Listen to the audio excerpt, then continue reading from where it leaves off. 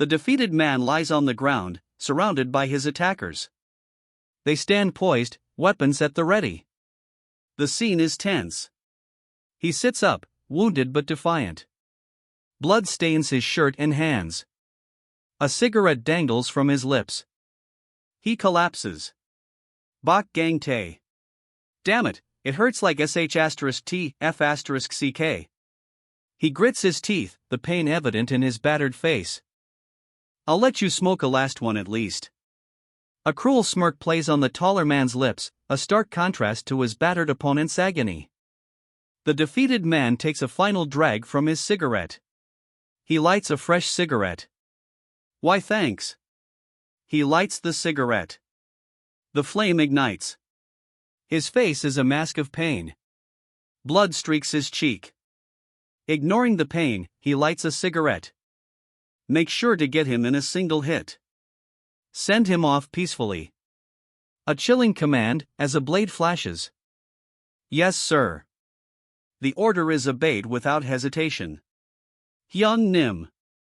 I'm sorry. A wounded man apologizes, his words echoing the weight of his actions. I know, F***Kers.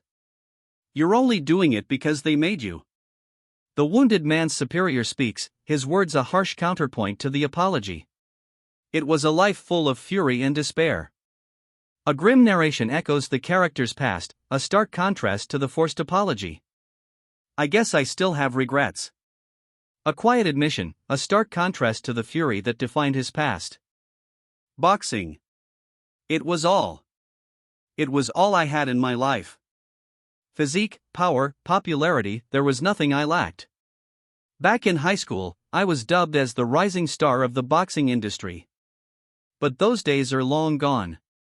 A baseball bat swings down, aimed at the protagonist's head. But the hot-bloodedness of youth got me in every fight they instigated. He grits his teeth, the attack narrowly missed. He's wounded. A deep gash bleeds across his leg. Which got me the verdict that I could never box again. And it all changed. There was definitely a different road. It might have been possible to make a comeback. There were multiple ways to make money within the boxing industry. Well, what's the use of regret now? He glares, a bloody sneer twisting his lips. Defeated, but defiant. If I can get one more chance. His bloody sneer hardens, a flicker of desperate hope in his eyes. His eyes, though, betray the sneer. A desperate glint of hope remains. I want to box again. The words, a raw declaration of defiance, cut through the silence. Blood spatters across the panel. The fight concludes. Callie, you dimwit piece of sh*t. The victor's scornful words echo the end of the fight. It's embarrassing to be an apprentice boxer like you, the victor sneers. Hey, Callie. Wake up. Callie ush***. Don't tell me that he's dead? It doesn't matter if this piece of sh**t dies or not. Hey! Wait up! A new voice cuts through the tension. Who is this mystery person? The question hangs in the air as we wait to find out. Wait for me. The mystery voice belongs to someone catching up. Three figures frantically run past a young man lying injured on the ground. Blood stains the earth around him. Left behind, a hand lies still. A torn armband. The fight is over. The defeated fighter lies bleeding, eyes wide open in defeat. His face is marred, a grim testament to the battle's intensity.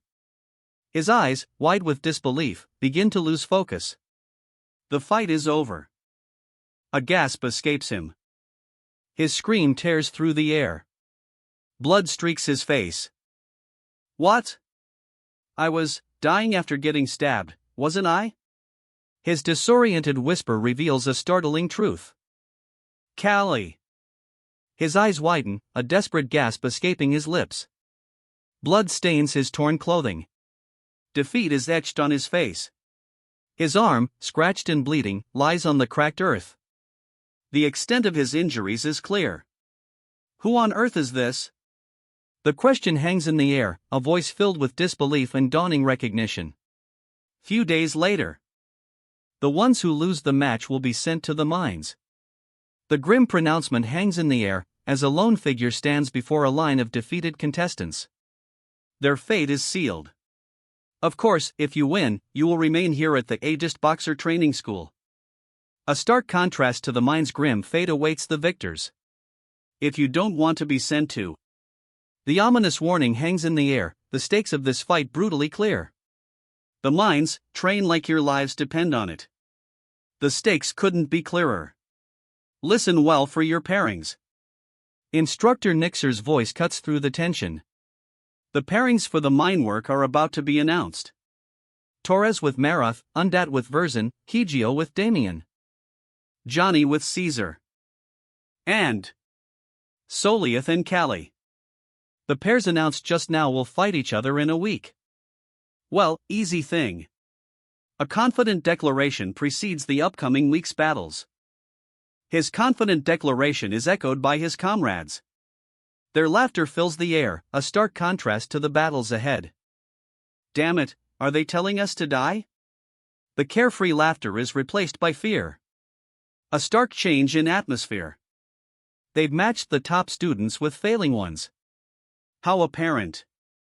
The horrifying truth dawns on them. His eyes narrow. A grim understanding sets in. The mines are a place where people easily die from pulmonary diseases and accidents, even in the 21st century, he reads, a grim voiceover. It'll be even worse here. A miner coughs violently, clutching his mouth. The blonde-haired individual watches him with grim determination. Blood stains the miner's hand. He collapses. I need to avoid mines at all costs. And Callie. His ragged shirt, torn and stained with grime. Follow me, I have errands for you. Special treatments again, one of them snarls. He can't even follow basic training. That bastard. I've included you in the discharge list for our master. Is that so? He replies, surprisingly calm. He's calmer than expected. You're not made for boxing, the opponent states, your frame is too small. Same goes for the mines. You will die immediately. His words hang heavy in the air, a stark contrast to the previous calm.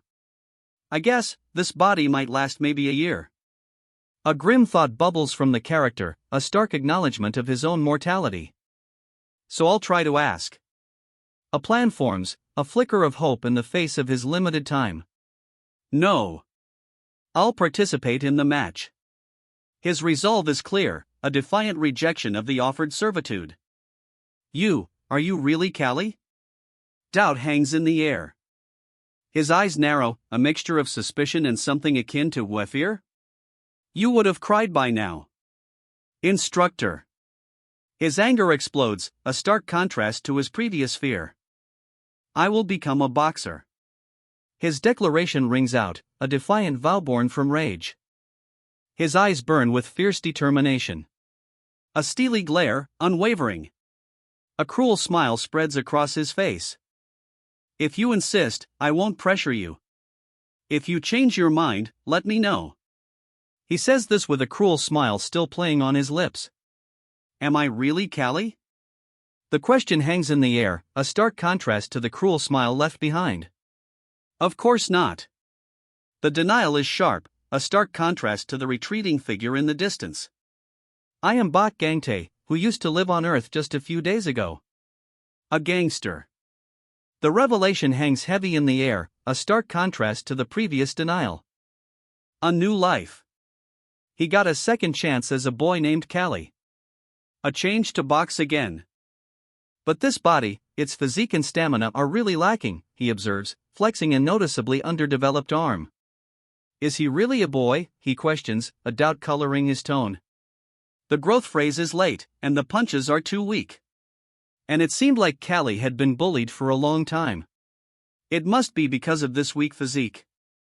Callie's bitter self-assessment reflects the torment he's endured.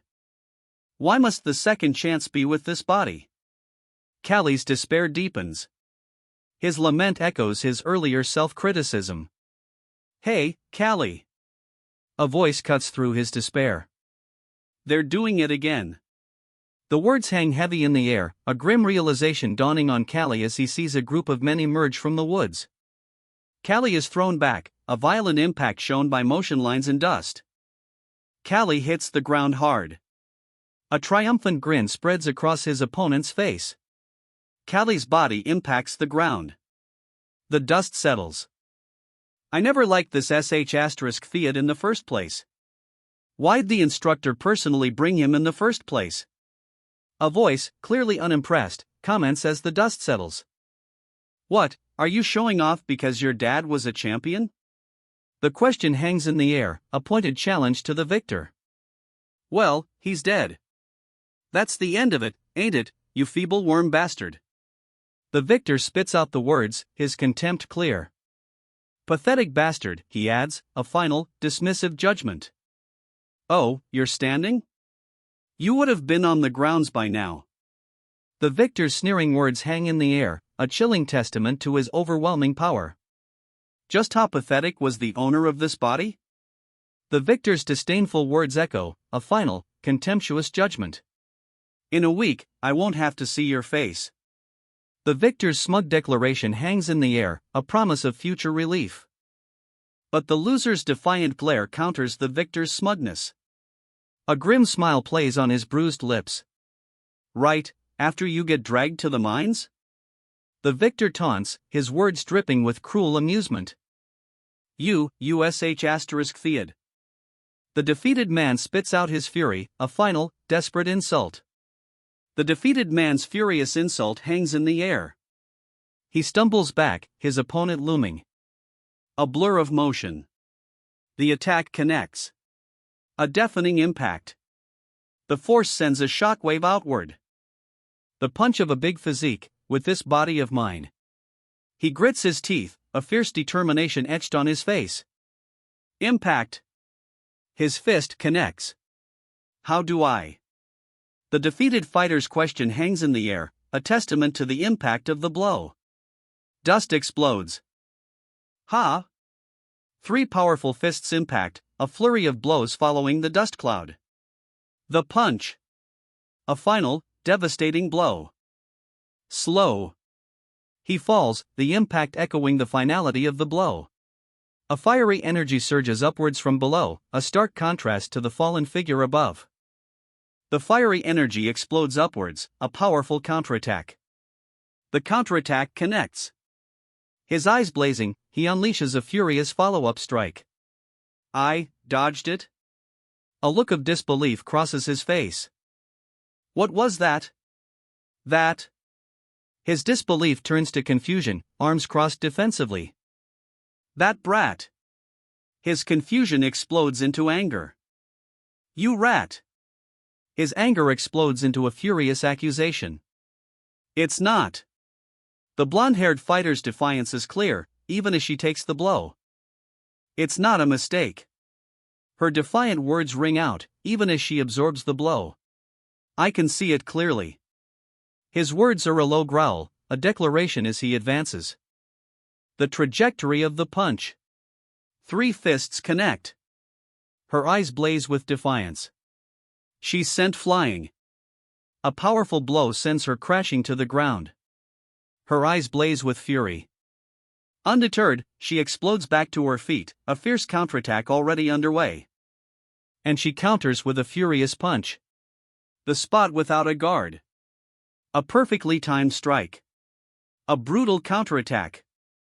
The blow connects, a blur of motion. The impact sends him sprawling. He counters, a furious expression twisting his face as he attacks. The attack connects. A powerful impact reverberates. 2 onlookers gape, mouths aghast. Their shock is palpable. His eyes widen, a look of disbelief and dawning horror etched on his face. He coughs, a harsh, ragged sound. His eyes are wide with terror. He's grabbed. A powerful hand crushes his throat. What, it was barely a punch. I was surprised for nothing. The attacker's disbelief is clear. He recoils, his face contorted in disbelief. The impact clearly exceeded his expectations. Ah! The sound escapes him, a gasp of pain and surprise. His mouth hangs open in a silent scream. A brutal blow connects, sending him reeling. A spray of blood marks the impact. The fight is over. A nobody playing big. Let's go! The command echoes as the others advance, leaving their defeated opponent behind. He presses on, his gaze fixed ahead.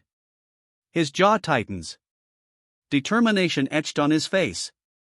He turns, his gaze fixed on something in the distance.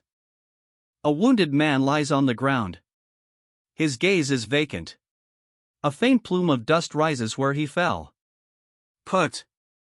A dismissive sound escapes the victor as he looks down at his defeated opponent. Ha ha ha ha ha.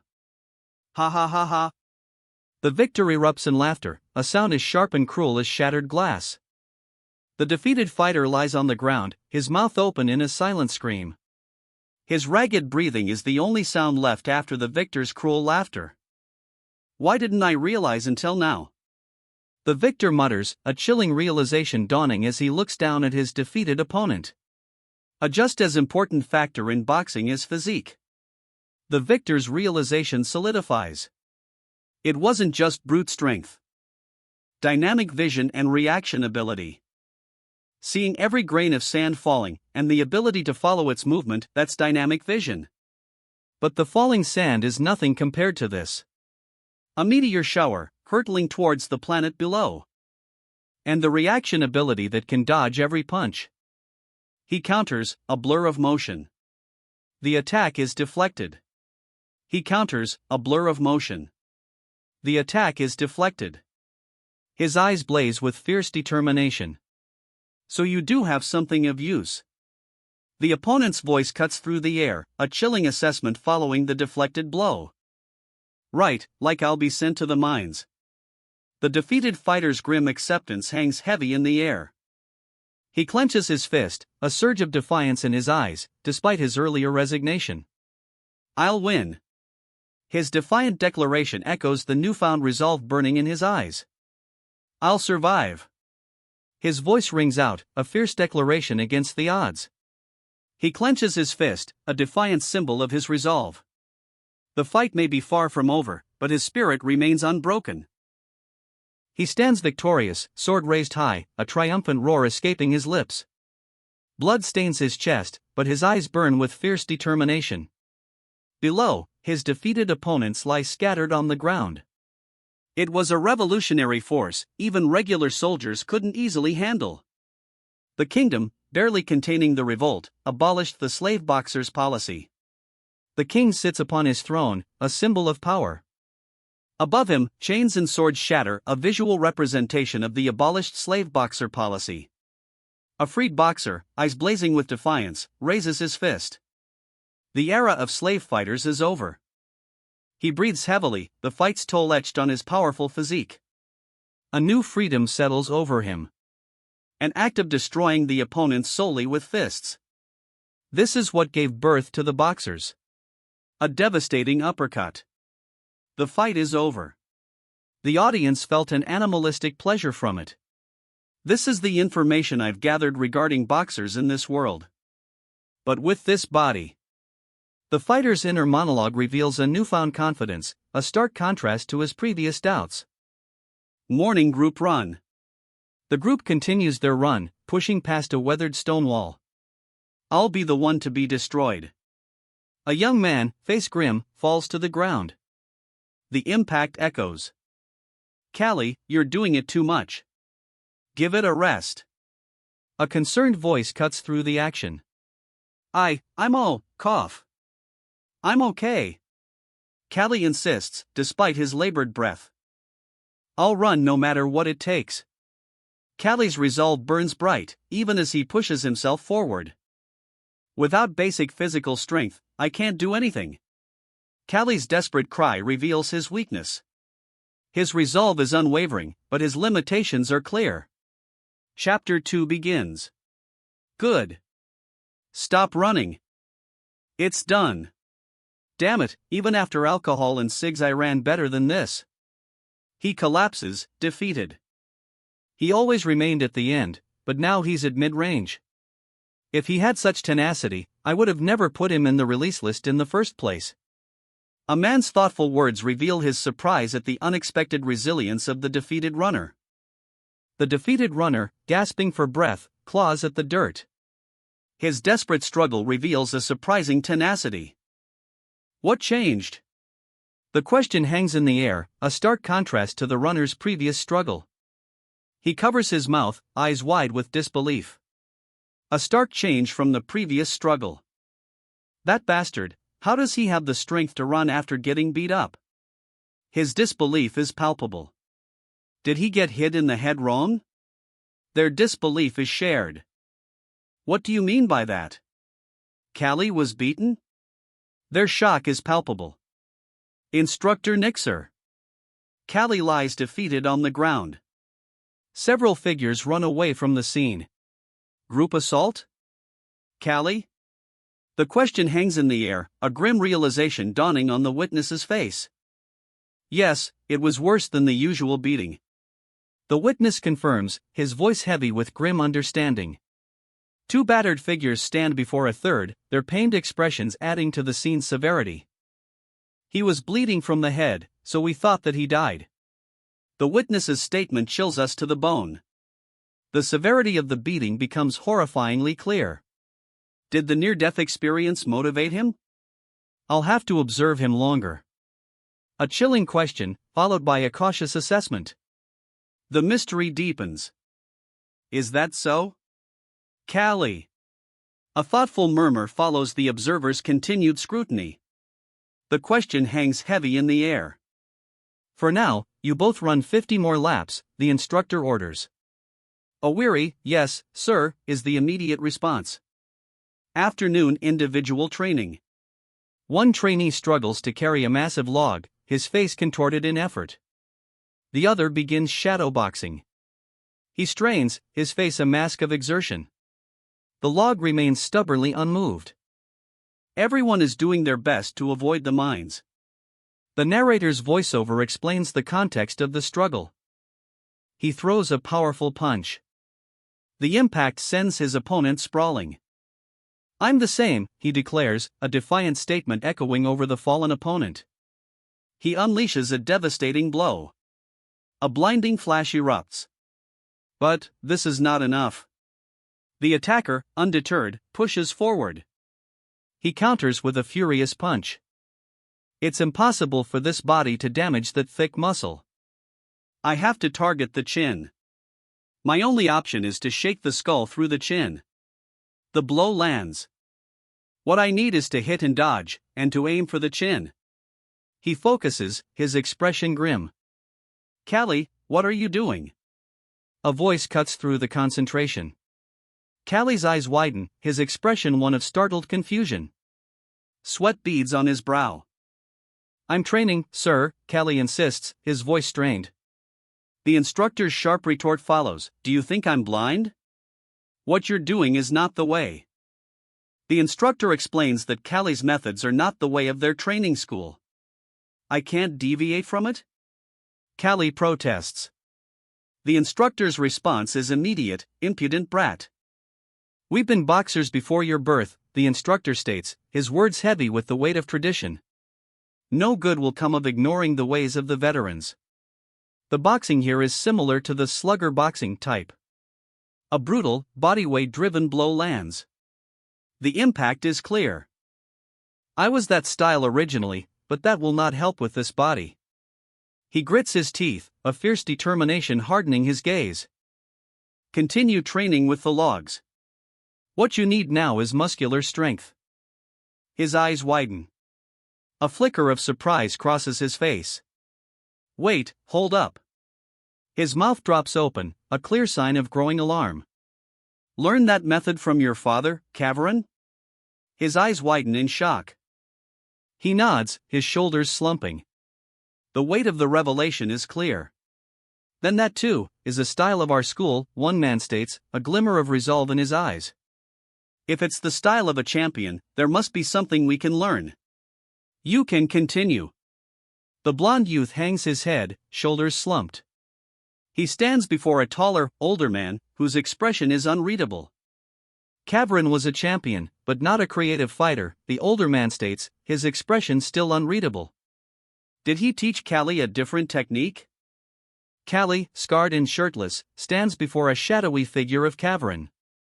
The older man's question hangs in the air. No matter. Something definitely changed after that day. Kavrin's statement hangs heavy in the air, a somber reflection on a past event that clearly shaped Callie's present. Kavrin's gaze is intense, a hand resting thoughtfully on his chin. His expression is one of deep contemplation, the weight of the past evident.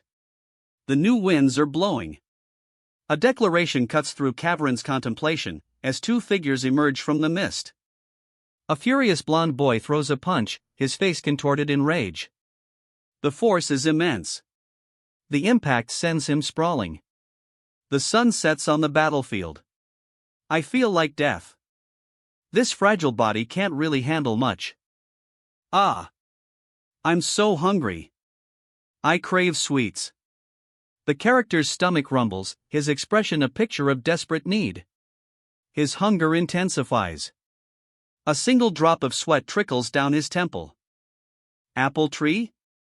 He whispers, his gaze fixed on the fruit-laden branches above. He takes a large bite of the apple. Crunch! Now I feel alive, he declares, a wide, satisfied grin spreading across his face. What are you doing? A voice cuts through his exhilaration. His grin falters, replaced by wide-eyed alarm. A noble? His eyes widen further. But a sharp glare cuts through the shock. Her arms are crossed, a clear sign of defiance. You. She stammers, her defiance faltering slightly as she looks at the boy in the tree. Stop the excuse. Come down with an apple. I wish to partake as well. The boy's words cut through her hesitation, a direct challenge to her lingering defiance. Here it is. The boy tosses an apple. He's accepted her challenge. Her eyes flutter closed. She takes a bite of an apple. It's ripe. Anyways, aren't you the slave of the training school? A pointed question hangs in the air. Don't tell me you didn't know this is the Baron's garden? The red-haired girl's incredulous question hangs heavy in the air. You'll get whipped if you get caught. A warning, sharp and clear, cuts through the incredulity. I'm sorry, he whimpers, his face etched with pain. I can't enter the match with an injured body. Help, he cries out, his voice filled with desperation. A cruel smirk plays on her lips. You don't even know who I am. The words hang in the air, a chilling declaration from the smirking figure. My name is Azalea Aegist. My father, Baron Godolph Aegist, is your master. Now, tell me your name, slave. A chilling smirk plays on Azalea Aegist's lips. It's Callie. The slave's name is revealed, a simple answer to Azalea's chilling demand. Callie, good. I'll turn a blind eye today for giving me that apple. Azalea's words offer a chilling, unexpected reprieve. Azalea's gaze follows Callie, a hint of something unreadable in her eyes. But I will personally whip you the next time you're caught. Azalea's threat hangs in the air, a stark contrast to her earlier unreadable expression. Now, Callie. The threat hangs heavy. Now, Callie. Leave before someone else sees. Thank you, my lady. He hurries away. I was scared to death. Callie's terror is palpable as he flees, glancing back at the lady who just saved him. The red-haired woman watches Callie flee. A thoughtful silence hangs in the air. A small physique. He looks too fragile to be a boxing slave. A partially eaten apple is held out. A stark contrast to the fragility noted before. Callie. Callie. She takes a bite of an apple. He throws a powerful kick, sending his opponent sprawling. The impact sends a shockwave through the training yard. Other recruits watch, stunned. Callie has changed. He's attracting everyone's attention with never-seen training methods. I let him hit me that day. A flashback reveals a student's gritted teeth, a testament to his unconventional training. If I end up losing, I'll end up at the mines. It's all over. The student's desperate thought reveals the high stakes of this fight. Damn it, he shouts, a desperate lunge failing as a massive stone crushes the ground near him. Hey, you sure that the instructors won't be here? His anxious question hangs in the air, a stark contrast to the dust still settling from the near miss. Yeah. They all left because the master summoned them. Relief washes over him. Nothing wrong with a bit. He lets out a chilling laugh. Nothing wrong with a bit of tricks. I'll have to discipline him. Chapter 3. That shitty mug of his, a voice sneers, the victor's disdain clear. He delivers a crushing blow. The impact echoes. The impact sends a shockwave outward. I'll plunge it into the ground. He slams his fist down. His attack connects.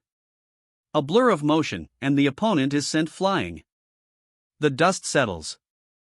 A powerful fist connects. The impact echoes. A brutal counterattack. The fist connects, a jarring impact sending the opponent reeling. The impact sends him sprawling. A powerful follow-through. He cries out in pain, his face contorted in agony. Gasps. Sorry. I didn't know you were next to me. He cries out, his face a mask of shock and remorse. You didn't get hit, did you? The larger man asks, concerned. Why yeah. I'm good, the smaller man stammers in reply. That's good. The larger man's relief is palpable. You can't get hurt before the match. The blonde fighter's eyes blaze with defiance, a stark contrast to the larger man's previous relief. Right? The larger man's eyes widen in disbelief, beads of sweat forming on his brow. Then I'll go continue what I was doing. The smaller man nervously agrees, why yeah. Dumb B asterisk TCH. I've seen countless of SH asterisk theids like you back at the organization. The larger man's contempt is palpable, his words dripping with disdain. He crushes the man's head. Blood splatters. Another falls, defeated. All the ones that tried to get the upper hand like you, were all destroyed by my hands. The victor's chilling declaration underscores his brutal efficiency. He walks away, leaving behind two defeated men. The weight of his victory hangs heavy in the air. He continues his training, hoisting a massive log high above his head. The effort is immense, sweat dripping from his brow. As I thought, it wasn't a coincidence. A realization dawns on him, his eyes narrowed in determination. His jaw tightens. A grim determination sets in. His opponent looms, a furious expression twisting his face. The fight is far from over. You don't look so good, Salif, his opponent sneers, landing a blow. Worried? Why you think? Salif roars, his face contorted in disbelief and fury. I got a weakling like Callie as an opponent. The victor boasts, a smug grin spreading across his face. So what's there to worry? The victor scoffs, his confidence unwavering. Well, it's true that Callie has changed.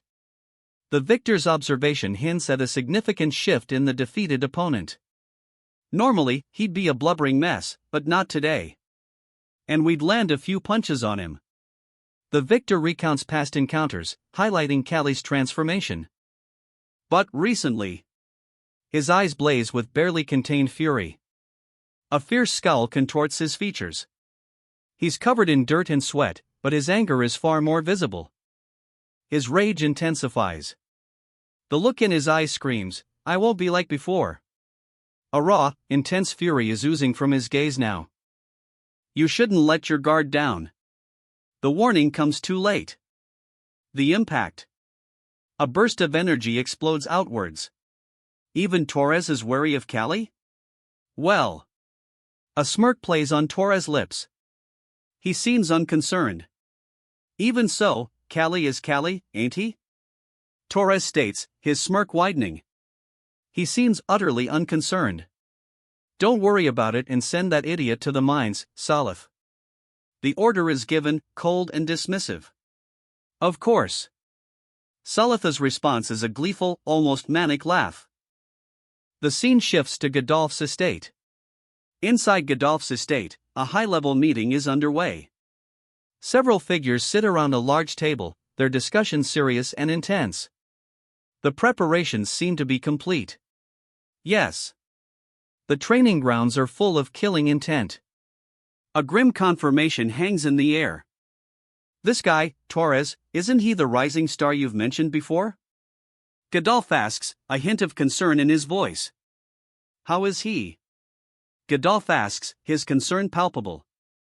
His power and balance of reflexes are appropriate, but his personality is belligerent, with excellent techniques. He also has good eyes. With some training, Nixer could be a champion candidate. I'll be looking forward to that. The evaluator's response confirms Nixer's potential. The training begins. Nixer. I need you to do something for me. Nixer's inquiry follows, setting the stage for his next task. As you know, the fame of our training school is on the decline. The speaker's concern is clear. The task for Nixer is about to become much more critical. And with the lack of funding, half the slaves had to be sent to the mines. The weight of the school's decline falls heavily on Nixer's shoulders. His mission just got a whole lot harder. So I'm thinking of inviting the townsfolk as an audience and accepting admission fees, the man proposes, a glimmer of hope in his eyes. It's been a while since they've seen boxing matches.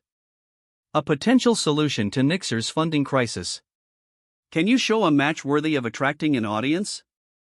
The question hangs in the air, a challenge to the plan. Yes, it's possible. The challenge is met with quiet confidence. A master of mind, but so incompetent.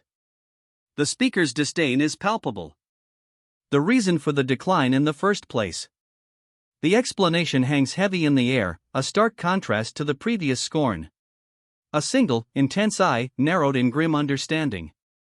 The weight of the revelation settles. It is because of your greed, Baron Godolph Aegist. The truth hangs heavy in the air. For 15 years, Baron Godolph Aegist managed the training school. The first 5 years were safely managed through the boxers fostered by the previous generations. But the last 10 years caused the death of countless boxers due to excessive matches. The lands of Aegist are barren, with little agriculture. The family survived on the income from the training grounds, but even that's become difficult. Their situation is precarious, only sustainable if they don't force young boxers into the kingdom's competition. We'll make sure we win.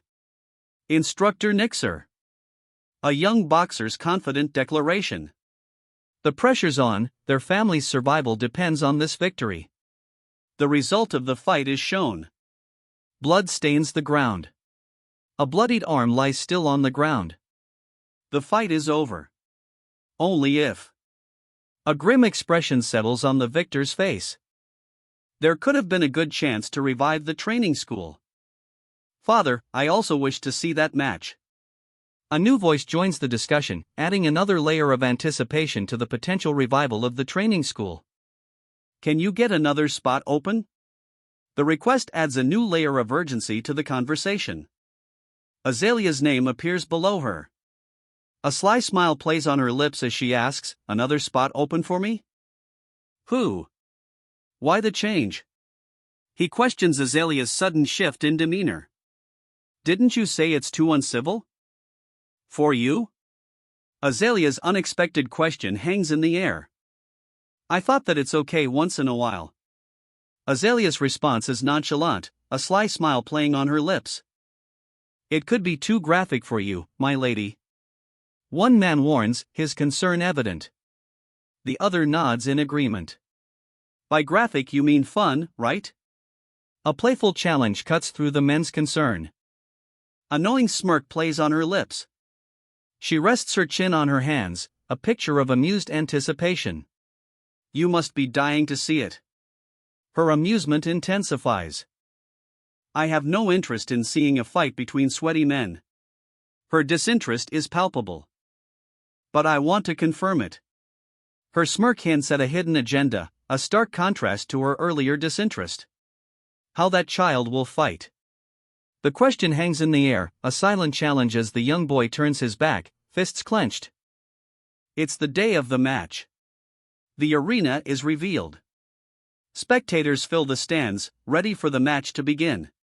Two figures approach the arena, the anticipation palpable. They approach, the dust swirling around their feet with each step. Finally, he removes his hand wraps. He walks away, towards a bright light at the end of a stone archway. He emerges into the blinding light. A shadow, wolf-like, stretches behind him. He stands revealed, a fierce determination etched on his face. His fists are clenched, ready. The camera angle shifts, focusing on a powerfully built arm, tense and ready. The fight isn't over. The crowd erupts. Their cheers fill the air as the fighter raises his arms in victory. The roar of the crowd intensifies as the camera pulls back, showing their jubilant faces. Their cheers erupt in a wave of pure excitement. Too easy, a voice declares, the victor's casual assessment cutting through the crowd's cheers. His eyes narrowed. A scowl etched itself onto his face. The victor raises a triumphant fist. His opponent lies defeated. Victory is his. He raises a triumphant fist. The crowd roars its approval. A most excellent match indeed, declares a richly dressed man. He instructs his subordinate, make sure to train Torres well, and make a champion out of him. I'll give you a year. Yes, master, the subordinate replies. And lastly, his face contorted in furious anger. He roars. Solieth, and the roar trails off, a chilling threat hanging in the air.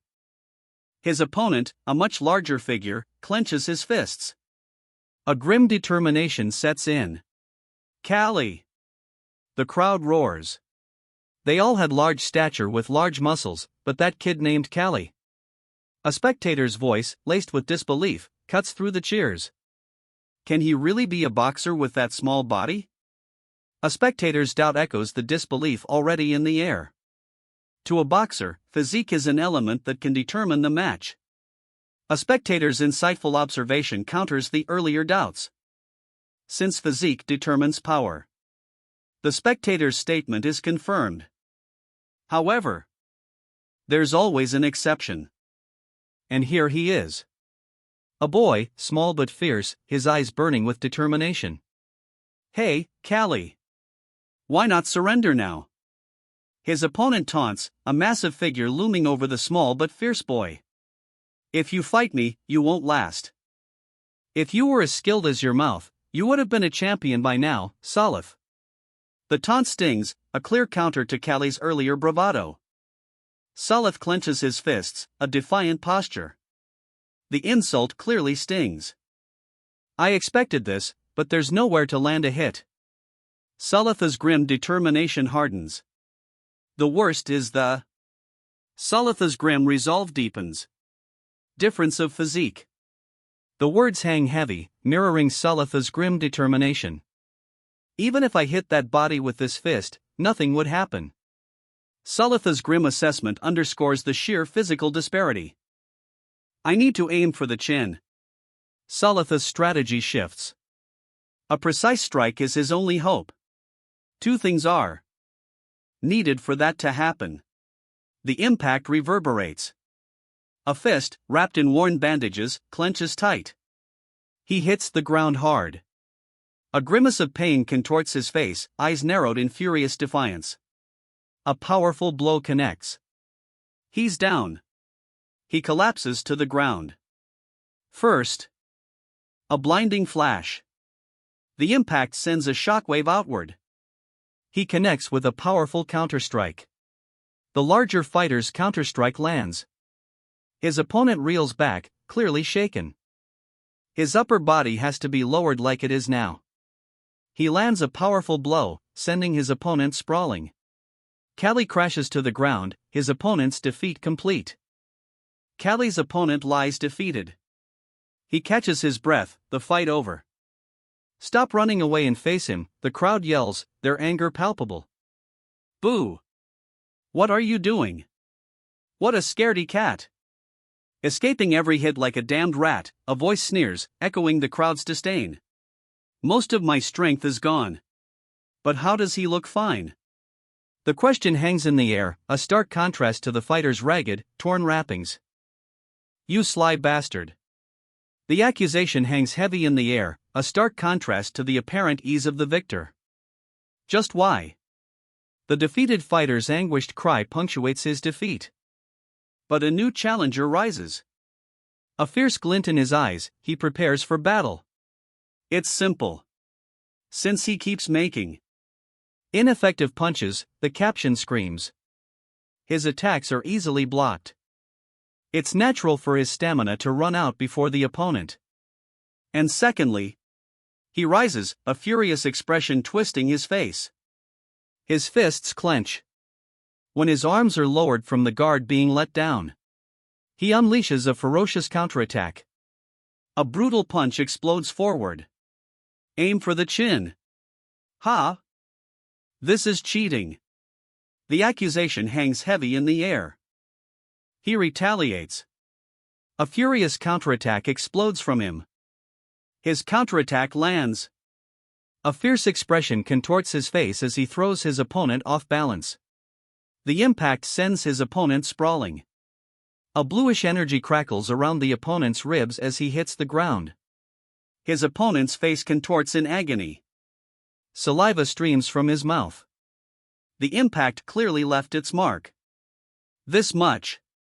The defeated fighter's pained whisper underscores the brutal impact. He lies defeated, eyes wide with a furious, desperate rage. Yes. Crush him. The crowd roars its approval as the victor is declared. The crowd's jubilation is infectious. A young man, mouth wide open in a triumphant yell, throws his arms in the air, mirroring the energy around him. This much is not considered cheating here? A voice questions the young man's victory, casting doubt on his triumph. Fingers that are 10, 9, 8, 7. Free from gloves, he prepares. I failed to calculate it. The stark admission hangs in the air. A wooden staff falls. Her eyes blaze with fury. So what? The defiant words echo her fury. Get up, a voice commands, the words cutting through her defiance. 4, 3. He strains, muscles bulging with effort as he pushes himself up. He finally reaches the top. So what of a few broken ribs? He shrugs it off, already moving on. That's nothing. He continues his advance, unfazed. Can you continue, Callie? The question hangs in the air, a stark contrast to Callie's unwavering advance. Callie nods, his fists clenched tight. I have. Callie's voice is barely a whisper, but his eyes burn with fierce determination. His fists clench tighter still. His eyes blaze. Callie's face is a mask of furious concentration. He's ready. Died once before already. The words echo Callie's fierce determination. He's not going down without a fight. I'll make you regret that. His opponent's furious vow echoes Callie's defiance. The fight is far from over. My ribs are broken. The fighter grits his teeth, defiance flickering in his eyes despite the pain. The fight continues. So my movements are also restricted. The fighter's grim determination remains, but his words reveal a new obstacle in his brutal fight. He throws a powerful punch, despite his limited movement. The worst situation I could be in. His strained expression confirms it. But it is what it is, this.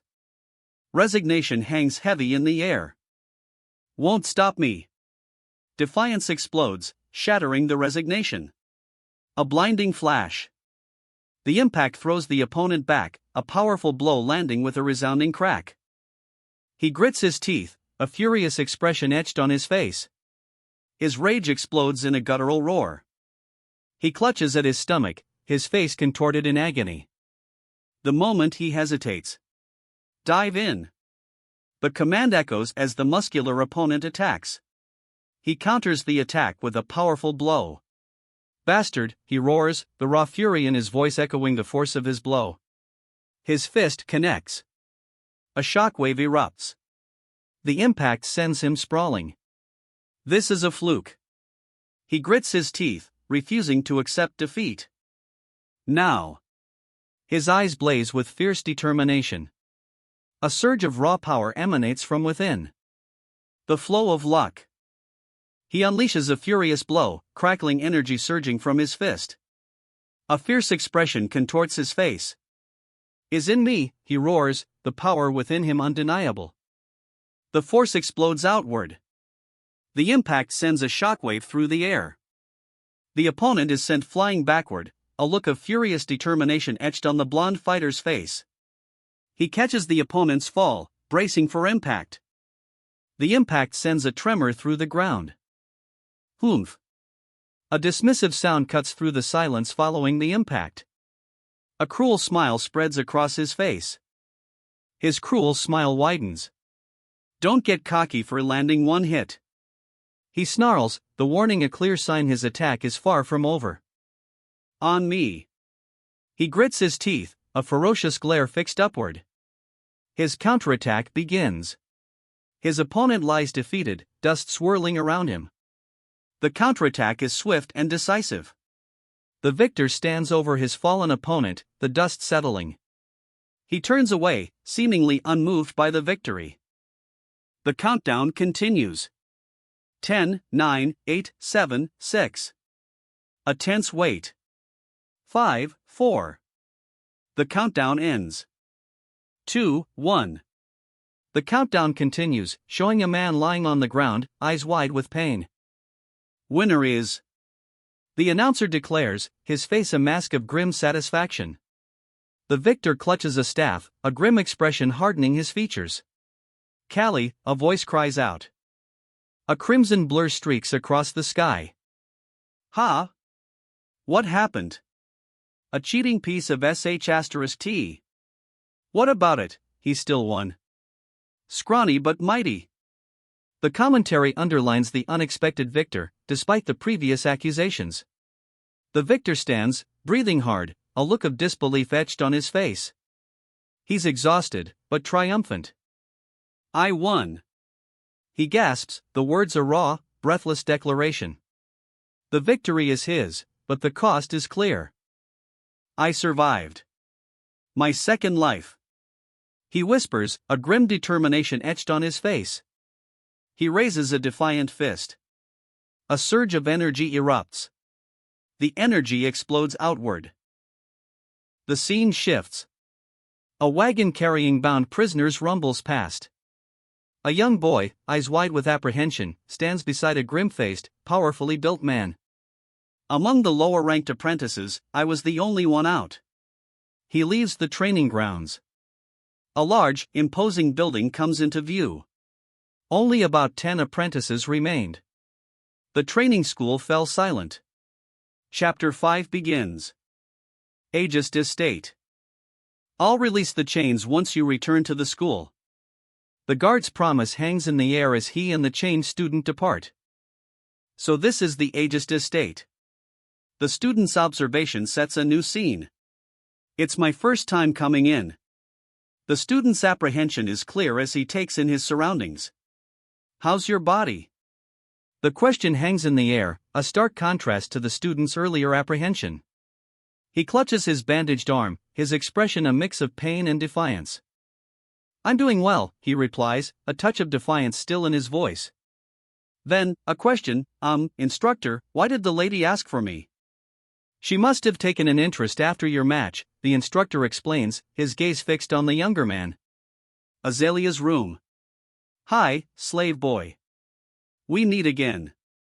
A smirk plays on Azalea's lips as she sips her tea.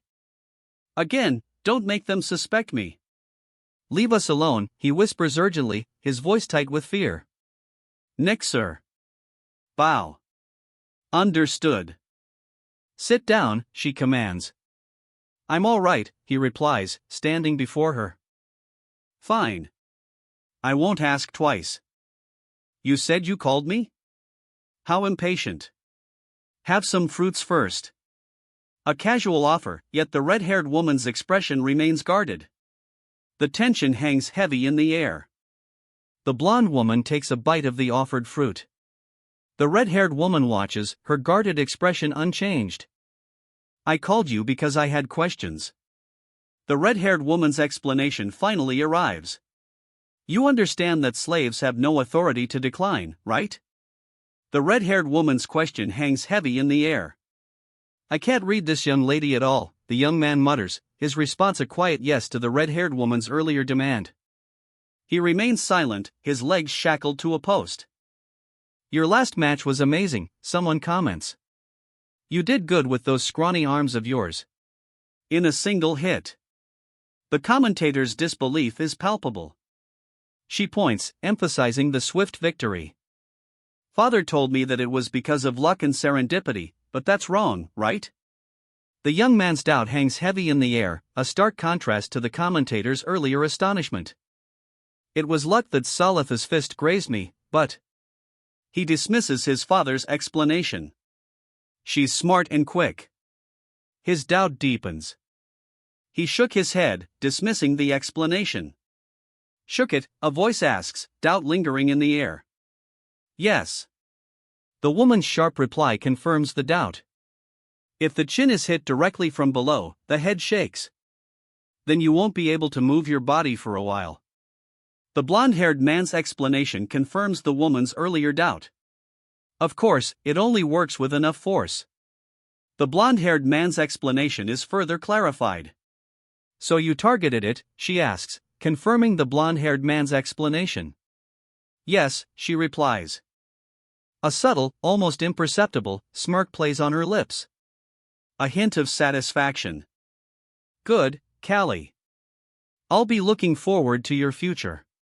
Her smirk widens, a clear expression of anticipation.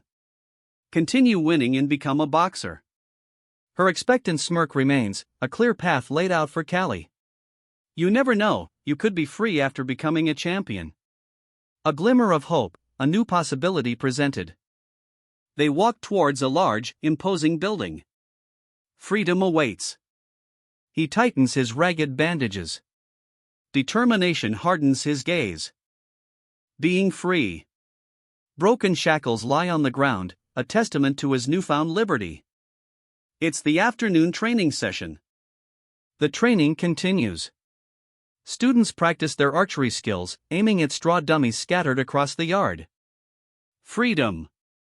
He grits his teeth, a cloud of dust still swirling around him. The strain is visible on his face. My goal. I'll make sure to attain freedom. His resolve hardens, despite the exhaustion. He strains, muscles bulging, shouldering a massive log. Freedom. He sets down the log. You will be strong, Torres. Torres, age 14. I would've. Despite being a farming slave, you have a good physique and fighting spirit. So continue onwards. The instructor's words, a gruff encouragement, hang in the air. Become a champion for freedom. The words echo his instructor's encouragement, fueling his fierce determination. I despised those who did nothing every day. His inner voice reveals the core of his conviction. Without a goal, like Callie. The narrator's voice underscores the stark contrast. But he managed to win against Salith and survived. The world is truly mysterious. He sits, catching his breath, the words a quiet reflection on his improbable victory. Isn't Callie annoying nowadays? A casual observation, a stark contrast to the gravity of the previous victory. He sits, resting. A thoughtful silence follows the fight. We need to discipline him. The decision is made, the silence broken. Soliath got sent to the mines because of that cheating piece of sh*t. Now, a muscular figure stands before us, his arms wrapped tight. A grim determination etched on his face. He's ready. Torres, we're gonna go beat him up together. How about it? A fierce challenge is issued. This panel introduces Kijo, alias Mantis. A fierce grin spreads across his face. Forget it, I'm not interested. Kijo, Mantis, dismisses his opponent with a dismissive wave. His grin remains. Really? How boring, Kijo, Mantis, remarks, his grin widening. If he's intent on changing, I have no reason to bully him, Kijo declares, his grin softening slightly. I was only annoyed by his lack of will. Kijo explains, his expression hardening slightly as a flashback of his opponent's earlier struggle flashes across the panel. The flashback ends. Kijo stands in a dusty training yard, amongst straw dummies and stacked logs. He's ready. My ribs are finally together, Kijo mutters, a grim determination etched on his face as he cracks his knuckles. I gained more muscles from exercising too. Kijo's declaration underscores his renewed physical strength. Hey, Callie. You're finally back in the training grounds. A voice calls out, marking Callie's return. I was wondering when they'd appear. Callie's confident words mark his return to the training grounds. Did you have a relaxing time from winning by luck? A sneering challenge greets Callie, as three figures emerge, ready for a rematch. Callie turns, his back to the challengers. Their imposing figures loom large. Getting hurt will make things difficult, Callie warns, his hand raised defensively as he faces the looming threat. I'll make sure to hold back, so don't be too scared, Callie snarls, a chilling grin twisting his face. No. It will make things difficult for you if you get hurt. His eyes narrow, a predatory grin spreading across his face. A chilling smirk. This F***er, he snarls, rage contorting his face. He unleashes a devastating blow. The blow sends his opponent flying. He crashes to the ground. But the impact isn't over. A powerful counterattack follows. A blinding flash erupts. The flash reveals a figure, back to us, arms outstretched. A large question mark explodes across the panel. He thought that I won by luck. The blonde fighter's words cut through the air, a defiant stance punctuating his claim as he stands over his defeated opponent. The blonde fighter looks down, a smirk playing on his lips. He's clearly confident in his victory. His smirk fades, replaced by a sharp, intense gaze. The blonde fighter's eyes burn with a newfound focus. Pressure akin to a collapsing star. The boxer is sent flying. Opposing someone holding a spear. Long jabs and punches that prohibit approach. Long reaches are absolutely advantageous. However, Mantis had too big of a movement and a slow swing. His attack is countered. A swift, precise blow connects. The counterattack lands. He couldn't fully utilize his reach. The blonde fighter counters, a desperate, whirling strike. His attack is deflected.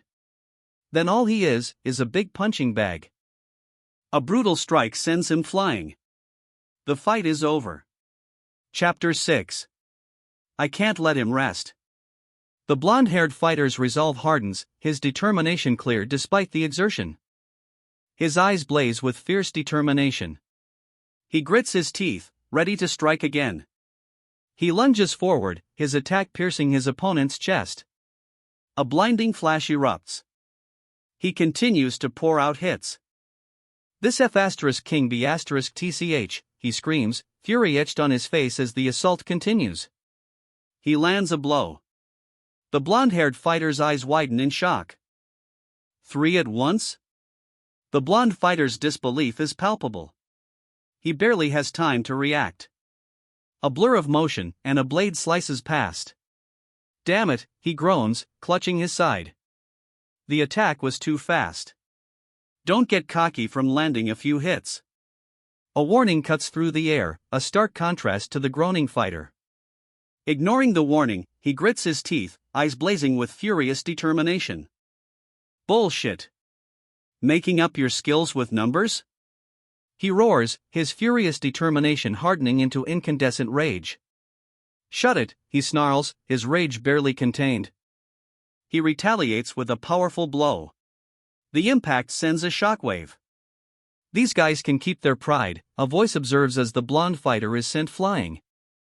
Only by ignoring and harassing others, a voice narrates, summarizing the blonde fighter's downfall. He lies defeated, eyes wide with disbelief and fury. His face is contorted in a silent scream of rage. Thinking back, a triumphant grin spreads across the fighter's face. He stands victorious, the shadowy figures of his opponents looming behind him. I was the same as them. His victorious grin fades, replaced by a grim realization. I can't watch it any longer. The grim realization solidifies. He looks away, unable to bear witness. If you were going to lynch him, you should have done so from the start, a voice cuts through the scene. Instead of using it as a last resort after losing one-on-one. The criticism stings. His jaw tightens. Rage boils in his eyes. Torres? Why are you siding with Callie? The question hangs in the air, a challenge amidst the dust and rising tension. I never sided with anyone, Torres states, a hint of irritation in his voice. I'm just annoyed by you keeping your head high despite almost losing to Callie. That's not true. I just let my guard down for a second. He shouts, a furious denial etched across his face. But his denial rings hollow. A powerful blow connects. Then try one-on-one again. The challenger's voice is cold, unwavering. I'll be the referee. Damn it. Callie mutters, his opponent daring him, come at me, Callie. He attacks. But the attack unleashes something far greater. A monstrous, shadowy figure looms behind him, its eyes burning with malevolent power. What the, is that really Callie? His eyes widen in disbelief, horror etched across his face. The monstrous shadow looms larger. You-wah! A desperate cry escapes as a brutal blow connects. He's sent flying. The impact echoes. This slow punch of yours, the victor sneers. It'd be more weird to get hit by it. The victor's confident smirk speaks volumes. The victor delivers a swift counterattack. A blur of motion, then two bright impacts against his opponent's torso. The impact sends his opponent reeling. Shut up, he roars, a furious counterattack following the blow. Wasting movements too. The counterattack continues, his opponent's assessment cutting through the fury. He counters with a furious blow, a blur of motion. The attack is relentless. All I see are flaws, he sneers, his attack landing. The impact explodes outwards. He's sent flying. Dust and debris settle. F***CK. He lands hard, the impact clear in his pained expression. Three opponents stand defiantly, their expressions grim. The fight isn't over. One opponent falls. The fight continues. He's like an experienced boxer. The victor observes, assessing his opponent's skill. He must have had the potential since his father is a champion. The victor's assessment continues, revealing a new piece of the puzzle. Torres. A challenge. What? You have business with me? I thought you hated me? Why did you help me? The question hangs in the air, a mixture of confusion and disbelief etched on Torres's face. Humph, I have no reason to explain myself.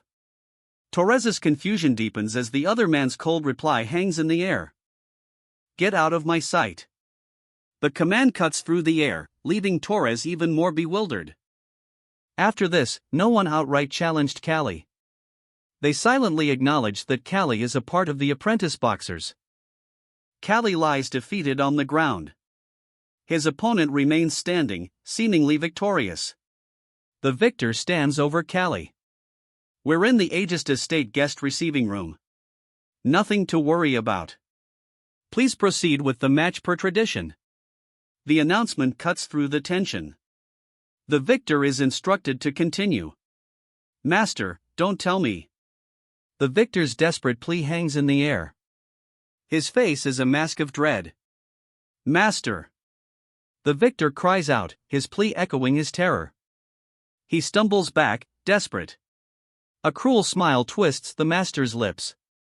His amusement is chilling. I advised against the match this time around. The master's words are laced with a chilling finality. We only have apprentice boxers. The master's desperate cry reveals the grim reality of their situation. Can you tolerate it? The master's desperate plea intensifies, his fury evident. Dolman also only has half-assed boxers. We could win.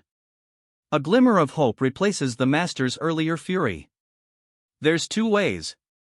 The master outlines their options, hope fueling his strategy. Fight with the best fighter, or send in a throwaway fighter to prepare for the next. The master weighs his options, his hand covering his face in troubled contemplation. It's an order.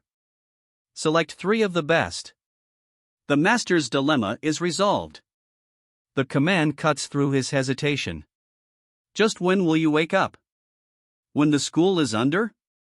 The master's fury explodes. His order is given, but his frustration is palpable. If aces like Torres can't fight anymore. The master's rage intensifies, his words a grim declaration. His rage boils over. A grim determination sets his jaw. Then the school will end there. His declaration is chilling. The weight of his decision hangs heavy in the air. 4 days. I have to prepare the ace fighters. His gaze is grim. A steely determination hardens his features.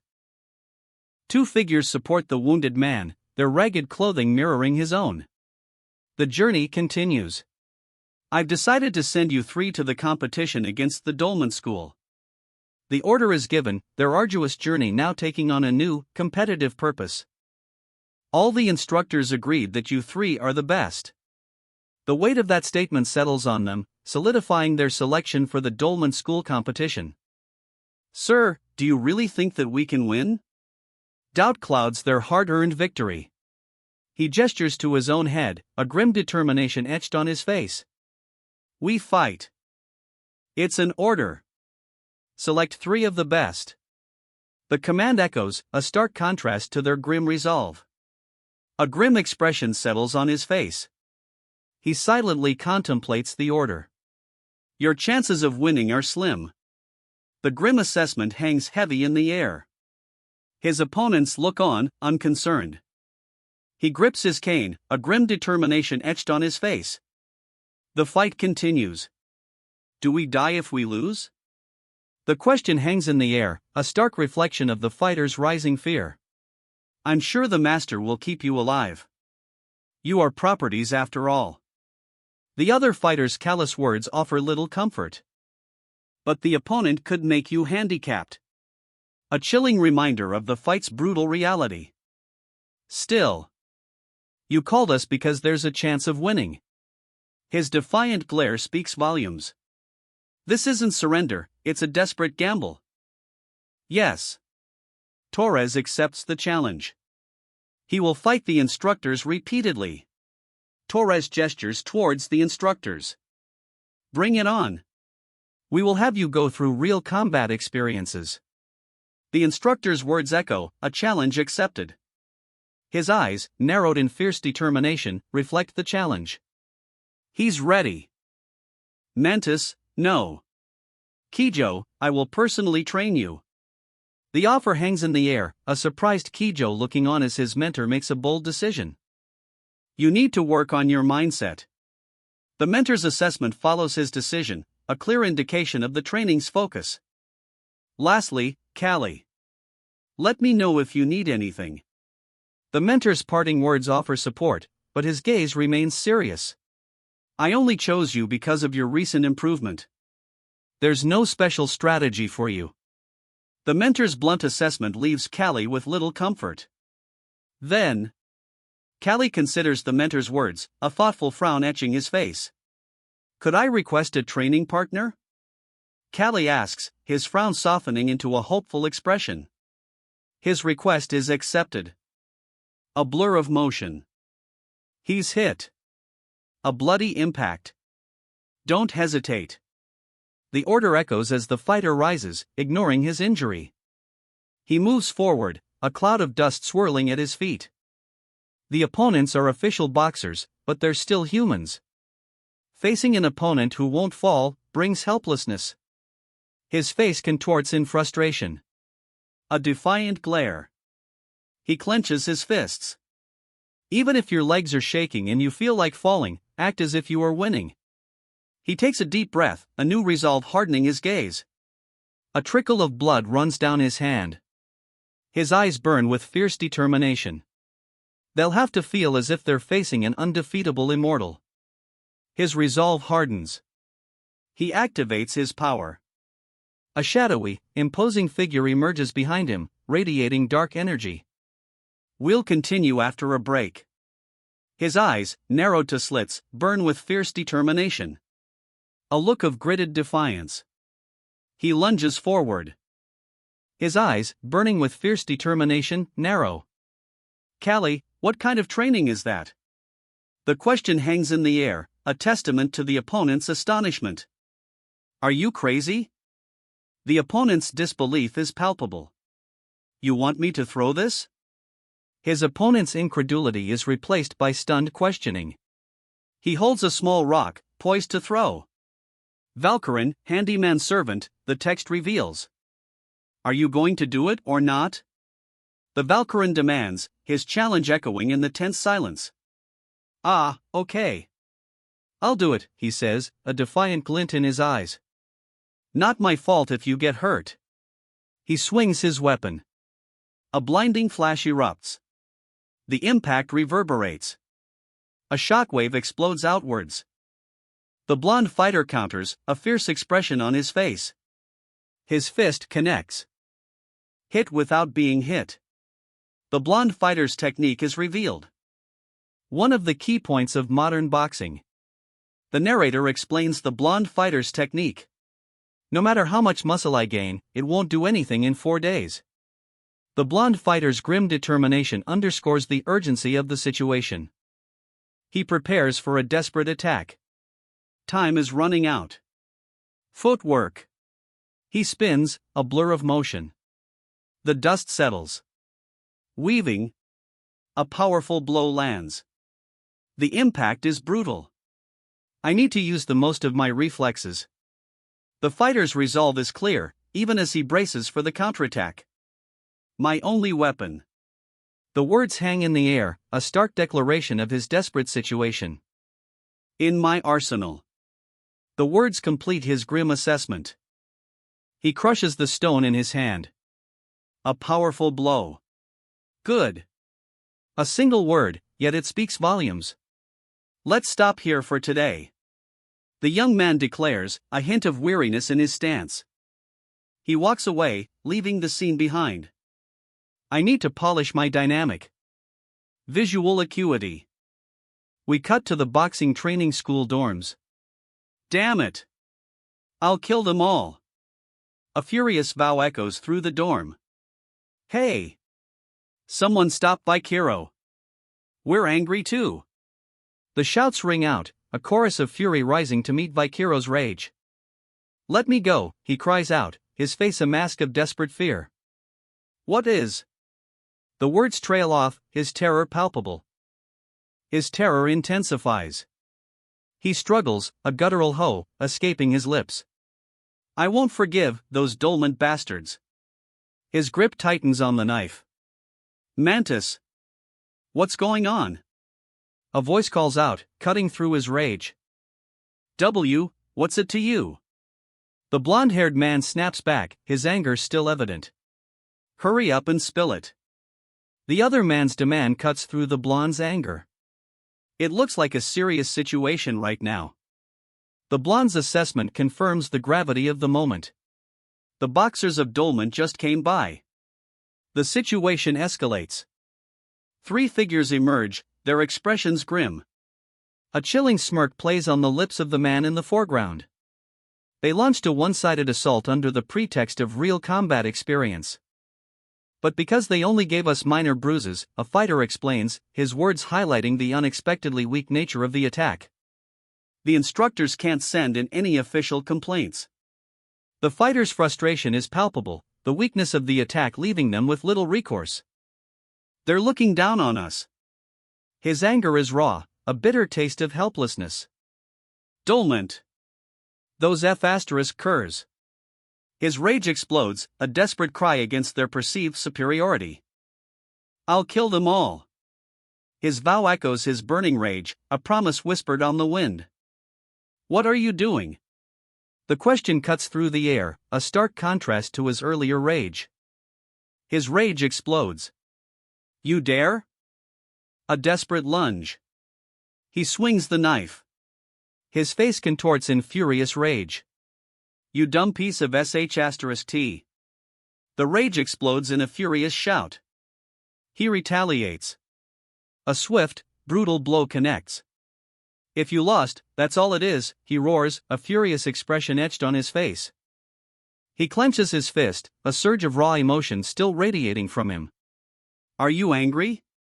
The question hangs in the air as his rage boils over. Then becomes stronger than them. A vow echoes his simmering fury. He stands defiant, bruised but resolute, flanked by two scowling figures. Their expressions speak volumes. They are only apprentice boxers. The words appear, a stark contrast to the intensity of the moment. But from years of commune living and enduring harsh trainings, his gaze hardens. Determination etched on his face. They developed a bond. From this moment on, this match was no longer just for the townsfolk.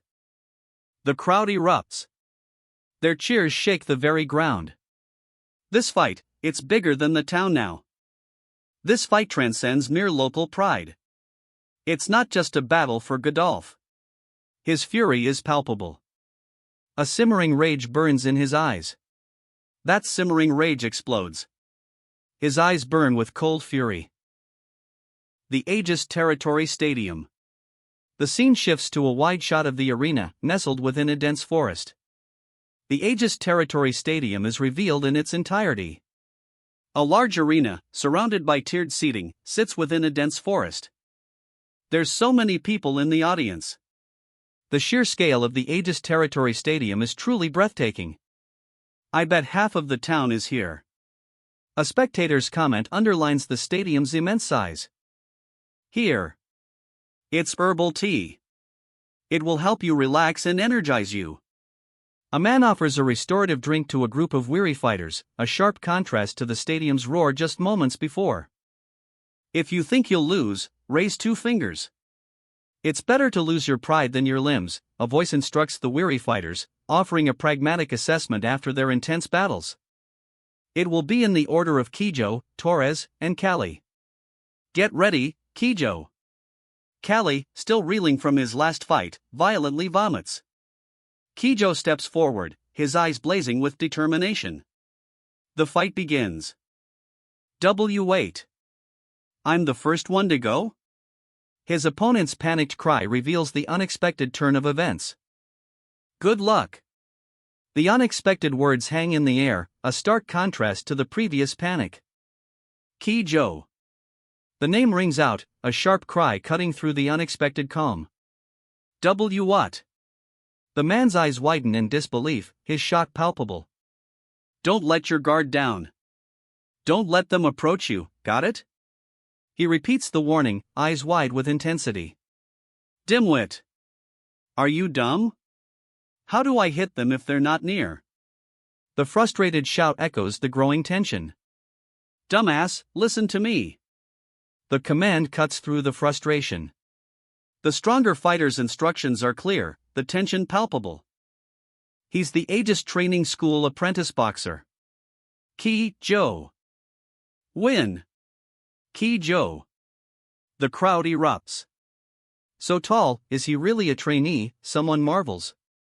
Aegis. Aegis. They shout, emphasizing his surprising victory. GRRR, damn it. The defeated fighter clenches his fists, his frustration palpable. And he stands defiant, a look of grim determination etched on his face. The panel reveals a title card, reigning victor of 14 matches from Dolman Training School.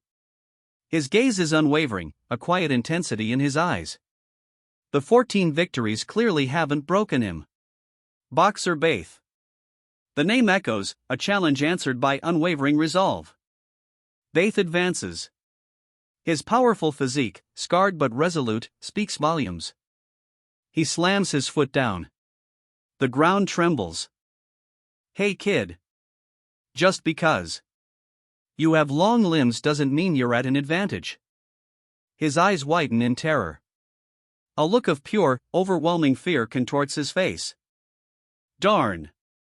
Mantis is Kijo. Mantis is frozen solid. Ftaha. He's tall, but just a kid. The observation hangs in the air, a dismissive comment from the onlookers. Isn't that right? Baron Godolph Aegist. The name hangs heavy in the air, a stark contrast to the earlier dismissal. Baron Joshiv Dolment. The name is revealed, a confident smirk playing on his lips. It hasn't started yet, Baron Dolment. The words hang in the air, a stark contrast to the Baron's previous smirk.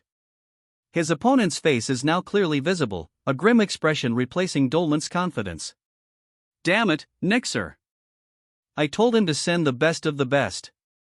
The Baron's fury is palpable, his earlier confidence shattered. Start. The match begins. You-wah. One fighter cries out as a brutal blow connects. The blow sends him flying. A brutal counterattack. Hee. A pained cry marks the impact. And you call yourself a man, one spectator yells. Another groans, I didn't pay to see this shit. Screw off, a spectator roars, his face contorted in anger. The jeers continue. He grits his teeth, a desperate look on his face. Ugh. *T, why don't they give it a go then? Who can't fight with just words? His frustration boils over. How long are you going to run? The frustrated voice explodes, a fist hurtling toward its target. The blow connects. A triumphant grin spreads across the attacker's face. Head. The impact sends his opponent sprawling. He follows through, a brutal counterattack. The blow lands. The impact throws him back, a blinding flash marking the force of the blow. He slams into the ground. A cough echoes. A brutal blow lands. The fighter crumples, spitting blood. He fell for such an easy feint. So weak. The victor's sneer is a stark contrast to the fallen opponent. The victor delivers a swift, brutal blow. His opponent is sent flying. Kijo. The onlookers react with alarm as the defeated fighter lies stunned. The victor raises his arms in triumph. A cloud of dust settles, revealing Kijo's defeat. And you call that boxing? The crowd roars, urging Kijo to get up. Go throw yourself off a ditch at this point. The crowd's anger explodes, their frustration palpable. No way, how am I supposed to win this? Despair etched on his face, he lies defeated. What if I just give up? His defeated whisper reflects a crushing despair. Eek. His horrified gasp cuts through the silence. His eyes widen, a look of pure terror etched on his face. A single word, a question hanging in the air, breaks the silence. Dust settles. A muscular opponent stands victorious in the ring. If I lose without a single punch. The defeated fighter's words echo his disbelief. I'll get kicked out. His desperate cry reveals the stakes. Who? You still have some fight in you? The opponent's words hint at a surprising resilience. He clenches his fists, a grim smile on his face. The fight is far from over. Shut it. I'm a boxer too. He counters, defiance blazing in his eyes. The fight intensifies. His counterattack lands. A ferocious roar erupts, raw fury etched on his face. Calm down. I need to do as the instructor told me. A sharp intake of breath follows the fighter's inner monologue, a stark contrast to his recent rage. Mantis, he calls out, his voice strained but determined. I heard you lost the fight against Callie, a stern voice booms. The fighter stammers, why yes sir. His face shows clear distress. So he knew. Have you thought about why you lost? The instructor's question hangs heavy in the air. And no, I have not. He stammers, the instructor's assessment hanging heavy. It was most likely a fight you could have won, the instructor adds, offering a stark counterpoint to the student's denial. Since you have advantageous features as a boxer. The instructor's words are sharp, a pointed reminder of the student's missed opportunity. Large stature and long limbs. The narration confirms the instructor's assessment, highlighting the student's physical advantages. You seem unable to utilize your assets, the instructor observes. You most likely lost your calm and rushed in. And let Callie get near you. The instructor's critique hangs in the air, a stark warning illustrated by the blurred motion panels showing the fighter's mistake. Callie's opponent roars, a face contorted in furious frustration. The instructor, observing from below, touches his temple thoughtfully. If you let that happen in this match too, you have no chances of winning. The instructor's warning echoes, a stark contrast to the opponent's earlier rage. Remain calm at all times. The instruction is a stark visual reminder, a breath escaping the fighter's lips as he struggles to follow it. He clenches his fists, a cloud of dust swirling around him. Don't get scared. Don't let them approach you. He charges forward. A fierce grin spreads across his face. Ambush the opponent attacking you. A triumphant grin spreads across the attacker's face. He unleashes a devastating blow. The impact sends a shockwave outwards.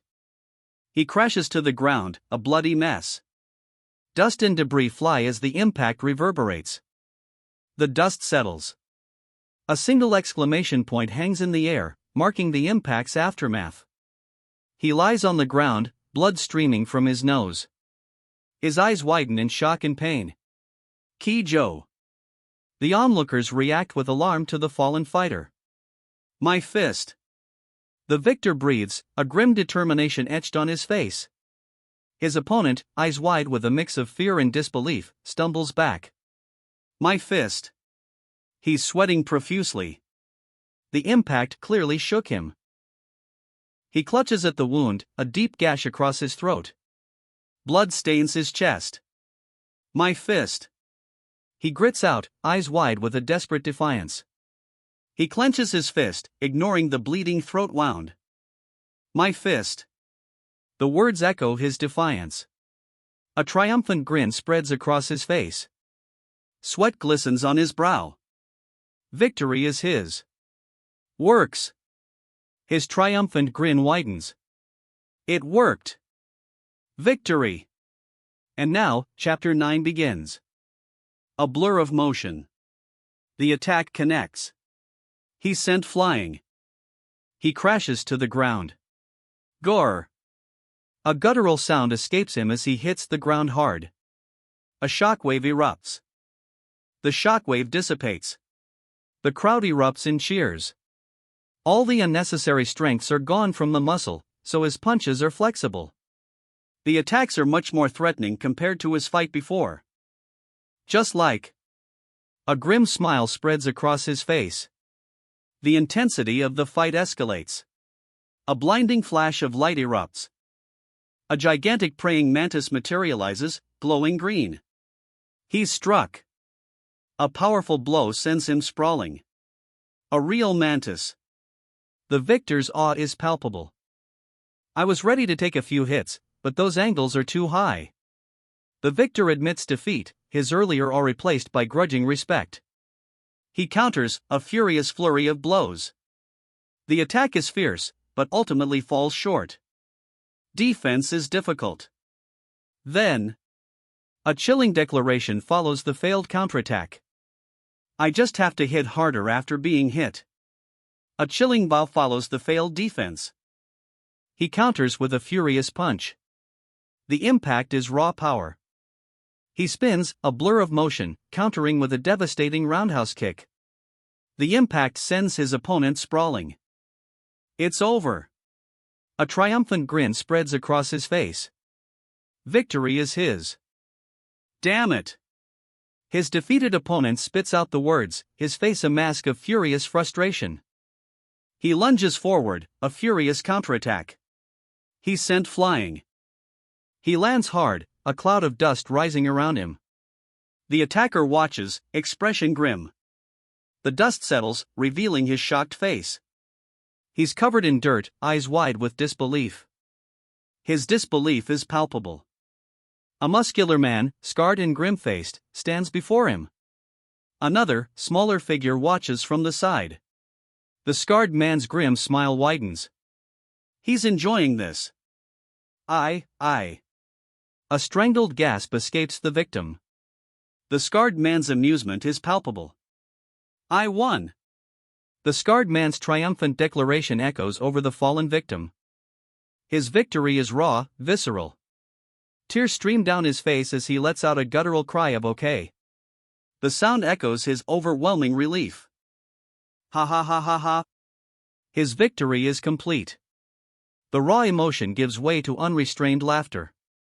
The victor's laughter fades, replaced by a wide shot of the arena. The crowd watches from the stands. Oh dear! What to do? A voice whispers from the stands, reflecting the uncertainty hanging over the arena. My apprentice won. An apprentice won. Baron Dolmont. The stunned announcement echoes through the arena, a stark contrast to the previous uncertainty. He gestures wildly, a triumphant grin splitting his face. The wine in his hand spills, a fitting end to the match. His laughter echoes, a triumphant ha ha ha, filling the panel. There's still 2 more matches left, Baron Aegist.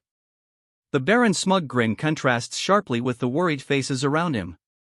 Valkyrin, send a message to Nixer. The Baron's order cuts through the tension. Valkyrin's green eyes narrow. A look of grim determination crosses her face as she obeys. I don't care if they die. So win. The command echoes, cold and resolute. The ones that lose will be sent to the mines. The stakes are made brutally clear. Is what he said. Damn. The older man's despair is palpable. The weight of the mines hangs heavy. Everyone heard that, right? He said losers will be sent to the mines, but he's currently drunk. The older man's confirmation hangs heavy in the air, mirroring the despair already present. I'll try to convince him later, so if it gets dangerous, give up. A young man's quiet instruction, a plan whispered amidst the looming threat of the mines. No need for that. The response cuts through the tension. The plan is altered. The larger man's anger is palpable. His rejection of the original plan is clear. A younger man, eyes narrowed, stands before him, seemingly unfazed. I'll win. The younger man's defiant declaration cuts through the older man's rage. Torres. The younger man's voice is barely a whisper, a stark contrast to his earlier defiance. What a fighting spirit. The words are a low rumble, a stark contrast to the younger man's earlier plea. But that man named Malga. The speaker's voice is grim, a stark contrast to the previous admiration. His skills are incomparable to Betha's. The narrator's voice is filled with awe, but a young woman's wide, fearful eyes in the foreground tell a different story. But the awe quickly fades. A close-up reveals the fighter, sweat dripping, his expression one of sheer exhaustion. Opposite him stands a new opponent, equally muscular, but seemingly fresh. His expression is grim, a stark contrast to the exhausted fighter. Let me warn you. I am different from Bath. The new opponent's grim warning hangs heavy in the air. If you don't want to get hurt, give up now. The threat is as brutal as his gaze. Shut up and come at me, geezer. His sneer is as sharp as his words. Begin. The fight is on. He counters with a powerful uppercut. He's sent flying backward. He impacts the ground hard. The impact sends shockwaves through the onlookers. Their faces register a mixture of surprise and fear. A young man, eyes wide with disbelief and dawning horror, stares at the aftermath. The shock is palpable. The impact explodes outwards. A blur of motion, then, silence. A shockwave, a crimson flash. Then, nothing. The impact throws him back, a whirlwind of motion and dust. He slams into the ground, a grimace twisting his bloodied face. Blood splatters across the dusty ground. A powerful blow connects. The redhead delivers a devastating strike, sending his opponent sprawling. He crashes to the ground, a bloody mess. A heavy foot comes down. The dust settles. He unleashes a ferocious counterattack. A brutal punch connects. The impact sends his opponent reeling. Blood sprays.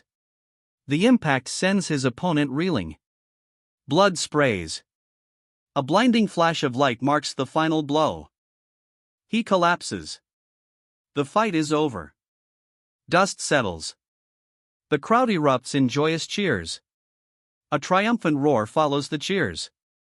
How about it? The victor's confident challenge hangs in the air. A cruel smile spreads across a bloodied mouth. The victor's arrogance is palpable.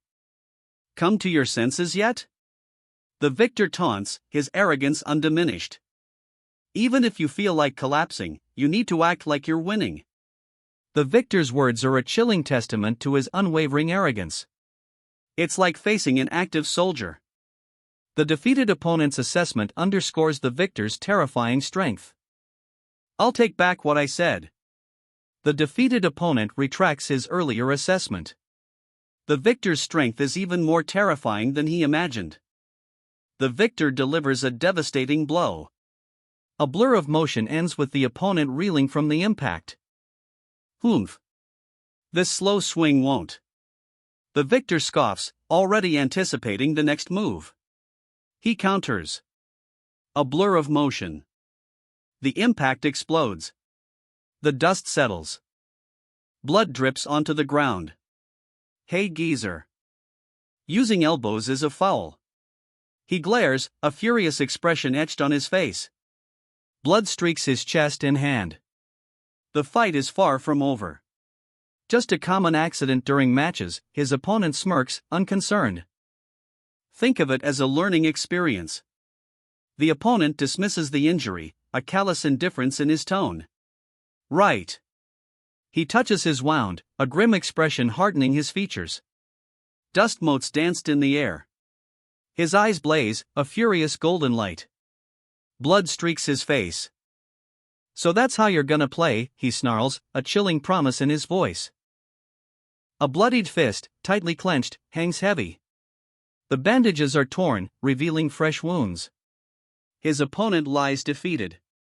A single drop of blood falls. 18 boxers fell from my fists. Even without achieving top rank, his strength is undeniable. Boxer, I pride myself as a veteran boxer. The seasoned fighter's words ring with defiance, a stark contrast to his previous defeat. But this brat.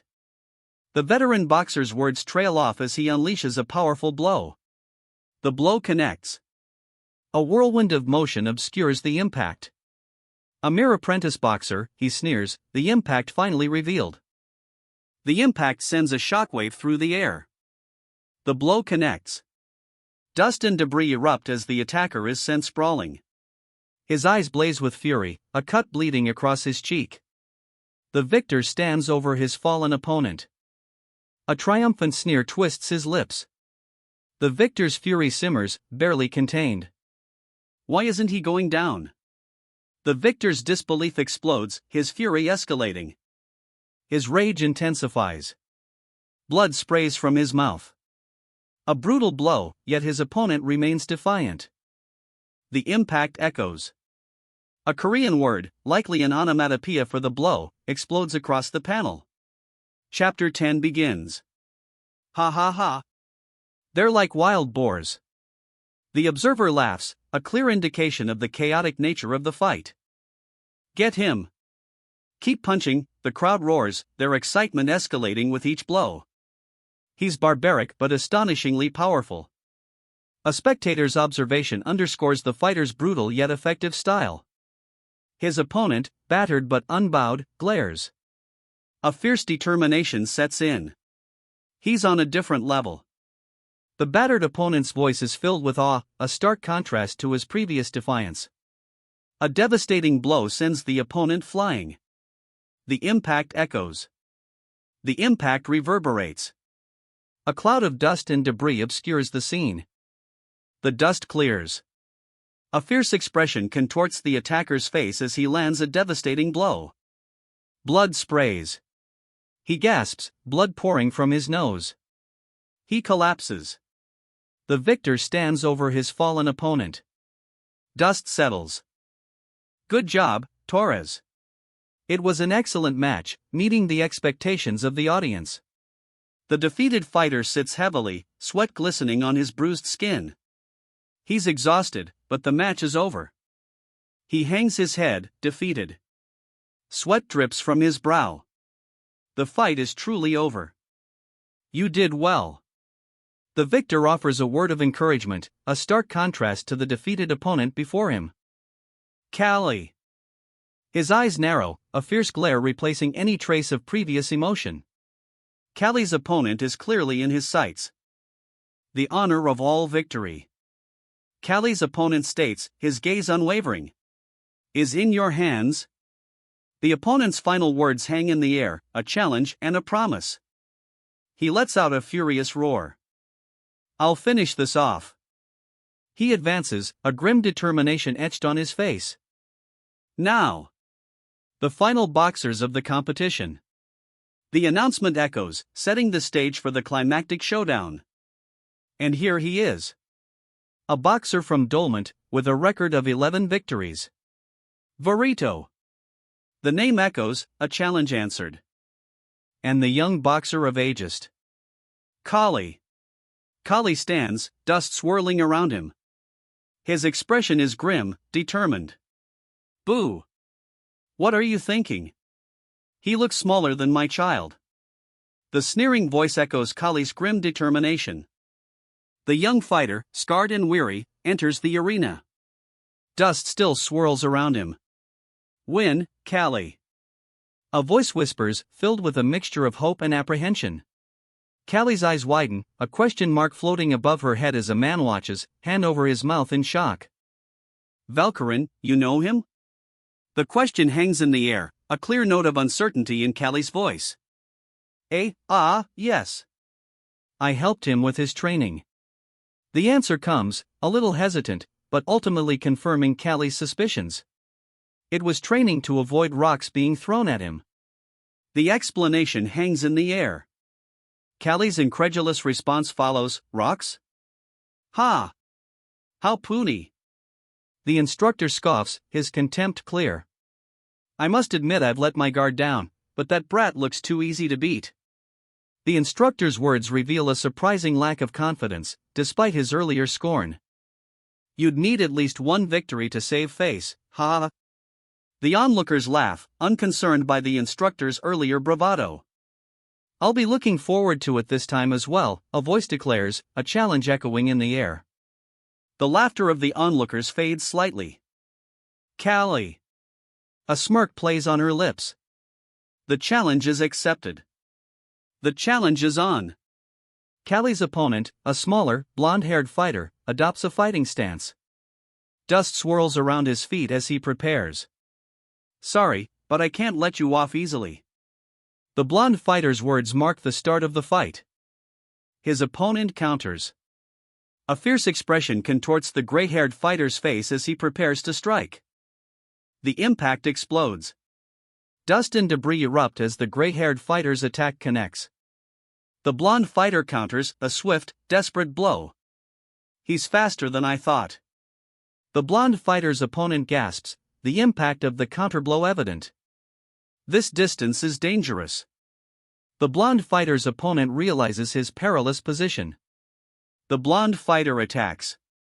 A blur of motion, a powerful strike.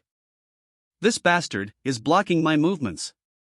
The blonde fighter's attack is met with fierce resistance. He's planning on finishing me off in the corner. The blonde fighter's eyes widen in realization. He's driven into the corner. The fight is far from over. I have to avoid that at all costs. He counters with a desperate, powerful blow. Oomph. The counterattack lands. Too weak. The victor declares, his contempt clear. Fight properly. The opponent is just a kid. The crowd roars its disapproval. 11 victories, my ass. Where's the punches? The fighter's furious retort echoes the crowd's frustration. HM. He clenches his fists, a look of grim determination settling on his face. I thought that you won't let me off easily? His opponent's words are a taunt, a challenge. Why don't you try punching for once? The taunt is a goad, a challenge to his opponent's fighting style. TSK. Using the audience. A dismissive comment reveals the fighter's contempt for his opponent's tactics. I don't know what you're trying, he scoffs, his eyes burning with disdain. The fighter's contempt is palpable. To do. The fighter's next move is unclear. But it's only expediting your defeat. The fighter's reckless attack is countered. His eyes blaze with fury. Defeated, but far from finished. He's coming. His eyes blaze with power. A crimson energy surge erupts. He counters with a blindingly fast punch, a golden energy crackling around his fist. The impact sends a shockwave outwards. The silver-haired fighter counters, his fist a blur. The blonde fighter is sent sprawling. Dust settles. The victor stands over his fallen opponent. The onlookers gasp in shock. Their faces are etched with disbelief. What? The question hangs in the air, a reflection of the onlookers' stunned disbelief. Is he really an apprentice? The question hangs in the air, echoing the disbelief of the onlookers. He counters with blinding speed. Just what kind of dynamic visual acuity does he have? Can't even land a punch against a feeble child. The furious man's scorn rings out, his words a testament to his utter defeat. Against a mere scrawny apprentice boxer. The defeated man sputters, his rage barely contained. Foo-foo, he's not just a normal apprentice boxer. The words hang in the air, a chilling assessment of the young fighter's unexpected strength.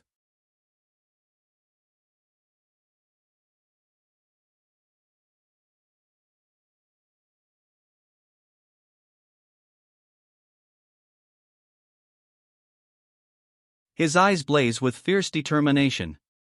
Energy crackles around him, a surge of power. He always starts with a jab from the right. But he counters.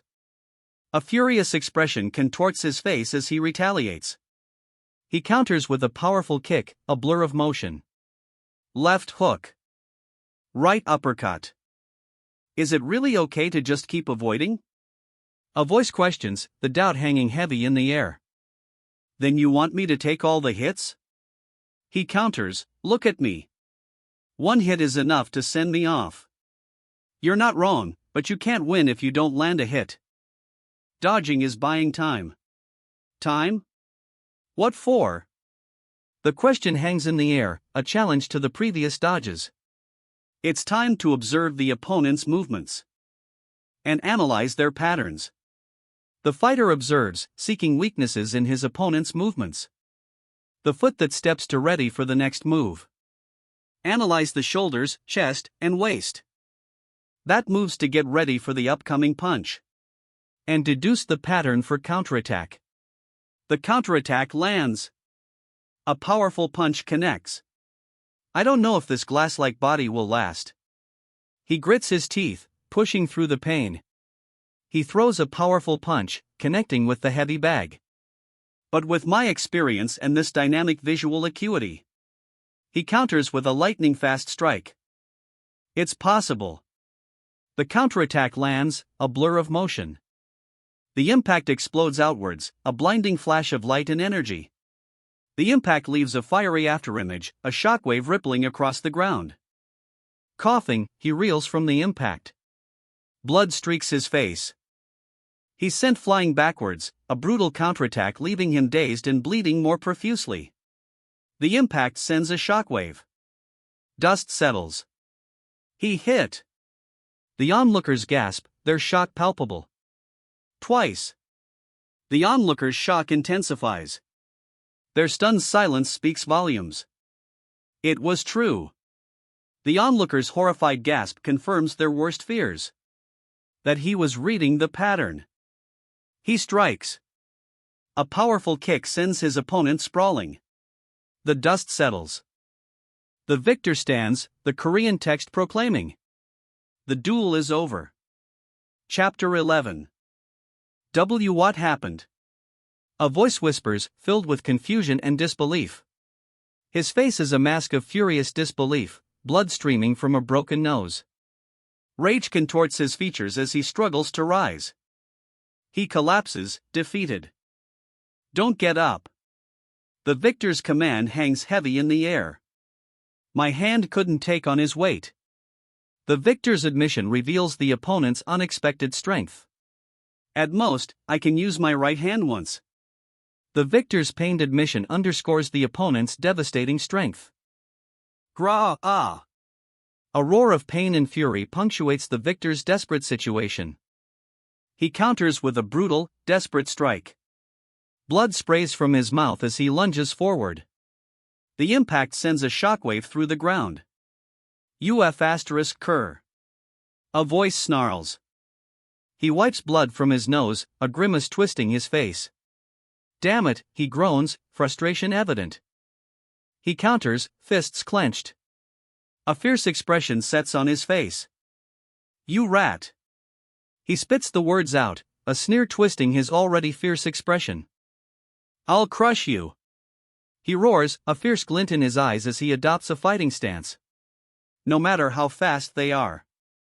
He declares, his confidence unwavering. His opponent crashes to the ground.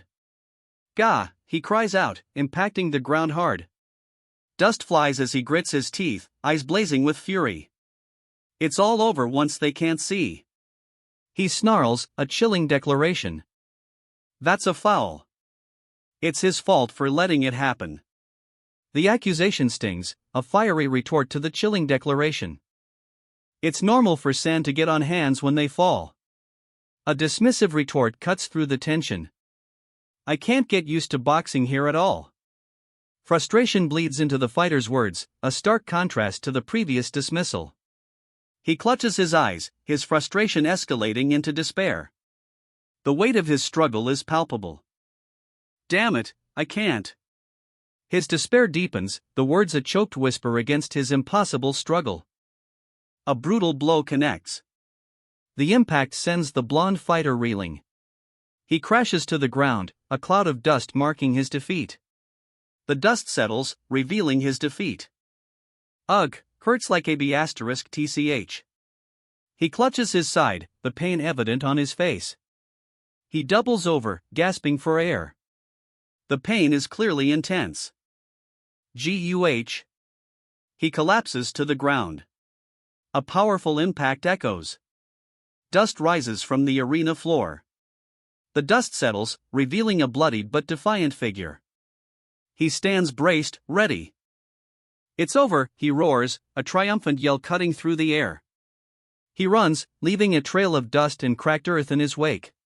He slows, his breath ragged, eyes squeezed shut. Calm down. A voice cuts through the tension. A blue, fiery figure erupts. Power surges. Analyzing is already done. The power surges, and a figure emerges, glowing with an inner light. He's ready. He lands, a burst of energy erupting from his feet. He always starts like this. He unleashes a blinding, powerful attack. With a jab from the right side. A counterattack. A powerful left hook connects. The impact sends a shockwave across the panel. The resulting impact creates a blinding flash. The blinding flash fades, revealing a figure reeling from the impact. Blood sprays as he screams in agony. He raises a triumphant fist. The screams fade. His opponent collapses, defeated. Blood stains the dust. He raises a triumphant fist, a roar escaping his lips.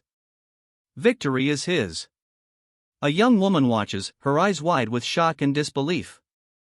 So I came all this way. Her whispered words reveal the extent of her disbelief. Her eyes widen, reflecting the shocking truth. This isn't what she expected.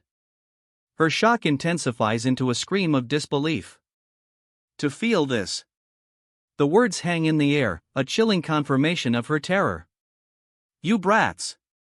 The shout cuts through the air, a furious outburst that confirms her fear. A hand descends, roughly gripping the blonde youth's hair. His eyes widen, fear etched on his face. To think you'd all win. A cruel smile spreads across the man's face as he messes with the blonde youth's hair. The blonde youth's fury is evident. Scars mar his chest. After the matches, Baron Dolmant fled the territory. Baron Dolmant's departure leaves a trail of dust behind his carriage. The Grand Manor stands in the background, a silent witness to his hasty retreat. And Godolph rewarded us with an entire barbecue. The feast continues. A young man grins, happily devouring roasted meat. And 2 months after, the season of harvest came. A wide shot of a harvested field stretches before us. A lone scarecrow stands watch. Blah! Several sweet potatoes are violently ejected from a crate. The crate topples over, sending sweet potatoes flying. Damn it! Do they think we're farmers? He shouts, wiping sweet potato dust from his forehead. He throws his arms out, frustration etched on his face. The sweet potato dust swirls around him. Don't complain that much. A gruff voice cuts through the frustration. This, in a way, is muscle training. Damn it! Do they think we're farmers? He slams his hand on his forehead, frustration evident. He grits his teeth, his frustration escalating. The tattered state of his clothes is all too clear. Don't complain that much. The sharp retort cuts through his frustration. 2 months after the match against Dolmant. This, in a way, is muscle training. He grins, sweat glistening on his newly defined physique.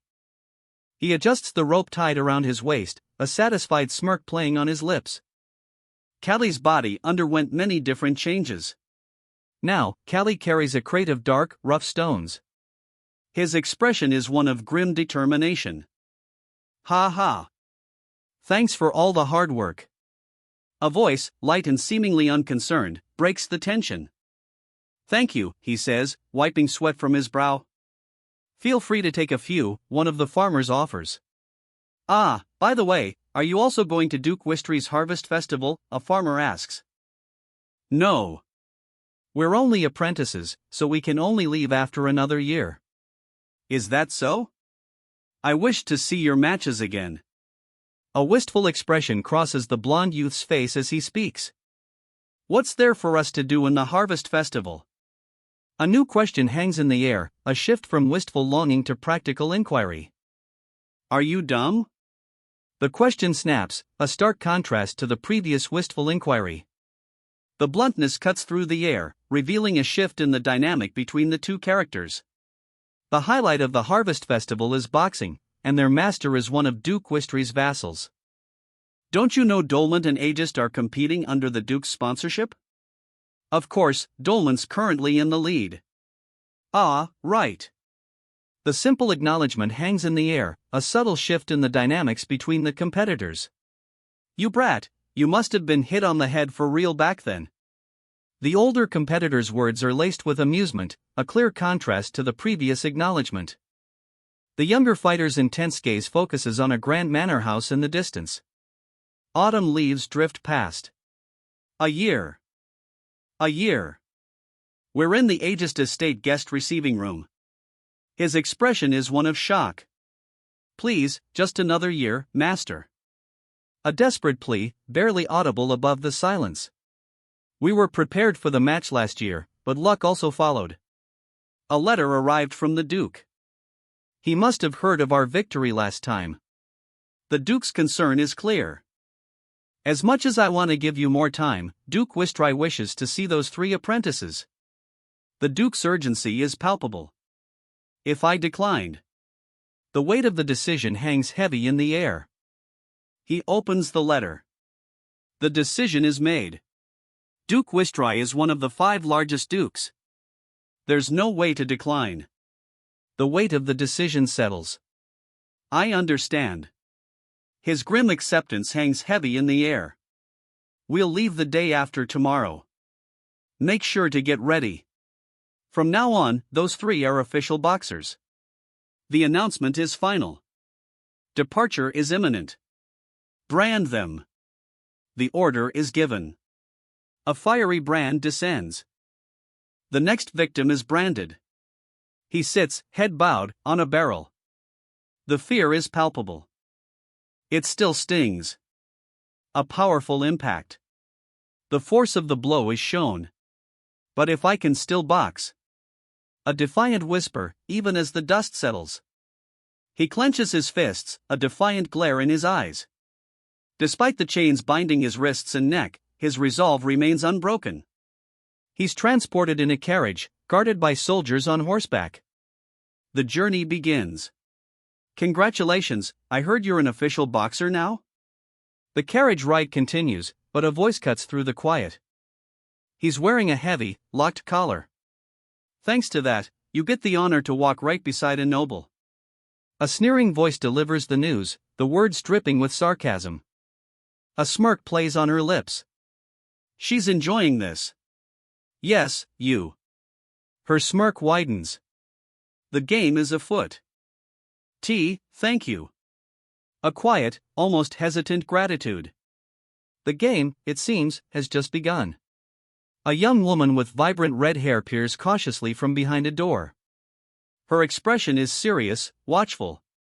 The game, indeed, has begun. Two young men, collared and chained, watch from the hallway. One of them looks confused. I suppose you've certainly changed, a woman's voice cuts through the hallway. Make sure to show off your efforts in the festival. The chained young men exchange a glance. Isn't Our Lady so pretty? One of the chained young men whispers, a goofy grin spreading across his face. That crimson hair, luscious lips. I can tell she's a beauty at a distance. A different chained young man observes, his expression less giddy, more awestruck. Well, she is pretty for sure. A blond young man confirms, his gaze lingering on the crimson-haired woman. Watch your tongue, unless you want to be beaten to death by our master. A chilling warning cuts through the air. Ha! The chained man's surprised question hangs in the air, a stark contrast to the previous threat. Since when were you concerned about me? Callie's question is met with, Callie, listen. Truth is, he likes. The statement hangs heavy in the air. You know, Callie. He likes you. Ack. I got it. I got it. The command echoes, silencing the slaves. A lone figure sits slumped, alone in the shadows. Stop, stop. We'll rest here for a bit. A carriage and its escort halt, a brief respite in their journey. Damn it, why are we using the mountain path? I'm getting bit all over. The prisoners' frustration is clear as their brief rest is interrupted by insects. Who knew the bridge fell due to rain? What if we need bandits? A prisoner's worried voice cuts through their insect-bitten misery, highlighting the new dangers of their mountain detour. The sun sets faster in the mountains, a voice observes. Azalea, you go to sleep first. Azalea yawns widely, clearly tired. A man rushes to the carriage door, his face etched with worry. We'll depart first thing in the morning. The man's announcement cuts through Azalea's exhaustion. A knight stands ready, their departure imminent. The bandits are on a rampage because it's harvest season. Best to leave as soon as possible. The urgency in the words underscores the knight's readiness. And I'm paying your wages to fight the bandits. The knight's resolve is unwavering. He's serious about this. The bandits emerge from the shadows. A tense standoff. Presence? His eyes blaze with a terrifying intensity. The standoff escalates. Something. We need to leave right. The blond boy's urgent plea echoes the terror in his eyes. Something moved in the shrubs. Panic grips the group. What? A gruff voice cuts through the rising panic. The man in the ornate coat looks on, clearly amused by their fear. How dare a slave interrupt me? The man in the ornate coat's voice booms, his amusement turning to cold fury. The slave is impaled.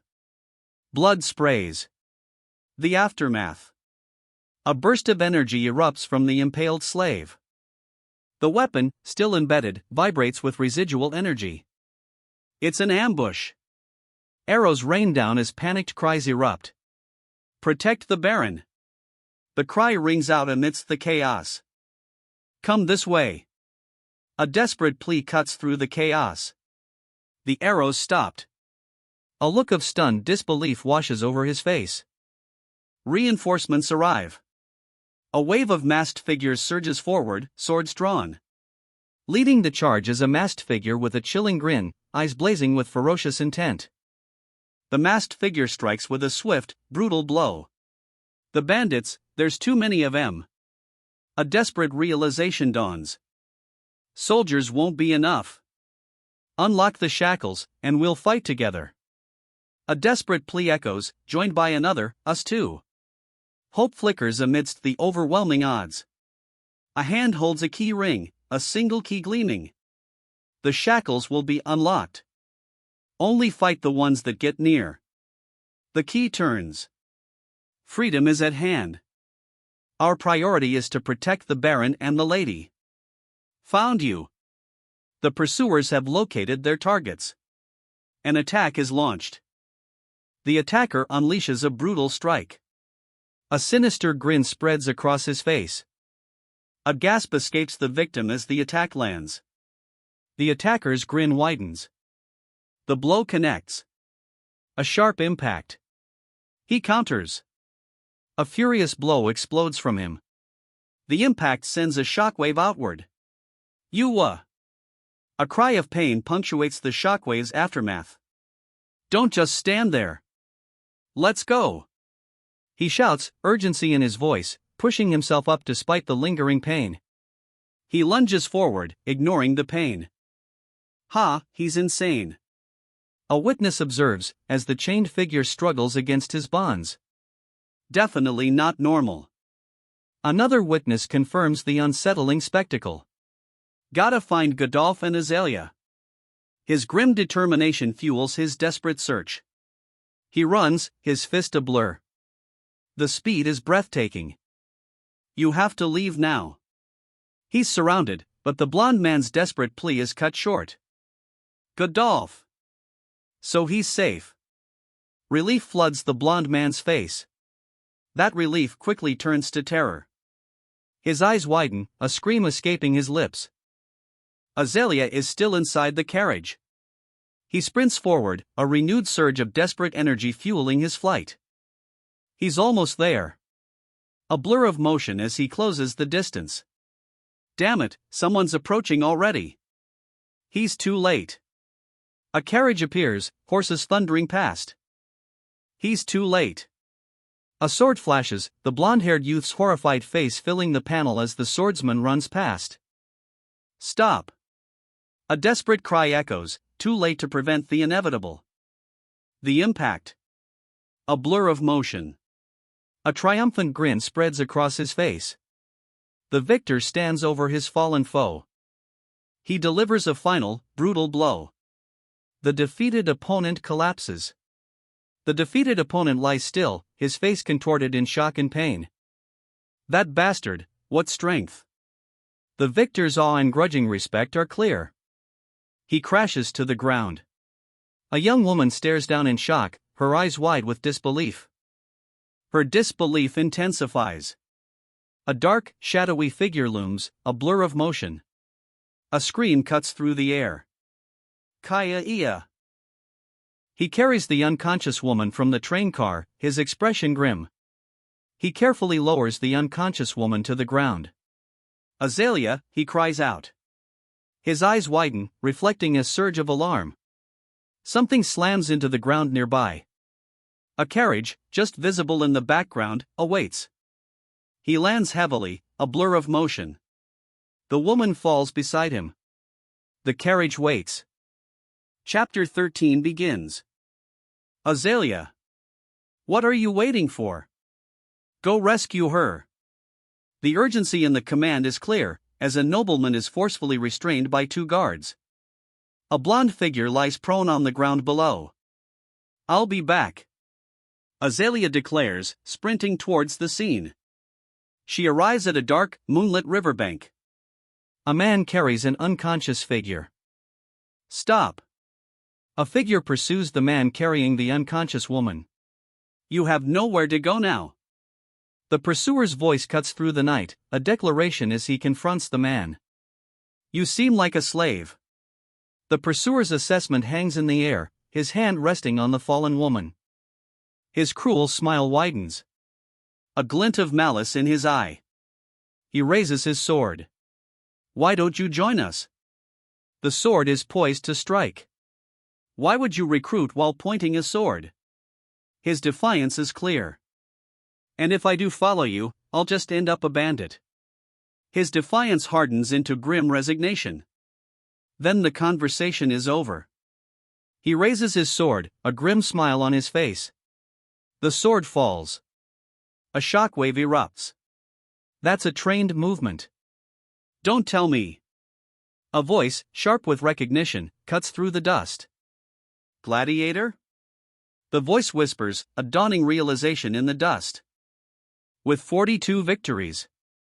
Victory number 43. Direct confrontation is bad," the text warns, as a sword flashes. A sword. Or. A chilling smile spreads across the scarred face of the one-eyed warrior, as he rises from the water's edge. He unleashes a blinding attack. The dust settles. One fighter tumbles, the other advances. The impact sends the blonde fighter sprawling. A deafening crash follows. The blonde fighter's fall is punctuated by a powerful impact. "He passed me?" The disbelief is etched on the one-eyed fighter's face. His shock is palpable. "I guess I should apologize." The victor's words hang in the air, a stark contrast to the one-eyed fighter's stunned silence. "I have no intention to fight." The one-eyed fighter's declaration breaks the silence. His words are ignored. A brutal counterattack sends the one-eyed fighter sprawling. The impact reverberates. Dust and debris cloud the scene. The dust settles, revealing a lone figure silhouetted against the twilight sky. He stands victorious. Below the victor, a powerful blast erupts. The dust settles, revealing the aftermath of the attack. Particles drift down, settling on the dark water. "DY. My lady." A whispered plea cuts through the stillness. "Good, she's still breathing." Her eyes flutter open. "Ugh." The red-haired girl stares, wide-eyed and horrified. A maniacal grin spreads across the blonde man's face. "You are awake?" The blonde man's question hangs in the air, a chilling counterpoint to the red-haired girl's terror. The scene shifts. A dark, shadowed forest looms. "Right. I get the situation. Make sure you remember that eye patch man that hit me." He smirks, a chilling reminder delivered with unsettling calm. "To think that I could use the camo technique I learned back at the military." A quiet, almost awestruck internal monologue reveals a surprising resourcefulness in the face of danger. "Anyways, light a fire or something." A determined glint in her eyes, she clutches a dark garment, seemingly ready to act. She ignites the garment. Flames erupt. "We can't. All the trees are too wet to be lit on fire, and we could get detected." She explains, her concern evident. "Humph, how useless," she scoffs, her frustration clear. He stares, a look of disbelief etched on his face. His disbelief turns to awe. Sweat glistens on the incredibly muscular physique before him. Her wet clothes are lowering her body temperature. "If you wear those wet clothes, you'll catch a cold," someone advises. "You'll get warmer if you take them off." "You're telling me to take off my clothes? You impudent!" Her shocked outrage is palpable. "Don't misunderstand," he explains. "It's better than freezing to death. I'll have my back turned." The young man's apprehension is clear. "You've become brazen." The accusation hangs heavy in the air. a distressed woman sits huddled, tears in her eyes. Beside her, a shirtless man with a striking shoulder tattoo watches, his expression a mixture of concern and defiance. I have to protect you right now, he vows, his voice low and fierce. If anything happens to you, I'll be killed instantly. His concern is palpable, yet his defiance remains. Don't turn back, he warns, his voice hardening. Or I'll stab you. Yes, yes, he whispers, a shudder running through him. Sigh. I'm gonna go insane. Is it better now? Yes. Lies. I'm freezing to death too. He shivers, his face etched with terror. I bet her lips turned blue by now. His cruel words underscore his own shivering misery. There's two. The revelation hangs heavy in the air, a chilling counterpoint to his earlier cruelty. There's two solutions. The woman's fear is palpable as she shrinks back, eyes wide with terror. Either you use your body to raise the body temperatures, or we keep our bodies close. The ultimatum hangs heavy in the air. Forget it. I'm fine. A weak denial, but the tension remains. Even more so. Her denial crumbles. Fear grips her, she clutches herself, trembling. Callie, she whispers, eyes wide with terror. Callie is thrown back, a powerful impact echoing through the cavern. Callie crashes to the ground, his opponent watching from above. A worried expression crosses her face. Please excuse me. Her voice is barely a whisper, a stark contrast to the intensity of her gaze. The worry etched on her face deepens. What are you? She gasps, eyes wide with shock and fear. Like I said before, we have to keep close. I heard. The young man's whispered words reveal his apprehension, his eyes wide. That soldiers during winter march do this to keep warm. The explanation offers a chilling context to his apprehension. I know you dislike it, but I'll die if anything happens to you. A desperate declaration, fueled by unwavering devotion. Her expression softens, a hint of vulnerability in her gaze. A silent contemplation follows his desperate plea. She leans against him, finding solace in his presence. A shared silence settles between them. This area seems safe, he offers, can you walk? She replies, why, will you carry me? She's still mad. The unspoken tension hangs heavy. Her anger simmers, a barely contained gurgle escaping her lips. The tension is palpable. It can't be helped. We haven't had anything since last night. The words erupt, a raw confession that cuts through the simmering tension. Then. The blond man's response is curt, his expression unchanged. The tension remains. My lady, you said you had a blade? The question hangs in the air, a new element of doubt introduced amidst the lingering tension. She expertly fillets a freshly caught trout. The blade gleams, answering the previous question. He offers her a piece of the filleted trout. She accepts, her hand covering her mouth in surprise. She takes a tentative bite. Her eyes widen. If we follow the stream upwards, we should be able to reconvene. A plan is formed. What if we meet the bandits first? A new concern arises, altering their plan. We'll leave it to our luck. A gamble, a decision made. Their altered plan is set in motion. Ha! How irresponsible. The woman's scornful laugh follows their gamble. I'm always trying my best, the blonde woman insists, a determined set to her jaw. So all that's left is for luck to follow.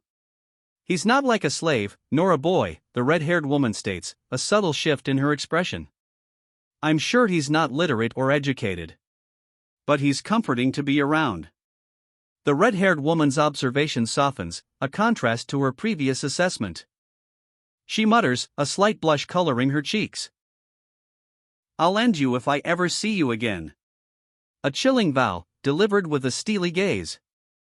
The scarred warrior sits, his sword at his side, a grim determination etched on his face. His opponent lies defeated, blood staining the ground. The warrior's vow echoes in the silence. A rustle. The victor stands, their vow fulfilled. His gaze, sharp and unwavering, sweeps across the battlefield. A grim satisfaction plays on his lips. He retreats, a grim determination etched on his face. We should be able to reconvene with the soldiers soon, he mutters, disappearing into the shadows. This is the third time you've said that. A God-sent opportunity. The unseen figure's words reveal their plan, as the blonde and redhead continue walking, oblivious to the danger lurking nearby. Look what we have here. The unseen attacker's words cut through the air, their target now in sight. His eyes widen, a look of pure shock freezing his features. Good to see you again. The words hang in the air, a chilling greeting that shatters his stunned silence. He looms, a terrifying figure silhouetted against the darkening sky. A cruel grin stretches across his scarred face. He turns, sword raised, facing the two younger figures. The threat is palpable. You plan on fighting me without a weapon? He sneers, the question hanging heavy in the air. Puny brat. He spits the words out, his contempt clear. After killing you, I'll take that delicacy behind you. His eyes gleam with malice. And before I sell you off, why don't we spend some quality time? A chilling offer, his words dripping with sinister intent. Her eyes widen in terror. You have such big dreams. Who said that I'll hand her over? The man's anger is palpable, his fists clenched. The shackles got washed away in the stream. Defense won't be possible. His anger intensifies, a grim realization dawning. Brat. His opponent snarls, a cruel smile splitting his scarred face. The attack is imminent. I'll cut you down first. But the attack is deflected. A blur of motion, and the blonde-haired fighter's eyes widen in fierce determination. He counters. A powerful riposte sends a shockwave past his opponent. Fast, he sneers, his counterattack a blur. But how long will you last? He lunges forward, a blur of motion. The attack connects. The blonde-haired fighter is sent sprawling. His opponent, the one-eyed swordsman, stands victorious. But the blonde-haired fighter, despite his fall, shows grit. His eyes blaze with defiance, a furious expression etched on his face as he clenches his fists. He rolls, using the momentum to propel himself back to his feet. A powerful kick connects. He's sent flying. He crashes hard. A cloud of dust obscures the impact. The dust settles, revealing him on the ground, a pained ugh escaping his lips. Callie! Dodge, she screams, eyes wide with terror as he falls. Callie's eyes widen in shock. A near miss. The attack barely misses. He barely avoids a devastating blow. A fierce expression contorts his face. Swords have higher killing rates with longer reach. But I already know how to destroy it. He lunges forward. Long-limbed challengers, he sneers, a look of pure, terrifying triumph on his face. He clamps down, a ferocious grip. Eyes blazing with barely contained rage. He brings the sword down in a brutal, swift strike. Guns or blades, a voice echoes, as the dust settles. If I have to win with my fists, I have to move forward. He lunges forward. You're coming to your end. Death, he screams, a wild, desperate cry. No, he's wrong. He counters. A fierce blow lands. The counterattack connects. A powerful blow sends a shockwave through the air. The blonde-haired fighter is sent flying. He crashes to the ground, a cloud of dust erupting around him. The dust settles, revealing the blonde fighter's opponent standing victorious.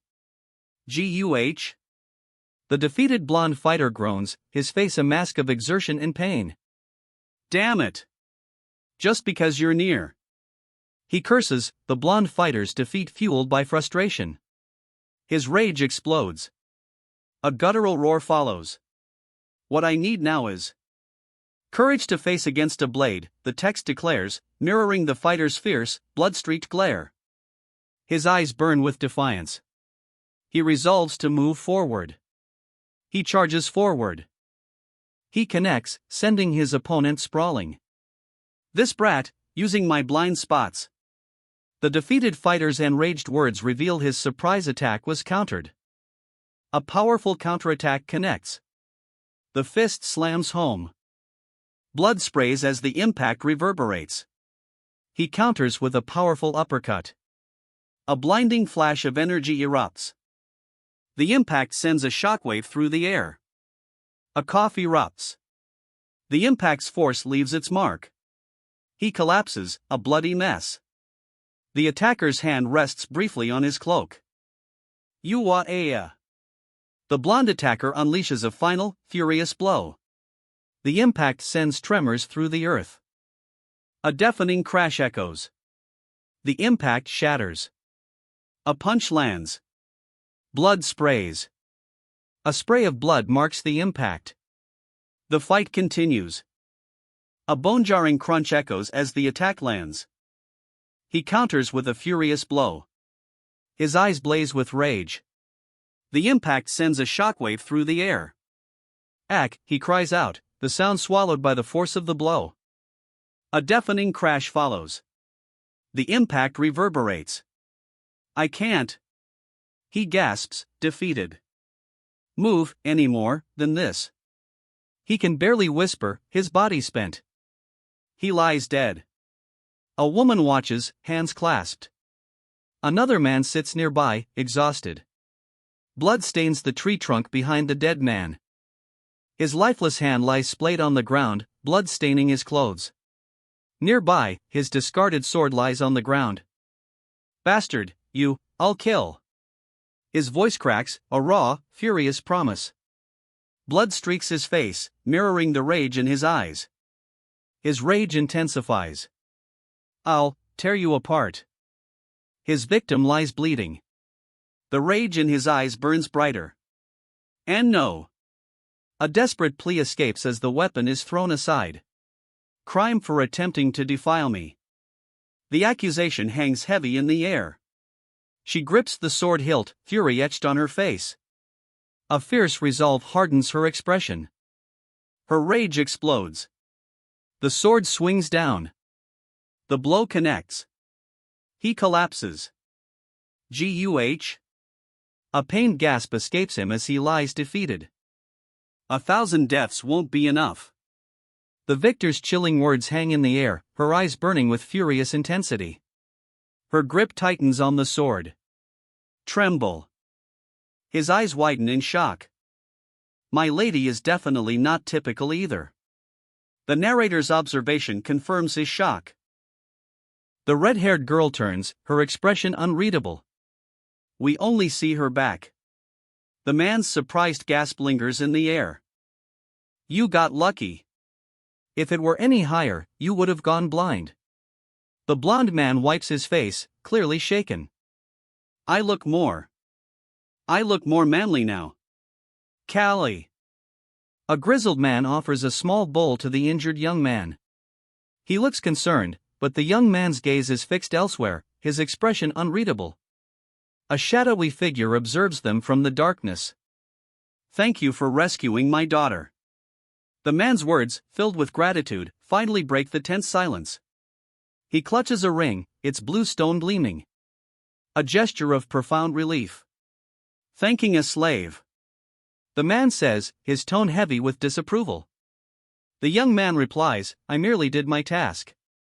His expression is one of defiance, a stark contrast to the relief he felt moments before. He clutches his bandaged side, his defiance unwavering. Rest up. It's an order. You have that right. The young man agrees, his exhaustion evident. The ones without right are those bastards that don't even know what a young battle is. The man's furious words punctuate his simmering rage. His face contorted with anger, he glares at the approaching soldiers. A young battle slave does. His contempt is palpable. Anyways, you managed to win against a gladiator. Splendid. Did you have a secret technique? The man's curiosity is clear. Looking weak has its perks. The victor reveals his strategy. The opponent always tends to let their guard down. His victory explained. After rescuing Azalea and proving their loyalty, the stage is set. Don't lie. How would you win against a gladiator? The question hangs heavy in the air, a challenge thrown down amidst the tense aftermath of Azalea's rescue. He's shackled, handcuffed and helpless. We were allowed to travel by carriage. And finally, they arrive at the city walls. A sprawling fortress, bathed in the golden light of the setting sun. And finally reached the Wistrai dukedom. Chapter 15. It's been a while. Baron Aegist, Baron Godolph. A wide, gleeful grin spreads across the Baron's face. Duke Wistrai. It must have been a long journey. Thank you, Your Grace. Ah. Azalea is here too. You really take after your mother. It's an honor to be in your presence. Azalea's respectful words, a clear contrast to the previous comment about her resemblance to her mother, hint at a significant power dynamic. Lady Azalea. This is, one of my servants is out sick, so you will. A nervous servant explains, presenting a bundle of clothing to the imposing Azalea. You're fit for this, Lady Azalea declares. The others, she explains, are too bulky and aggressive to serve her. He hesitates, a bead of sweat tracing his cheek. His expression is one of apprehension. I have to go train. His apprehension solidifies into a grim determination. He sits at a long banquet table, a lavish feast spread before him. The grim determination remains. He ignores the feast. The banquet hall falls silent. Ah, is it true Aegist won all 3 matches in the last boxing match? Someone asks. I heard they were all apprentice boxers, comes the reply. Impressive, a man remarks, his eyes wide with disbelief. All 3 opponents were apprentices, and Aegis still won? Not to toot my own horn, but they did put up a fight. Who? As expected of Aegist school. The jovial laughter of a large man fills the room, a celebratory feast spread before them. One of the fighters has just become an official boxer. The celebratory mood shifts. A young woman, head bowed, sits at the table, seemingly overwhelmed by the boisterous atmosphere. Her hands clench in her lap. The celebratory noise fades as she stares at the untouched food before her.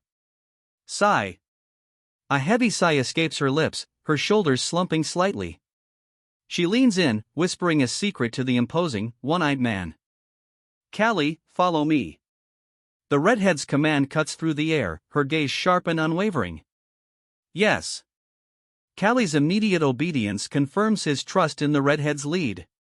They walk on, the city lights blurring past. I thought that I'd die of suffocation there. The man's words hang in the air, a chilling memory as they continue their walk. I never wanted to be here in the first place, she snaps. Why can't the geezers talk by themselves? Her frustration is palpable. You seem unwell. A concerned voice cuts through her frustration. My father is hellbent on finding me a suitable husband. The weight of her words reveals the source of her frustration. Isn't it awful to be tied down to something at a young age? Her frustration boils over into a pointed question. Why would my thoughts matter? His question hangs heavy in the air, a stark contrast to her outburst. Sigh. Is that so? Oh. Her response is a quiet acceptance, a stark contrast to her earlier anger. 2 glowing pink orbs appear. This is called candy. I bet you've never had this before. Come to think of it, the only sweets I had here are fruits. A wistful reflection as a lollipop is offered. It's good. The blonde boy savors the lollipop, a stark contrast to his earlier wistful reflection on only having fruit. Right? A simple question hangs in the air, a shift in focus from the boy's lollipop. A sly smile plays on her lips as she slowly licks the lollipop. A knowing glint in her eyes. Yes. A nearby voice confirms her beauty. She is indeed striking, a fact not lost on the men surrounding her. She's attracting so many eyes on her. Anyways, that old lady. A dismissive scoff seems to hang in the air as the speaker's narrowed eyes are shown. Why does she keep staring at me? The question hangs in the air, a clear sign of unease. Her gaze lingers, unsettling. The old mage's eyes narrow. He clutches something in his hand. Pretty lady, can I tell your fortune? The old mage asks, his voice raspy. The young woman hesitates, a flicker of uncertainty in her eyes. Fortune, she repeats, her gaze questioning. No, it looks fun, Lady Azalea declares, rejecting the mage's suggestion to leave. Let's just go, Lady Azalea, he urges, but she's clearly intrigued. Getting fortunes told sounds interesting. Lady Azalea's excitement is clear as she holds a lollipop. I'll make sure to apply for a discount, Azalea says, a mischievous glint in her eye. She's already thinking about saving some coins. The scene shifts. Azalea walks toward a whimsical, patterned tent. So this is the tent of a fortune teller, Azalea exclaims, a mischievous grin spreading across her face. Her companion looks on, less than amused. That old lady. What is she planning? Azalea's companion wonders, concern etched on their face. The old woman focuses intently on the crystal ball. A bright light erupts. Ooh, it seems like your life won't be that smooth. The old woman's prediction hangs in the air, a foreboding shadow cast after the bright light fades. It will have many ups and downs. The old woman's ominous prediction is confirmed, a stark warning echoing in the silence. I like that. If it's the same as others, life won't be interesting. He shrugs, then adds, never mind that, what of my marriage and dating fortune? Fortune telling sure works in all worlds. The fortune teller's confident declaration leaves no room for doubt. Your significant other could be very close to you, the fortune teller intones, his gaze fixed on the crystal ball. But it won't be a love blessed by everyone. The fortune teller's words hang heavy in the air. A young woman, her cheeks flushed, is shown alongside a blonde-haired youth with wide, apprehensive eyes. Uncertainty clouds their faces. A single question mark hangs in the air.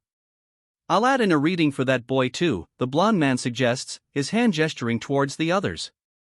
No, I'm okay, one of them replies. Don't be shy, the blonde man insists. It's free, so why not, the blonde man adds, his expression urging her compliance. Hesitantly, she reaches out. Who? A chilling breath escapes.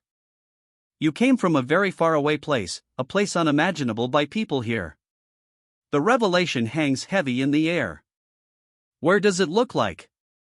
The question hangs in the air, a pointed challenge to the previous revelation. I have no way of knowing that, the seer insists, I am just saying what I see. What do you see? The question cuts through the seer's defensiveness. Her eyes widen, a bead of sweat tracing her temple. Hesitation etched on her face. A chunk of metal soaring in the sky, a carriage without horses. The images illustrate the stark contrast of her world. A human inside a box. The stark contrast continues. What? He recoils, eyes wide with shock. The stark contrast between the box and his reaction is jarring. This old lady. The words appear, a chilling revelation. Her face fills the panel, eyes wide with unsettling intensity. A chilling presence. A human inside a box. The words appear on screen, a chilling revelation. What? The character's disbelief is palpable. He recoils, eyes wide with terror. The shock is evident. This old lady. His terror intensifies as a powerful, ancient-looking woman looms before him. Did she read my past? His fear is palpable. You have an unnatural aura around you, the fortune teller declares, her gaze intense. As if you have a guardian spirit, or an angel, next to you. That's the best luck for a boxer, the fortune teller declares, her earlier intensity softening into a more reassuring tone. Maybe that's why you can win every time, the fortune teller exclaims, a playful smile on her face. That's just a myth, she scoffs, you'll turn an idiot if you believe in it.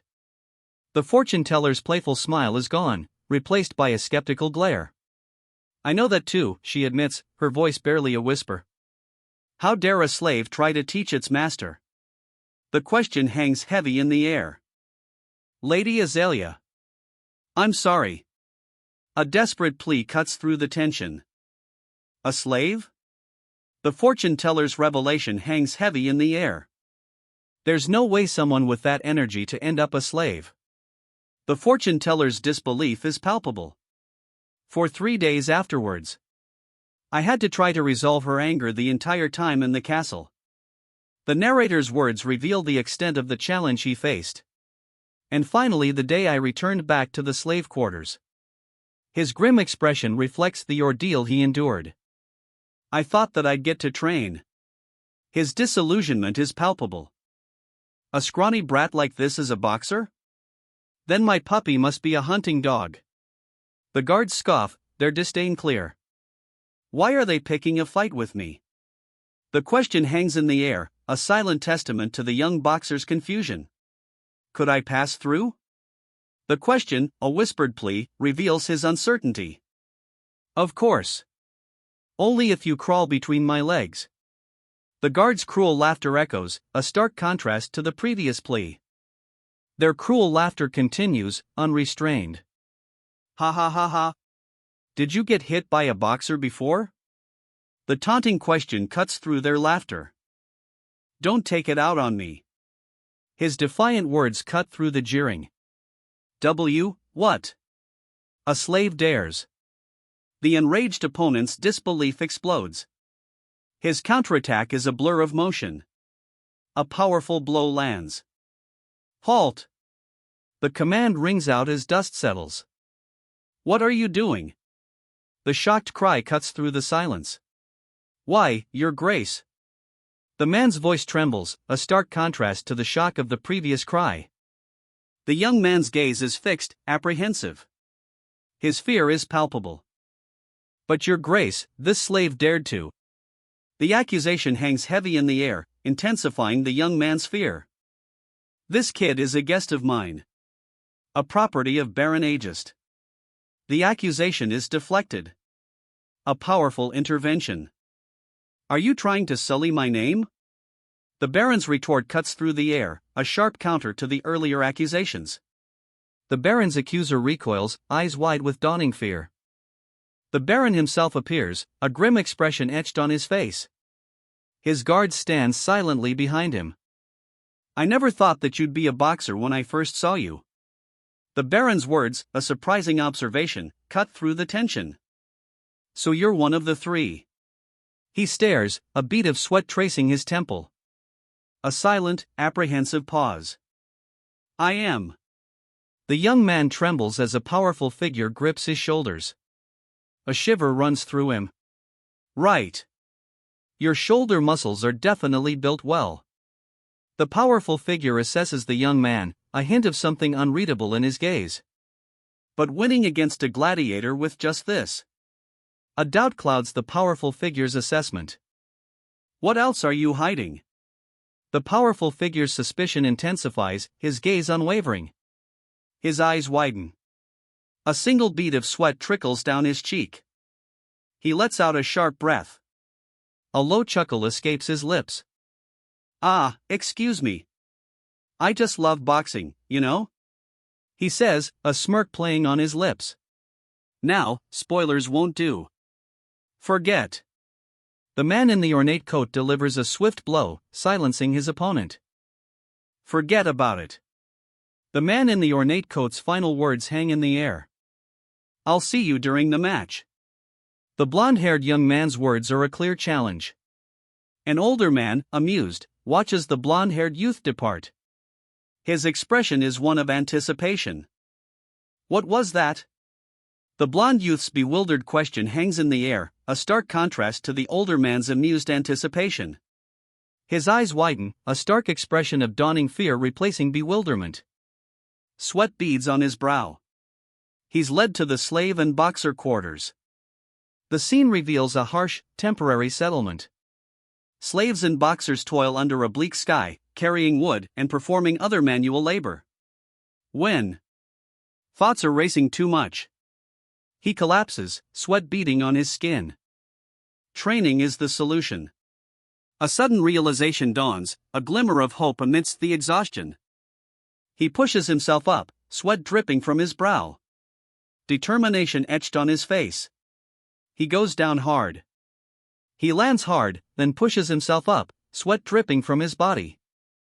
Hey! He glances up, a determined look in his eyes despite the sweat and exertion. Did you have fun for 3 days in the castle? The question hangs in the air, a taunting contrast to the man's determined gaze. He's surrounded. 3 figures loom over him, smirks playing on their lips. The air crackles with menace. I thought that I'd die of suffocation, he gasps, his face contorted in exertion. How impressive. They've grown since the last time. A voice observes, the words echoing a sense of wonder. But their mentor's gaze is far from celebratory. Concern etches his face. He observes them closely, a mixture of pride and apprehension in his eyes.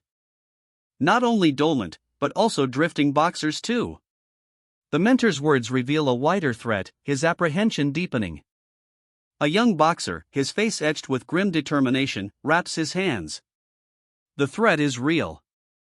If we get lucky, we might be able to avoid the match. The numbers could get full before us. His hands are now fully wrapped, the boxer's grim determination intensifies. Instructor, is it really lucky for us to not be in the match? Doubt clouds his face. For now, yes. It's a century too early for you to fight those boxers. The instructor's words offer a chilling explanation, replacing doubt with a sense of daunting reality. So you're telling us to rot in the training grounds? His retort is sharp, a defiant glare confirming his anger at the instructor's assessment. I am prepared to win against them all. His resolve hardens, a quiet confidence replacing his earlier anger. His gaze sharpens, unwavering. A grim determination sets in. He clenches his jaw. The fight is far from over.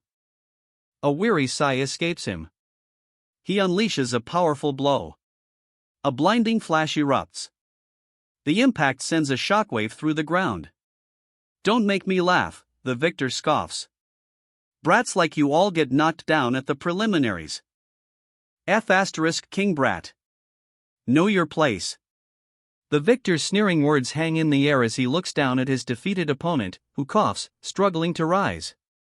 Having a boxer with tens of consecutive victories. The narrator's voice cuts through the tension, revealing the victor's impressive record. The victor stands triumphant, arm raised in victory, his opponent lying defeated beneath him. Means that there's tens of boxers beneath them. If it wasn't for this match, I would have killed you. The defeated boxer's opponent snarls, his face a mask of barely controlled rage. I was wrong. Forgive me. The defeated boxer hangs his head, his words a stark contrast to his opponent's earlier rage. 3 figures stand, their forms tense. The air crackles with unspoken tension. No matter how strong someone is, one wrong move can cause their downfall, a voice cautions. One of the figures, visibly shaken, mutters, I got too worked up. The instructor stands over the shaken figures. His presence reinforces the lesson, control is key. Kijo, I'm worried about you the most. The instructor's concern is clear, a stark contrast to his earlier demeanor. I'm fine. Kijo insists, despite the instructor's worry. But Kijo's denial is shattered. A sudden, sharp pain explodes across the panel. It's a heavy chain. Bound around his neck. The source of the pain. It's Ogre. Dolman's Ogre is here. The cry rings out, a chilling announcement. Ogre? The disbelief is palpable. But the blonde youth's expression hardens. A grim determination sets in. A monstrous figure looms, radiating an aura of immense power. The crowd recoils in fear. Then, a torrent of water washes over the monstrous figure. Lord Dolman is going all out. To bring Ogre here. The onlooker's shock is palpable. Lord Dolman's actions are explained. Just what is he? The question hangs in the air, echoing the stunned silence. Is he really a human? Everyone does compare him to a monster. The unspoken fear is palpable. He's chained, his glowing eyes burning in the darkness. A monstrous figure, indeed. That's a human. The question hangs in the air, a stark contrast to the monstrous figure before them. His eyes widen in terror. A single bead of sweat streaks down his face. That really looks like an ogre from fantasy books. But the ogre-like figure is not done. His eyes blaze with furious intensity, a guttural roar building in his chest. Ogre of Dolment. His fist slams down. His hands, bound by heavy chains, clench tight. The muscles in his massive torso strain against the restraints. He looks just like an ogre from fantasy books. Terror grips the onlooker's face. Ogre of Dolment. The whispered words confirm their worst fears. And there he is. The Ogre of Dolment. His rage is palpable, a terrifying sight. An extraordinary boxer with 76 victories in just a single year. 76? 76 victories in a year. He fought every 3 to 4 days. According to rumors, he tears the opponent's limbs with his bare hands. His nickname really fits him well. Isn't that dangerous? All the training schoolmasters are vying for the best position in the match. What if we have to fight the ogre? A worried question hangs in the air, highlighting the very real risk these masters are taking. Even our master agreed it's too early for you to fight. A seasoned voice cuts through the apprehension. So the chances are slim, but I'll go make sure. A determined resolve hardens the seasoned warrior's face. Incredible. His nickname does not feel like an exaggeration. The warrior's assessment confirms his grim determination. 2 onlookers stare, wide-eyed, as the warrior stands, arms crossed, a grim expression etched on his face. He's an entirely different breed from us. The onlooker's fear is palpable as the sheer size and power of the warrior become undeniably clear. Terror grips a bystander. His eyes widen, mouth agape in stark fear. Callie, your fists won't even reach his face, a voice sneers, echoing the bystander's terror. I bet mine would. The opponent's sneering confidence underscores Callie's predicament. His own words confirm the onlooker's fear, his punch won't even reach his opponent's chin. Callie mutters, I need to get his body lowered at all costs. But how? His fists, he realizes, won't be enough. Crazy bastard. He's thinking about fighting against a monster? A bystander's horrified reaction underscores Callie's desperate situation. Sometimes. I think that Callie. A bystander's doubt hangs heavy in the air, reflecting the growing uncertainty surrounding Callie's reckless plan. Truly is a different breed from us. The bystander's assessment underscores Callie's unique, and perhaps reckless, nature. The onlookers stare at a posted notice. A hush falls over the crowd. The schedule is out. Make sure to check for its accuracy. How disheartening, the man in the ornate red coat observes, his expression a blend of disappointment and weariness. The onlookers share his somber mood. I wish to fight against you one more time. A wistful smile plays on the older man's lips, a stark contrast to the surrounding gloom. Baron Joshiv Dolment. Well, it makes sense that everyone would want to avoid ogre. One man chuckles, his words echoing the shared sentiment. Ha, there's always. The implication hangs heavy in the air. There's always a next time. The words hang in the air, a chilling reminder of the unspoken threat. Good. Good job, master. If you'd fallen for his tricks, all our boxers would have died. The older man, his expression a mix of concern and appraisal, touches his chin thoughtfully. The younger man beside him looks worried, beads of sweat visible on his brow. I know that much, Nixer. The older man's words offer little comfort to the sweating younger man. Who do you think I am? The older man's question hangs heavy in the air, a stark contrast to his previous dismissive words. What lunatic would instigate this? The question hangs in the air, a chilling echo of the escalating conflict. Who would instigate a fight against a monster like that? The question hangs heavy, a testament to the unfolding horror. I see why the Ogre of Dolment is so popular. The words hang in the air, a grim explanation to the earlier question. I wish to avenge the souls of the 3 losers from that match, he explains, a chilling smile playing on his lips. Well, I'll see you in a while. By souls, do you think he killed them? The question hangs in the air, a stark contrast to the chilling confidence of the previous statement. Apparently, he made those 3 fight against an ogre. Their loss to apprentices angered him. So it was basically an execution sentence. The fighters' grim faces confirm the brutal truth. Their instructor's anger was a death sentence. The weight of the instructor's words hangs heavy. A fighter's grim determination is all that remains. Ah, Nixer. Didn't you come here to look at the schedule? The instructor's question hangs in the air. Nixer simply replies, yes sir. Torres fights on the first day, Kelly and Kijo the second. Ogre fights are also scheduled for the first day, but thankfully, not involving our group. Apparently, a boxer of regional Baron will oppose him. Well, we're lucky that it's not us. A nearby observer voices their relief. It's the first day of the match at the Wistrai Boxing Stadium. The Wistrai Boxing Stadium is packed. A match is underway in the center of the arena.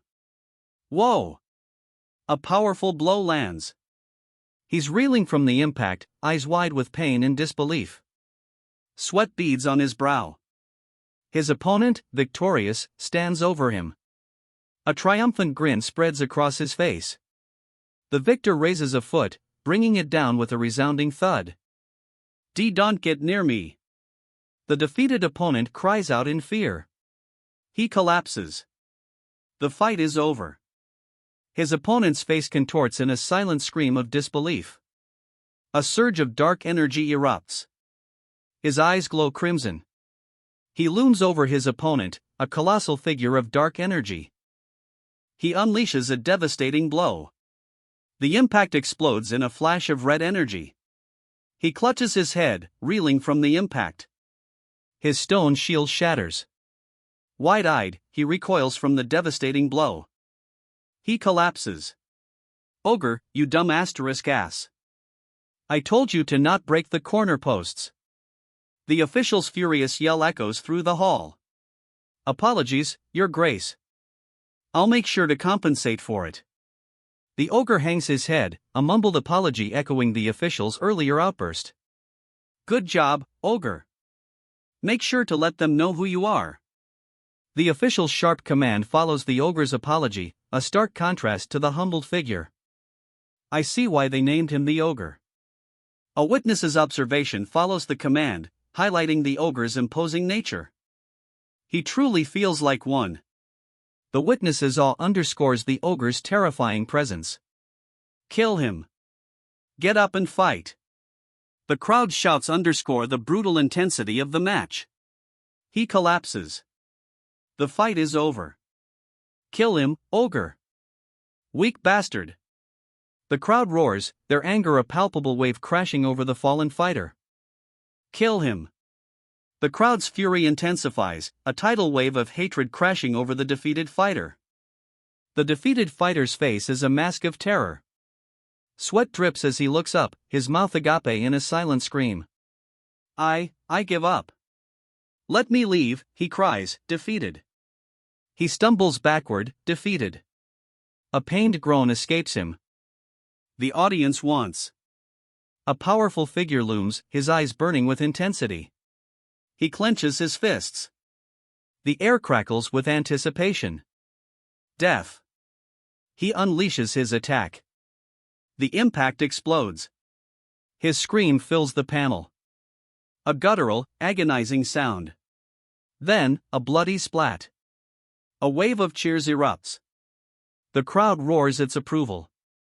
I've seen people die before I came here, he states, a grim expression etched on his face. The cheers fade slightly as his words hang heavy in the air. But never a death as gruesome as that.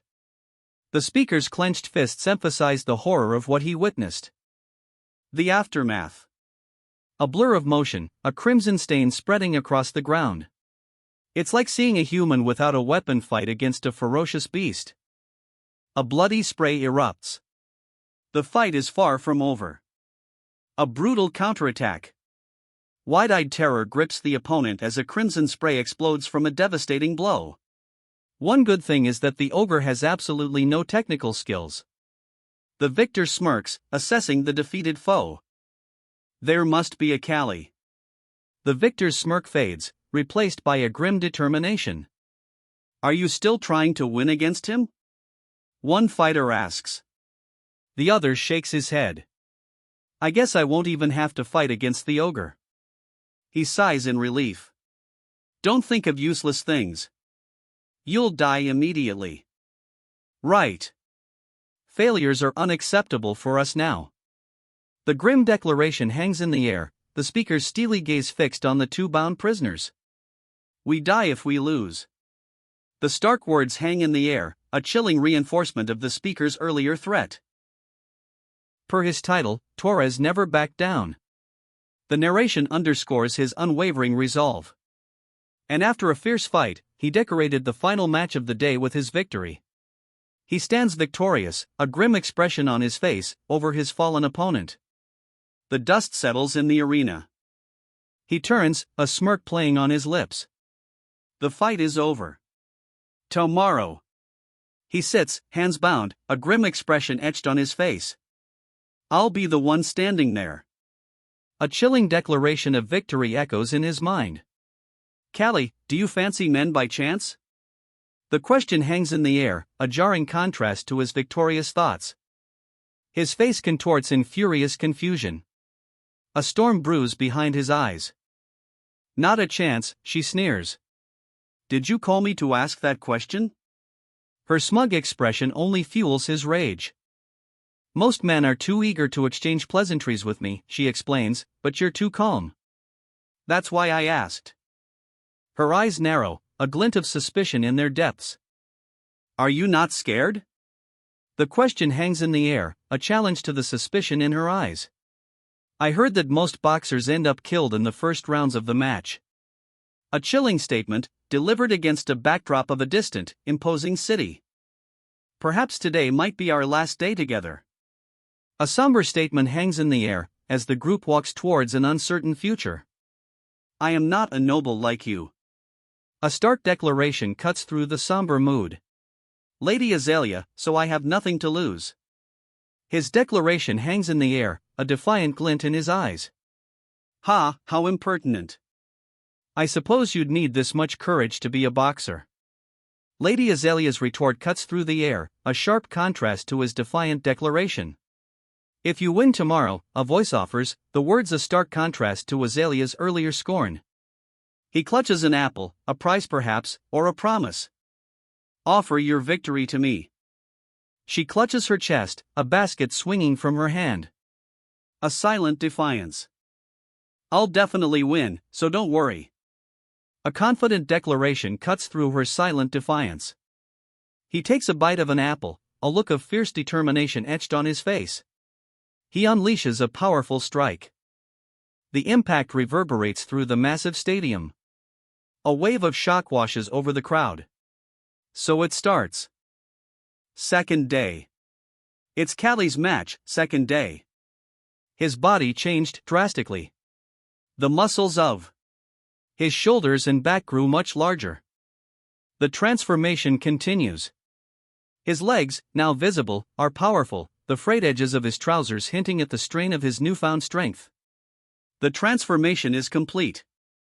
The veteran boxer with an impressive 21 victories. The Iron Wall Kishtat of the Vardaman boxing team.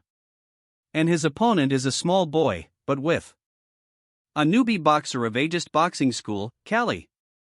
Callie's powerful physique is revealed. His worn training attire speaks to his dedication. A powerful blow lands. The impact reverberates. I didn't come here to see a brat fighting. Do you even eat?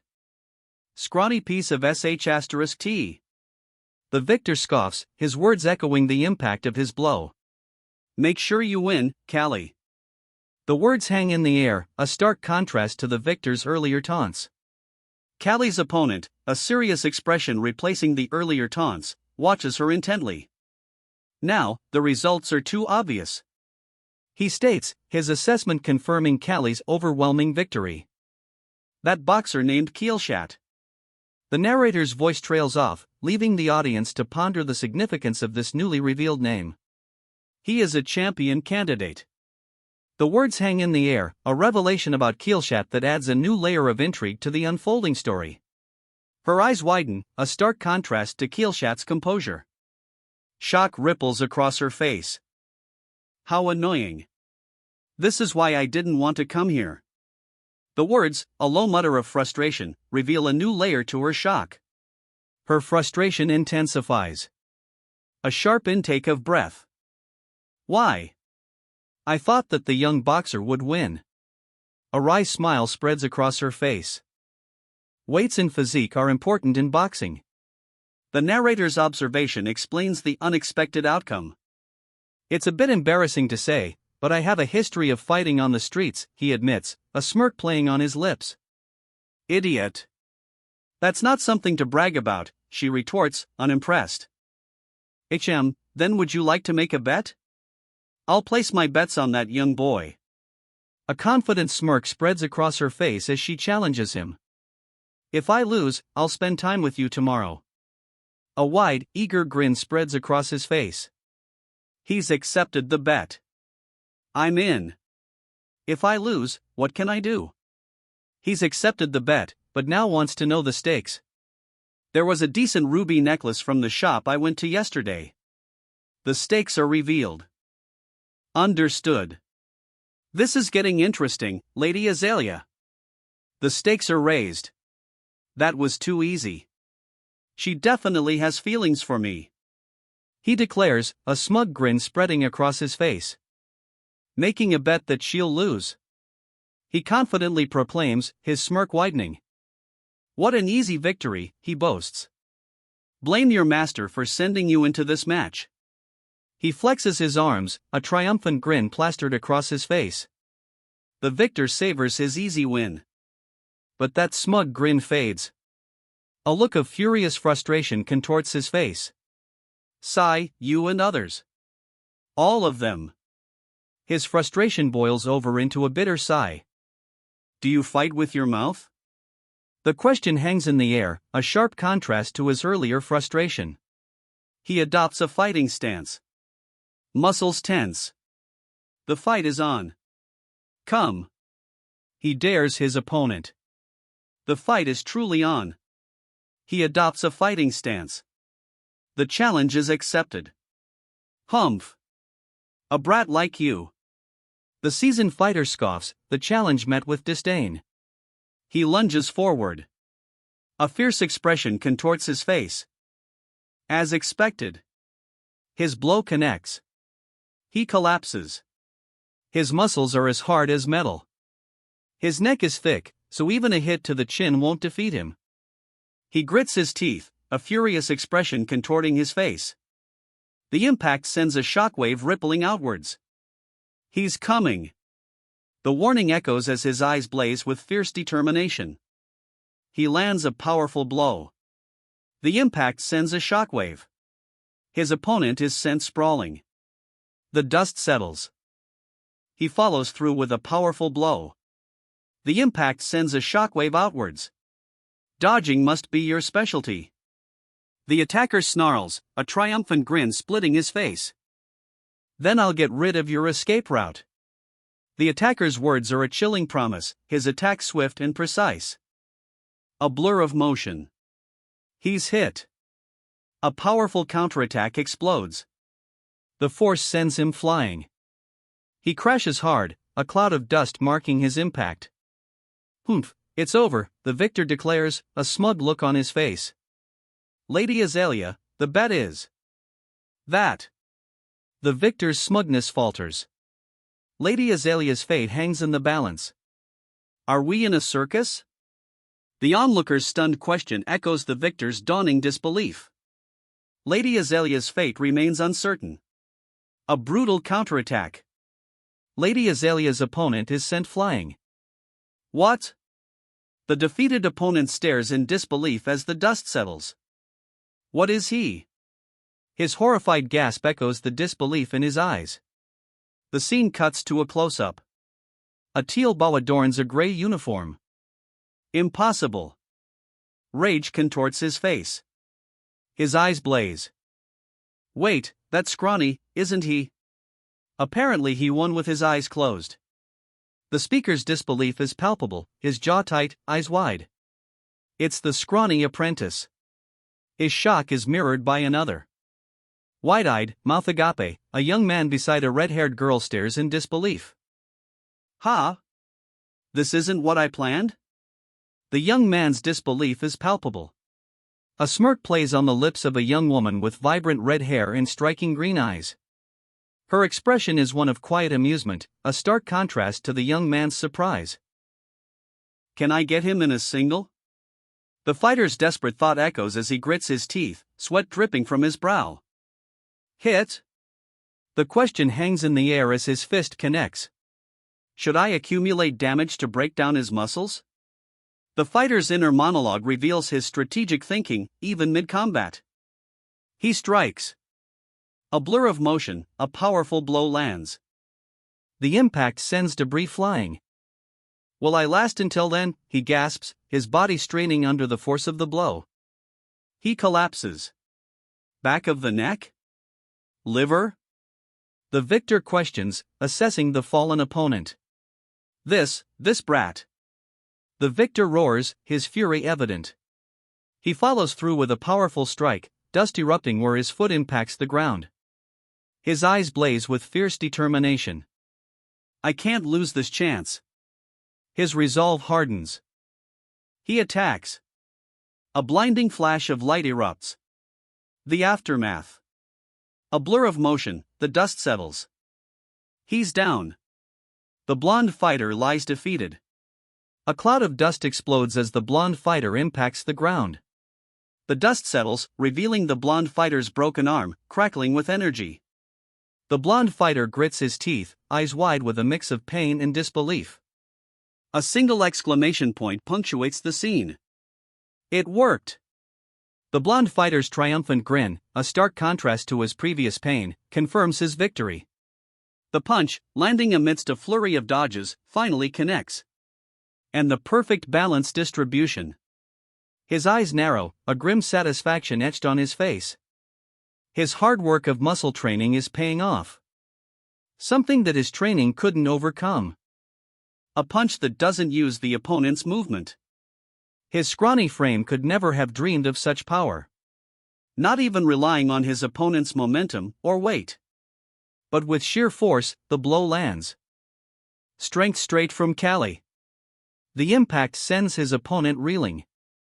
He slams into the ground. The dust clears. A brutal, upward kick connects. The blonde fighter's opponent is sent sprawling. You've grown, Cali. A gravelly voice observes, the blonde fighter's mentor impressed by the display of skill. The dust settles. Chapter 19. Get him, kid. The order echoes, sharp and urgent. Keep punching. You got this, brat. The encouragement rings out, sharp and urgent, fueling the kid's attack.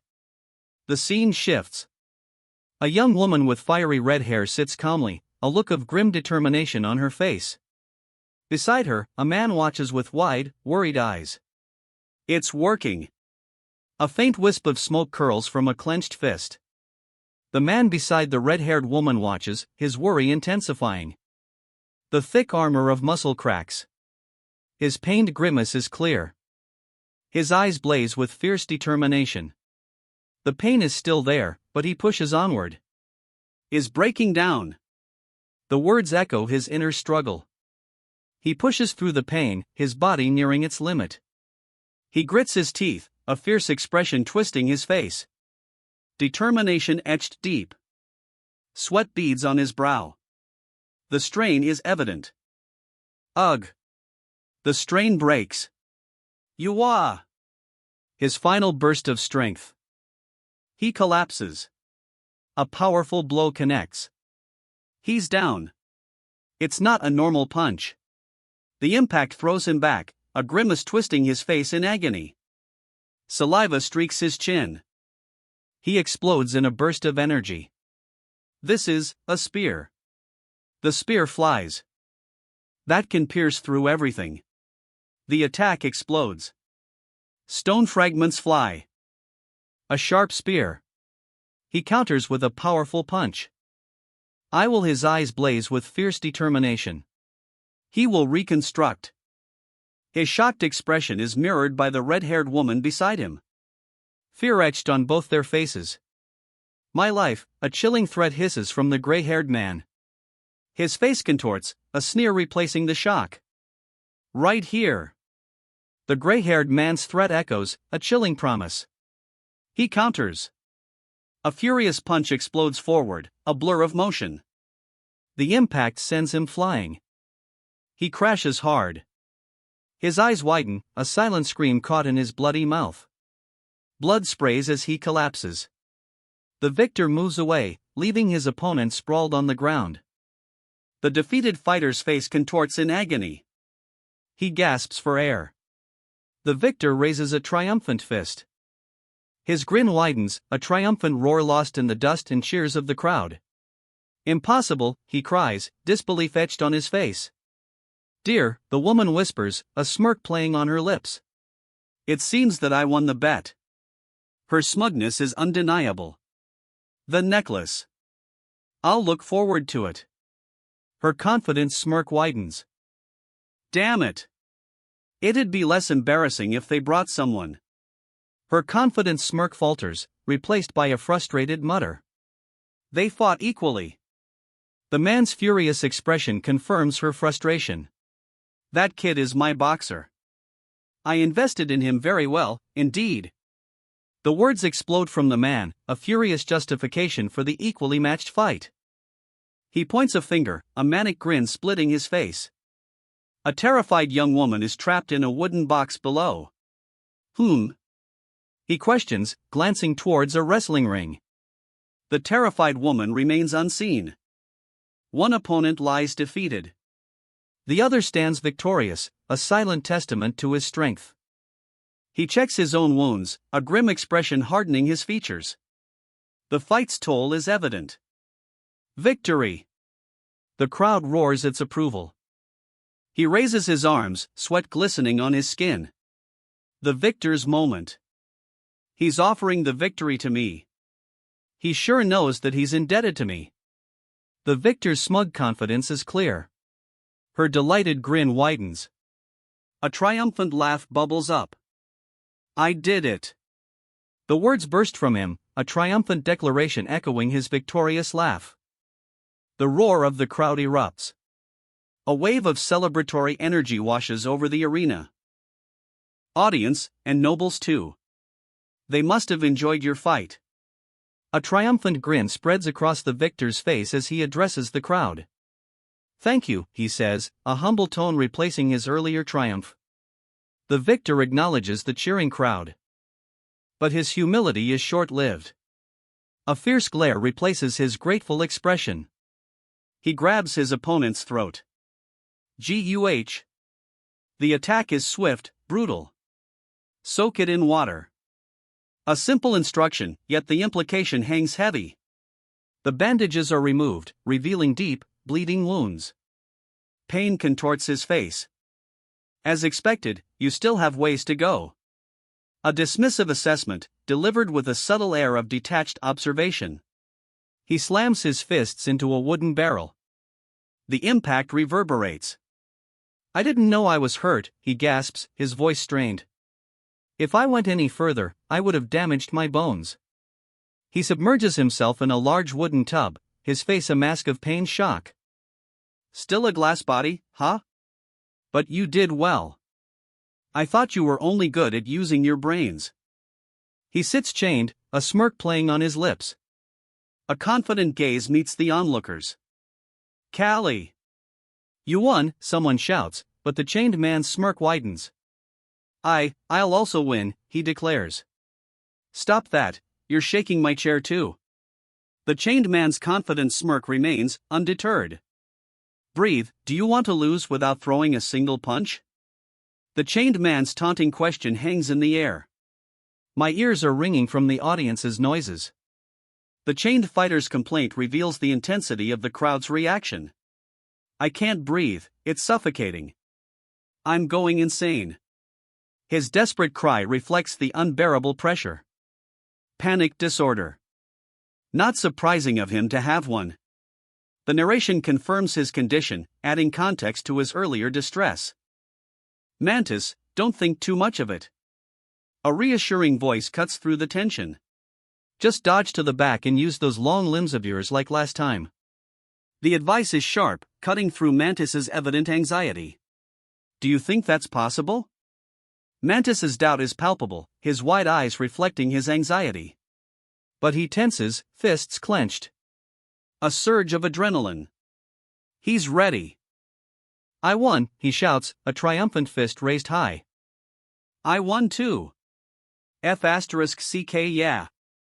He bellows, mirroring the previous victor's triumphant cry. How annoying, one of the onlookers mutters, a clear expression of annoyance on his face. Another laughs, ha. The victor's celebration continues, but the scene shifts to reveal a growing sense of unease among the observers. Thanks. I really won thanks to your advice.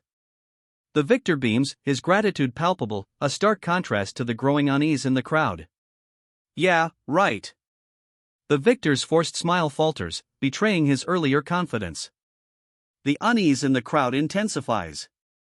I'm this strong? I'm the best. The victor's self-doubt explodes into a defiant declaration. His eyes widen, betraying a desperate need for self-assurance. I said that as a last resort, but he might be more talented than expected. A voice observes, adding a surprising twist to the victor's hard-won triumph. Chapter 20. Ah, you should have seen the look on his face. A smug chuckle follows the narrator's recounting of the defeated opponent's expression. His face got so red like a tomato. A triumphant giggle underscores the victor's smug satisfaction. What would have you done if I lost? The victor's smirk fades slightly, replaced by a more calculating expression. He crosses his arms, the victor's calculating expression hardening. You gave me your word that you'd win. The victor's cold statement hangs in the air, a stark contrast to the previous boastful confidence. Thanks to that, you got my guard duty. A smirk plays on the victor's lips, a cruel twist to her victory. I suppose. Lady Azalea, you truly don't fear anything, do you? The question hangs in the air, a subtle challenge to the smirking victor. I'll take that as a compliment. Azalea's smirk widens, a confident reply to the challenge. Let's go, Callie. The challenge is accepted. A confident smirk plays on her lips. She's ready. Oh. Azalea, so this is where you were. A surprised man bursts into the room, interrupting Azalea's moment. The scene cuts to a stark white space. A dramatic shift in atmosphere. You have a guest. The words hang in the air, a stark contrast to the previous scene. A nervous, wide-eyed man sweats profusely. A guest? The red-haired woman questions, her skepticism clear. But why the hurry? He's the second son of Earl Joseph. The revelation hangs in the air, adding a new layer to the red-haired woman's suspicion. Her eyes narrow. Suspicion deepens. Don't tell me. Her suspicion solidifies into a dawning dread. So you were the lady of the ageist family. The revelation hangs heavy in the air. I found you by looking for a beautiful lady with crimson hair. A chilling smirk spreads across his face. I'll introduce myself again. I'm the second son of Earl Joseph, Valon Joseph. He offers a charming smile, a stark contrast to the chilling smirk from before.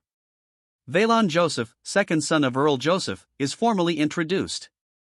He's confident now that he knows that I'm the daughter of a lower noble than him. A smug assessment reveals his changed demeanor. She covers her face, overwhelmed. The weight of his words is clear. Sadly, losing is pretty. Earl Joseph is pretty powerful even among the central nobility. Of course, my father was in a hurry.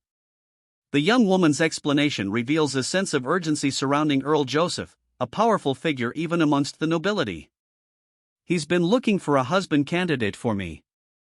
The young woman's frustration is palpable. The Earl's actions become clearer. Damn it! The Earl's chosen candidate arrives, a smug smile on his face. Ah, here is the ruby necklace I promised. He holds it out, the smugness unwavering. Their craftsmanship was excellent indeed. It suits your crimson hair. A subtle compliment, perhaps, but the smugness remains. This makes things difficult. Her face falls, worry etched in her features as she clutches the heart-shaped pendant. This makes things difficult for me. Thank you, you're truly a man of your own words. Now then, the man in the red coat declares. I ended up losing my bet, but will you give me the honor to go on a walk with you? He asks, a surprising request following his earlier declaration. I was trying to escape before that. Her confession reveals a hidden agenda, a subtle shift in the dynamic. He stares at her, a look of stunned disbelief on his face. Ha, my daughter must be too shy to accept, the father chuckles, pulling his daughter along. I'll get her ready immediately. Please, take your time. The young man's polite words offer a stark contrast to the father's eagerness. Why did you say that? The father's question hangs heavy in the air, a sharp contrast to his son's earlier politeness. I have no intention of spending time with a man like him. Azalea declares, her voice sharp. Her father calls out, Azalea, wait. Azalea, ignoring her father's plea, gathers her skirts and hurries away. Can't you at least do it this one time? For your father? He pleads, but Azalea remains resolute. He might not be as bad as you think, her father continues, his words lost in her determined stride. And I. Azalea's response is cut short, her unwavering resolve clear. Just want you to live in a better place than the ageist estate. A concerned, almost pleading tone colors the words of a large, sweating man. His expression softens Azalea's unwavering resolve. Azalea's resolve softens further. A hint of doubt clouds her eyes. Her doubt grows. A single thought bubble appears. Silence. Just this once, she resolves, a steely glint in her eyes. I won't meet him again. But she's already surrounded. A boisterous nobleman, flanked by attendants, blocks her path. What a pathetic man. He scoffs, his contempt clear. He manages a boxing school, but knows nothing about boxing. Only looking for the easy gains. He even had to sell boxing apprentices to stay afloat. It's a miracle his school hasn't collapsed. Ah! So that young boxer was from here. A realization dawns. The school's struggles are suddenly placed in a new light. His eyes widen. A shock of recognition. No wonder she was so confident when she made the bet. The realization dawns on him. Pardon? He questions, a dawning comprehension in his eyes. How displeasing. Did you two plot against me? The accusation hangs heavy in the air. You mother * cur with unsightly face of a slave. His rage explodes, a venomous retort to the accusation. Consider yourself lucky this time. The blond man wipes blood from his face, a chillingly calm counterpoint to his recent fury. You'll fall on the sands of the ring with no time. The blond man's chilling warning hangs in the air. The dark-haired man's eyes burn with intensity.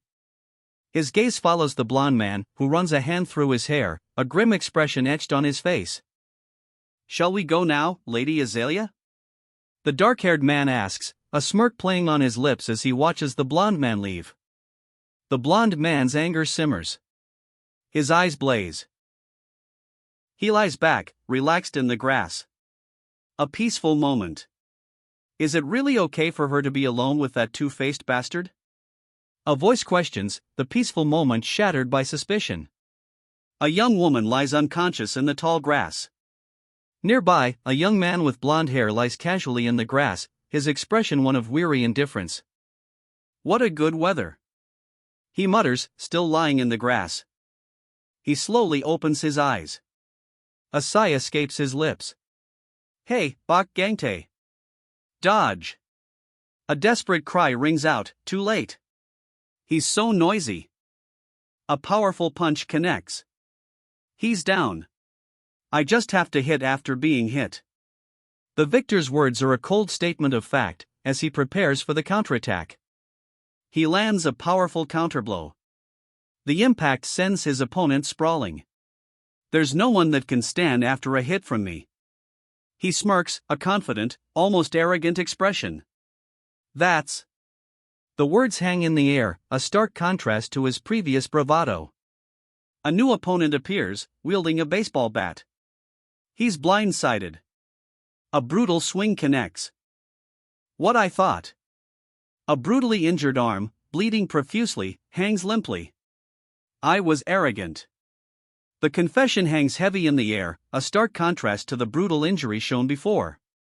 He retaliates, a furious counterattack. The force of his blow sends a shockwave rippling through the air. His opponent is sent sprawling, blood spraying across his face. I used violence as if I was asking for compensation for my broken fist. If I could return. A single, desperate thought echoes the brutal reality of his injured hand. He slumps to the ground, defeated. Blood stains his shirt. I'll never. His defiant whisper cuts through the silence, a vow etched onto his bloodied face. He collapses. His eyes widen in terror. He gasps, clutching his chest. A dream? I got a second chance. He whispers, the weight of those words heavy in the air. But if I could return back, I would not live like that anymore. His resolve hardens. Callie. A woman rushes toward him, her voice filled with urgency. Callie barely registers the woman's warning before a blur of motion sweeps past. Help us, she cries, terror etched on her face. What are you doing? A spilled bottle of dark liquid lies on the ground. Stop. Playing hard to get, a voice scoffs. Do you even know how expensive that necklace was? If you received it, you should pay it back with your body at least, he snarls. Don't joke around. I got that fair and square from the bet. She protests, her face a mask of disbelief and defiance. You bastard. Her furious retort explodes, punctuating a brutal kick that sends her opponent sprawling. Grr. He grits his teeth, a low growl escaping. His rage explodes. A vein throbs in his temple. He unleashes a furious attack. The impact of his furious attack is shown in a flurry of motion lines. He sends her sprawling. The force of the blow is undeniable. She lies stunned, the attacker poised, a look of disbelief etched on his face. That bastard. He lunges forward, fury blazing in his eyes. His attack connects. No way we're letting you get near our master, one of them snarls, you dimwit boxer brat. They surge forward, blocking his path. You'll never. If you block me, you won't return with proper limbs. Are you ready? The challenge hangs in the air, a clenched fist the only answer. A shitty situation, a voice sneers. The challenge accepted. Fighting technique that only uses fists won't do shit in real combat. The challenge is laid down. He accepts the challenge. A sneer plays on the challenger's lips. Come at me, you. The challenger taunts, before a swift blow connects. Gah! The impact is immediate. The blow sends him reeling. My eyes. He cries out, clutching at his face. You wah! The three men shriek in unison, their faces contorted in terror. I'll go get us a guard. Hold him off until then. One man shouts, sprinting away. Ha! Hey, one man cries out, his alarm palpable. The other shouts, hey! His frantic plea underscores the immediate danger. Next. The victor stands over his defeated opponent. A single figure, towering above three onlookers, their faces etched with awe and perhaps a touch of fear. A heavy thud. The victor's opponent collapses, dust swirling around them. Two onlookers stare, mouths agape, eyes wide with shock. Their faces reflect the unexpected power of the victor's blow. The shock waves spread. A gasp escapes the onlookers. Amazing, one whispers.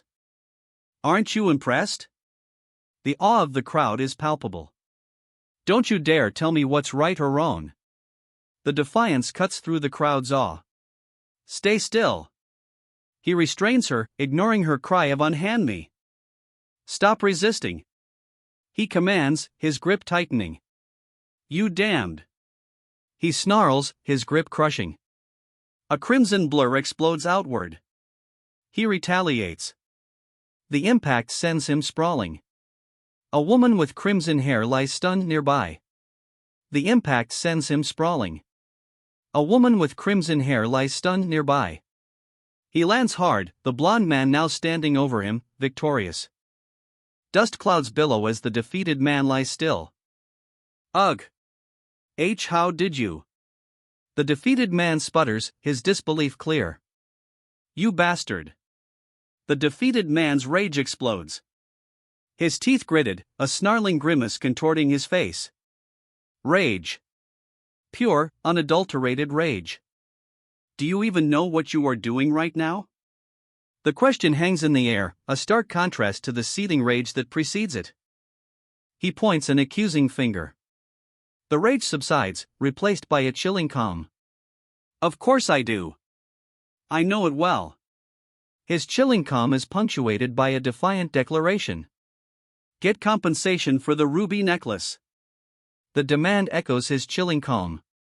Compensation? The question hangs in the air, a stark contrast to the previous demand. His eyes, narrowed and intense, reveal a simmering anger. His bloodied fist clenches. Rage contorts his face. Yeah. You got a problem? UF** King Slav. His voice drips with contempt.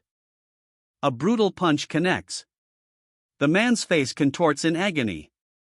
Goo! He groans, the impact sending him reeling. A compensation? He snarls, eyes blazing with fury. He retaliates. A furious counterattack explodes, a burst of energy scattering debris. Save me! Cries one man, as his attacker sneers, Are you sober now? Do you think the world is yours because you're a noble? The attacker's sneer intensifies. Do you think that you can live as you wish? The attacker's furious retort punctuates his attack. The attack connects. A burst of energy erupts. Stop that, Callie! A desperate cry cuts through the air. Callie is thrown to the ground. Forgive me. I was wrong. He looks up, eyes wide with regret. I hope this was a good lesson for you, young master. The older man's words hang heavy in the air. Lady Azalea, are you okay? He asks, concern etched on his face. Do you know what you've done? He's a man of the Joseph family. Azalea's tears fall, a devastating revelation. Run away. You need to get away from here. Azalea cries, her desperate plea echoing the gravity of the situation.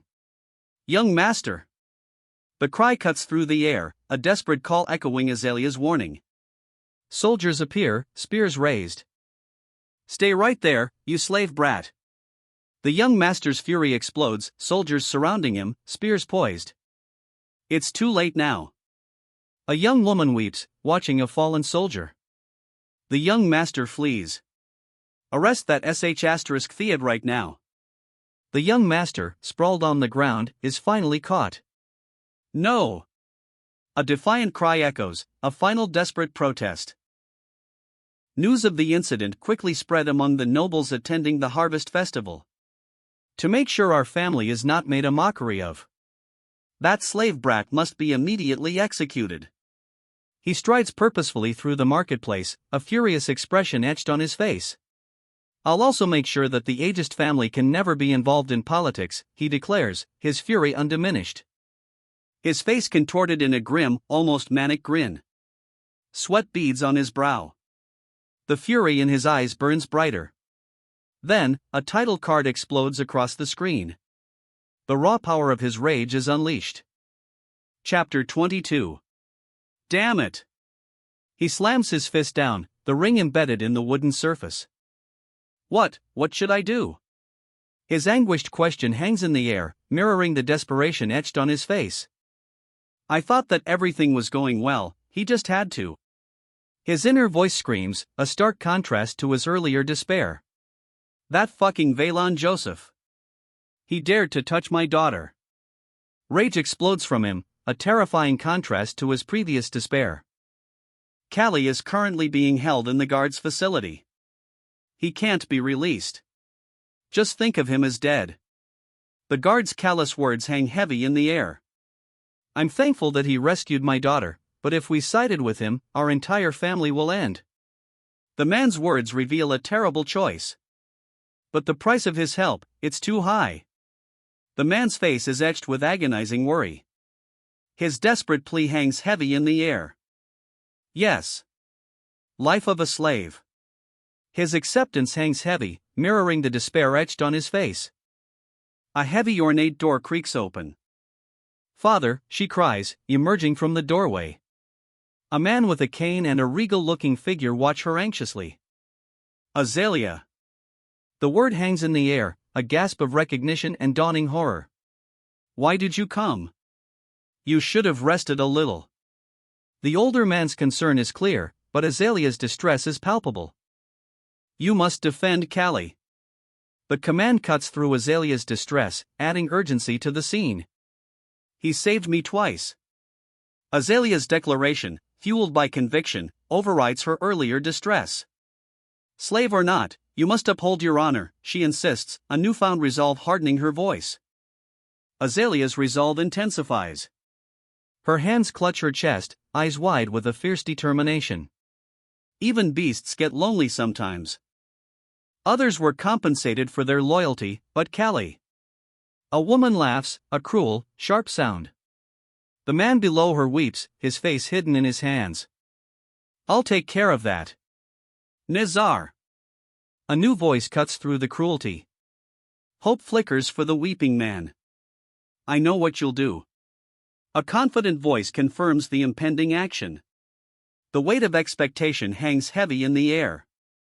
You plan on throwing him away. The accusation hangs in the air, a fiery retort to the unspoken threat. Lady Azalea, his hands are tied too. The revelation throws fuel on the fire. Callie. Her rage is palpable. That's enough. We arrive at the Wistry guard facility. A lone guard stands watch. Hey, bro. So I heard you beat up a noble, a grinning prisoner shouts from his cell. That's awesome. You're our hero. The prisoner's admiration is clear. He sits alone, the hero's moment fading. A heavy chain hangs loosely around his waist. Why were you locked up? He's asked. Pickpocketing. He, the prisoner replies, a chilling laugh echoing in the cell block. Ha, so nothing big. The prisoner dismisses his crime with a chilling nonchalance. At most, my hands will be cut off, but you will get your neck sliced clean. The prisoner's chilling laughter underscores his casual threat. Hey! Quiet down there. A guard's sharp order cuts through the prisoner's laughter. He. The prisoner's laughter continues, defiant even as a guard's spear is thrust toward him. I threw away my chance to box again. The prisoner's defiant laughter fades, replaced by a bitter confession. But the prisoner's confession hangs heavy in the air. His head hangs low. I would have regretted it my entire life if I didn't rescue her there. His confession, a desperate plea for understanding. He hangs his head, a somber expression etched on his face. The weight of his confession is palpable. The scene shifts. We are now in court. The defendant stands before the judge, flanked by guards. A tense silence hangs in the air. Then, the courtroom doors open. The battle slave of the ageist family, Callie. A voice booms, filling the courtroom as a stern-faced judge observes from his seat. Do you acknowledge that you've assaulted Valon Joseph? The judge's question cuts through the courtroom. There are 4 witnesses. The weight of that statement hangs heavy in the courtroom. That is testifying your crimes. The weight of the accusation crushes the defendant. I do. The confession hangs heavy in the air. You have to hang his head by the castle walls. The command echoes, a chilling consequence to the confession. Tear his limbs apart. Die, you rude slave. The enraged shouts erupt, stones hurled at the condemned man. They're all trash. The condemned man's voice cuts through the fury. His fury ignites a new target. A woman with fiery red hair screams, her face contorted in rage as she lunges at him. They're basically saying that Valon's actions towards Azalea are not excusable. His eyes blaze, fury hardening his expression. As the order of the court, the battle slave Callie will be sentenced to execution. The judge's words hang heavy in the air, a stark contrast to the simmering rage still present. The judge slams his gavel. The sound echoes the finality of his words.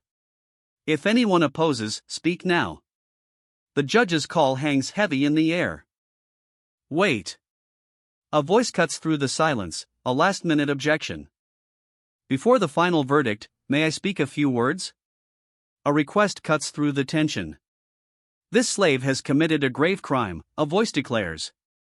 But it is the harvest festival right now. A time period where even beggars are treated kindly, a voice explains, highlighting the irony of the situation. I'm not denying his crimes. The accused's defiant words cut through the air, a stark contrast to the previous claim of kindness. I'm saying that a battle slave should die as a battle slave. The speaker's cold declaration follows the accused's defiance. Currently, we have a battle slave named Ogre from Dolmont. I heard that Ogre has executed before? A chilling question hangs in the air, adding a new layer of dread to the situation. Yes. It's as you said, Your Grace. The confirmation hangs heavy in the air, a grim acceptance of the chilling truth. To provide entertainment for the public, I've had ogres fight with death penalty criminals. The man's boast hangs in the air, a chilling explanation of the grim truth. The crowd roars its approval. A snarling ogre, scarred and furious, dominates the lower half of the panel. A newbie boxer fight with an ogre, that must be an execution sentence, isn't that right? A voice from the crowd echoes the grim assessment. Indeed so. Ha ha ha. One official's cruel laughter echoes the crowd's grim assessment. The other watches, a mixture of amusement and something colder in his eyes. As a battle slave boxer, death from fighting must be an honor. One official declares, a chillingly dismissive wave of his hand accompanying the words. So I request for a final match between Ogre and Callie to occur. The official's words hang in the air, a stark contrast to Callie's wide, horrified eyes. A match with Ogre. The words shatter Callie's composure, his horror palpable. Of course, only if the Earl agrees. The words hang in the air, a chilling counterpoint to Callie's terror. Callie's fate hangs in the balance. A young man, expression grim, stands before the Earl's representatives. His silence speaks volumes. An Earl's representative, arms crossed, observes the young man. His expression is one of cold appraisal. The name is revealed, Earl Joseph. I'll accept it. Earl Joseph's voice is low, his eyes closed in quiet resignation. Neither I nor the Earl wants to get on each other's bad side. The unspoken tension hangs heavy in the air. This is the best outcome that can come from us. A grim acceptance hangs in the air, replacing the earlier tension. That boy's movements were like watching an art form. A voice observes, awestruck, even as the grim acceptance lingers. But even that artistry couldn't overcome the inevitable. A single drop of sweat traces the observer's temple, his eyes are closed, the weight of it all heavy upon him. If this didn't happen, I would have bought him. The observer's regret hangs heavy in the air.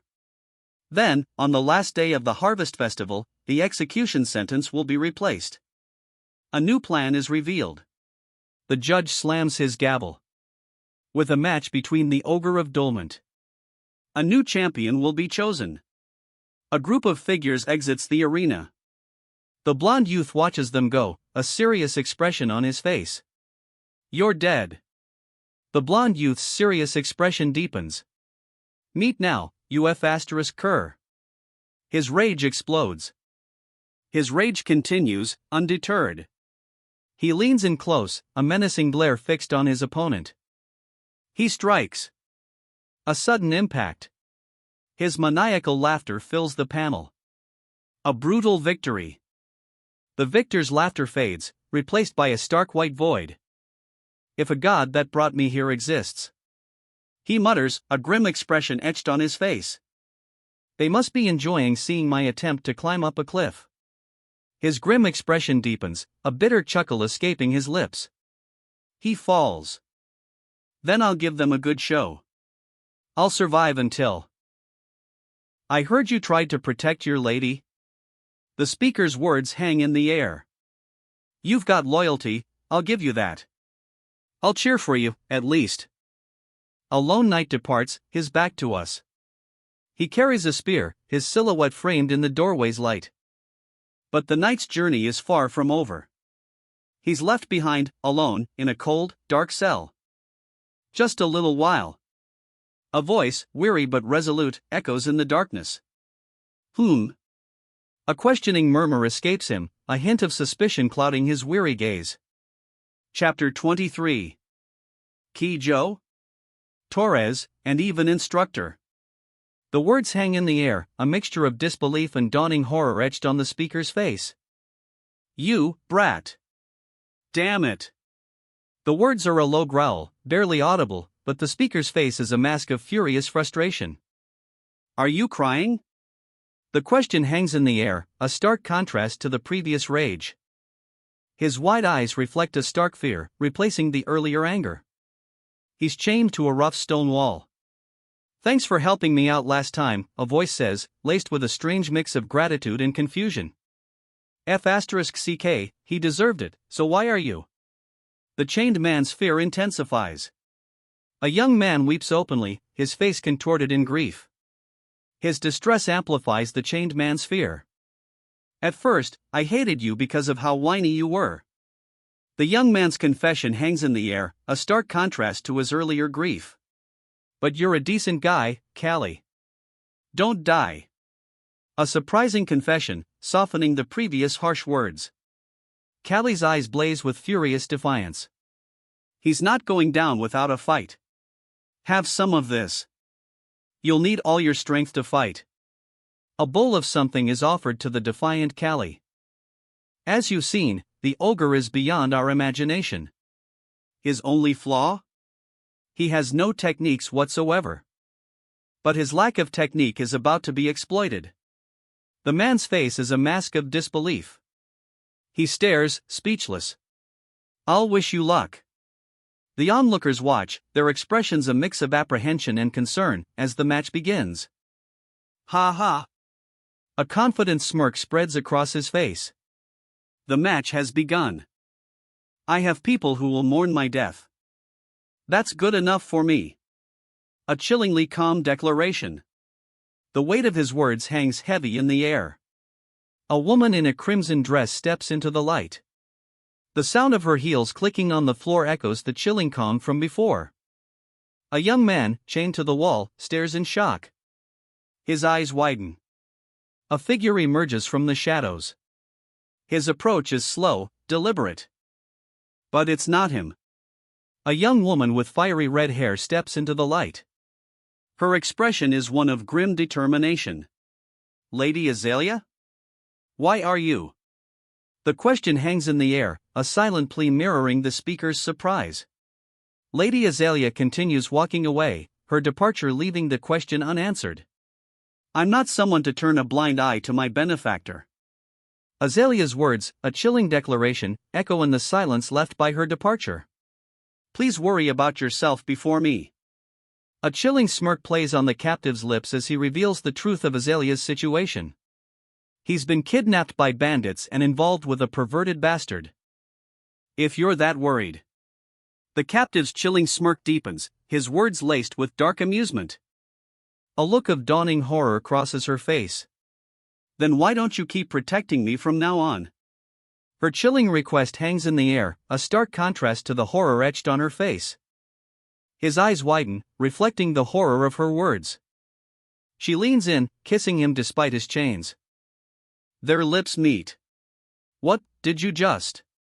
A shocked voice breaks the silence. I don't know. I don't know either. The red-haired woman's despair is mirrored in the blonde man's equally clueless response. Their shared confusion hangs heavy in the air. Promise me. A desperate plea hangs in the air, a stark contrast to their previous confusion. Swear it like last time. Swear that you will win. Tears stream down her face. She's heartbroken. You make it difficult for me to die. A cruel smile spreads across his face. I'll make sure to guard you until you mature a little more. Tears stream down her face, a small, sad smile playing on her lips. It's time to fight, ogre. It's an execution match, so no ropes. Go wild. Make sure to kill him as viciously as you can. Got it? The instructions are brutal, leaving no room for mercy. He tears into his opponent with savage fury, a brutal display of unrestrained violence. The watching official's smirk speaks volumes. The victor stumbles, falling towards a bright exit. But his victory is short-lived. He collapses, a piece of raw meat, his own severed leg, flying through the air. Finally. The highlight of this festival. The executioner, Ogre of Dolment. Dust swirls around the executioner's powerful, scarred physique. His face is a mask of grim determination. And the death row criminal, battle slave Callie. Here is the narration script for the current panel. His name is revealed, a young man with blonde hair, bound in chains, flanked by grim-faced guards. This is Callie. Rip him apart. The crowd's roar echoes through the arena as Callie's fate hangs in the balance.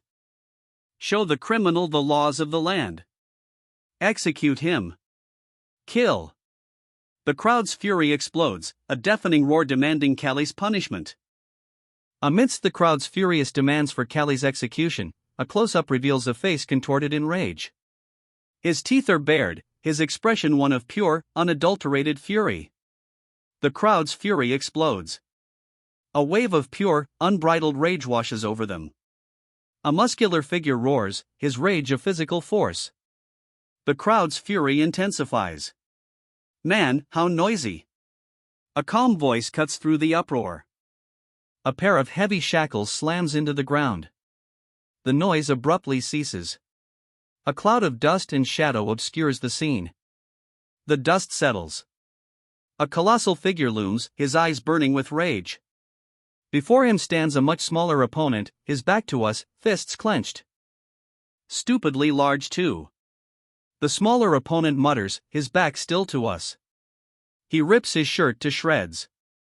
The fabric tears, revealing surprisingly well-defined muscles beneath. With that physical, of course he doesn't need techniques. He clenches his fists, a fierce expression on his face. The crowd roars. He explodes into action. A powerful kick sends a gust of wind and dust flying. The impact echoes. The impact echoes. A powerful fist connects. He's sent flying. A grunt of pain escapes him as he crashes to the ground. He counters, a powerful blow connecting. The force sends him sprawling. His opponent's enraged face fills the panel. A fierce grin twists his lips. It doesn't feel like the hits are working. He grunts, his attack a swirling red blur. The opponent's grin widens. He lunges forward, but his opponent effortlessly deflects the blow. A powerful counterattack follows. He's sent flying. He impacts the ground. Dust clouds rise. He rises, a furious expression twisting his face. Dust still swirls around him. Damn it, just what kind of muscles are? His furious mutter is cut short as a powerful blow sends him sprawling. Sand dust just from a swing. The impact is clear. His stunned face speaks volumes. You, kill. The defeated man gasps, clutching his chest. His eyes widen in disbelief. But this world is fair at least. The victor smirks, fists clenched. You have a God-given body, but no intellect at all. The victor's taunting words sting. His physique is overwhelming. But to overcome their weaknesses, humans use their wisdom and created techniques. His eyes blaze with crimson energy. A fierce expression contorts his face. He's ready to fight. The blonde fighter stands defiantly, dust swirling at his feet. His opponent, wounded and massive, is shown from behind, his back scarred and bleeding. Is he insane? The crowd gasps, their disbelief palpable. He's crazy. The crowd's disbelief solidifies into a murmur of agreement. A gasp escapes the chained man's companion. His wide eyes reflect the crowd's disbelief. Chapter 24. Has he given up? A sneering face fills the panel. Doubt hangs heavy in the air. He's walking to his death. The spectator's sneering certainty is countered by a close-up of the fighter's determined glare. His rage explodes. Dust flies as he unleashes a furious roar. The dust settles. He stands, chest heaving, a terrifying figure. He unleashes a devastating blow. The impact sends him flying. Why don't you keep punching, he snarls, already lunging forward for another attack. You're way too slow, he counters, landing a blow. One mistake and I'm done for. The fighter's eyes blaze with grim determination. What speed he has with that stature. The fighter's opponent is stunned by his agility. A powerful punch connects. The opponent screams in pain, his face contorted. Truly sad. So much potential. The victor observes, the defeated opponent lying still in the dust. His courage and techniques, they're being wasted. The victor's lament underscores the fallen opponent's untapped potential. Three figures, grim-faced, observe the aftermath. Their expressions reflect the victor's lament. He could have been the turning point of the boxers. A grim realization dawns on one of the onlookers. Their lament deepens. A devastating blow connects. The boxer crumples.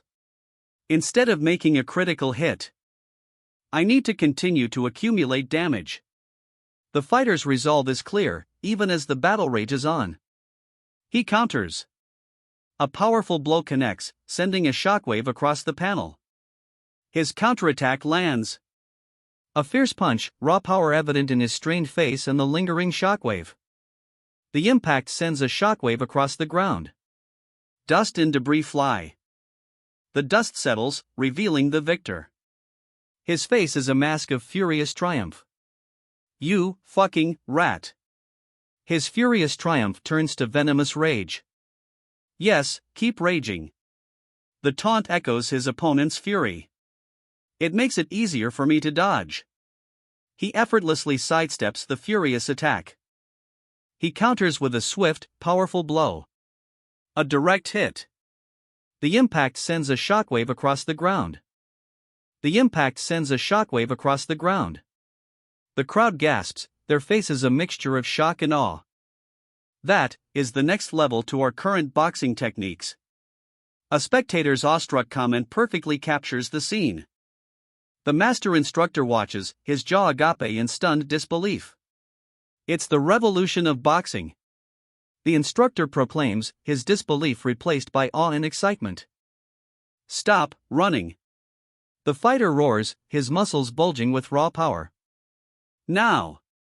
His eyes blaze with furious intensity. A surge of raw power. He unleashes his attack. A crimson wave of energy explodes outward. The crimson wave connects. A blinding flash engulfs everything. The blinding flash fades, revealing a figure silhouetted against the crimson energy. His eyes glow intensely. He unleashes a devastating blow. A pained cry erupts. The agony continues. His scream tears through the air. It's a technique unseen here, a side of the fist strike. powerful, unpredictable. The impact throws the blonde opponent to the ground. He clutches his side, wincing. Baekwon hits with the side of his fist. Against such a dumb opponent. Baekwon sneers, a clear smirk on his face. There's no way. My ogre that's undefeated. The man roars, disbelief etched on his face. His disbelief is mirrored by his companion's wide-eyed shock. They stare, mouths agape. Yes, you were always like that. The words hang in the air, a stark contrast to the stunned silence. You exceed everyone's expectations. And create variables at every opportunity. A predatory grin spreads across his face. Cheer for him. Two men, grinning wildly, clasp hands, their expressions mirroring the gleeful chaos. Callie might end up winning. The crowd's excitement builds. Callie's strategy to defeat the ogre has been revealed, accumulation of fatigue and damage. Unlike his usual technique of targeting the brain or the throat, Callie focuses on a prolonged assault. It's common sense, a voice narrates, the bigger you are, the easier it is to get tired. And lose oxygen in your blood after a certain time. The giant warrior's labored breathing confirms it. His eyes blaze with furious defiance. A final surge of adrenaline, a desperate fight against the encroaching darkness. But that was Callie's miscalculation. What a monster! You still have this much strength? His opponent's shocked exclamation underscores the unexpected turn of events. I tried to tire him out, but I got tired first. His admission reveals the unexpected resilience of his opponent. He lunges forward, a desperate attack. But his opponent, surprisingly, is still standing. This is bad. His desperate attack fails. The attacker's face is a mask of grim determination. He's countered. A brutal counter. The attack connects with a sickening thud. The counterattack sends him flying. A blur of motion, a red flash, then impact. I'm running out of breath. He gasps, the impact leaving him struggling for air. His eyes widen in terror, mouth gaping open as he struggles to breathe. He's clearly overwhelmed. Fuck! He collapses, his terror intensifying. A brutal blow connects. The impact sends him sprawling. A cloud of dust settles. A deafening impact reverberates. Dust and debris settle. He's sent flying. He crashes hard. He lies there, gasping for air, his body trembling. My arm would have shattered if I didn't move backwards. He narrowly avoids a devastating blow, his face a mask of strained concentration. He clutches his injured arm, his face contorted in pain. The near miss leaves him shaken but determined. Ignoring the pain, he rises, eyes blazing with fury. He unleashes a furious counterattack. His counterattack sends his opponent sprawling. A pained groan echoes across the battlefield. You, ugh! The defeated opponents retreat, leaving a trail of dust. He clutches his head, a grimace of pure fury twisting his face. Ha! His fury subsides, replaced by a low groan. Ugh! His eyes narrow, a grim determination settling on his face. Poof! Sweat glistens on his skin. He prepares for the next attack. This must be his first time. The observer's words confirm the fighter's inexperience. Moving this actively. The stronger fighter roars, a triumphant yell as he raises his arms in victory. Since he finished them all with one move. Ogre, in the end. He grits his teeth, eyes blazing with fierce determination. Poof! His time is over. The victor declares, the weight of his words echoing the finality of the battle. This might be my last chance. He lunges forward, a desperate, defiant charge. His fist connects. A brutal blow. When he's tired. The narrator's voice drops, emphasizing the weakness now exposed. He's hit. A powerful blow sends him sprawling. I have to bet all I've got now. He throws a desperate punch, a final, all-or-nothing gamble. The impact explodes. A massive fist connects. The blonde fighter is sent reeling. He crashes to the ground. His impact echoes. Saliva sprays from his gaping mouth as he lies defeated. My wrist is out, he groans, his face a mask of pain and defeat. But his chin is down. This is my chance. He sees his opening. He strikes. A blur of motion as he delivers a powerful blow. Clench your jaw. The fighter's eyes blaze as he connects with a devastating blow. The impact sends a shockwave through the air. He's sent flying. A blur of motion, then a crash. He lands hard, a grunt escaping his lips as the dust settles. The impact sends a shockwave through the air. He grits his teeth, a low grr escaping his lips as his fist connects. The impact sends a shockwave. Dust explodes. The dust settles. Just one more time. He lunges forward, a desperate final attack. His fist connects. A blinding flash of light erupts. A guttural gurgle escapes him. He collapses. Dust and debris fly as he hits the ground. The impact sends a shockwave through the ground. The impact sends a shockwave through the ground. His opponent lies defeated, the dust settling to reveal the victor standing over him. The crowd roars its approval. No way. The stunned disbelief hangs in the air, a stark contrast to the crowd's previous cheers. Ogre. The word hangs heavy in the stunned silence. Fear etched on every face. Ogre was defeated. The news spreads, disbelief and awe replacing fear on every face. K. Callie. The cry erupts, echoing the disbelief and awe that's spreading. Two onlookers react with joyous, wide-eyed shock. Callie won. The crowd's disbelief turns to joyous affirmation. If Ogre knew how to box properly, I would have lost, no questions. Callie's admission underscores his hard-fought victory. Callie stands panting, dust swirling around him. His victory is hard-won. Blame the Baron for not teaching you to distribute your stamina properly, Callie's defeated opponent gasps, his words a testament to Callie's hard-fought victory. The defeated fighter, sweat dripping, tends to his torn bandages. He's clearly exhausted. He collapses, defeated. His hand scrapes the dust. The fight is over. Wait. A desperate cry cuts through the silence. This. A single word, heavy with unspoken dread. His eyes widen, a gasp escaping his lips. Terror etched onto his face. Monster, he cries out, his terror escalating. Gore. The monster lunges. A powerful kick connects. Dust explodes. The dust settles, revealing the victor standing over his fallen opponent. A resounding thud echoes as the victor's opponent collapses. The victor, eyes blazing, unleashes a final, ferocious blow. Damn it! The defeated fighter's rage is palpable. His eyes blaze with furious defiance. The defeat stings, but his spirit remains unbroken. He takes a brutal blow, sent sprawling. Dust clouds rise. Callie crashes to the ground. Callie's opponent grimaces in pain, his body hitting the ground hard. He lies still, defeated. The fight is over. He coughs, blood spraying from his mouth. That's a foul, one spectator shouts. But another counters, but it's an execution match?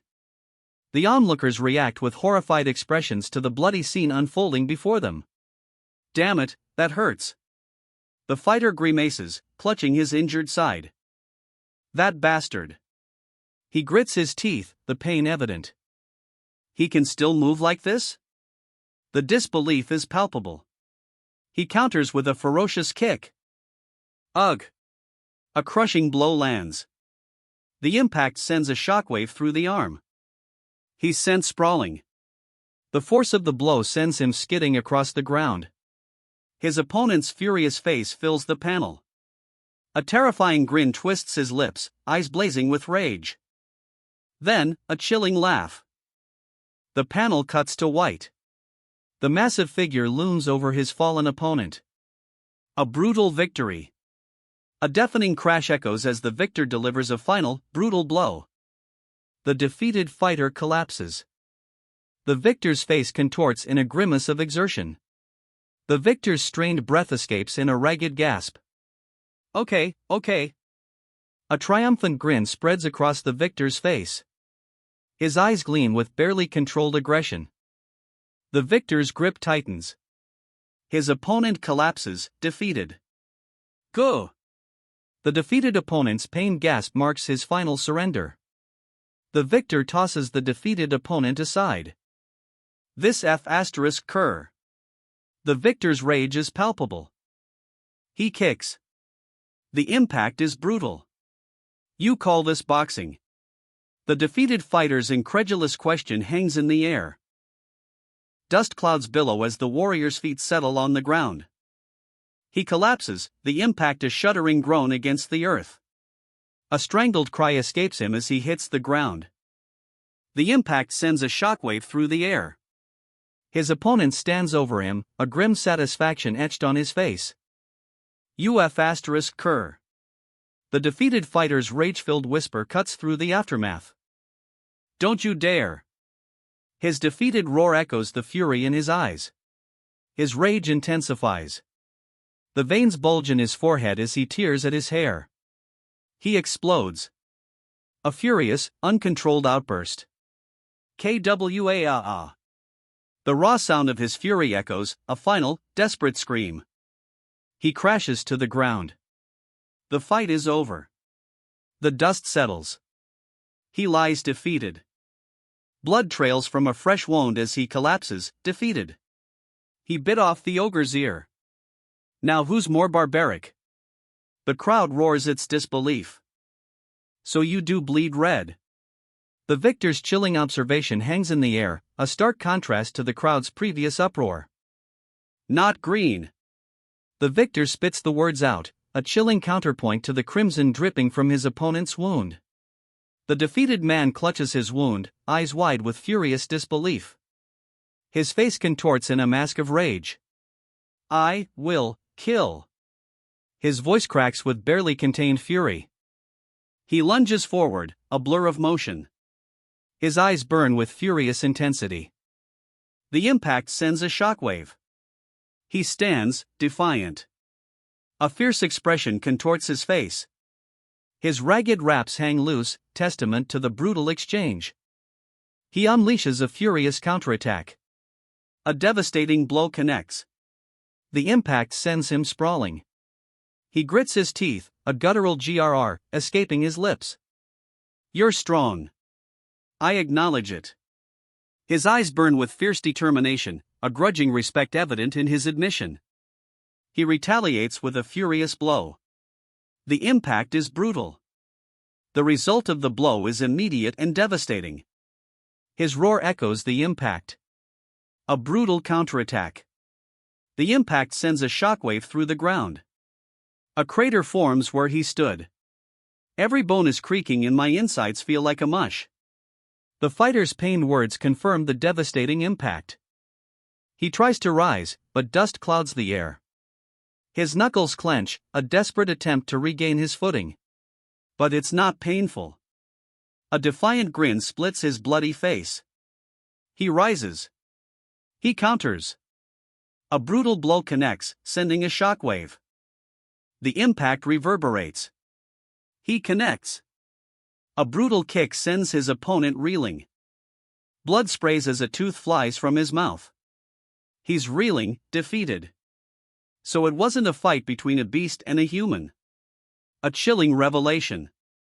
It was a fight between two beasts. Win, Callie. The crowd erupts. A single exclamation point punctuates the scene. Shock ripples across the face of an onlooker. The onlookers erupt in cheers, shouting Callie. Their shock gives way to joyous celebration. The roar of the crowd intensifies. Callie! Callie, they chant, their cheers echoing through the arena. Callie! The crowd's roar intensifies as Callie spins, a blur of motion. And then, a thunderous impact. The force of Callie's strike is almost palpable. Blood sprays as Callie's attack connects. A brutal impact. His eyes blaze with furious intensity. A terrifying, almost animalistic grin twists his lips. Rage consumes him. He unleashes a furious blow. Lose. The thought hangs in the air, a question mark echoing the uncertainty of the moment. He lands a brutal blow. A devastating punch connects, sending a shockwave through the air. He crumples to the ground. You win. He gasps, defeated. Blood spatters across the panel as the defeated fighter falls. The victor stands over his fallen opponent, dust and sweat clinging to his body. He breathes heavily, the fight clearly taking its toll. His ragged breath hitches, a guttural cry escaping his lips. Blood streaks his face. The victor's victory is hard-won. He raises a battered, blood-stained fist in triumph. Dust and debris fly as the victor's triumph is cemented. The dust settles, revealing the victor's overwhelming victory. He raises a triumphant fist. The roar of the crowd is deafening. The victor walks away, leaving the cheering crowd behind. My ogre has. The spectator's horrified gasp reveals the victor's devastating victory. Callie! The cry of disbelief echoes the horror of the victor's brutal triumph.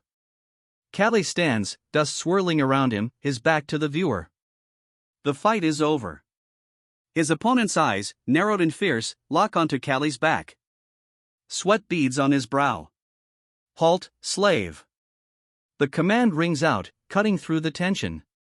He ignores the command, sprinting forward. The execution will proceed. The guards stand ready, spears poised. The condemned man stands alone, his arms bound. A grim silence hangs in the air. Earl Joseph's soldiers? They stand ready. Ha ha! So in the end, this is it. A chilling laugh echoes as the final confrontation begins. His face, bloodied and bruised, reflects the brutal reality of the fight. Tears stream down his cheeks. Defeat is etched into every line. He collapses. The dust settles. A rock slams into his head. He grits his teeth, eyes wide with pain and fury. Ugh, he groans, the pain evident in his strained posture. Boo! What are you doing? The soldiers' shocked cries echo as they witness the scene. Let him live. Don't kill him, one soldier screams. Another shouts, you dirty bastards. The scene erupts in angry protests. Let him live. The plea cuts through the chaos. The protests continue, but a desperate hope flickers. We're not doing this because we want to. A reluctant soldier's words echo the growing unease. What are they doing right now? A worried voice cuts through the tension. His jaw clenched, a furious expression etched onto his face. We have to let Callie live. The words hang in the air, a stark contrast to the man's seething rage. The Harvest Festival exists to get the favor of the citizens. A simple explanation, offered amidst the conflict. The hearts of the citizens are leaning towards Callie. If we kill him, the Harvest Festival becomes meaningless. A grim realization dawns. Earl Joseph, I hope you will understand my decision. I can't create political troubles against the Duke. A heavy sigh hangs in the air, his grim expression conveying the weight of his choice. Get up, Valon. We're leaving. The Earl's command cuts through the air, his stern gaze fixed on the reluctant Valon. But I can't forgive the Baron for making a fool of us, Valon declares, his voice filled with simmering resentment. I'll make sure they can't live peacefully. Valon's vow echoes, a chilling promise. Kill them all. Callie. A grimace of fury contorts his face, soot staining his cheek. Callie versus Ogre. He fought with this body, a voice observes, all I can say is that he's got guts. The battered fighter lies in a hospital bed, his expression one of exhaustion. Please, you must save him, pleads a worried voice. If he's to be hospitalized, you need to pay up, a gruff reply follows. One man gestures helplessly. The injured man lies still, bandaged and pale. Damn it, Godolph. Even if he's afraid of Earl Joseph. The helpless gesture continues, frustration clear in the unspoken words. At least he could do was to pay for his hospital fees. The speaker's frustration is palpable, his words a bitter indictment of Godolph's inaction. Nixer, use this to pay. A solution, finally offered. The frustration, though, lingers. His eyes narrow, the lingering frustration etched deep. A simmering anger remains. That simmering anger boils over. He clenches his jaw. Lady Azalea. A sly smile plays on her lips. Would this be enough? Lady Azalea holds up a small, ornate pendant, a sly glint in her eye. Of course. I'll do my best. Damned doctor. The young woman's quiet curse speaks volumes. Her arms remain crossed, a picture of simmering resentment. The young woman's gaze falls on a blond man, heavily bandaged and coughing up blood. He's clearly in severe pain. How did it go? She asks, worry etched on her face. The execution is repealed, the text declares. The audience did not want your death. Relief washes over the injured man's face. You earned this victory, a voice declares. I'm glad that you're alive, she adds, tears welling in her eyes. Well. The victor breathes, a strained chuckle escaping. The defeated fighter lies on the ground, sweat dripping from his brow. The camera angle shifts, showing the rough-hewn wooden ceiling above. At least I'm alive for now. He gasps, a weak voice barely audible above the ragged breathing. Chapter 27. A week later. A lone bird cuts through the sky, a single silhouette against a vast expanse of pale blue. Now, the scene shifts. Feathers drift down over a golden wheat field. A young man lies injured in a hay-filled cart, his journey continuing across the dusty road. Who is that? It's the main character of the festival. The Ogre Slayer, Callie.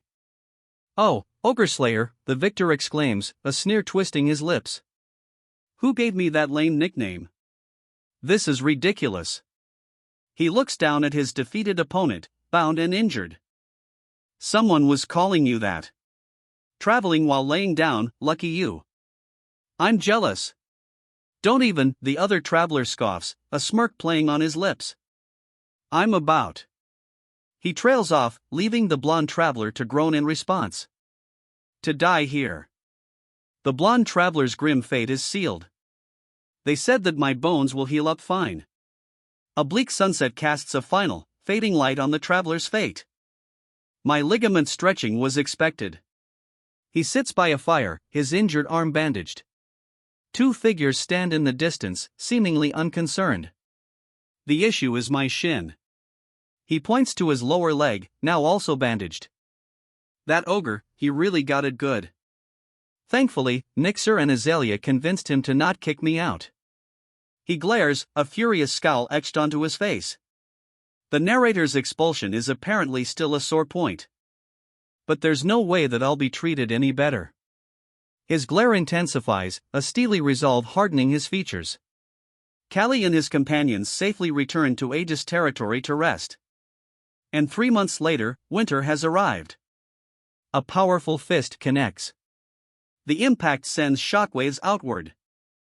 I waited 3 months, he roars, a furious expression etched on his face as he slams his fist into the wall. At least say something. The other man's plea is met with silence, his frustration palpable. Only silence follows. Why is he still in that state? He walks away. He stands alone, a grim determination etched on his face. He begins to walk away, his cane tapping a steady rhythm on the pavement. That leg, is it possible to heal completely? The question hangs in the air as he continues his departure. They said that his bones didn't heal properly. The grim assessment follows him as he leaves. The shattered bones healed improperly due to being in a growth spurt. He won't escape limping the rest of his life. The man's face is grim, sweat beading on his brow. A chilling declaration.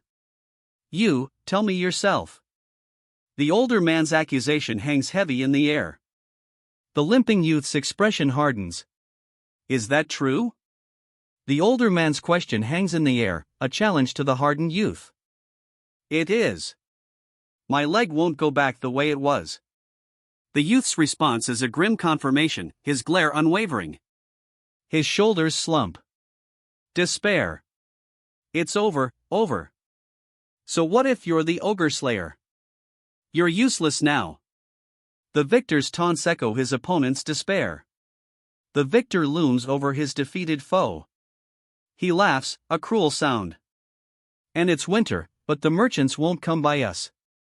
A bleak statement underscores the victor's triumph. We're running out of firewood and food. A stark statement reveals the harsh reality of their victory. Winter's grip tightens. This is all because of you, Callie. The accusation hangs heavy in the air, a stark contrast to the dwindling supplies. The harsh winter intensifies the blame. It's because you got under the skin of the Joseph family. You should have been killed by an ogre back then. The accusation explodes, a chilling echo of the harsh winter's bite. No. I have to prevent Callie from being kicked out or be killed. A desperate resolve, a stark contrast to the chilling accusation. His face contorted in a desperate grimace. Fear etched deep. It might be impossible as a boxer, but with his skills, he's fully capable of becoming an instructor. The words hang in the air, a stark contrast to the fear etched on the man's face. The injured man, his face etched with fear, is presented to a seated, richly dressed official. The weight of the decision hangs heavy in the air. No. I do not wish to be an instructor. The young man's refusal hangs in the air, a stark contrast to the injured man's fear. He stands firm, his refusal unwavering. A defiance set to his jaw. Are you insane? You rejected the position of instructor? The disbelief is palpable. His eyes widen, a bead of sweat trickling down his temple. Panic etched on his face. He collapses. Shut it, it's my way, the man snarls, pointing at the collapsed figure. The best position for a boxer after retirement is to become an instructor. And do you think Instructor Nixer just offered you that position? He saw himself in you. Wait until the summer? A chilling question hangs in the air, his expression unreadable. How absurd, I won't interfere any longer then. His refusal is sharp, his expression hardening. I don't know how a limping person can box again. If I knew that, I would have stayed boxing longer. A regretful admission follows his refusal. He walks away, his limp a stark reminder of his past glory. A cane supports his every step. A bitter expression twists his lips. His gaze remains fixed ahead. Did you get hit the wrong way when you fought Ogre? Unless you went crazy. The question hangs in the air, a stark contrast to his bitter silence. Shut it and worry about yourself. The blunt retort cuts through the tension. What, I have 7 victories under me already, he boasts, a defiant stance despite the previous retort. Did you really go insane? You even angered the master. The retort cuts through his boasting. I'll be hated no matter what I do, so why should I sugarcoat things? He spits out the words, defiant. He's the one who threw me away first. The defiant words hang in the air, a sneer twisting his face. Ha ha ha, you sure got guts. A mocking laugh echoes. The 3 months he was bedridden, Kijo and Torres gained fame in multiple matches. He's back. A figure on crutches, pale but resolute, stands before the shocked onlookers. Of course, if I became an instructor, my life would become peaceful, but... He grips his crutches tighter, a flicker of doubt in his resolute gaze. His doubt deepens. A heavy sigh escapes him, his shoulders slumping under the weight of his decision. There's no other way, he mutters, his resolve hardening despite the visible tremor in his hand gripping his crutch. We'll have another warm winter thanks to you, one man grins, his words echoing through the snowy woods. The other man, seemingly less amused, simply nods. Don't mention it, I'm doing this because I want to. The younger man's reply softens the earlier tension. Come to think of it, you've grown taller. A casual observation, further easing the tension. And you've gotten bigger too. A slight smirk plays on his lips. Really? Maybe the wood chopping helped. Only if your leg weren't. Hey! You can't just say that. He moves to strike. Ah! He winces, but the blonde-haired man reassures him, it's okay, it will heal soon. It's getting cold, so go back home now. The blonde-haired man sends the two boys away. The blonde man watches the boys leave, then turns to a woodcart. He begins to load wood. He slams his fist down on the woodcart. Calm down, I have the knowledge and experience that other boxers don't. He leans against a barred door, a grim determination etched on his face. His earlier confidence is replaced by a simmering intensity. I know that it's impossible for my leg to be healed with medical technology here. His voice is a low growl, the grim determination hardening into bleak acceptance. His jaw clenches, a bead of sweat tracing a path down his chin. A grin set to his lips. But then. You surprised me, why did you hit the door? The captive woman's question hangs in the air, her gaze sharp and accusatory. Her captor looks confused, clearly caught off guard. Why are you in my room? The captive woman's sharp question cuts through the tension. Her captor remains silent, his confusion evident. You say as if I can't be here. A smirk plays on the captive woman's lips. Her confident reply is a clear challenge. Damn it, I can't look her in the eyes after that. His inner turmoil is palpable. He avoids her gaze, his cheeks flushed. A bead of sweat trickles down his temple. Her eyes, sharp and intense, lock onto him. A predatory gleam shines within. I came to say goodbye. The words hang in the air, a stark contrast to the predatory intensity in her eyes. Her eyes widen. A single exclamation point punctuates the silence. Are you going somewhere? The territory's in a bad state now. Beyond poor, even. The situation is dire. The markets have been stopped by the Joseph family. Since all the merchants that drop by are individual merchants. The weather is getting colder, but the cost of goods is rising. The cost of living keeps increasing, and basic goods are scarce. At this rate, they won't survive the winter. I heard that it's bad, but not this bad. The grim reality sinks in. Then what can? The question hangs in the air, a desperate plea born of dawning despair. If the merchants won't come, we have to make one ourselves. A steely resolve hardens her gaze. I'll personally lead a merchant guild. Her declaration is firm, her resolve unwavering. The master won't be joining you? Her companion's question hangs in the air. No way, she replies, he's living like a corpse right now. He's too scared of the Earl to come out of his room. The explanation clarifies the master's absence. I decline losing to them. I learned that without power, justice won't mean a thing. A resolute declaration cuts through the fear. She's grown. A quiet observation, tinged with a hint of surprise. If my calculations are correct. My family. A grim determination hardens her features. If I had the power. Her silent vow hangs heavy in the air, a desperate wish echoing her grim determination. Callie, your leg. The stark words cut through the grim determination. I chose this. I was prepared for it. Callie's words, a grim acceptance in his eyes, reveal his steely resolve despite the injury. I heard that there's someone with skills to revive a dying person. A glimmer of hope, however faint, enters Callie's grim determination. With a merchant guild, I will be able to get more information. Callie's resolve hardens. A new path to finding the healer emerges. I'll make sure that your leg is healed. A promise offers Callie a glimmer of hope. Please, don't worry about it. But a harsh reality follows. You have no reason to help a slave. The offer of help is met with doubt. You saved my life twice. The slave's gratitude, a stark contrast to his earlier doubt. That's good enough as a reason. Her eyes widen, a look of disbelief washing over her face. But then, a figure emerges from the shadows. A young man with blonde hair, his expression unreadable.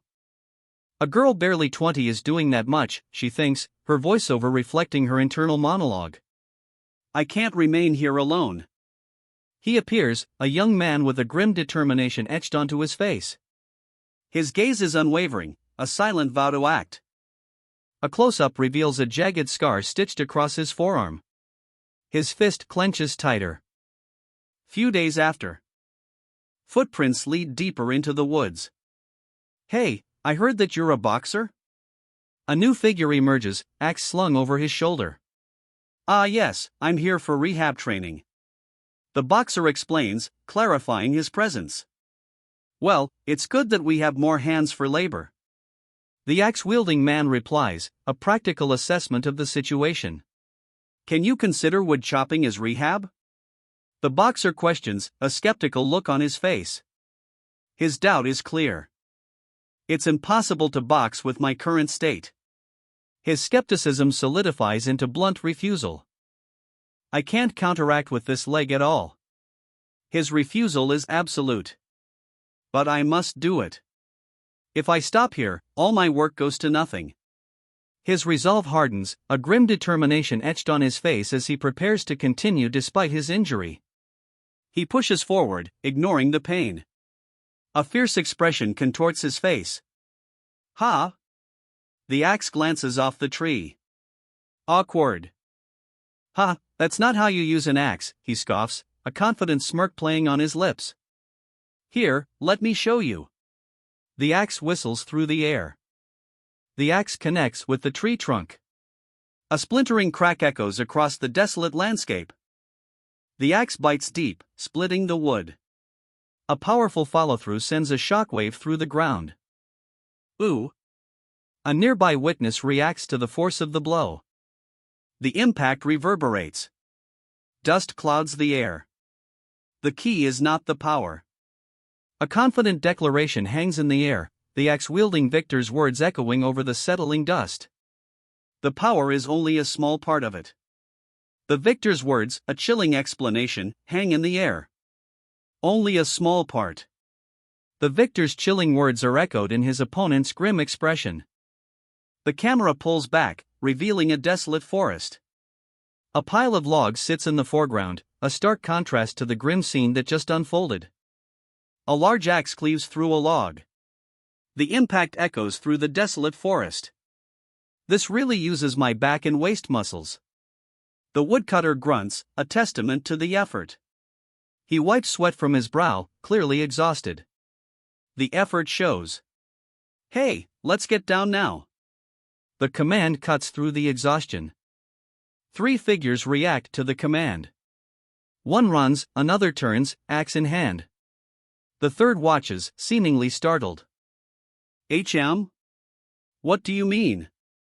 We still have time to. The startled man's question hangs in the air, a stark contrast to the urgency of the fleeing figure and the axe-wielding one. Bare footprints. It must have come down to hunt. By the size of it, it looks like a younger one without its mother. TSK. It's better to be safe than sorry. He assesses the bare tracks, his worry evident. Let's wrap it up and leave. He decides, his worry turning to a firm resolve. But who's that limping kid? A question hangs in the air, a new uncertainty clouding his resolve. Ah, he's a slave from the boxing school. The mystery of the limping boy is partially solved, but new questions arise. Ever heard of Callie? You know, the kid who fought the ogre at the harvest festival. The question hangs in the air, adding another layer to the limping boy's story. A single exclamation point fills a speech bubble. The listener's surprise is palpable. Ah! You mean the ogre slayer? His son watched that match. The young man flinches, a clear ugh escaping his lips. His expression is one of discomfort and slight disgust. With the ogre slayer, a bear won't matter. The young man's confident declaration cuts through his previous disgust. Don't joke. You'd better run as soon as you see a bear. His companion's urgent warning contrasts sharply with the young man's newfound confidence. Please, give it a rest with that nickname, he pleads, clearly uncomfortable with the title. Teach you techniques? The question hangs in the air, a clear expression of doubt etched on the young man's face as he sits on the bed, tending to his injured leg. The great bore of ageist is asking me for techniques? His disbelief is palpable. Great my ass. I'm about to pass out here. They won't leave me alone. His disbelief gives way to exhaustion and frustration. He reaches for a cup, a desperate attempt to regain his strength. But his weakened grip fails him. The cup slips, spilling its contents. The liquid splatters across the floor. T. Torres? A shattered pod lies in pieces at the man's feet. My body will do this sometimes, he explains, a grim set to his jaw. I'll lose control, and I can't see properly at times. Try catching this rock, he taunts, hurling the stone with surprising speed. He fumbles. He throws a punch. Retinal detachment? Punch-drunk syndrome? Or maybe just the after-effects of a concussion? Torres gets hit as much as he hits back. Then, the fight ends. A close-up reveals a battered eye, and we learn about retinal detachment and punch-drunk syndrome. The panel explains punch-drunk syndrome is cell damage affecting those with brain trauma. If you get hit on the head any more than this, you could become incapacitated. The warning hangs heavy in the air, a stark reminder of the dangers they face. That's why I came to you. The words cut through the tension, a declaration of purpose. Teach me your techniques. His request is direct, unwavering. The weight of his purpose is clear. What's that? A question hangs in the air, a new element of mystery introduced. A defense position.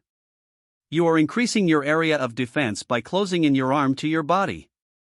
The narrator's voice explains the strategy, clarifying the mystery. Right now, your sense of distance is impaired, so this would be the alternative to dodging. The narrator's voice clarifies the defensive strategy.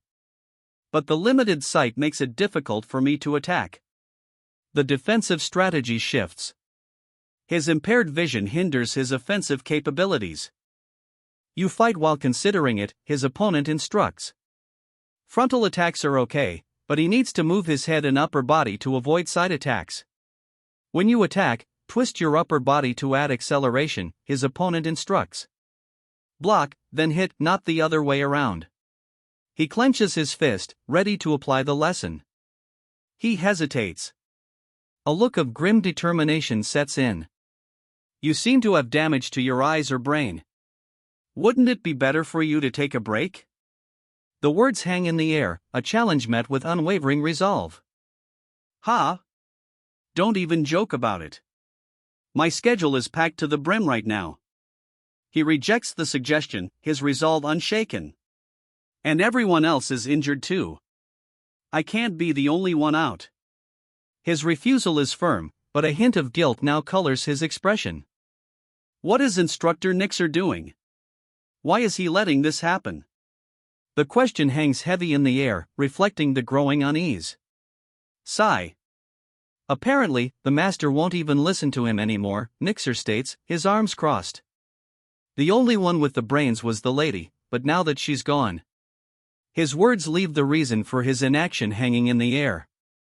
At this rate, the training school and the entire territory will go under. Nixer's grim prediction hangs heavy in the air, a stark warning of the consequences of inaction. The snow falls on the training school. A stark, cold image mirroring Nixer's warning. The territory management was at its worst. Footprints in the snow lead deeper into the woods. A desolate landscape reflects the grim situation. This winter is really cold. Apparently, the Doran couple ran away at night. Well, Doran is a craftsman, so they'd be welcomed anywhere they went. Us, on the other hand? We just have to bury our bones here. A grim realization dawns on the speaker's face, highlighting the stark contrast between the Dorans' escape and their own bleak prospects. Despite their good reputation, complaints continued to increase. The narrator's bleak assessment underscores their desperate situation. Where is that lad with the broken leg? Someone asks. If you mean Callie, he's probably training nearby, comes the reply. He's already met his quota. Already? He's faster than me.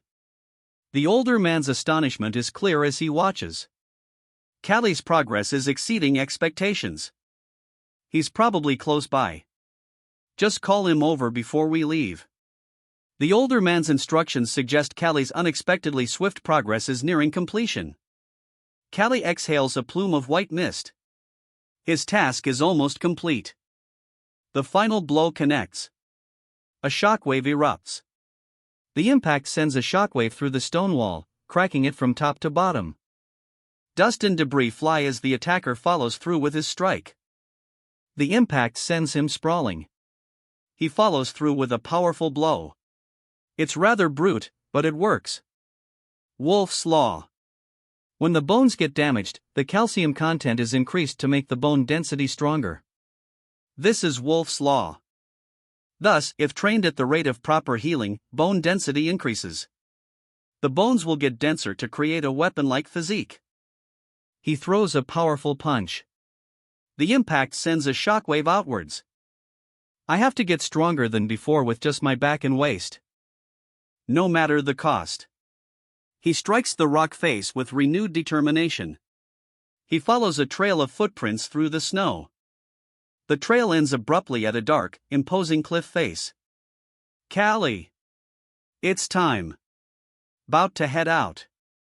A voice calls, urging a departure from the cliff face. On my way. Callie replies, urgency etched on his sweat-streaked face as he begins his descent. You wah! Callie cries out, his descent interrupted. What is it? That. 3 figures, startled, react to Callie's cry. A man, face contorted in terror, points frantically. His eyes are wide, his mouth agape. He's fallen to the snowy ground. It lunges. And it collapses, revealing a den of wolf pups huddled together, vulnerable and alone. What? It's already dead. A man exclaims, his voice filled with disbelief as he and the others stare at the lifeless body in the snow. Dead. Phew. I was surprised for nothing. One man breathes a sigh of relief. How unfortunate. It looks like it got done by a bear. It most likely came back to its pups before death. It's unfortunate for them, a voice observes, but we better leave it to Mother Nature.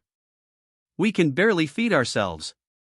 The wolf pups scurry away, their tiny forms disappearing into the snowy landscape. A heavy sigh escapes him. The weight of their decision hangs heavy in the air. A barely audible whine escapes him. The weight of their decision remains. A small puppy whimpers, its sadness mirroring the gravity of their choice. Won't you look at that? It likes you. The words hang in the air, a stark contrast to the puppy's continued whimper. Don't get too attached to it. A stark warning cuts through the air, a chilling counterpoint to the puppy's whimpers. His eyes narrow, a grim determination hardening his features. You're desperate too, huh? He counters, his grim determination unwavering. Well, I suppose it should be fine. A confident, almost nonchalant reply. It's so cute, he exclaims, playfully tickling the small puppy. But you realize that you'd be in big trouble if any instructors find out, right? A sudden shift in tone. The playful moment ends. I've been giving it a part of my meal. It's not like I'm taking more than what's provided. The boy explains, a worried look on his face. The tension remains high. Ah.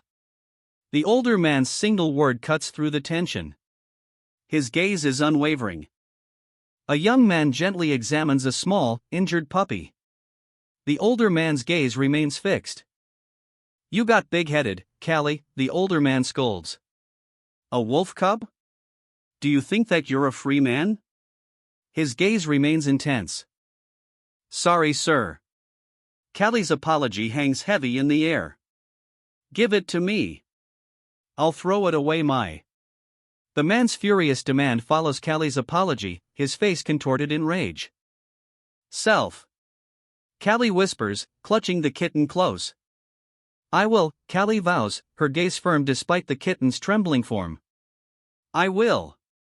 Callie's vow echoes, but a new face fills the panel. A man, sweat beading on his brow, stares with grim determination. His expression is one of fierce resolve. Personally.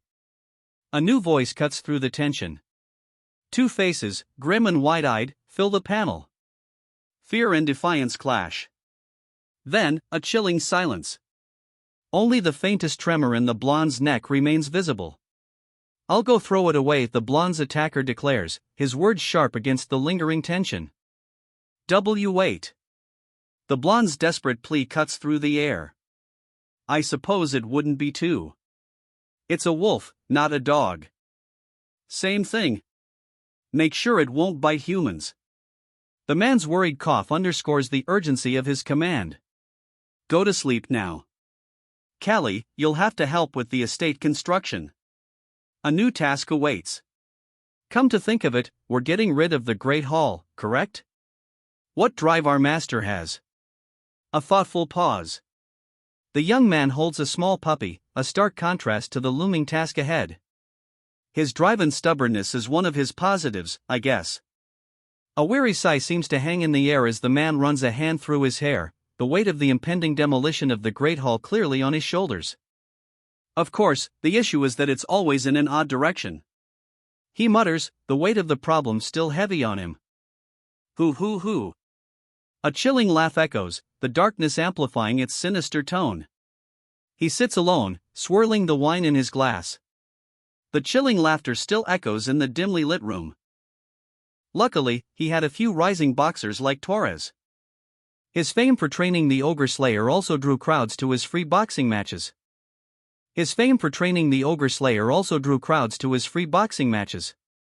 But finding opponents for his next exhibition proves more challenging. We could invite the wandering Kataran boxing group, one suggests, but the cost would be too great, considering construction fees.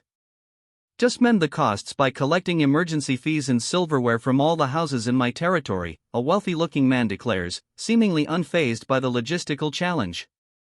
But the backlash would be huge. A worried expression crosses the wealthy man's face, a stark contrast to his earlier confidence. That's a problem for me and my soldiers.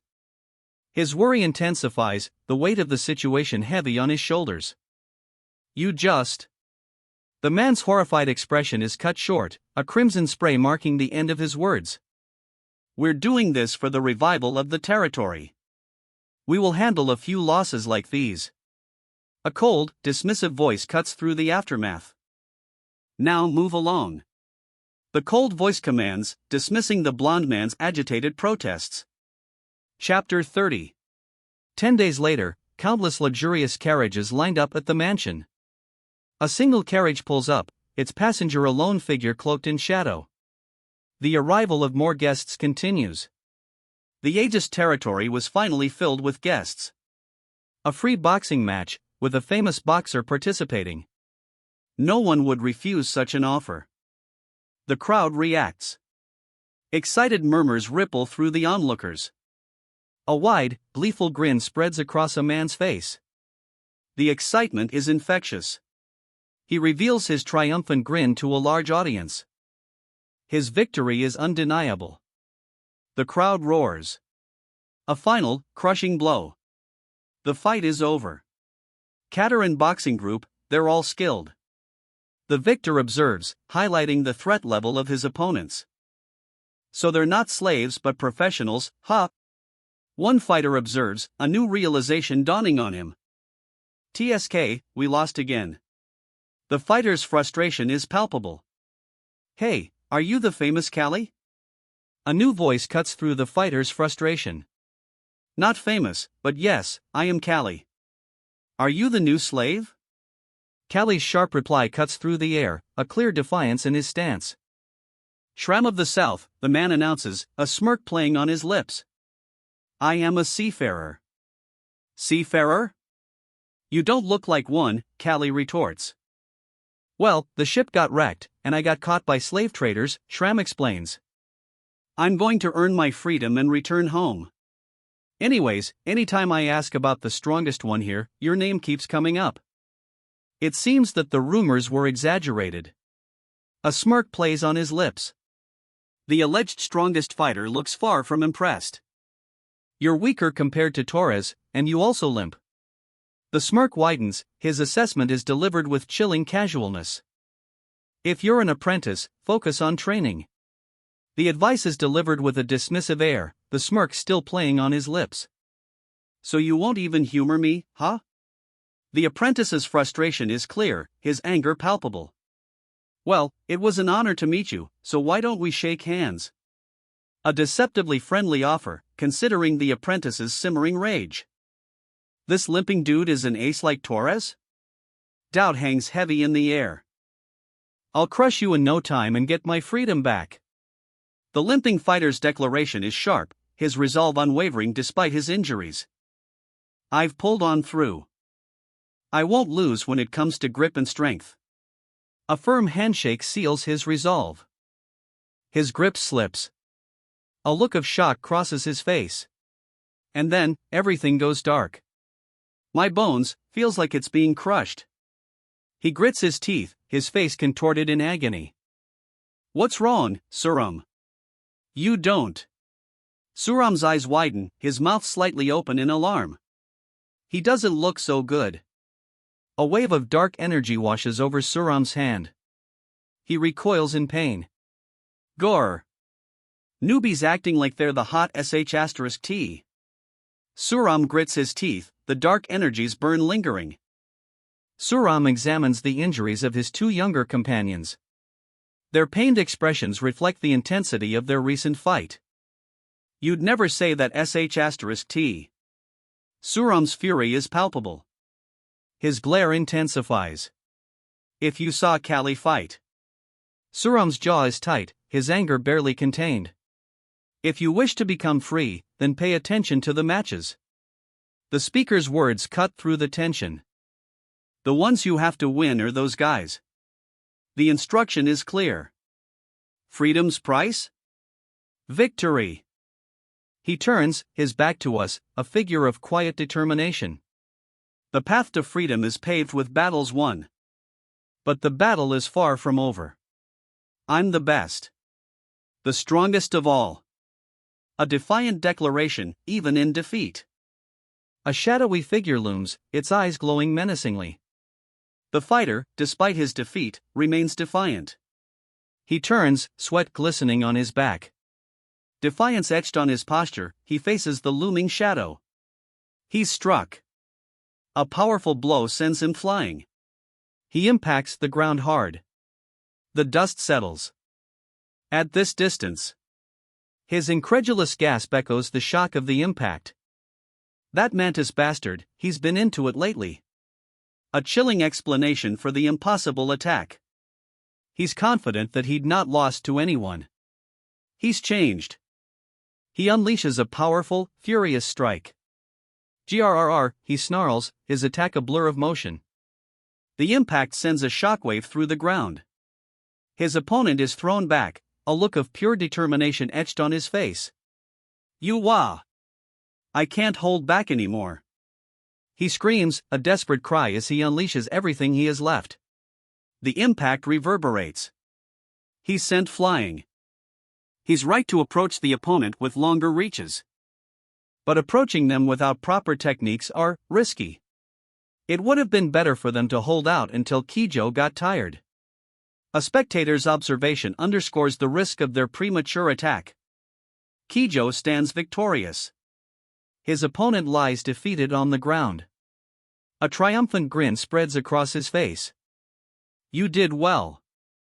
Kijo offers a word of praise, his fist clenched in victory. Go get them. Kijo commands, his victory brief but decisive. It's Torres. The boar of Aegist.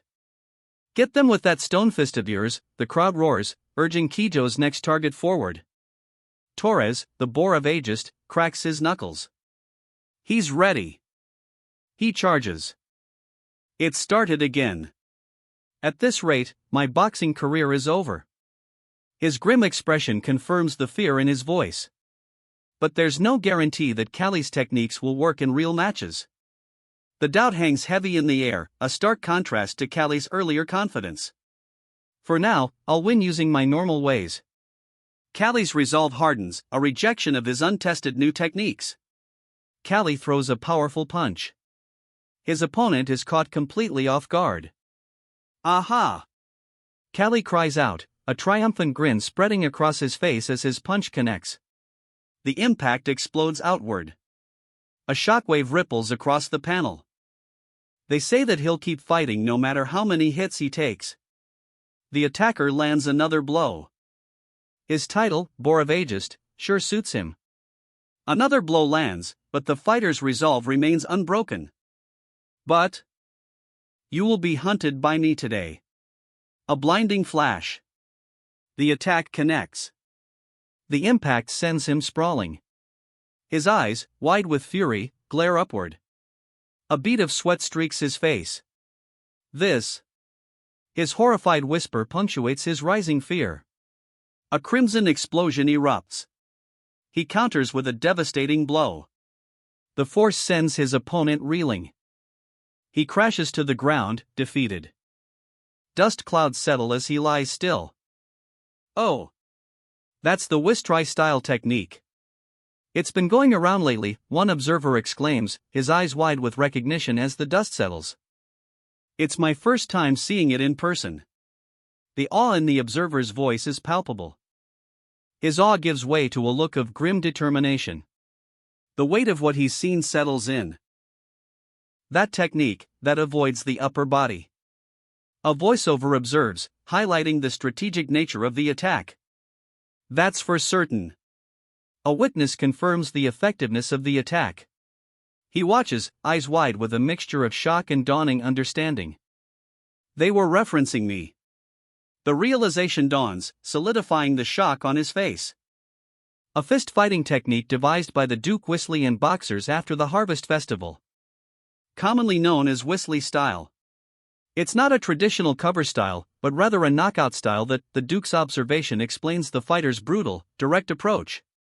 A swift, powerful punch lands. But this knockout style relies directly on skill and evasion. Most consider it the Duke of Whistly's masterpiece. Anyone with even a fraction of the Duke's skill could pull this off. Anyone with deep knowledge of boxing knows that Callie is an inspiration. Damn! He breathes, wiping sweat from his brow. The impact is clear. I feel like I'm watching it.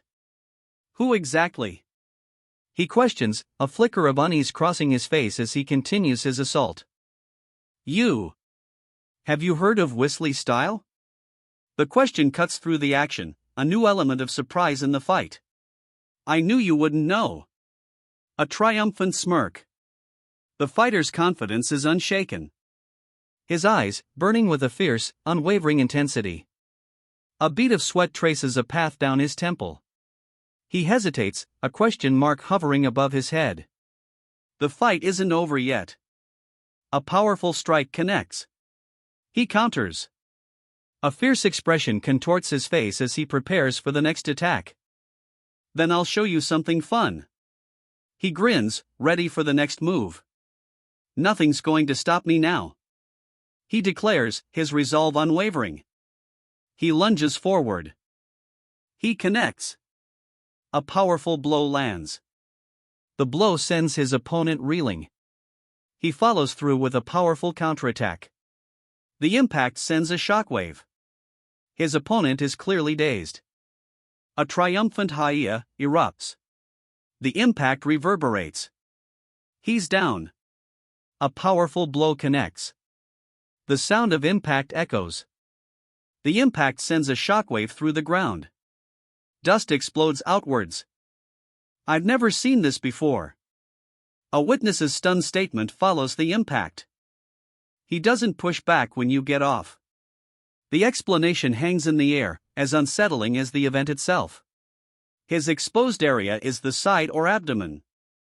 The narrator's explanation clarifies the vulnerability.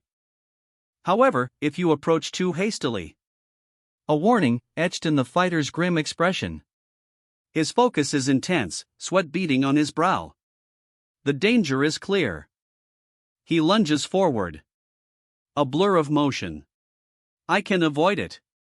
He's slow to close his fist. The attacker confidently assesses his opponent's weakness, a split-second judgment before impact. He effortlessly dodges the blow. A powerful counterattack explodes. The counterattack's impact leaves him reeling, his eyes blazing with fierce determination. He slams into the ground, a fiery explosion erupting from the impact. He counters with a powerful uppercut. He moves the center of gravity to accelerate? The fighter's eyes widen, a fierce expression etched on his face as he delivers a devastating blow. I have to stop it. The impact reverberates. A fierce clash. Both fighters connect, a blinding burst of energy erupting between them. That was it. Kind of innocence, he snarls, a furious expression twisting his face. He lands a brutal blow. A shockwave erupts. He's sent flying. A massive impact leaves him crumpled on the ground. A deafening crash echoes. Dust and debris fill the air. His opponent lies defeated. The dust settles. Torres won. The crowd erupts in celebration. It's still a tremendous force. The victor's power is undeniable, even in victory. It was pretty similar. The defeated man lies on the ground, his face bruised and bloodied. The victor's overwhelming power is clear, even in this aftermath. Honestly, I was surprised. Whistly style. The victor's expression is one of mild surprise, a hint of grudging respect in his eyes. But I guess we didn't make the argument that footwork is part of fighting. The victor concedes, a slight smirk playing on his lips. He delivers a final, powerful blow. My legs barely moved. The victor's inner monologue reveals the sheer power of the blow he just landed. A final, resounding impact echoes. Torres, on the other hand, had a natural center shift. He was taught about guard posture. What a proactive sense of forward momentum. After the boxing match ended in a successful takedown, Gadoff flashed a smile he hadn't seen in a while. Ha ha ha ha. Gadoff's victory erupts in unrestrained laughter. Count Joseph. Did you think I would fail like this? Gadoff's laughter continues, punctuated by his triumphant boast. This is because each of the nobles returned promising support to Gadolf. We had a nice time. It would be nice if you could provide an opportunity like this again. A hopeful plea for continued support seals Gadolf's growing power. Nice view, Baron Aegist. A seemingly casual comment, but the Baron's delighted expression hints at something more. His power play continues. I made it happen. The state will live again. The Baron's triumphant declaration confirms his ruthless ambition. His power play has succeeded. However, there was no contact from the VIPs sent out after a long time. A troubling development. There was no reply. This time too, he explodes, his face a mask of furious frustration. It was only then that Gadolf realized that they had only lip service. They had no intention of helping Aegist. A cry of anguish rips through the air. A wine glass shatters. Crimson liquid spills across the panel. The shattered wine bottle lies amongst the crimson shards. Wormy birds. You're only here for the free boxing match. The scornful words hang in the air, a clear challenge amidst the shattered glass. I even got the mansion fixed. The man's furious retort echoes his sweat-drenched face, a stark contrast to his earlier scorn. Damn! The word explodes from him, a testament to his disbelief. His dark, powerful wings shatter. Alcohol! Bring the alcohol! Shit! He cries out, his desperate plea echoing the devastation of his broken wings. A few weeks later, the scene shifts to a snow-covered cabin in the woods. A woodpile sits nearby, partially buried in the snow. I don't know what's going to happen to us in the future. A chilling uncertainty hangs in the snowy air. A hardened man sits alone, calmly eating a hardtack biscuit. He seems unfazed by the uncertainty hanging in the air. I may not have been good at paper management, but I was a dictator. He finishes his biscuit, a grim smile playing on his lips. The scene shifts to a line of men struggling under heavy logs in a snow-covered forest.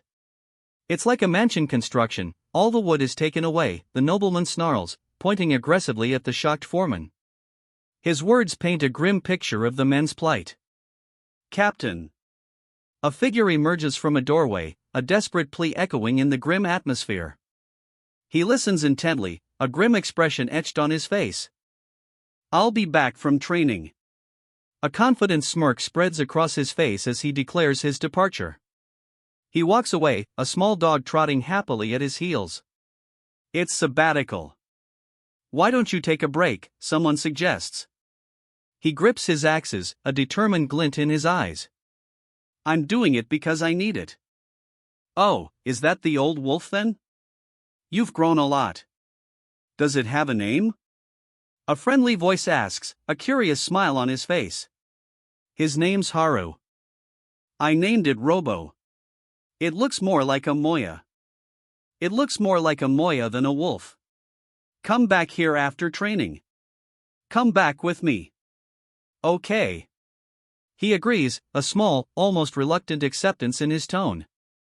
The young man and his dog leave. They walk away, the young man and his dog, small figures disappearing into the vast, snow-covered woods.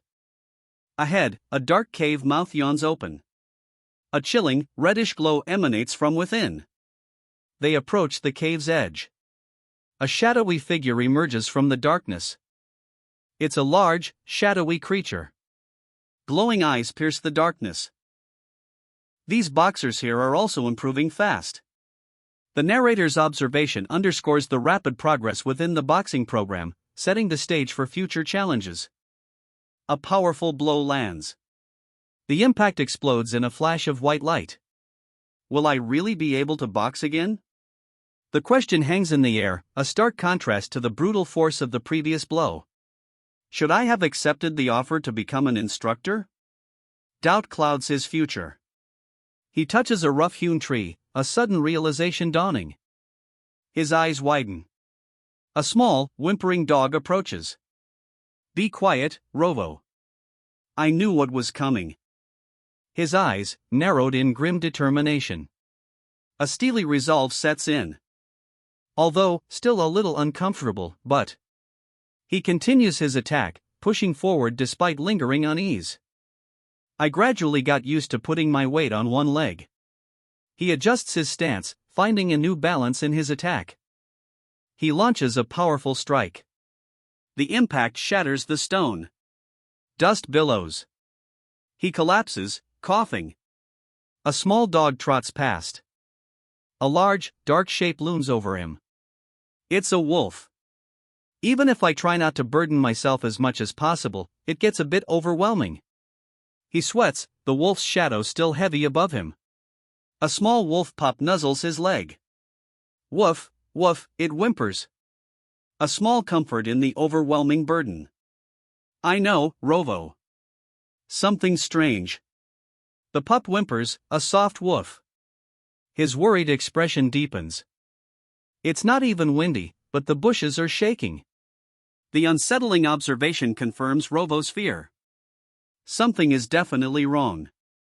And the presence I felt earlier. Rovo's words confirm his growing dread.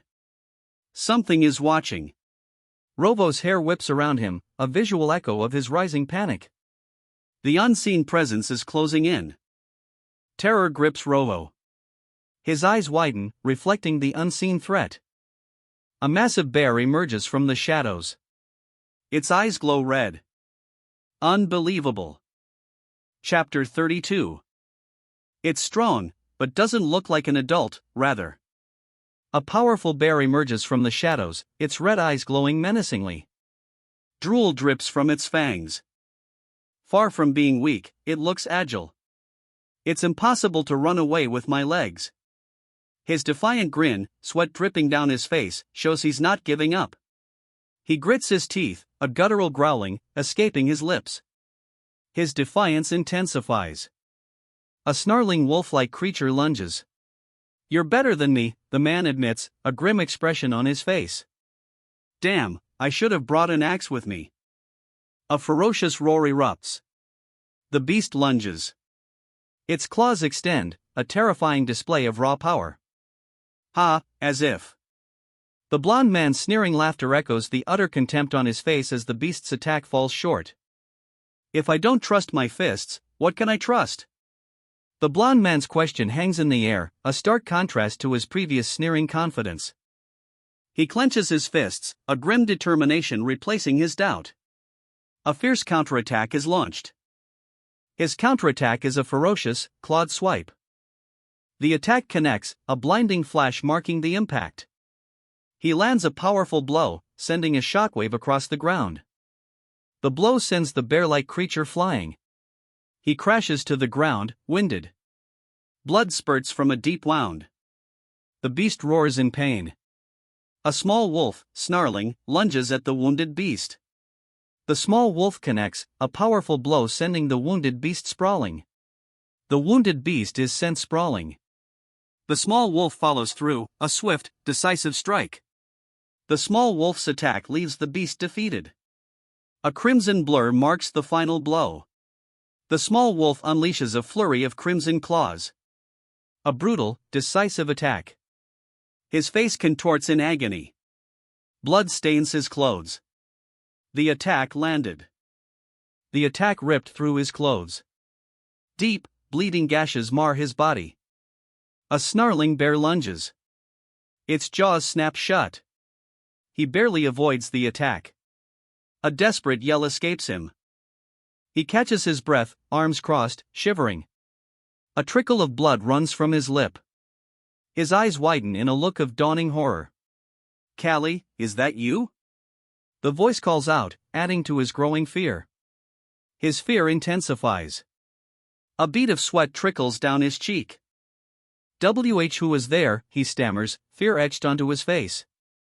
He clutches an axe, his body tense. His terror intensifies. A silent gasp escapes him. "Callie?" A voice whispers, laced with disbelief. Callie stands, battered but defiant. Blood stains his torn clothes. His gaze is hard, unwavering. He remains standing, despite the blood. His unwavering gaze holds a grim determination. "Why did you open the door so late?" He's met with a worried explanation. "I was very worried." "What's going on?" "That wound." The concern is clear. His worry is justified. "Let's eat bear stew for dinner tonight." A chilling laugh follows, despite the blood staining his face. "No way?" The disbelief is palpable. His disbelief is replaced by a gasp. "Goodness." The bear lies still, blood staining the snow. Its death a grim testament to the fight's brutality. The news that Callie caught the bear quickly spread around. One onlooker observes, catching a bear with bare hands was ridiculous, though admitting it wasn't a fully grown adult. Some people thought it was a lie and an exaggeration.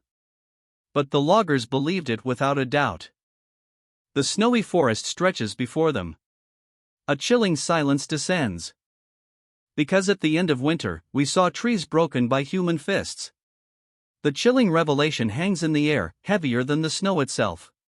The harsh winter passed, and the estate is full of life for the first time in a while. And also, the lady is coming. Open the gate. The order echoes, the gate creaking open with a rush of wind. A strong wind whips through the gate, carrying with it the sound of, whish, something falling. It was a supply caravan. Several horse-drawn wagons, laden with crates, move slowly along a dusty road. "Look at it, it's salt." "There's also wool." The caravan's contents are revealed, bags of salt and wool, causing excited reactions from the onlookers. A young woman, red-haired and in dark attire, stands beside a horse, gently holding the reins. A soldier stands nearby. "Where is father?" The young woman's anxious question hangs in the air.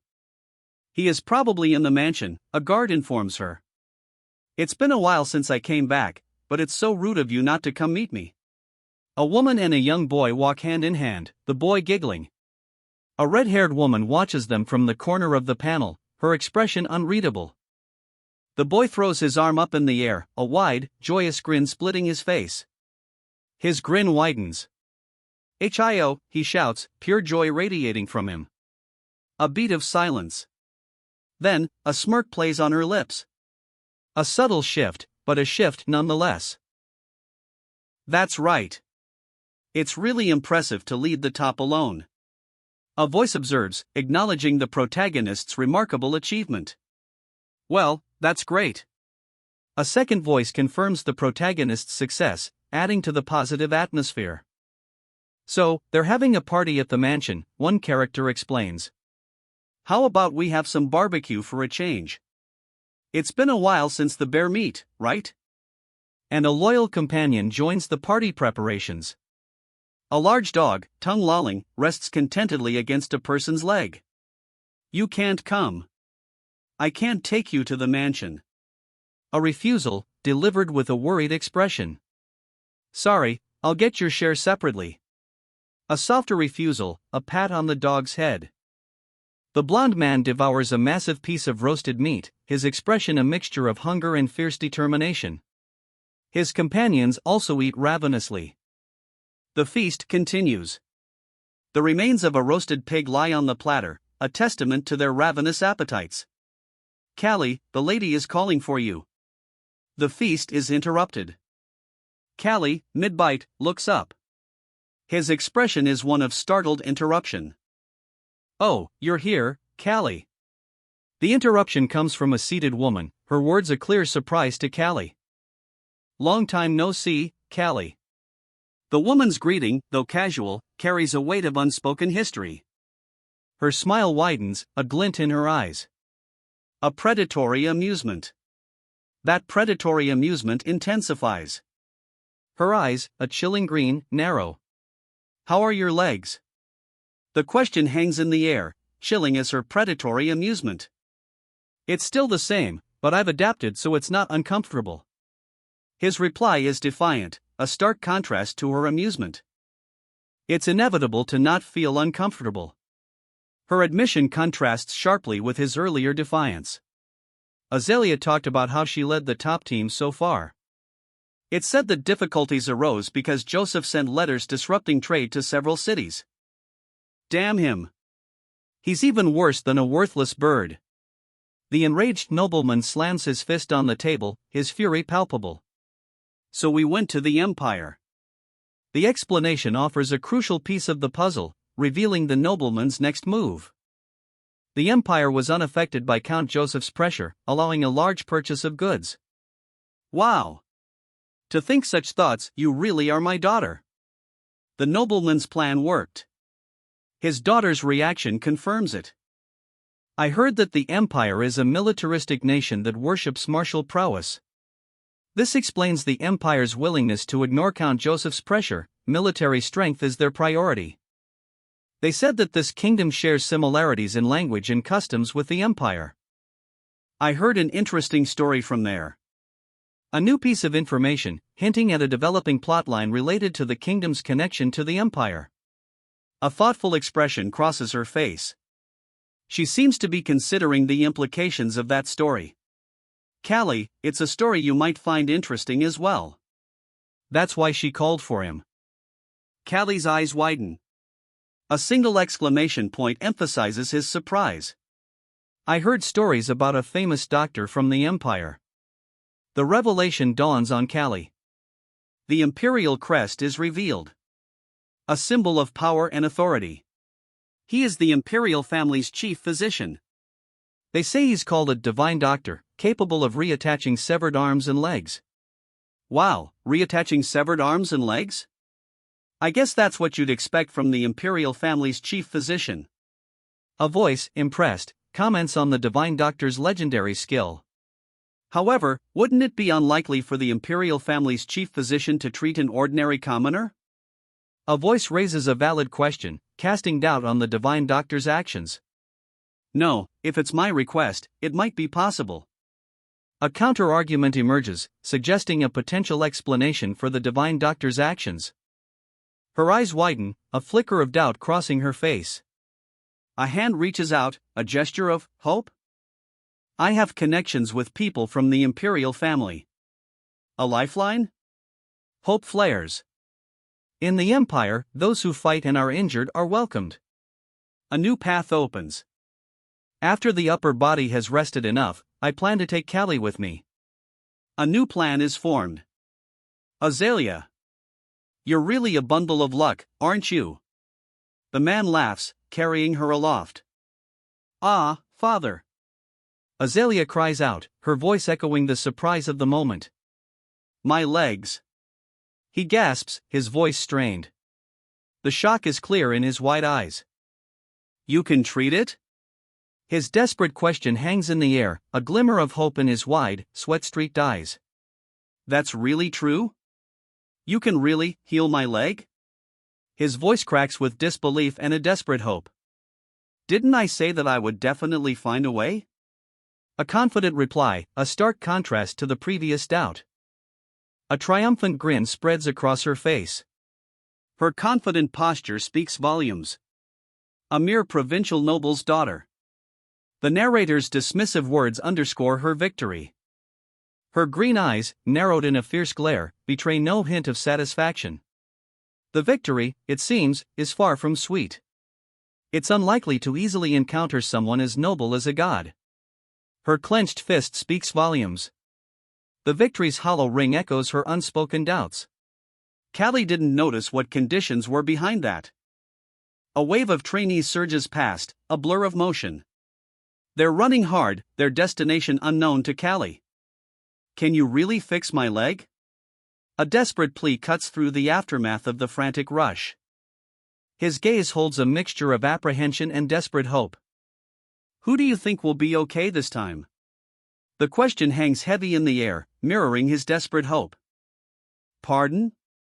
The blonde-haired man's shocked question hangs in the air.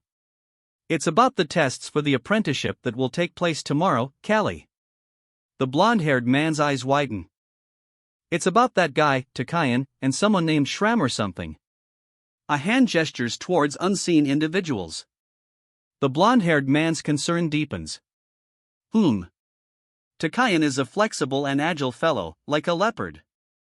The blonde-haired man's assessment offers a new perspective on the situation. Takayan counters with a furious lunge. His opponent is thrown off balance. Shram has strong determination. They were desperate to return home, willing to pay any price. Well, having motivation is good. A voice observes Shram's determination. But his resolve, it's unwavering. Callie seems completely lost in his own thoughts.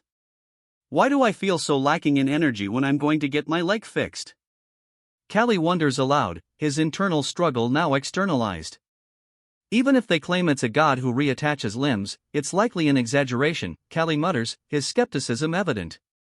The medical practices here are far behind modern times. Even surgeries after the ogre fight were futile. They relied on luck because there were no painkillers or antibiotics. If it's just a futile hope, if it can't be fixed, then I. He clenches his fists, a grim determination etched on his face. What should I do? The question hangs heavy in the air, mirroring his internal struggle. Darn it! Pull yourself together. Azalea put in so much effort. He grits his teeth, steeling himself for what comes next. He throws a punch. Hey, why are you banging on the desk? You're scaring Robo. He's interrupted. Hey, is this your room? Why aren't you going to training? Since there's an apprenticeship test tomorrow, we should take a rest today, someone explains. They said you should attend too. Key Joe. Why? Why are you boxing? One fighter asks. What are you talking about? The other retorts, his expression defiant. There must be a reason. Like wanting to prove something. The challenger's words hint at a deeper motive. What reason is there? Just because they were told to. A bystander's words question the challenger's motives. Oh my, our robo is so adorable, I could die, another exclaims, highlighting the unexpected cuteness of the robot. There's no such thing as a simpleton. The blonde-haired boy's skeptical expression underscores the statement. His doubt casts a shadow over the earlier comments about the robot's cuteness and the challenger's blind obedience. Do you claim to be? The question hangs in the air, a challenge reflected in the wide, startled eyes of the challenger. His disbelief is palpable. Something I want to prove. The challenger's declaration hangs heavy in the air, a stark contrast to his initial disbelief. His gaze drops, a shadow of doubt crossing his face. He sits, his shoulders slumped. The weight of his doubt is palpable. The next day, the apprenticeship test was conducted. An apprentice becomes an official boxer by winning a match against a professional. In fact, ageists. The apprenticeship test, it turns out, is more of a loose and ceremonial event. Because only apprentices with the skills to pass appear in the test. They themselves don't even know. The narrator's voice carries a hint of mystery, emphasizing the unexpected revelation. The apprentices draw lots to determine their opponents. Come out, Kijo, a voice calls. Haha, are you? The laughter rings out, a clear challenge to Kijo. Conceding from the start? The challenger taunts, a sneer twisting his lips. Kijo ridiculed the apprentice with skillful footwork. The apprentice is sent sprawling. It is inevitable to employ outboxing that widens the distance due to the body structure. He has become skillful. That's the Kijo I knew. A stark realization dawns. Both Kijo and Torres have grown stronger. What's the point of simply trading blows? I haven't used this fist on anyone yet.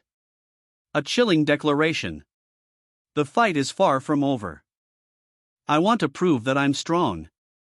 A fiery declaration of intent. The fight continues. His eyes blaze with fierce determination. A clenched fist, ready to strike. Next is Shram. Come out. The challenger steps forward. A jagged scar is visible on his back. Bound and restrained, he awaits his fate. Hey! A single word cuts through the silence. His fate hangs in the balance. Just because your leg is a bit uncomfortable, you wouldn't be thinking of avoiding the fight, would you? The question hangs in the air, a challenge in the face of uncertainty. He ignores the pain, his resolve unwavering. The fight continues. His eyes blaze with fierce determination. Let's have a match. The challenge hangs in the air, a smirk playing on his lips. The blond man sits, a smug look on his face. His opponent's back is to us, their shoulders slumped. Let's have some fun, the defeated fighter snarls, a chilling grin spreading across his face. The blond man's smugness falters. It wasn't even a match. The blond man's eyes blaze with barely controlled fury. Are you certain? Right now. Doubt creeps into the scene, a stark contrast to the blond man's rage. Even if it means disqualification as an instructor, I honestly want to confirm it. His resolve hardens, a stark contrast to the earlier doubt. How does Callie intend to fight with those legs? The question hangs in the air, a doubt echoing the instructor's earlier hesitation. There's no way that guy was just showing off to buy time. The blond man's accusation hangs heavy in the air. Why did you choose me? He demands, his anger palpable. You were embarrassed last time. A cutting retort silences the blond man's anger. I also want to show how much stronger I've become. His words are a low growl, a promise of retribution. If you're up for a fight, I have no intention of avoiding it. He clenches his fists, a defiant glare hardening his features. Someone, please lend me a leash. A desperate plea echoes the escalating tension. He stands over his defeated opponent, a grim satisfaction etched on his face. The fight is over. He turns, his back to the defeated opponent. The fight is definitively over. This kid. A voiceover, seemingly from an observer, reflects on the victor's unexpected strength. Why did you wrap clothes around your fists? The question hangs in the air, a mystery echoing the observer's surprise. The makeshift bandages are clearly visible, tightly wrapped around his fist. He's ready. Shram. He attacks. Have you trained your abdominal muscles a lot? The attacker taunts, a smirk playing on his lips. I heard that despite the rough nickname Ogre Slayer, they fight more with skill in their head rather than relying solely on brute strength. Given that one leg is injured right now, strong punches are still possible. It's just half-baked, he grits out, despite his injury. He lunges forward. His attack connects. A cloud of dust explodes where his foot impacts. Left. The dust clears, revealing a fierce glint in his eye. He counters with a powerful blow. A blur of motion, then impact. What? The impact leaves one fighter stunned. He counters. A furious expression contorts his face as he launches a desperate attack. His desperate attack connects. A powerful blow lands. The impact sends a shockwave. Cough. He struggles for breath, a grimace twisting his face. He collapses. Dust clouds the air. Feet in the air. A witness gasps, his eyes wide with shock as the dust settles. Since when did the fist become this solid? A voice, filled with disbelief, echoes the stunned silence. The impact sends a shockwave. Dust explodes. The dust settles, revealing the blonde fighter standing over his fallen opponent. His defeated opponent crawls away, leaving a trail of dust. Shram, are you okay? A concerned voice calls out. It feels like my bones are made of steel. My body is so strong. Shram grits his teeth, a fierce expression on his face. It has just begun. Still, I can do more. Shram's resolve deepens. An observer assesses Shram, crouched and bruised, his resolve unwavering. Although covered in cloth and leather, I definitely gave it a proper strike. A smug grin spreads across the observer's face. Did you endure it not with muscles, but with tenacity? Not bad, Shram. It seems like it wasn't a lie about killing a bear. The observer's words confirm Shram's incredible strength. Damn it! I can't lose to someone who can't even use. The defeated opponent's frustrated outburst reveals his disbelief at Shram's unexpected victory. Their legs. The defeated fighter's explanation reveals the unexpected nature of Shram's victory. He got hit on the side. Even my legs are in shock. The defeated fighter's legs tremble, highlighting the brutal, unexpected power behind Shram's seemingly off-center strike. Now, who can't use their legs? Shram asks, a cruel smirk spreading across his face. His face contorts in furious rage. A guttural growl escapes him. Damn it! It's the opposite of what I heard. His rage intensifies. Hey, you idiot! Turn around and look around. What are you doing with both legs spread out? The shouts cut through his rage. I know. He snarls, defiance etched on his face. I'm not completely unable to move like you, he shouts, his stance unwavering despite the obvious pain. He spits out blood. But the effort to stay standing is clear on his face. His leg buckles. A searing pain explodes through his lower limb. It's a gap, he snarls, a furious counterattack exploding from his fist. The attack connects. The impact reverberates. The blow connects. A cloud of dust explodes. The dust settles. A figure lies still. I'll push you like this. The victor's triumphant words punctuate the scene. Dust and debris fly as the victor's triumphant declaration hangs in the air. He stands victorious, a fierce glint in his eye. The dust settles. His opponent is sent flying, a blur of motion against the darkening sky. Ah! The impact echoes. He's sent flying. A brutal impact. He impacts the ground. A cloud of dust erupts. The dust settles. He lies defeated, dust coating his battered body. His eyes, though, remain open. A flicker of defiance remains in their depths. Even though your legs were messed up, the opponent was the ogre slayer, right? The question hangs in the air, a challenge to Shram's defiance. Shram's face contorts in a snarl of furious defiance. He grits his teeth. The Yang Sungso guys deceived you. Shram shouts, his defiance unwavering. I never said I would use such force. Ha ha ha. I get that you're angry, but nobody lied to you. Until last year, Callie was the type to win with skillful tactics. The opponent's laughter rings out, a stark contrast to Shram's righteous fury. Callie is thrown to the ground, a pain dug escaping his lips.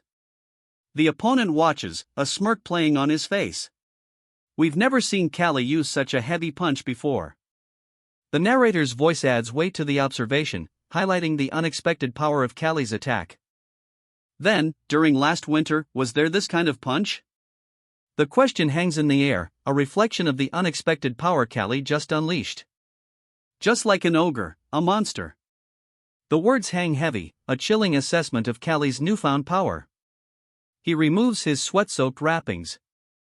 The scars across his back are a testament to the battle. I didn't expect it at all. His voice is low, a quiet admission following the revelation of his scarred back. I never thought I would change my style completely. His gaze hardens. A fierce determination sets in. I didn't know that I would use those evasion techniques altogether. He reflects, a hint of surprise in his voice, despite the unwavering determination in his eyes. I just changed my strategy, he explains. It's no longer avoid and strike, but somehow strike. Even with your legs like that, showing something new, that's stirring up my blood. His opponent's unorthodox fighting style is clearly unsettling him. I want to bring it out right now and see who is stronger. He's clearly agitated, ready to end this unorthodox fight. It wasn't just boasting about making a comeback with those legs, he reflects, his back to us, the dust still settling.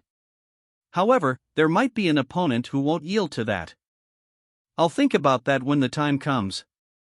He walks away, the dust settling around him. The fight, for now, is over.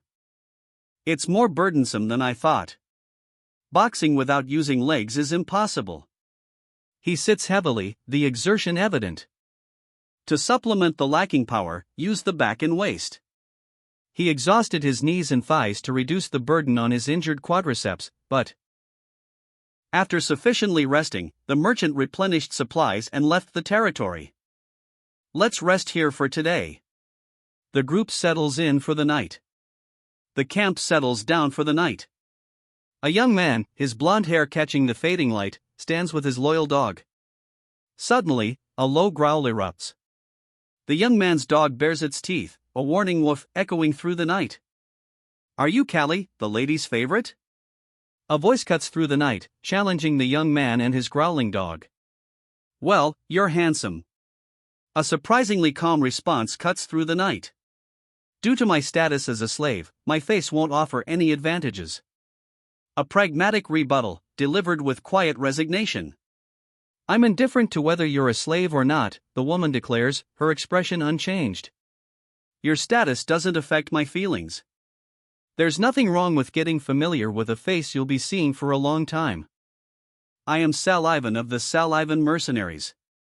Those guys are my men. The woman's confident smirk confirms her authority. They're not the bad sort. Sal Ivan's assurance, a calm counterpoint to her earlier bravado, reassures us. I am Callie. The name hangs in the night air, a stark contrast to Sal Ivan's earlier reassurance. I've heard all the rumors while staying in the territory. Is it true that you killed Bear? The question hangs heavy in the air, a stark challenge to Callie's revealed identity. Callie remains silent, his gaze unwavering. A smirk plays on the other's lips. He seems sad. Is it because I arrived alone? The other shrugs. Well, there's nothing I can do to change it. Captain. Let's please stop chatting and quickly set up the tent. A frantic plea cuts through the lingering sadness. Her eyes widen, a look of urgency replacing the sadness. The captain must act now. All right. Coming. The captain's response is swift, decisive. The urgency is palpable. I'll help you, one offers.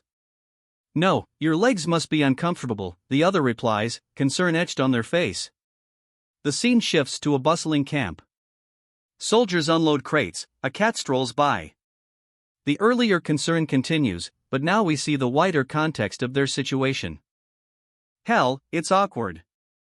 The thought hangs heavy in the air above the bustling camp. It seems like you have nothing to do, Callie. The words hang in the air, a stark contrast to the bustling camp. Callie's face is grim. Since everyone is concerned about your legs, it must be hard for you to help. A sympathetic voice offers, a stark contrast to Callie's grim expression. It seems like a vagabond's situation. The assessment hangs heavy in the air, a stark commentary on Callie's plight. But I can't let you idle in such a tight situation. Follow me, and be prepared from now on. A new directive cuts through Callie's despair, offering a path forward. Pardon? A single word, a question hanging in the air, reflects Callie's confusion and uncertainty as he considers the sudden directive. Join me for a meal, won't you? The invitation hangs in the air, a stark contrast to Callie's previous confusion. Callie's confusion melts into a sly smile. A playful glint in her eyes. That playful glint intensifies. She's up to something. They walk on, the night air heavy with unspoken plans. Those mercenaries are young. The observation hangs in the night air, a new element in their unspoken plans. They're mostly teenagers, and at most in their 20s. The confirmation settles the unspoken tension around the campfire. No mercenary band would follow a young woman like me, she states, dismissing the superstition that a woman leading the group brings bad luck. I can't help it, even if it's a superstition, she admits, a hint of weariness in her voice. In the end, there was no other option. A mercenary group in a situation similar to mine.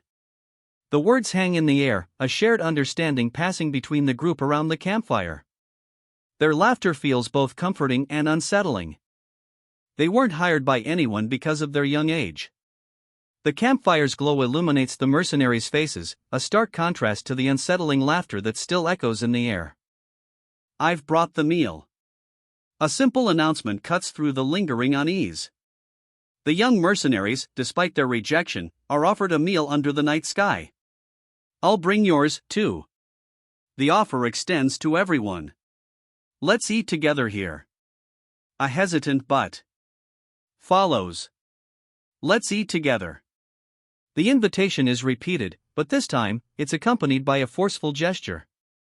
She gestures towards the table, clearly eager to start the meal. A spoonful of steaming stew is served. The stew is consumed. This is more awkward. He mutters, the shared silence heavy after the stew is finished.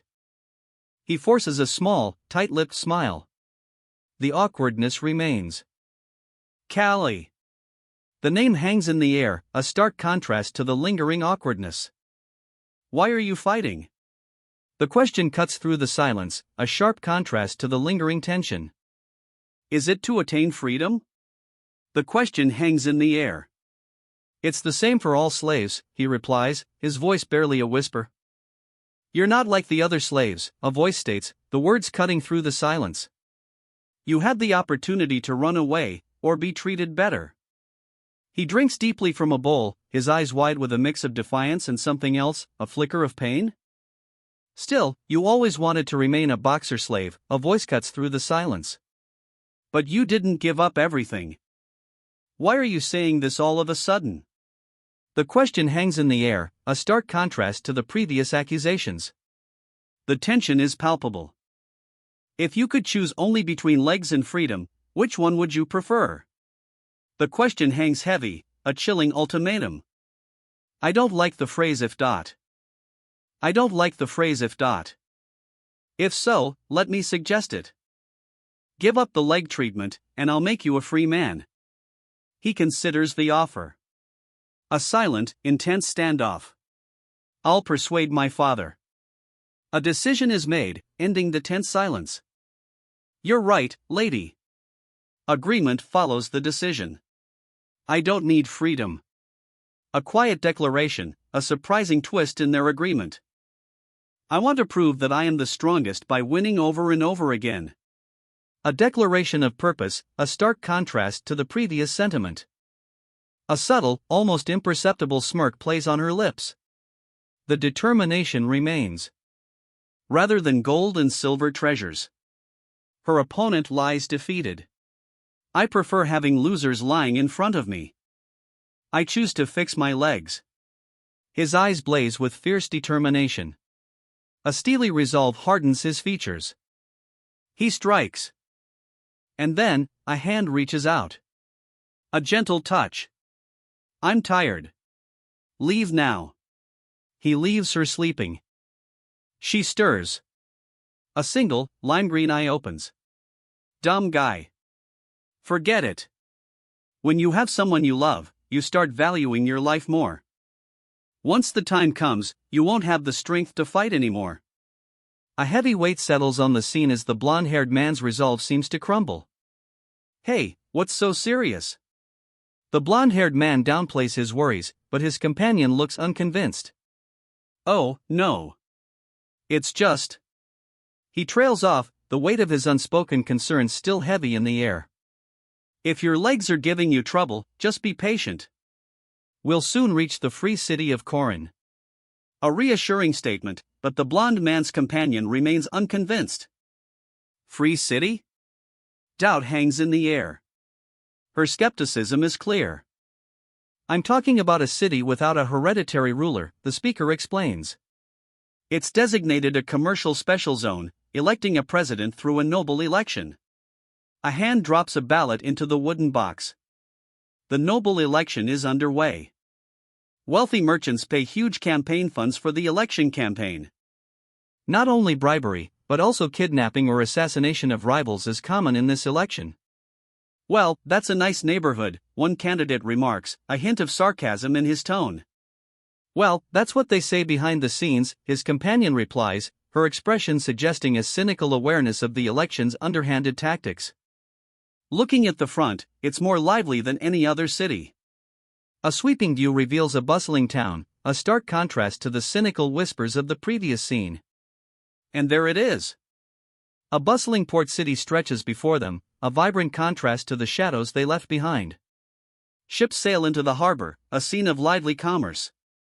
You may pass. 7 days stay, extensions at City Hall. Their journey continues.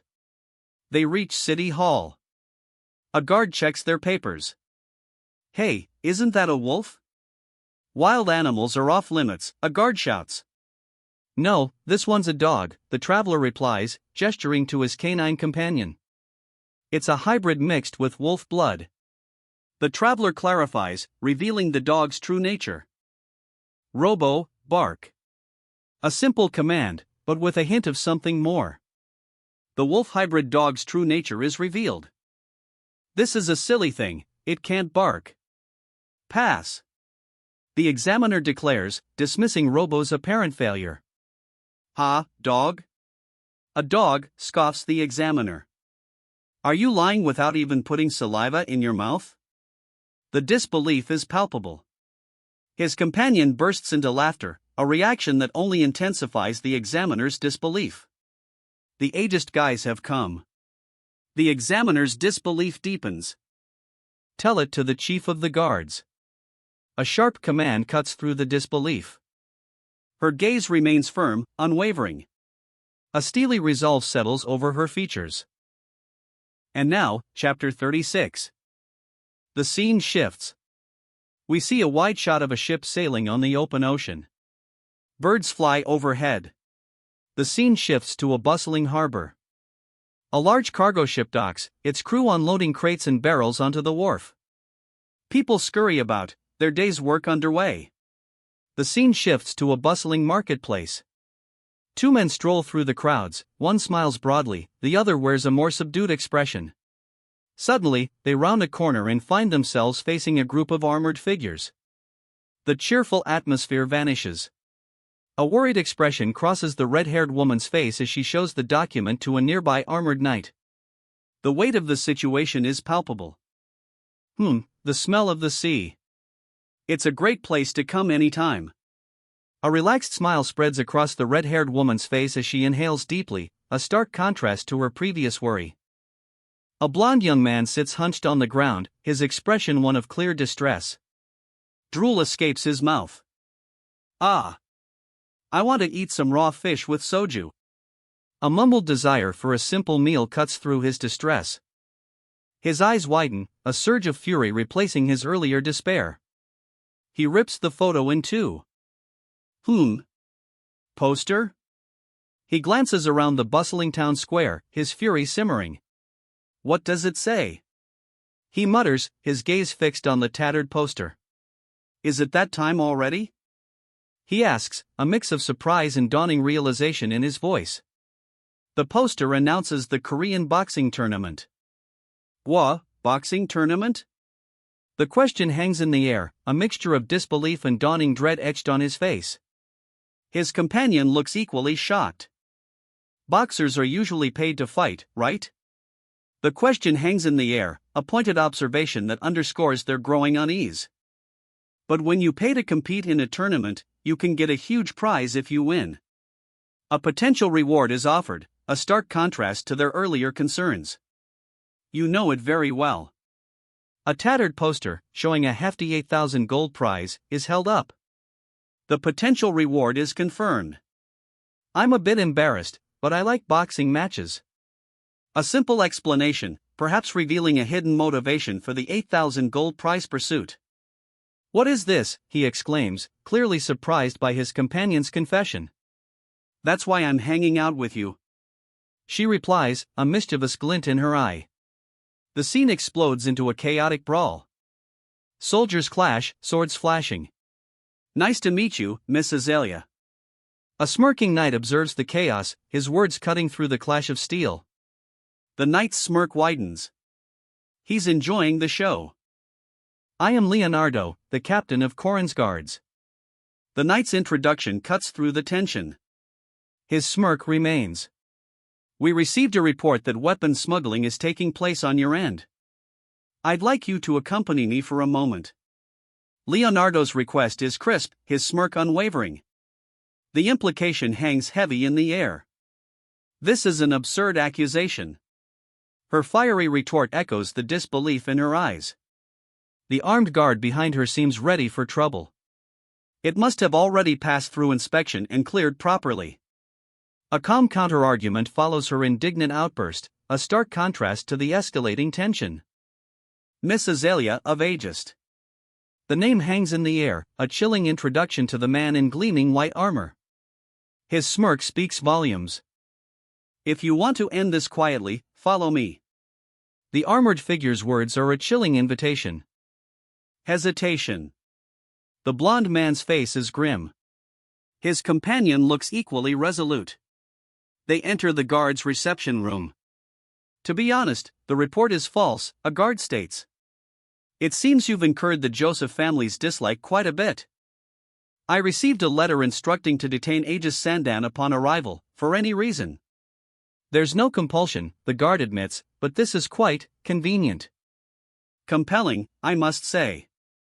The guard's assessment of the situation is clear. This arrest is suspiciously convenient. Why didn't you just arrest me right away? The question hangs in the air, a challenge to the guard's suspiciously convenient timing. She sits, arms crossed, a picture of simmering defiance. The suspicion in her eyes remains. What do you want? Her defiance sharpens. The suspicion in her eyes intensifies. Her eyes narrow further. A silent, furious glare. That silent fury explodes into a sneering, predatory grin. It's good that we can communicate well. A chillingly calm statement follows the predatory grin. 10,000 guilds? Their shocked faces speak volumes. Their disbelief is palpable. One clenches his fist, a silent scream of outrage. Damn it!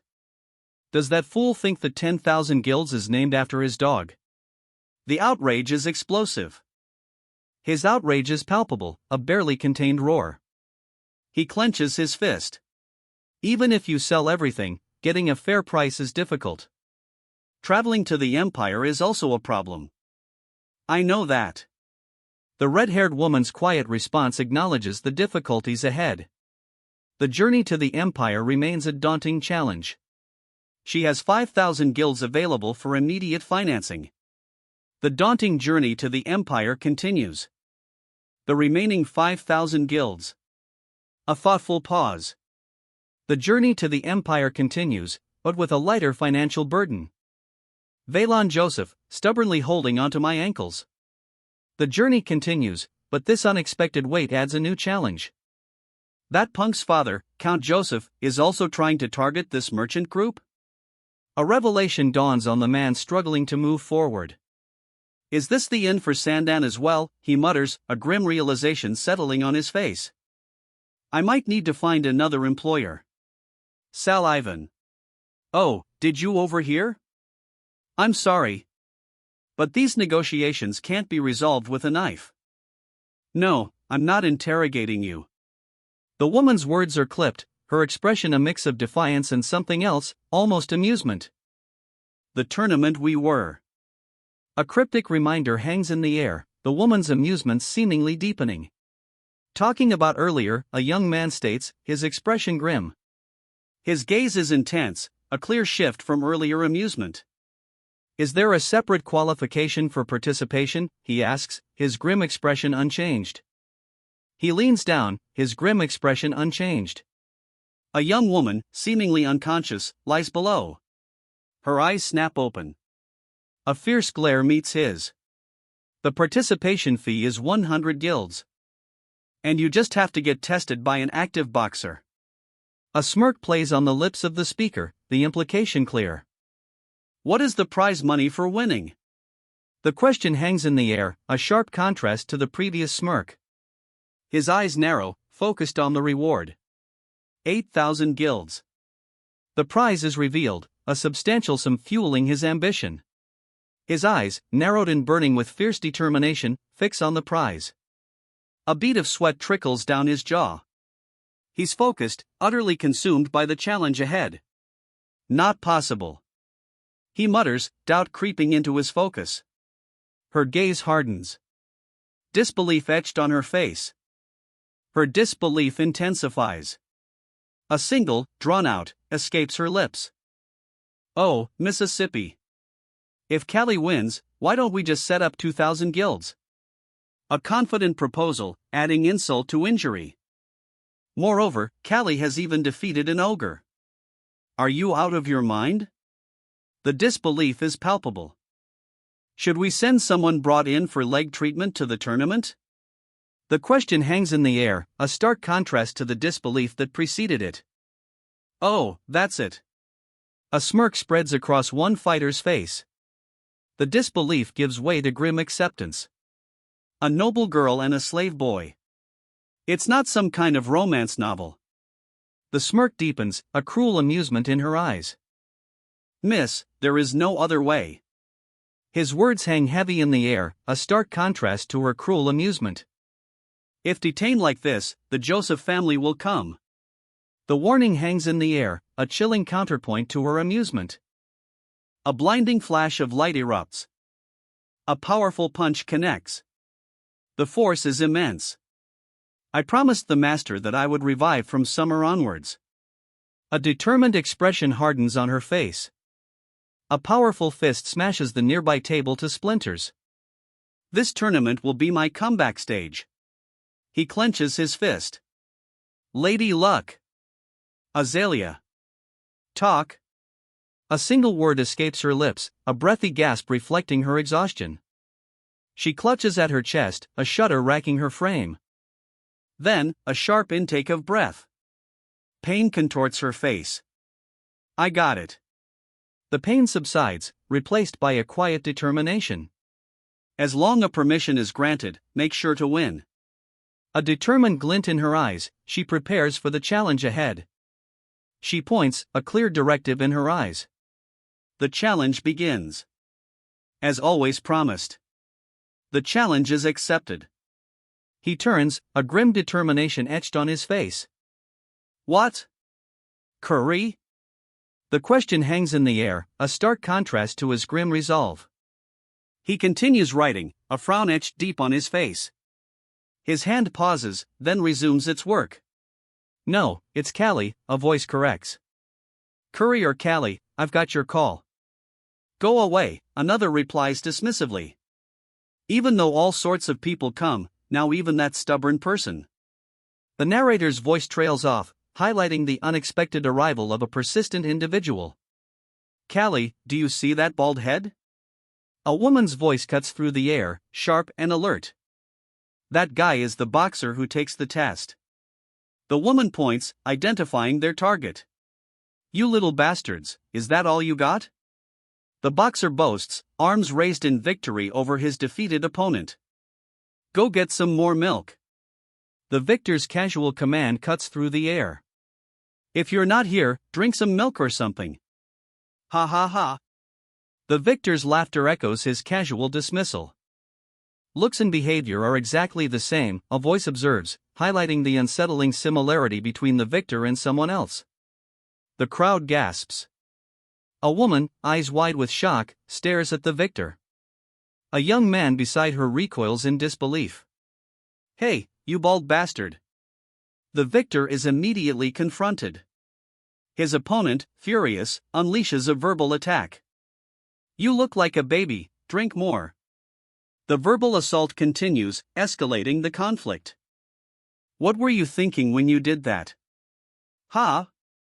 The blonde's shocked expression speaks volumes. The verbal assault has clearly backfired. Hey, blonde kid. The aggressor's casual greeting cuts through the stunned silence. The attack, it seems, is far from over. His face contorted in a furious grimace, the aggressor advances. The attack continues. The attack lands. A brutal blow. His leg is broken? The question hangs in the air, a murmur of disbelief from the onlookers as the blonde man assesses the situation. Hey dude, this is the place only for the contestant to participate. The blonde man's words cut through the disbelief. Just get lost, the large man snarls. The blonde contestant calmly replies, I'm also a contestant. Unbelievable. Now even the guy who can barely walk wants to join a pugilist match. The large man's disbelief hangs heavy in the air. Come on. I'll teach you a lesson. The large man's sneer is a promise of violence. He's sent flying. A blur of motion against the sky. He lands hard, a cloud of dust swirling around his clenched fists. The crowd watches, silent. Are you really the famous ogre slayer? Are you really that Callie? The question hangs in the air, a challenge echoing the stunned silence of the crowd. I'm sorry I just ran away, but I'm sure you'll be okay if you're the ogre slayer. A confident smirk plays on Callie's lips as she speaks. He just needs to win, so... Callie explains, a knowing glint in her eye. Her confident smirk remains. His eyes widen in shock. A look of disbelief washes over his face. EA? His shocked disbelief intensifies. His shock gives way to utter terror. A woman, eyes wide with a similar fear, stands before him. But his terror intensifies. A grim determination sets in on his face. His opponent crashes to the ground. He beat me, with a leg like that. The defeated opponent's disbelief is palpable. The defeated fighter gasps, his disbelief etched onto his face. He's on the ground, defeated. Well, a voice remarks, a hint of something unreadable in the tone. His eyes widen, a look of dawning disbelief on his face. Do you want more? The question hangs in the air, a chilling challenge. I guess that you winning that competition wasn't just a coincidence. The laughter echoes, a chilling confirmation of suspicion. This is my first time looking at that kind of punch. The villain's laughter turns into a wide, manic grin. Their chilling amusement underscores the threat. It's just because the opponent was careless, so he passed out so easily. The villain's smug explanation underscores their complete disregard for their defeated foe. It's also a skill to make your opponent's guard down. You're great. The villain's self-congratulatory words highlight their mastery of deception. I think we should come back here tomorrow afternoon. A confident plan is made, suggesting the deception worked. Her eyes, sharp and unwavering, confirm their success. A confident smirk plays on her lips. Looking at his aura, he doesn't look like an ordinary slave. A new assessment, delivered with a hint of intrigue. He carries a worn waterskin, secured by a simple rope. The subtle dust motes suggest a recent exertion. Now I understand why that noble lady fell in love with him. A knowing smirk plays on her lips. Today's opponent was an easy one. A confident declaration, echoing the smirk from before. Because he just believed in his size and strength alone. The problem is with Wesley. Style. A swift counterattack. He stumbles back, hand to his head. A look of disbelief washes over his face. If they can make an opportunity because of my lack of mobility, it'll be difficult. He mutters, his disbelief hardening into grim determination. The next day, in the afternoon. Everyone. The participants will start to fight. The announcement rings out, a hush falling over the crowd as the fighters prepare. The tension ratchets up. Two fighters, sweat glistening, glare at each other. The fight begins. The first blow lands. Nasty. She recoils, a look of disgust on her face. You could just stay there, why did you follow me here? He demands, his expression hardening. Blue. I'll leave first. He turns, a clear attempt to de-escalate. The red-haired woman covers her mouth, clearly distressed. Now. Let's start looking for the opponents. Number 4, so you'll fight with number 3. I think it would be easier if the organizers just do it randomly. A blonde-haired fighter observes, seemingly unimpressed by the matchups. Well, you really don't know anything, huh? It's different from the usual matches you're used to. The blonde fighter's words dismiss the other's apparent confusion. He gestures dismissively at the matchup sheet. Because you'll play every day except for the female and semifinal. The blonde fighter explains the unusual tournament schedule. You have to win 5 consecutive matches, she points out, a challenging glint in her eyes. So what if you meet a strong opponent from the beginning? It would be a disadvantage because of the accumulation of injuries and fatigue. So now you understand why they draw like that, right? To prevent manipulation. And there's also quite a lot of money moving behind the scenes. The prizes are also big. So it's like a gambling match. The competitor realizes the high stakes, confirming the previous panel's revelation about significant prize money and behind-the-scenes betting. Number 1, number 2. Please come to the ring. The announcer's voice cuts through the tension. The match is about to begin. The two fighters face off, a crackling energy sparking between them. Their expressions are fierce, ready for battle. Their gaze is not a joke. Whoa!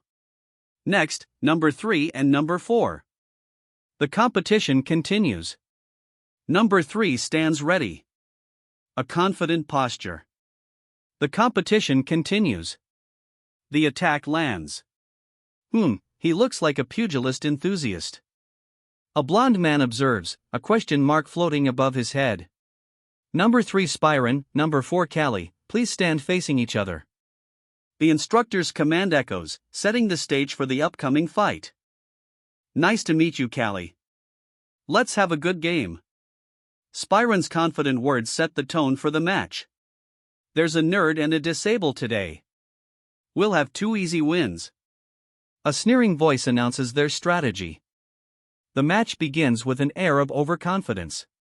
Opponents. A sudden realization dawns on the blonde fighter. His overconfidence falters. Maybe he's. The blonde fighter's doubt grows, his earlier bravado shattered.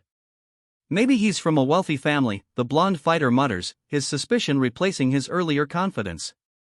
A nearby woman listens, her expression concerned. And he just wants to test his skills, a nearby voice explains, adding another layer to the mystery surrounding the fighter. So that's why you just called him a pugilist match enthusiast.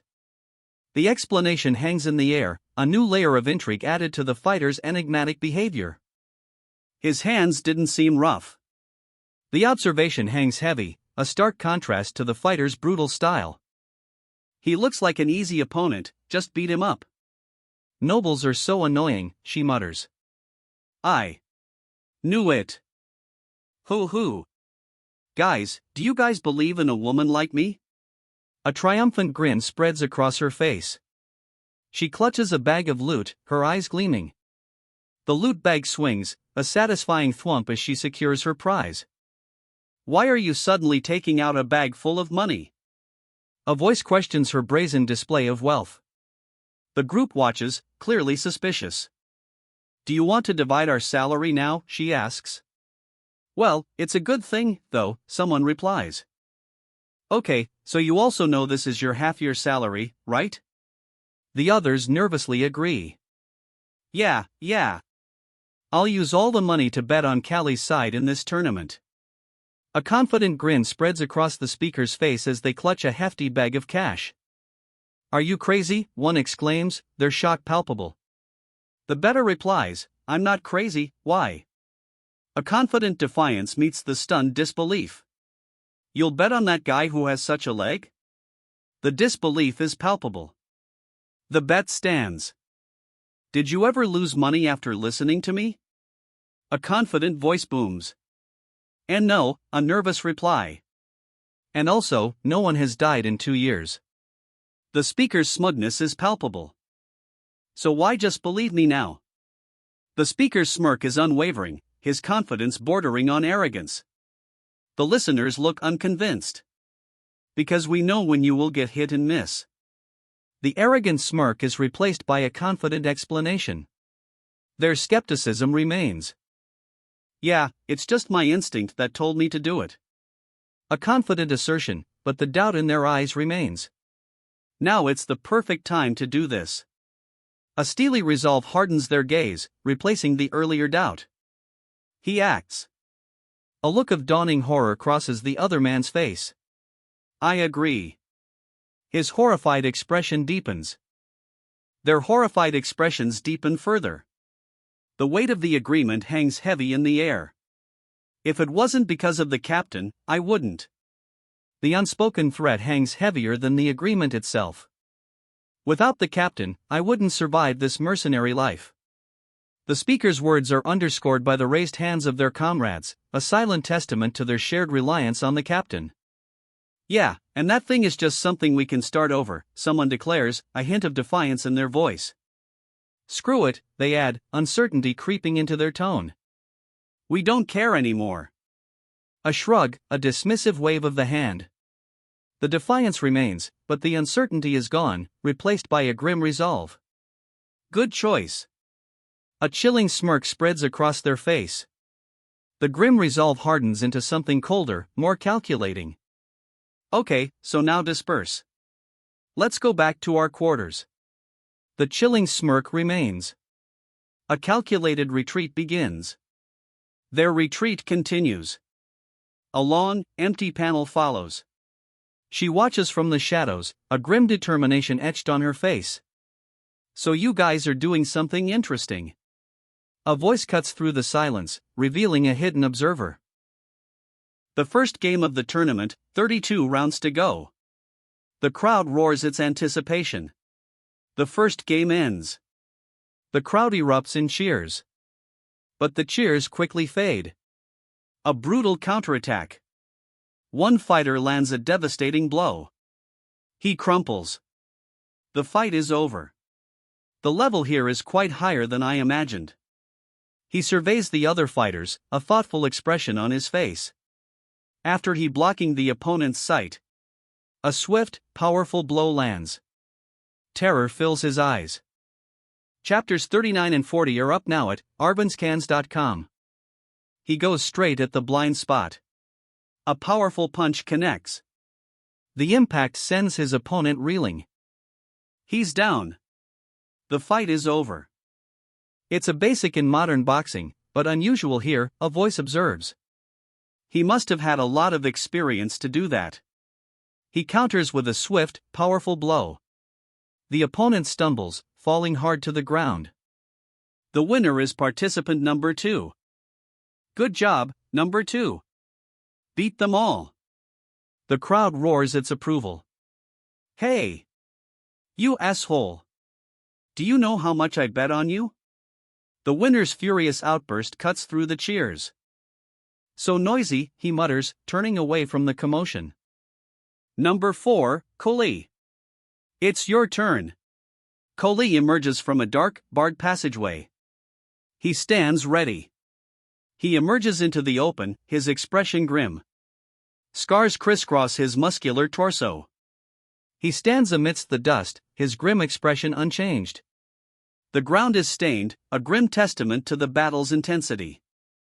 The fight concludes. 3 figures stand outside the dusty arena. The fight concludes. 3 figures stand outside the dusty arena.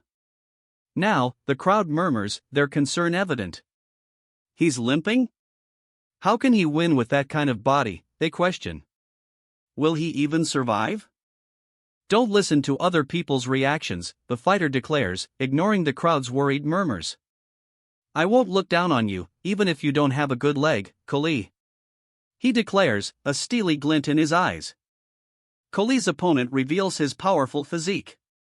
A testament to his strength. Like what Sullivan said. If he really is a noble, maybe I'll face a problem later if I punch him too hard. A moment of hesitation crosses the fighter's face. Let's win by moderation by hitting his chin not that hard. A plan forms, replacing hesitation. I'll go first. He lunges forward. A fierce clash. The impact sends a shockwave through the air. He stumbles back, clutching his head. Blood streaks his face. His attacker unleashes a powerful counterattack. A blinding flash of energy erupts. Ugh! I need to defend myself first. He grits his teeth, a fierce determination in his eyes. His fists clench, ready to strike back. He counters. A powerful kick connects, sending a shockwave through the ground. The counterattack lands. A brutal uppercut sends his opponent reeling. He follows through, a swift kick sending his opponent sprawling.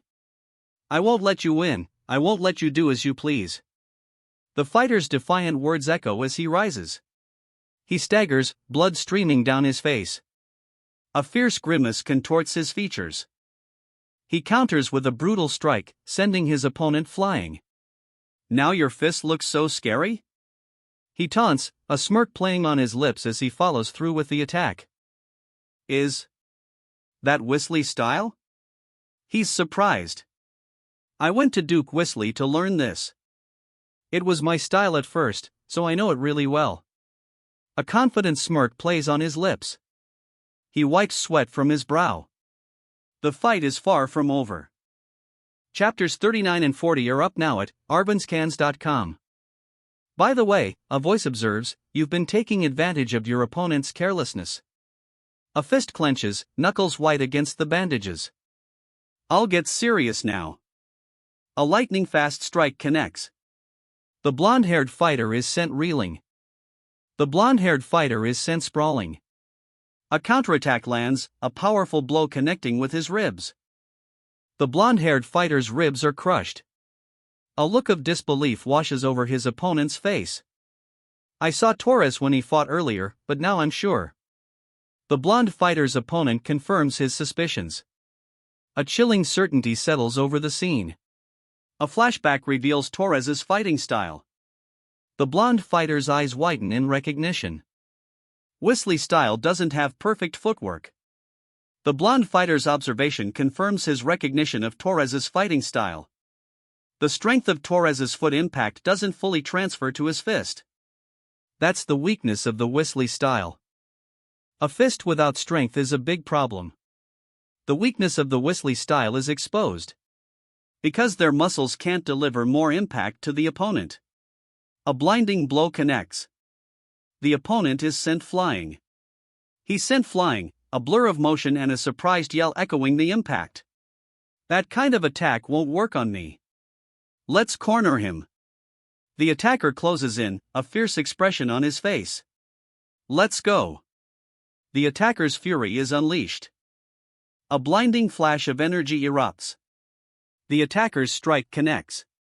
Chapters 39 and 40 are up now at arbanscans.com. Let's finish him in. The words hang in the air, a chilling declaration of intent. One go. The attack lands. Ha! The impact leaves the dark-haired fighter speechless. The dark-haired fighter is sent flying. A powerful blow sends him sprawling. The impact throws up a cloud of dust. The blonde fighter stands victorious, a fierce grin on his face. His opponent lies defeated, spitting blood. The blonde fighter's victory is complete. My leg, he gasps, clutching his injured limb. The blonde fighter's victory is absolute. The blonde fighter stands victorious. A bright flash marks the final blow. His opponent crumples to the ground, a pained ugh escaping his lips. Darn it, I should have trained my abdomen more. The defeated opponent groans, his regret echoing in the dust.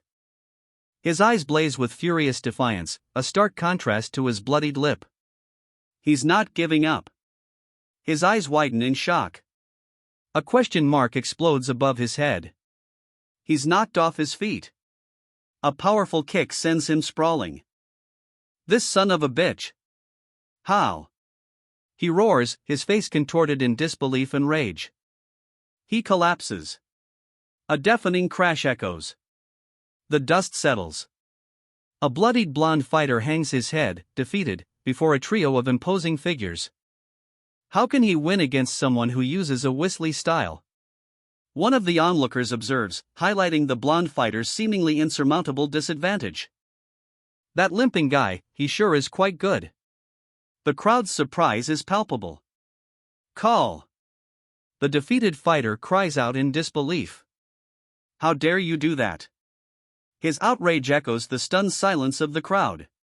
A figure emerges from a doorway. He's angry. The Korean text reads humph. His anger explodes. Humph, he spits, face contorted in furious frustration.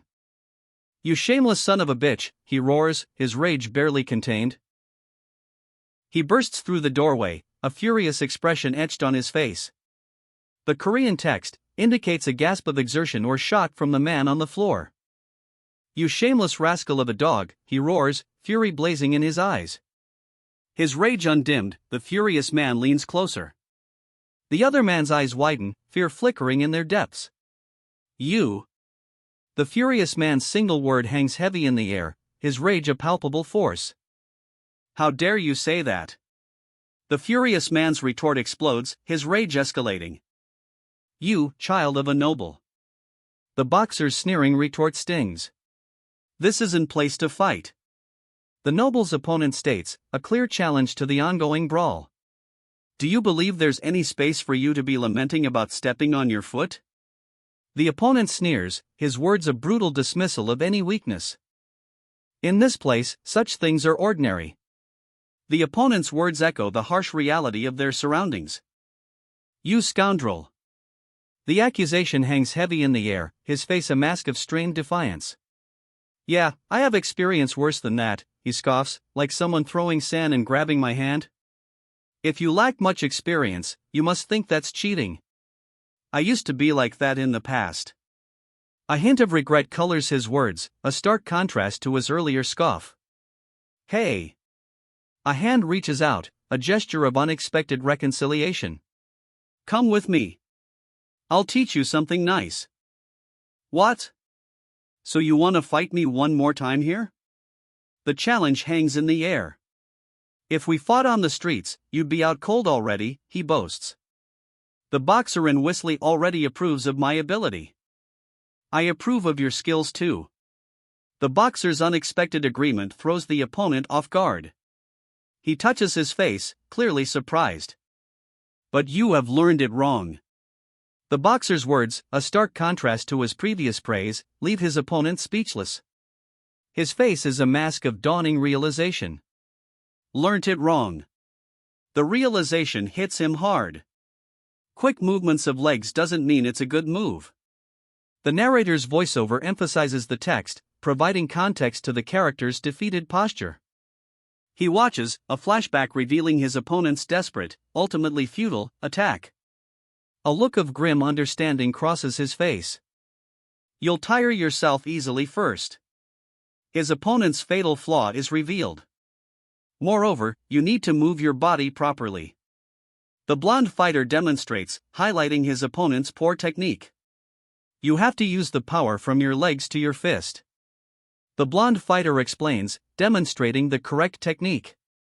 He drives his leg into the ground, launching himself forward. He connects with a powerful punch. Like this? He asks, demonstrating the technique.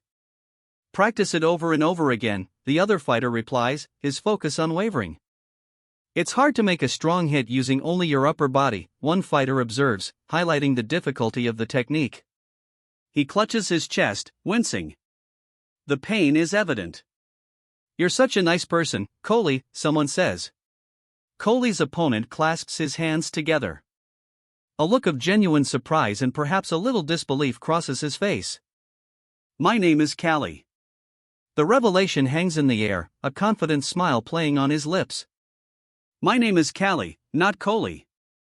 A correction, delivered with the same confident smile. Callie? The question hangs in the air, a clear indication of surprise.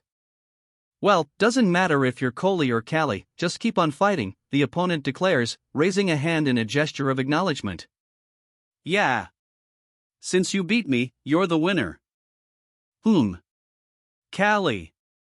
The victor's opponent murmurs, a thoughtful expression on his face.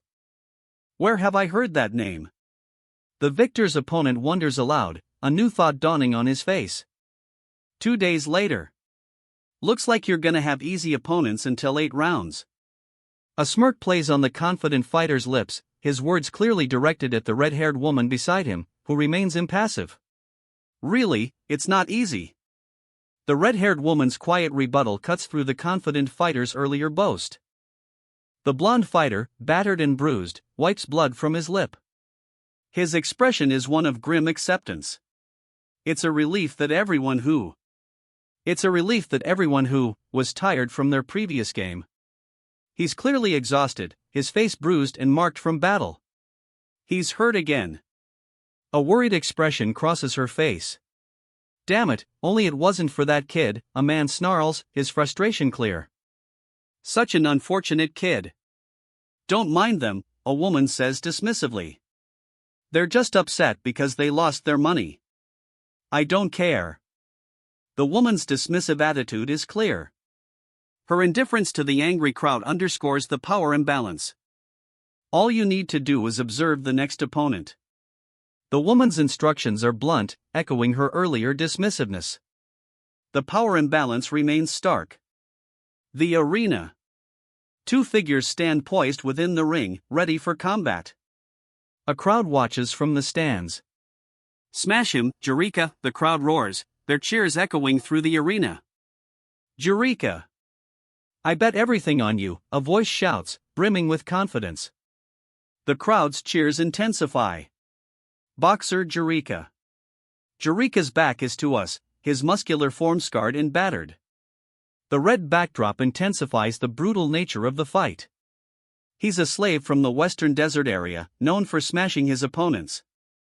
The slave, eyes narrowed, watches from the sidelines. A grim determination sets upon his face. As a boxer, I think he can become a free citizen if he can gather such a crowd. A glimmer of hope flickers in the slave's determined gaze. If he can be free, why doesn't he quit being a boxer? A question hangs in the air, a thoughtful counterpoint to the slave's burgeoning hope. He just loves torturing people through boxing matches. The horrifying truth shatters the slave's hope. Hey! A desperate shout cuts through the despair. The fighter's battered chest speaks volumes. Hey, man! Hit me more! The battered fighter's defiance echoes his desperate plea. His opponent complies, a brutal blow landing. The battered fighter's grin widens. Crazy dude. The battered fighter's grin widens even further. a powerful blow connects. The impact sends him reeling. Hey, two voices call out, breaking the silence. Hey! A single voice cuts through the previous calls, closer now, more urgent. The battered fighter's face is a mask of bloody triumph. A chilling grin stretches across his lips. He unleashes a devastating blow. A blinding flash of light erupts. That didn't hurt at all. The attacker's words, a chilling display of power. A brutal counterattack. The attacker unleashes a flurry of blows. The attack culminates in a final, devastating blow. Strange. I'm sure I hit him for sure. The fighter mutters, confused by the lack of effect from his devastating blow. But he doesn't seem to back down at all. He advances, a predatory grin splitting his face. The very ground seems to tremble beneath his feet. Is he really immortal? He's bleeding profusely, a furious expression contorting his face. Rage. Pure, unadulterated rage. I surrender. His voice cracks, barely audible over the pounding of his own blood. Even in defeat, rage still burns in his eyes. Ugh! A brutal counterattack. The force is immense. Do you think I'll let you surrender that easily? A chilling grin spreads across his battered face. The counterattack was only the beginning. He just said surrender, right? A disbelieving chuckle echoes as the attacker's fist connects. The counterattack continues. Oh my! The impact is clear. I'm sorry, I didn't hear. A chilling laugh echoes as the battered fighter grins, blood staining his lips. The winner is number 8, Eureka. The announcement rings out, echoing the brutal victory. The defeated fighter is carried away. A stunned silence hangs in the air, broken only by the murmuring crowd. What do you think? That's your next opponent. Do you think you can win? A nervous energy hangs in the air as the next fighter is introduced. When I look at his game, I don't think I'll lose. But a confident assessment, immediately followed by doubt. The match is far from over. But the red-haired woman's doubt hangs in the air. Her blonde companion ponders, a thoughtful expression on his face. No, never mind, the blonde dismisses the red-haired woman's doubt. What the, that's boring, another voice interrupts, clearly unimpressed. He doesn't have much skill, but his physical ability is quite good, one observer notes. But I don't feel anything special, another adds, their assessment echoing the earlier unimpressed comment. Like Orge. However, there is something about him that. Quarterfinals in 2 days. The crowd roars its approval. Eureka! Eureka! The crowd's cheers erupt again, this time fueled by pure excitement. Take that annoying guy down and crush him. The crowd's excitement explodes as 2 spectators erupt in gleeful shouts. The crowd roars its approval. Their excitement is palpable as the onlookers react to the match. Everyone is only rooting for Eureka. It's one-sided. The crowd's cheers are now framed by 2 onlookers' commentary, highlighting the clear favorite in the match. Don't worry, Mississippi Callie isn't the type to be swept away by this atmosphere. A reassuring voice cuts through the one-sided cheers for Eureka. Win, Callie. I've bet everything on you. The pressure is on. It's gotta be done. Callie's face is a mask of grim determination. The pressure's on, and she's ready. The opponent has a strong defense. He shifts his stance, bracing for another attack. The opponent's defense remains impenetrable. It's quicker to finish by striking the vulnerable spot rather than slowly chipping away. A new strategy forms in his mind. He clenches his fist, the spiked wraps gleaming. A focused determination sets in. The long-awaited semifinals, a spectator shouts, his excitement palpable. Eureka versus Callie, the announcer bellows, his voice echoing the crowd's anticipation. Hey, who is this? A gasp rises from the crowd as a new combatant is revealed. He's lame, right? Are you telling me to fight this guy? The new combatant is met with immediate skepticism. But the newcomer's unsettling grin reveals a different story. A predatory amusement. He's not lame at all. He. The newcomer's laughter echoes, a chilling sound that underscores his predatory amusement. His victory is complete. The victor stands over his defeated opponent. A single ellipsis hangs in the air, a silent testament to the brutal victory. A cruel smile spreads across the victor's face. Key kick, he sneers. The impact explodes. His eyes widen in disbelief. Hey, what's wrong? A concerned voice cuts through the tension. This guy hasn't even made a starting declaration yet. Eureka, that's a warning, the referee states. If you do this again, it's a foul. Eureka simply replies, yes. Get rid of the ambiguous rules. A voice, filled with simmering anger, cuts through the air. The referee's warning seems to have only fueled the fire. It's not a foul unless the audience criticizes. A chilling, confident grin spreads across the fighter's face. The rules, it seems, are entirely in his hands. Start. The match begins. An aggressive guy like you. He counters. A furious expression contorts his face as he lunges forward.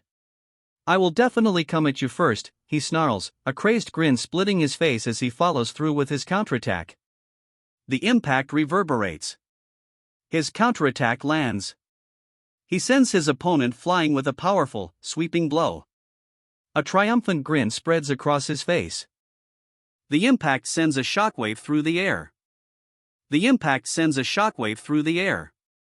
Blood sprays from a gaping wound as the fighter reels from the blow. He collapses. The fight is over. Dust settles. The victor stands over his fallen opponent. Ouch! A pained groan escapes the defeated fighter. It's over. The victor declares, his gaze intense. The defeated opponent lies bleeding, his body thrown back by the force of the blow. And you call yourself a boxer after this? Losing to a lame guy? Shame on you. The victor's scornful words echo over the defeated opponent. The body. Scars crisscross his chest. I can't get up for sure. The blow landed hard. He's definitely down for the count. Is he dead? The victor wonders, looking down at his defeated opponent. A surge of rage explodes across the victor's face. His eyes widen, filled with furious disbelief. Who's going to die? He snarls, his rage escalating. A deafening crash follows. I was worried, but it turned out well. A victorious grin spreads across the fighter's face. The punch is quite strong, but it's nothing special, is it? A question hangs in the air, a hint of doubt in the fighter's assessment. He got up? The fighter's disbelief is palpable. I'm sure he must have been shocked to the core. Eureka, give up now. The fighter's command echoes the disbelief from before, but now, it's laced with a steely resolve. If you keep going, you'll die. The warning is stark, a final, chilling ultimatum. You stepped back, you coward. I told you it tickles. The fighter laughs, a cruel, victorious sound. He's not charging at me like earlier. The fighter's confidence shifts. A change in tactics. It won't end with just an injury. I don't feel like killing someone with my fist. His words hang heavy in the air, a stark contrast to the brutal fight that preceded them. I need to neutralize them first. His resolve hardens, a shift from the reluctance before. He lunges forward, deliberately creating a gap. The blonde fighter unleashes a lightning-fast kick. His opponent barely reacts. After dodging, strike back. The blonde fighter counters with a powerful punch. Ugh, he grunts, the blonde fighter's face contorted in pain. The impact of the blow is clear. His eyes blaze with fury. A primal rage, raw and intense. He unleashes a devastating blow. His opponent is sent flying. Ha, what a waste. The victor boasts, a sneer playing on his lips as he stands over his defeated opponent. The victor turns, walking away from his fallen opponent. He leaves the defeated man in the dust. If you had taken that hit just now, it would have been over. The victor's words hang in the air, a chilling assessment of the fight's near end. The victor's triumphant grin is a chilling testament to his victory. Sweat glistens on his skin, a stark contrast to the cruel satisfaction in his eyes. The reason the opponent was helplessly beaten in. The victor's cruel smile explains it all. The slugfest the day before yesterday seems to be for this. The victor's explanation hangs heavy in the air. It's stronger than I thought. The victor's assessment reveals the unexpected power behind the previous slugfest. Eureka! A triumphant grin spreads across the victor's battered face. The unexpected strength of his opponent is clearly surpassed. I've discarded the complacent thought of not killing now. The victor's declaration is chilling, a stark contrast to his previous grin. I'll kill you properly. The victor's cold declaration replaces his earlier grin, a chilling shift in demeanor. Fool, I originally had that intention. The victor's cold words confirm his calculated cruelty. He never intended a quick fight. A triumphant grin spreads across the victor's face. His brutal blow lands. The impact reverberates. A crimson crack spreads across the opponent's leg. He spins away, a blur of motion.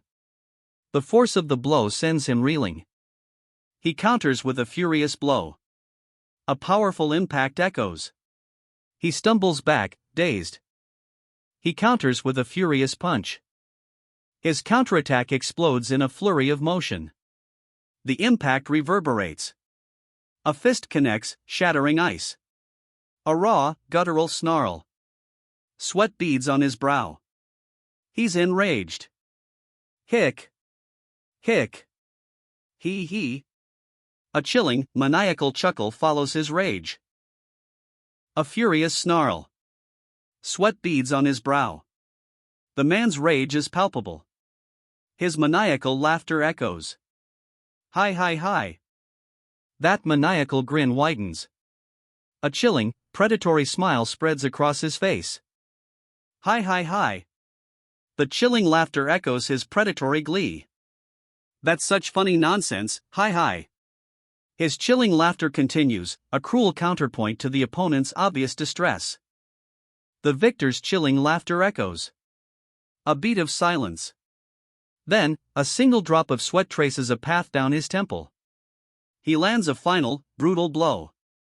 The impact explodes in a burst of motion lines. His opponent reels, eyes wide with disbelief. I'm sure I broke his bone. His face contorted in agony. A grimace of pure pain. Ugh!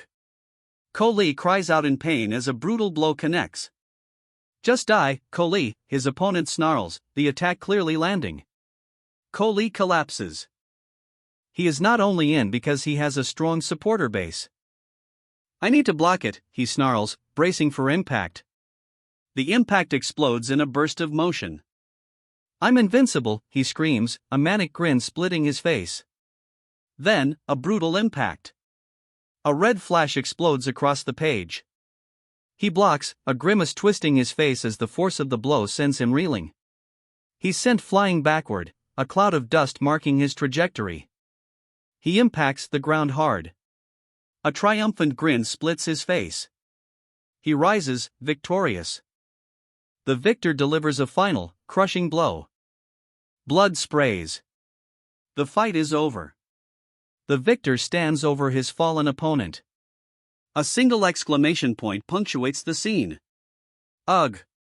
The defeated opponent groans, blood spattering his face as he takes the final blow. The final blow connects. A shockwave erupts. He's sent flying. The impact leaves him dazed and reeling. His opponent lands a brutal counterattack. The force sends the dazed fighter sprawling to the ground. The impact leaves him bound, his opponent's victory complete. Yeah, that's great, Eureka. Crush him. The onlookers erupt in cheers, celebrating the decisive victory. Jurika's victory is met with stunned silence from one onlooker. A thoughtful expression crosses her face as she watches. "You look really worried, lady," someone observes. "Callie is not an easy guy." "Darn it, Callie. Please win this." The woman's desperate plea underscores her worry. Her money's on the line. Callie lies defeated on the ground. The woman's bet is lost. As expected, he's finishing by attacking his opponent's chin like last time. A spectator's observation confirms the predictable end to the fight. Fortunately, I tilt my head and avoid it. The opponent narrowly escapes the expected blow, his face a mask of barely contained panic. "That's a foul," he mutters, the impact clear despite the dodged attack. He looks like he doesn't. It's like he doesn't feel any pain. "I'm blessed," he screams, a manic grin splitting his battered face. "I got blessed with an immortal body," he proclaims, his voice echoing his manic glee. His maniacal laughter continues, a truly terrifying grin spreading across his face.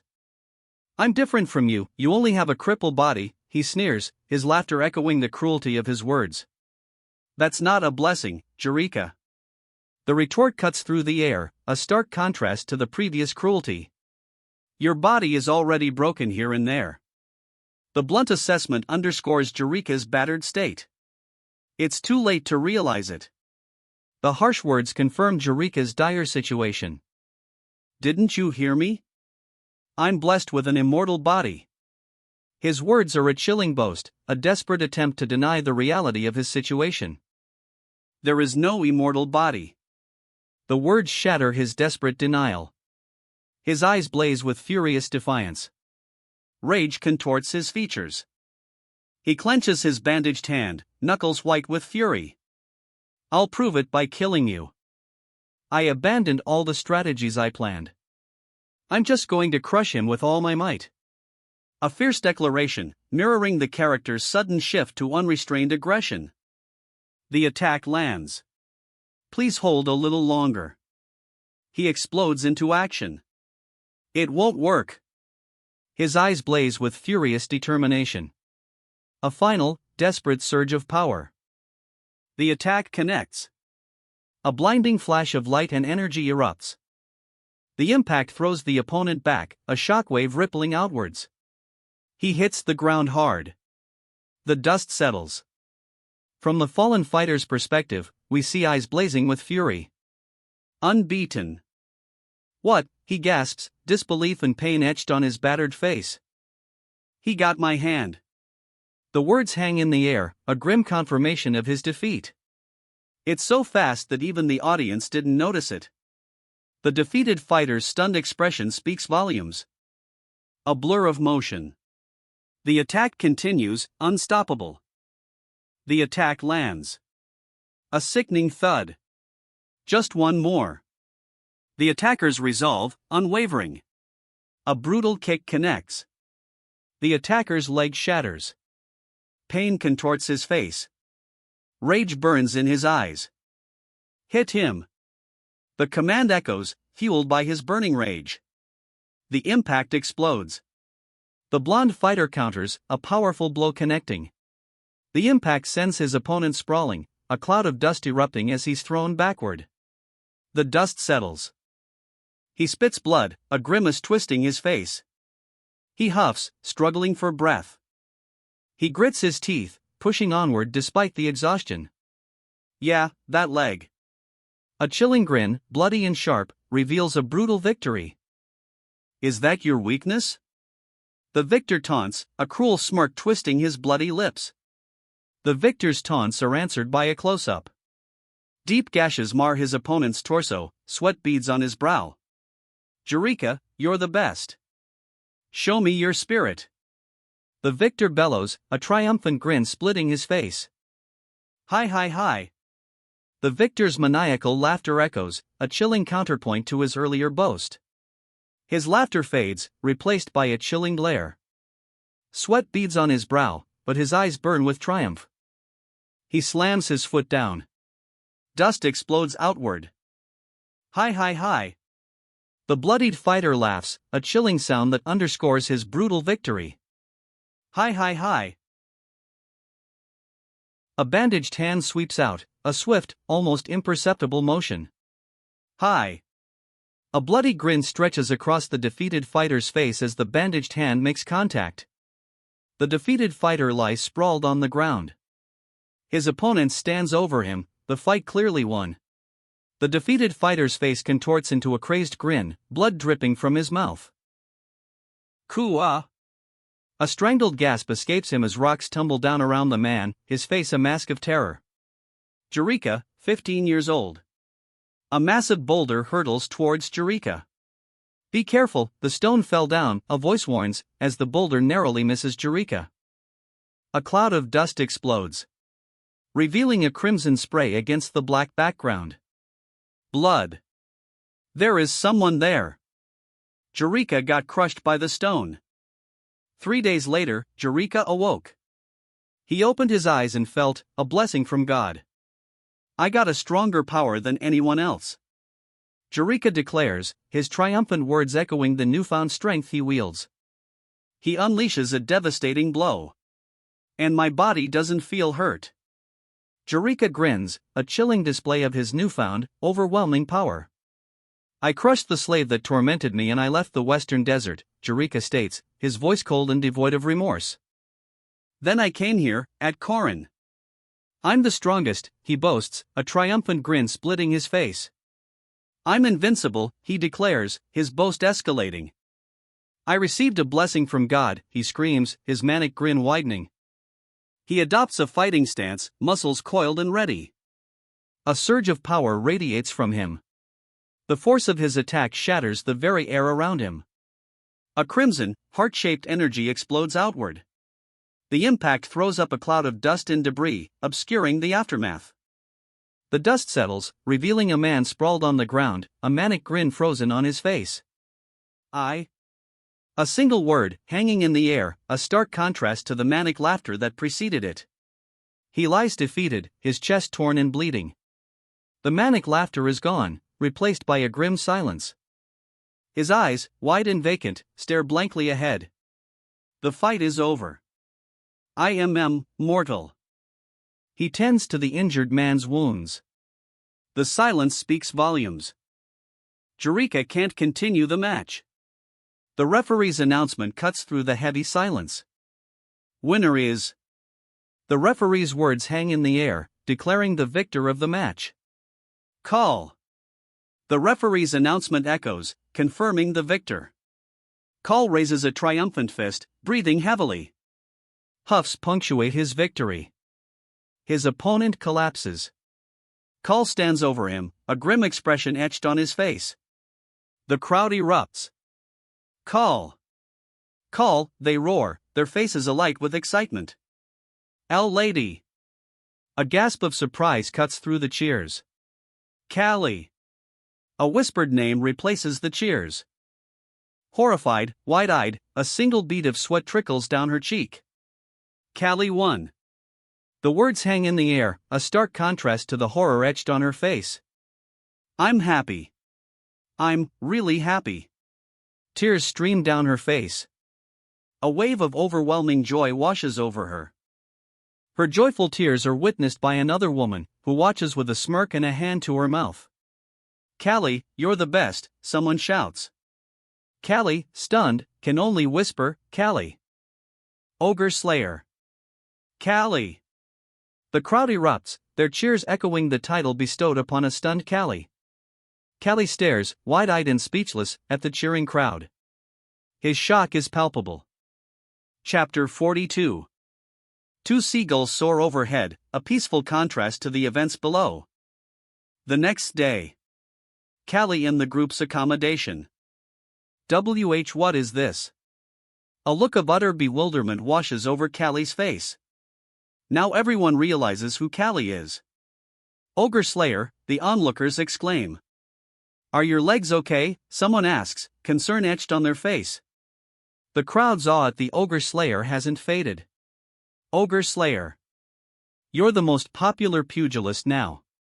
The crowd's awe intensifies, shifting from concern to overwhelming admiration. Everyone now knows Callie is the Ogre Slayer. The news spreads, confirmed by those who sought his previous victories. Have breakfast. I'm going to see the doctor I know very well. A confident smirk plays on the speaker's lips as they casually announce their plans. Callie's match with Jerica drew a lot of attention. Rumors spread that he's the same ogre slayer. Between the back alleys. Ogre slayer, they said? That limped guy? His disbelief is palpable. Vol 10. Pugilist match participant. Humph, that's funny, a voice sneers. How can a lame man like him beat an ogre, you stupid? Didn't you see how he crushed Jerica? The disbelief is palpable. Their scoffs turn to stunned silence. We can't ignore him, one man shouts, his face etched with urgency. Brother, you also realize you can't win against Jerica. The other man's desperate plea underscores the gravity of the situation. So how can you win against someone who beat Jerica? The question hangs heavy in the air, a stark reminder of the impossible odds they face. Oh, this son. The words hang in the air, a whispered revelation adding a new layer to the impossible challenge. Son of a bitch. The words are a venomous whisper, a brutal counterpoint to the impossible challenge. Are you underestimating me? The question hangs in the air, a sharp contrast to the previous venomous whisper. I am sorry. The defeated man whimpers, his fear palpable as the knife is held to his throat. Darn it. Gather some quick-handed guys. The man with the knife barks out an order, his face grim. Reinforcements are called for. If I'm aiming to win, we have to make a perfect plan. A new strategy is needed. His face contorts in furious disbelief. Let's just cut off the leg. The chilling words hang in the air, a stark contrast to the disbelief etched on his face. His eyes narrow. A chilling gaze. See, cut off? His disbelief is palpable. The protruding bones keep digging. His horror intensifies. It's a knee, so you can just wrap it. A chillingly casual explanation, given the horrifying context. Why does this old man keep telling me to cut my leg? The injured man's rage is palpable. His fury is directed at the older man holding the knife, a chilling contrast to the older man's disturbingly calm demeanor. I have to go to a pugilist match tomorrow. The young man's panicked declaration cuts through the tension. Are you a pugilist? The old man's question hangs in the air. So you're the one who beats and kills people, and now you're ignoring my suggestion? His tone is sharp, accusatory. Have you heard of Callie, the ogre slayer? The woman's smirk is chilling. He's clearly more famous than the old man thought. Sullivan, please. A desperate plea, his fists clenched tight. The old man begs for mercy. I'll get treatment elsewhere, the old man rasps, so just give me the medicine to endure it a little longer. But it will be easier to just cut it off. The doctor's suggestion hangs heavy in the air. This medicine is quite strong, so just take once a day. A simple instruction, yet it carries the weight of the doctor's previous suggestion. He carefully places the medicine on the table. Okay, I'll go now, old man. The young adventurer waves goodbye, leaving the elder behind. Sullivan. The elder's name hangs in the air, a final thought as the adventurer departs. That kid's leg. I didn't say to just cut it off for no reason. A hand gestures towards the departing adventurer, his injured leg a stark reminder of the elder's words. I know well about many surgical procedures for several people. A grim display of medical tools hangs on the wall, a stark contrast to the casual dismissal of the adventurer's injury. And who do you think can treat that kid's leg? The question hangs in the air, a challenge to the seemingly nonchalant healer. Sir, do you know about the Empire's god? The question hangs in the air, a knowing smirk playing on the speaker's lips. If you said the god, I often heard about it. The old man's response is measured, his expression thoughtful. That person's name is John. Joe. Nam. The old man's revelation hangs heavy in the air. What was it? The old man's question hangs in the air, a silent plea for clarification. Do you have dementia? The blunt question hangs in the air, a stark contrast to the old man's earlier plea. The next day. Finale. My legs are much better. He sits, testing his legs, the rope still tied around his waist. Now it's easy to guard because there's only one person in the room. You're right. We don't need to be scared that the pugilists will fight each other. A confident declaration cuts through the tension. Let's go eat. A simple suggestion, but the tension melts away. Woof. A relaxed sigh follows the invitation to eat. Rovo, she calls, a confident stride carrying her forward, her wolf companion trotting happily at her heels. It's been a long time. I still don't believe it's a real wolf. How does it become so sweet like that around you? Wow, it's the real ogre slayer, one bystander exclaims. I told you before, right? He will be here. I am your fan. Your last match was great. Can we shake hands? Two awestruck fans approach, eager to meet the ogre slayer. Read on arvscans.com for faster releases. Just shake hands. A surprisingly calm suggestion, considering the circumstances. A small, fluffy dog appears, watching intently. A snarling wolf emerges, its teeth bared. The small dog shrinks back. But the small dog's fear is short-lived. A powerful woman, eyes blazing, stands defiant, her wolf at her side, now snarling less fiercely. Callie!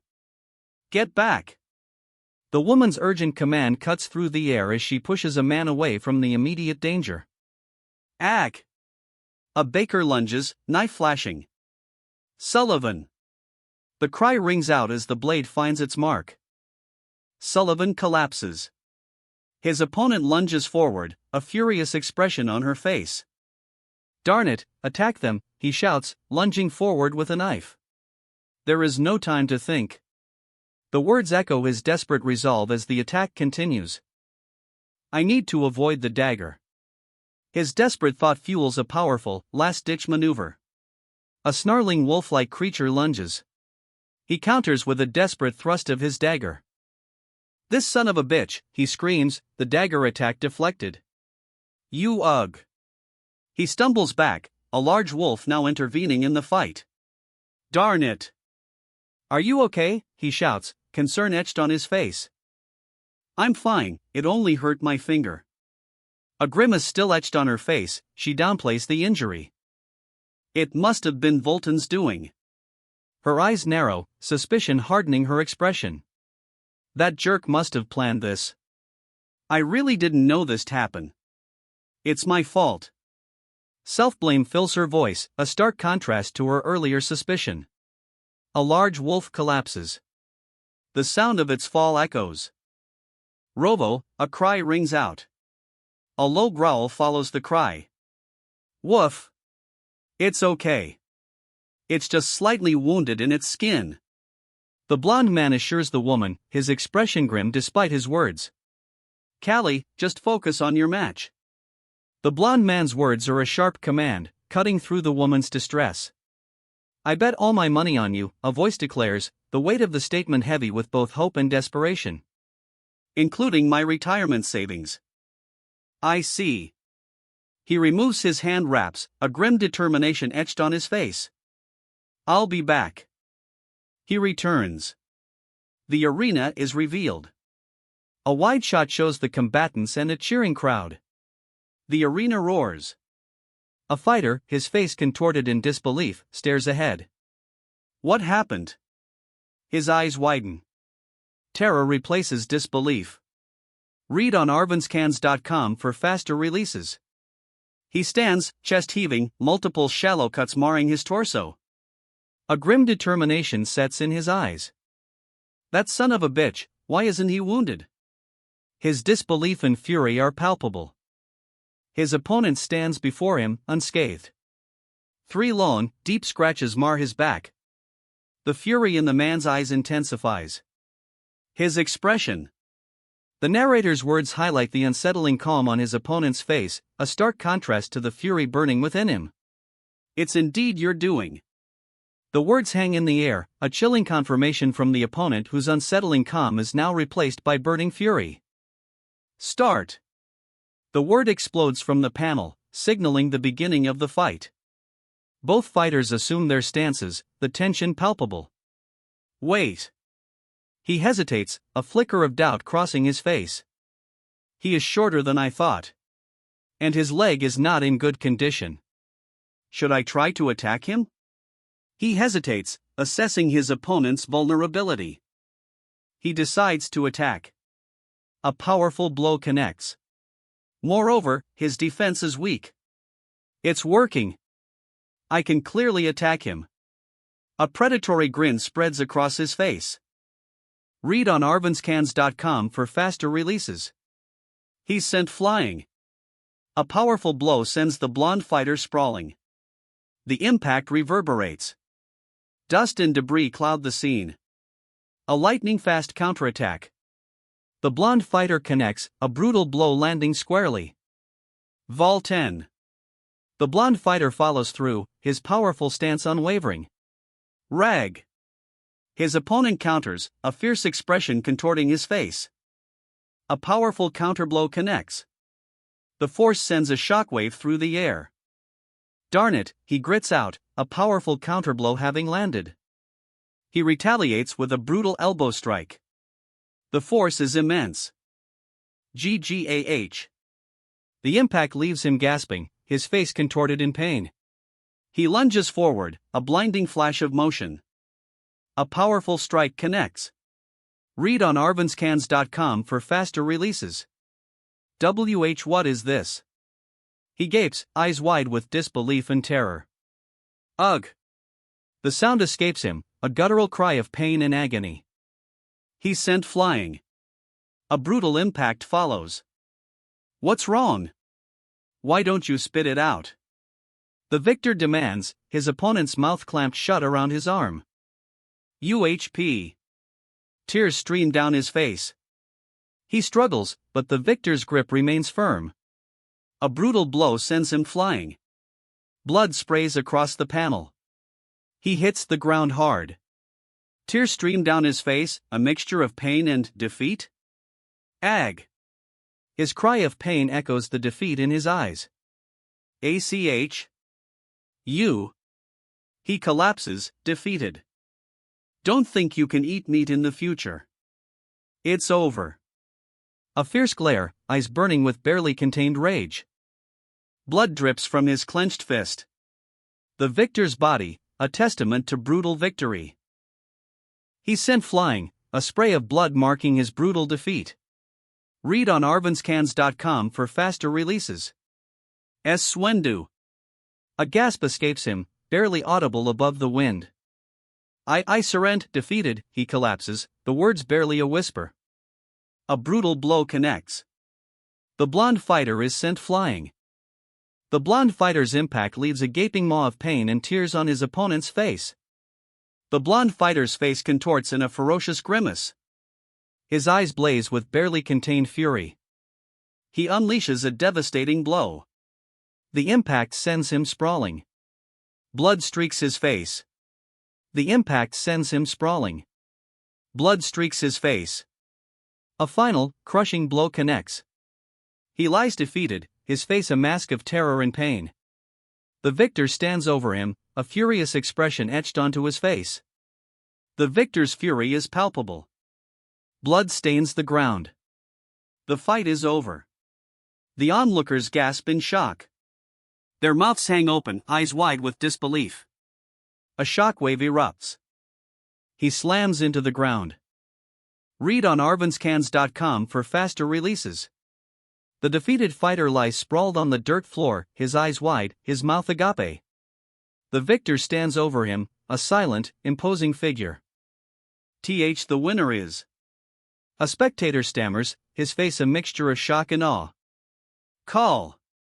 The winner is announced, confirming the audience's stunned reaction. The repeated call echoes the shockwaves of the announcement. A stunned Call is shown, the dust settling around him. Call's eyes blaze with defiance. His jaw is tight, a grim set to his face. Sweat beads on Call's brow. His defiance remains unbroken. He grits his teeth.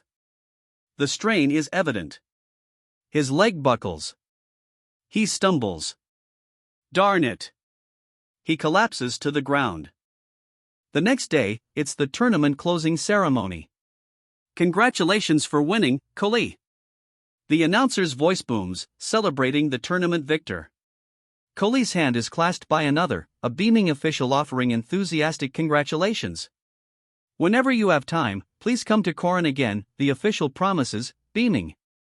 I promise to give you a good treatment. Ah, yes, well. A hesitant reply, their hands clasped together.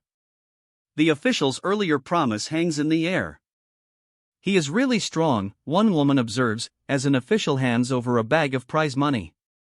His prize, a heavy bag of money. The red-haired woman stares down, a heavy, almost solemn expression on her face. The weight of the money, it seems, is more than just financial. She clutches the money bag tighter, her gaze fixed on the ground. The weight of this burden is clearly more than just coins. You did a great job, Callie. The words offer a stark contrast to her burdened silence. The scene shifts. A large old building looms into view. It's really amazing. We became rich thanks to you. The men beam, their gratitude evident. You deserve the treatment. When you were knocked down by Jerica, I thought, should I go back to the Aegis territory and do some hard labor with an axe? A flashback reveals the character's past struggles. Ah, ha ha. A nervous chuckle escapes the narrator as the flashback continues. His friends react with a mix of amusement and something else, perhaps a hint of pity? Read on arvanscans.com for faster releases. Two figures in helmets face each other, a doorway behind them. The tension is palpable. A cruel smile spreads across a face. The tension breaks. It's been a long time. Lady Azalea from a jest. Two soldiers, grim-faced, appear. Their armor is partially visible. The tension is palpable. Two more soldiers emerge, their grim faces adding to the palpable tension. The blonde soldier's glare intensifies. Yeah, it's been a long time, Chief. The blonde soldier's words break the heavy silence. I was waiting for this. A chilling declaration, cutting through the lingering tension. Her eyes, sharp and unwavering, lock onto something unseen. A predator's gaze. I didn't expect him to win the tournament and get the money. The words, a voiceover, reveal a surprise, a shift in perspective. Read on arvanscans.com for faster releases. I didn't believe that lame boy is a pugilist, one guard exclaims, astonished. And he's also the ogre slayer? Amazing. The assembled knights and onlookers gaze upon a young woman, seated before a seated lord. She awaits judgment. This is the 10,000 guild I promised, a man declares, our business is concluded. The payment is accepted. The woman takes the bag of guild. Lady Azalea, why are you trying to cut off that easily? A smirk plays on the knight's lips as he questions her. Actually, I don't think it's enough to receive just 10,000 guild from you. Azalea's counteroffer throws the knight off guard, his smirk falters. The knight's companions look on, clearly displeased by Azalea's bold counteroffer. I bet on Jerica. A companion's muttered words reveal his skepticism towards Azalea's proposal. And I'm not happy that Callie won like this.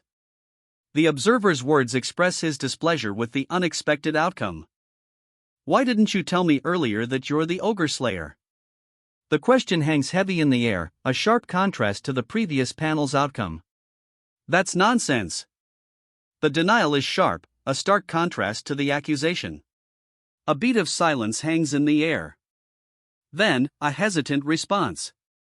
A flicker of something akin to understanding, or perhaps defiance, glints in the character's eye. That defiance hardens into resolve. She makes a small, deliberate gesture, a subtle sign of defiance. Two bags of coins are presented. The exchange is made.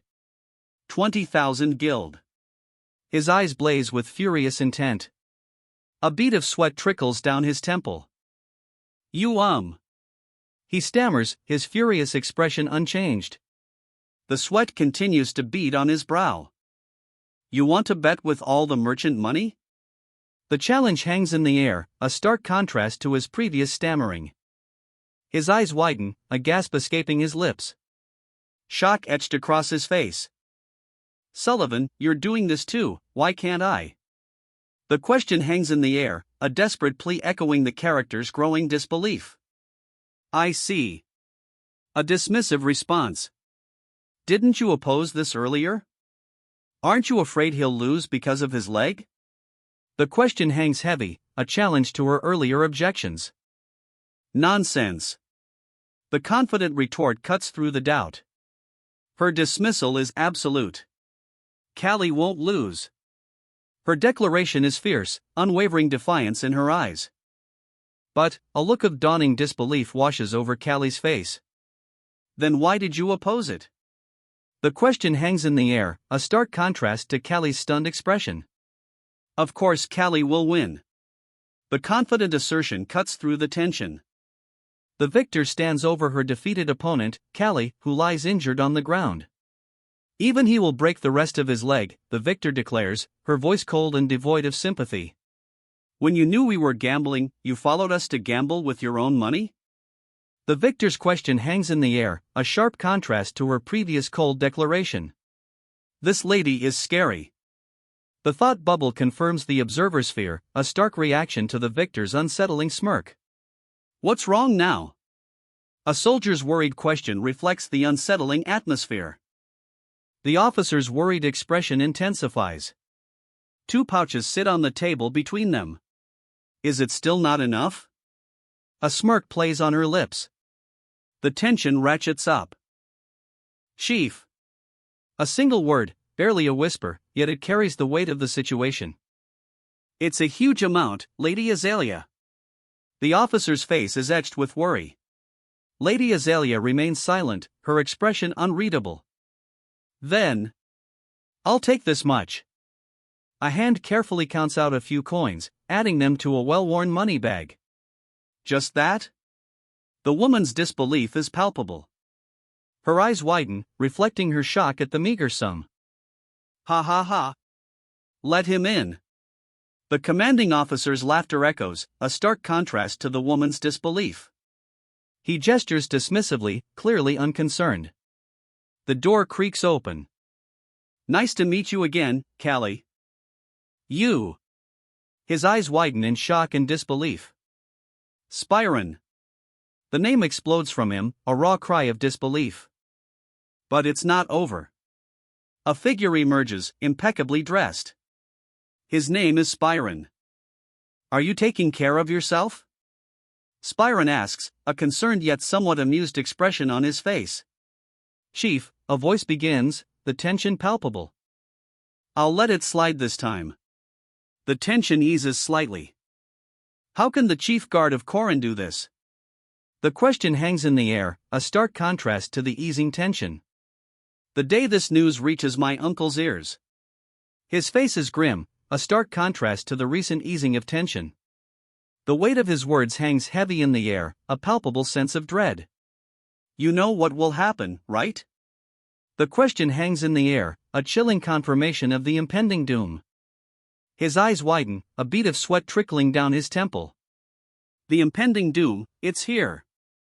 Ha, as expected, you're a noble, a voice sneers. Am I too neat to become a pugilist? The question hangs in the air, a stark contrast to the impending doom. I'm curious why someone who hurt his leg fighting an ogre slayer came and fought here.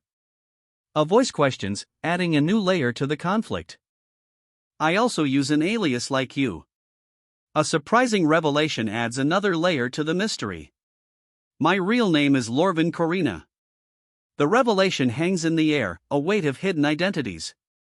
My uncle is the current dean of Corin. A significant detail emerges, adding another layer to Lorvin Corina's identity.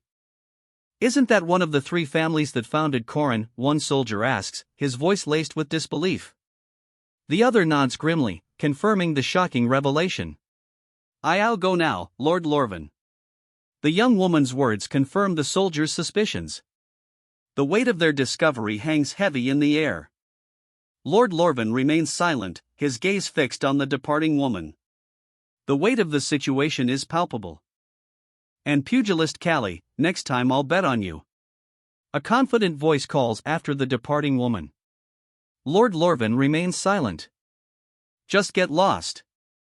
Lord Lorvin's icy words finally break his silence, a stark contrast to the earlier confidence. Lord Lorvin scoffs, that's ridiculous. He'll ask his family for help with the Joseph family situation. He intends to enlist his family's aid. However, the Joseph family may sell his goods to us overpriced or underpriced, a voice cautions. Actually, it's not my area to interfere. That's enough to help me. Thank you, Lord Lorvin. A grateful expression softens the red-haired woman's face as she offers her thanks. If we can get help from Corin's higher-ups, Count Joseph can't do anything. The crest shatters, bound by heavy chains. Hope remains. A confident smirk plays on his lips. He leans against the doorframe, arms crossed, seemingly unconcerned. "Ey, Callie." A newcomer bursts into the room, interrupting the scene. His arrival seems to unsettle the smirking figure. "Why did you call me?" The newcomer's question hangs in the air, a stark contrast to the previous smirk. His expression is one of clear confusion and perhaps even apprehension. "You can speak comfortably to me." The words offer a surprising reassurance, a stark contrast to the newcomer's apprehension. "I've seen all your matches." Indeed, a true pugilist is different. The words confirm the newcomer's skill, adding weight to the previous reassurance. "I won't hate you anymore, Lorvin." A declaration of peace, a surprising shift in the tense atmosphere. "Actually, I was going to buy you from Lady Azalea, but she refused." A surprising revelation follows the truce. "Is that your taste?" The question hangs heavy in the air, a stark contrast to the previous truce. His face, contorted in disbelief and disgust, speaks volumes. "No. I'll buy you and then free you right away." A defiant declaration cuts through the disgust.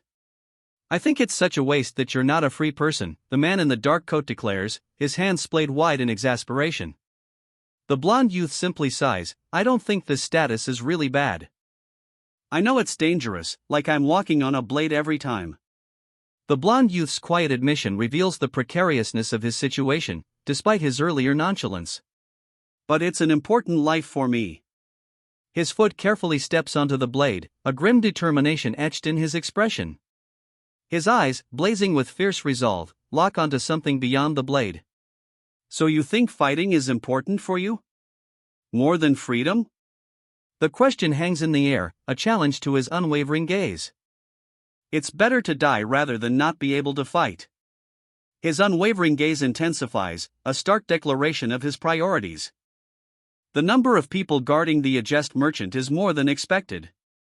The caravan is significantly larger this time, more than double the previous size. It was all thanks to Corin's efforts. "We gained so many profits since entering imperial territory. Soon, we'll arrive in Macedon, the empire's capital. Soon, we'll arrive." And they fly on, towards their destination. They arrive in the city square. Macedon, capital of the empire. The roads are all paved, one observes, shading their eyes.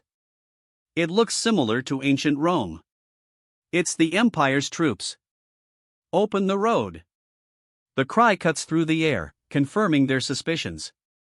His eyes widen, a look of grim determination settling on his face. He charges forward, a phalanx of armored soldiers at his back. Into the city square he strides, a legion of soldiers forming a wall behind him. A soldier raises his spear, the point gleaming. The legion stands ready. The imperial troops are still incredible, one observes, awestruck. "Sullivan, have you seen them before?" her companion asks, his gaze intense. "Didn't I tell you?" Sullivan declares, a steely glint in her eyes. The imperial troops advance, a formidable force. "I met a bandit before I was hired by the lady?" A soldier's question hangs in the air, a sudden shift in focus from Sullivan's warning and the Imperial advance. At that time, the prince and the Imperial army had just returned from a conquest. The prince stands, his back to us, sword in hand. A victorious silhouette against the crimson glow. Maybe that time the god connected me with the crown prince, so I still survived. A woman speaks, her words echoing the prince's victory. Prince. A single word, whispered, yet heavy with unspoken implications. The crown prince's victory still hangs in the air. Clear. You can go through. The crown prince's retinue moves forward, passing through the gate. Take this letter and give it to the third prince, Iskandar. A messenger, mounted and cloaked, delivers instructions. Callie, come to my room when we arrive at the accommodation. A woman's instruction, delivered with a serious tone, sets a new course. Callie arrives at the accommodation. He walks alone, seemingly following instructions. He enters a courtyard. Soldiers carry heavy crates past him. Callie's fists are clenched tight. Callie stops, facing a woman in a dark dress and two soldiers. She holds papers, her expression serious. Everyone, go out for a bit. The woman in the dark dress gives the order, her tone sharp and decisive. She pushes aside some documents. A sharp sound echoes. Read on arvanscans.com for more.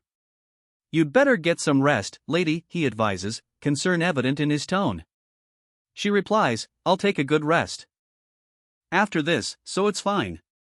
A reassuring statement, suggesting the immediate concern is temporary. Callie, the third Prince Iskandar is coming soon. A new arrival is announced, shifting the focus. So he's the one you are acquainted with. The revelation hangs in the air, a shift in focus from the impending arrival of Prince Iskandar. Yeah, you want to fix your leg, right? That's why I came all the way here. Her purpose revealed, a quiet determination settles over her. So, from now on, whatever Iskandar does, the narrator states, setting the stage for the next chapter. His jaw clenches. A silent scream. The weight of Iskandar's actions bears down. Whatever he says, a defiant whisper cuts through the silence. His eyes, wide with a mixture of fear and resolve, tell a different story. Whatever he does something to me, she grits out, her defiant whisper hardening into a fierce resolve. Her eyes burn with a cold, unwavering fire. Just stay still. So, you want to fix your leg? The question hangs in the air, a stark contrast to the girl's bowed head. That's why I came all the way here. Her response is quiet, but firm. The weight of her journey is clear. In that case, she replies, her resolve unwavering. Whatever Iskandar does from now on, she declares, her resolve unshaken. Her jaw tightens. A fierce determination sets in. Whatever you say, she spits out, her eyes blazing with defiance. Regardless of what happens to me, she declares, her defiant glare unwavering. Stay calm, she reminds herself. I was so absorbed in treatment that I forgot. That's... A gasp escapes him, his face a mask of dawning horror. Just because you... And then, a dramatic reveal, met the prince in person. What does that mean? The question hangs in the air, a stark contrast to the previous dramatic reveal. It is inappropriate allowing a mere slave to receive treatment from the royal family. The statement hangs in the air, a stark rebuke. Miss. His face contorted in furious outrage. Unbelievable, he roars. It's impossible without a price. The stark declaration hangs in the air, a chilling counterpoint to his rage. He looms over her, a grim determination etched on his face. The price, it seems, will be paid. It seems Prince Iskandar has already arrived. A red-haired woman adjusts her coat, a look of barely contained frustration on her face. She seems agitated. Wait a minute, Mississippi. A blond man grabs the red-haired woman's arm, interrupting her agitated adjustment of her coat. That's rude. What's the point of coming all the way here? The question hangs heavy, a clear sign of his frustration. Wasn't boxing the only thing in your life? The question stings, a challenge to his identity. Act in accordance with it. The command hangs in the air as he reaches out, a gesture both pleading and resigned. She walks away. He watches her go. The only sound, a sigh. His eyes widen, a bead of sweat trickling down his temple. Despair etched on his face. It's over. Chapter 46. Long time no see, Princess Condor. A red-haired woman, hands clasped over her heart, smiles serenely.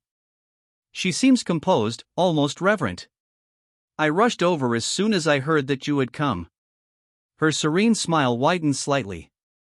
Even though our meeting was brief, I have never forgotten you, not even for a moment. His smile is warm, sincere. Azalea.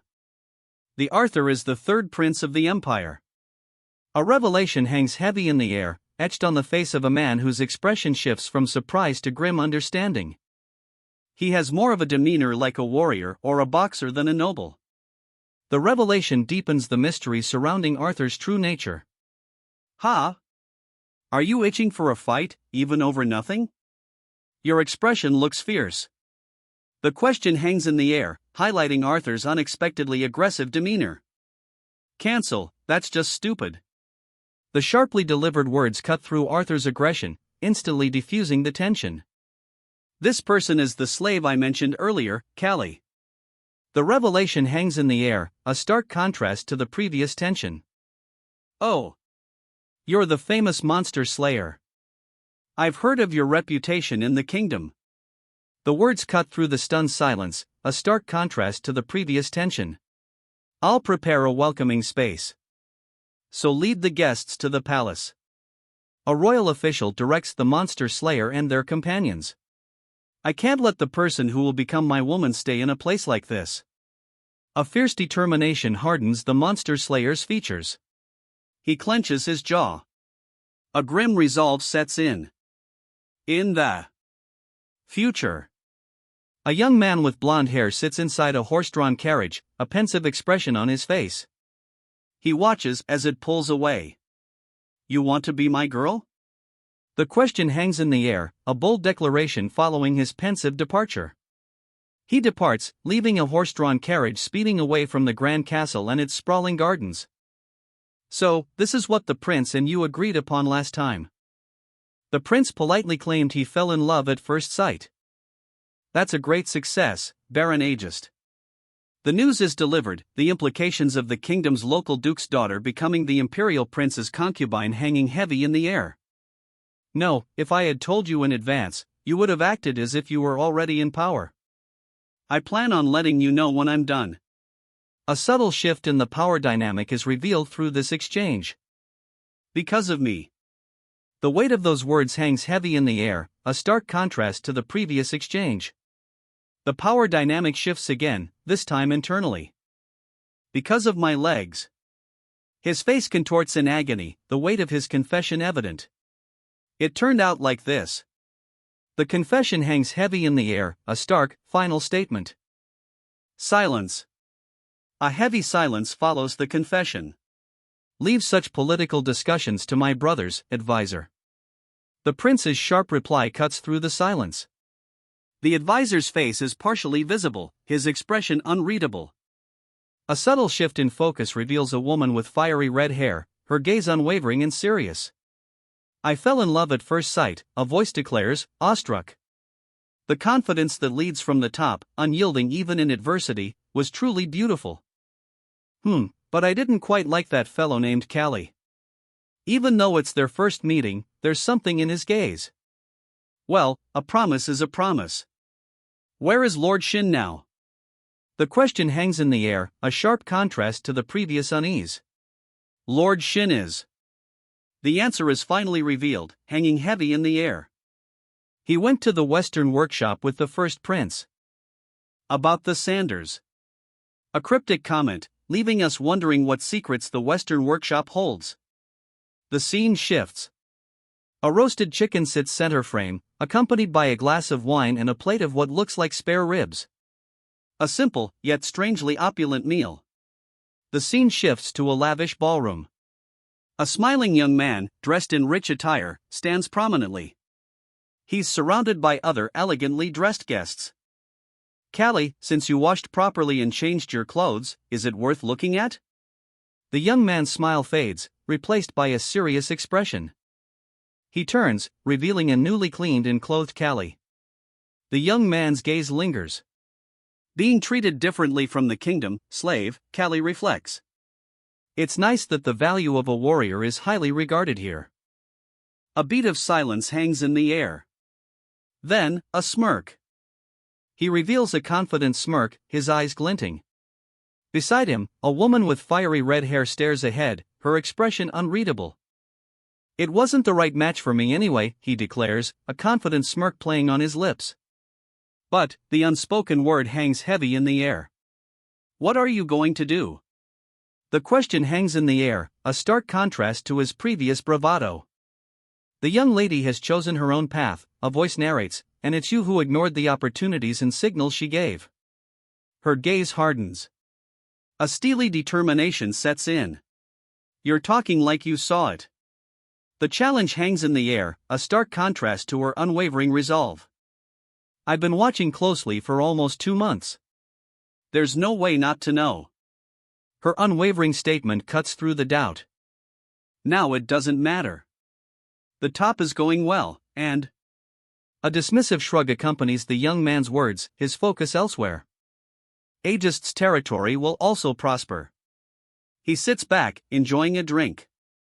Aegist's territory will also prosper. A subtle, satisfied smirk plays on his lips. Come to think of it. He lets out a breath, the smirk deepening. Didn't you mention that Callie is a skilled boxer? The smirk widens, a glint in his eye. Yes, but currently, he is in a condition with an injured leg. The smirk fades, replaced by a look of calculating consideration. There, slave. Won't you liven up the banquet? The command echoes through the opulent hall, a stark contrast to the previous panel's quiet calculation. He slowly turns, his back to the opulent hall. The weight of the command hangs heavy in the air. What does that mean? Your Majesty. The question hangs in the air, a stark contrast to the opulent hall left behind. His eyes narrowed. A dangerous glint. I may not be a boxer, but even my subordinates know a thing or two about bare-knuckle fights. He smirks, confident. How about trying a light match here? He proposes, maintaining his confident smirk. Prince, Callie is injured. He's not in a condition to fight. The words cut through the confident smirk. His hand isn't injured, right? If you're concerned, how about suggesting toe boxing without moving your feet? A dismissive suggestion, a clear attempt to continue the fight despite Callie's injury. Callie's opponent's callous suggestion hangs heavy in the air. A close-up reveals Callie's horrified expression, wide, fearful eyes and beads of sweat betray her concern. Callie closes her eyes, her body trembling. This would be fun. A chillingly calm statement contrasts sharply with Callie's trembling form. Even if it's barehanded, losing to a boxer is a night's disqualification. The judge's words hang heavy in the air, a stark contrast to the previous chilling amusement. Show your skills, boxer. The command echoes, a stark challenge following the night's disqualification. My temper is rising. The boxer's words are a low growl, his face hardening as he steps forward. However, I did not save Azalea expecting a reward. Sure, what I can do right now is... He wraps his hands in bandages, preparing for the fight. Now he clenches his bandaged fist, a grim determination etched on his face. He's ready. He stands, a victor silhouetted against a fiery backdrop. Scars mark his body, a testament to the brutal fight just concluded. His expression is one of grim determination. His grim determination deepens. A single word, barely audible, escapes his lips, finally. He looks young, but I think he's pretty disciplined. An observer's assessment offers a new perspective on the determined figure. If you collapse or step back, you lose. The rules are laid out, the tension thick as the young fighter faces his opponent. Let's start. The match begins. So he just strengthened his fist. A narrator's voice explains the opponent's simple but effective strategy. And then, he unleashed the blow. If I provoke him, I'm sure he will attack. He clenches his fists, a predatory gleam in his eyes. He launches a devastating blow. Just fight, the official commands, his hand raised in a gesture of dismissal. A wine glass shatters. The crimson liquid splashes across the floor. A powerful blow connects. The fighter crumples. The defeated fighter lies still. His opponent stands, victorious. This power, at such a close distance. The defeated fighter's awestruck whisper reveals the victor's overwhelming strength. He counters with a devastating blow. The impact sends a shockwave rippling outwards. Ugh! The impact leaves him reeling. A brutal counterattack. He's sent flying.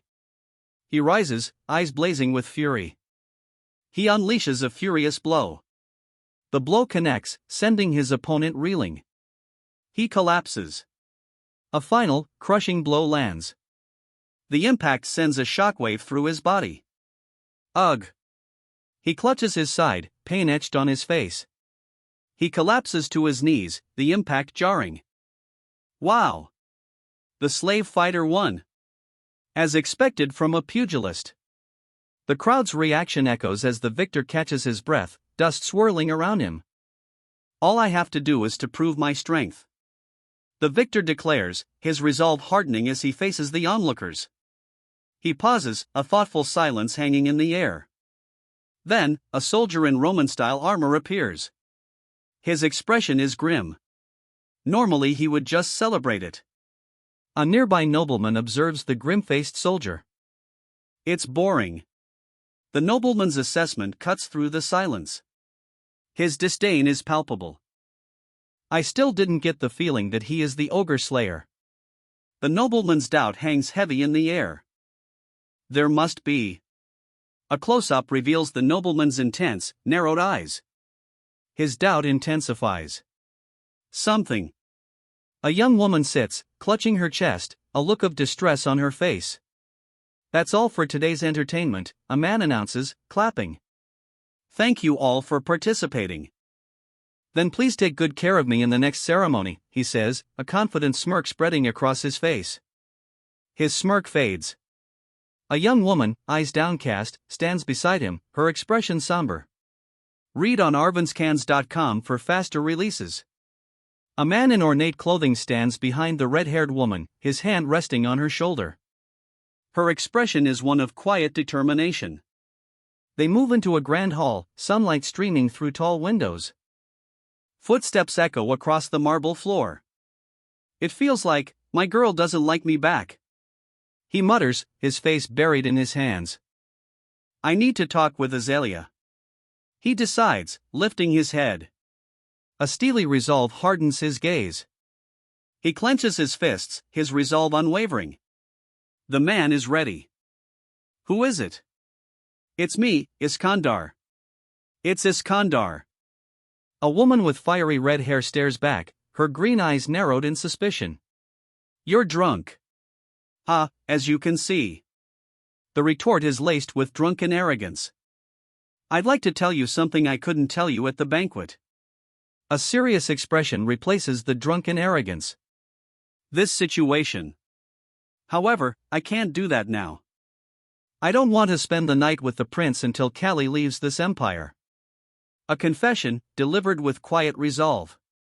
Let's have a drink first, a suggestion, seemingly casual. Okay, the reply is simple, but the tension remains. Your Highness, what about the God Doctor? The question hangs in the air, a clear shift in the conversation's direction. Yeah, the God Doctor is an amazing man. The response confirms the shift in focus. His eyes widen, reflecting disbelief and dawning understanding. The God Doctor's skill, it's truly beyond measure. Not just in medicine, he is good in many ways. The truth dawns on him. The God Doctor's abilities extend far beyond healing. He is a friend of my father, and he's also a godfather and guardian of my brother, the first Prince Philip. A crucial revelation unfolds, connecting the God Doctor to the royal family. He is old, but he likes to make new inventions. More about the God Doctor is revealed. Yeah, he sure seems like a great person. A young woman offers her assessment of the God Doctor. If he's an amazing man like that, she continues, her voice filled with admiration. But her admiration falters. A shadow crosses her face. He must easily be able to fix a broken leg, she thinks aloud, her doubt evident. This again. His grim expression confirms her doubt. Are you worried about your slave fighter, Callie? The question hangs in the air, a stark contrast to her worried expression. Well, that's not like that. A dismissive reply, cutting through the tension. It kept bothering me for some reason. A troubled confession follows the dismissal. The lingering unease is clear on her face. He crumples to the ground. The impact is clear. A young woman watches in horror, eyes wide with fear, as the impact registers. Read on arvanscans.com for faster releases. The ground cracks under the impact. A fist connects. Her eyes widen in shock. I am sorry. I couldn't control. A whispered apology follows the shock. His wide, terrified eyes speak volumes. Sweat beads on his brow. He clutches his throat, gasping for air. You don't need to be scared. He gently cups her chin. Tears stream down her face. I won't let you think about Callie for the rest of your life. Anymore, you'll only think about me. His eyes burn with fierce determination. Oh, only him. A single tear streaks down his face. His resolve, though unwavering, is tinged with pain. The rest of my life. His question hangs heavy in the air, a stark reflection of his inner turmoil. His eyes blaze with a furious red light. A terrifying power surges within him. He unleashes that terrifying power. A shadowy figure looms, dwarfing the red-haired woman below. Callie. A single tear traces a path down her cheek. Please, help. A desperate plea, barely a whisper against the darkness. Callie. A desperate cry cuts through the silence.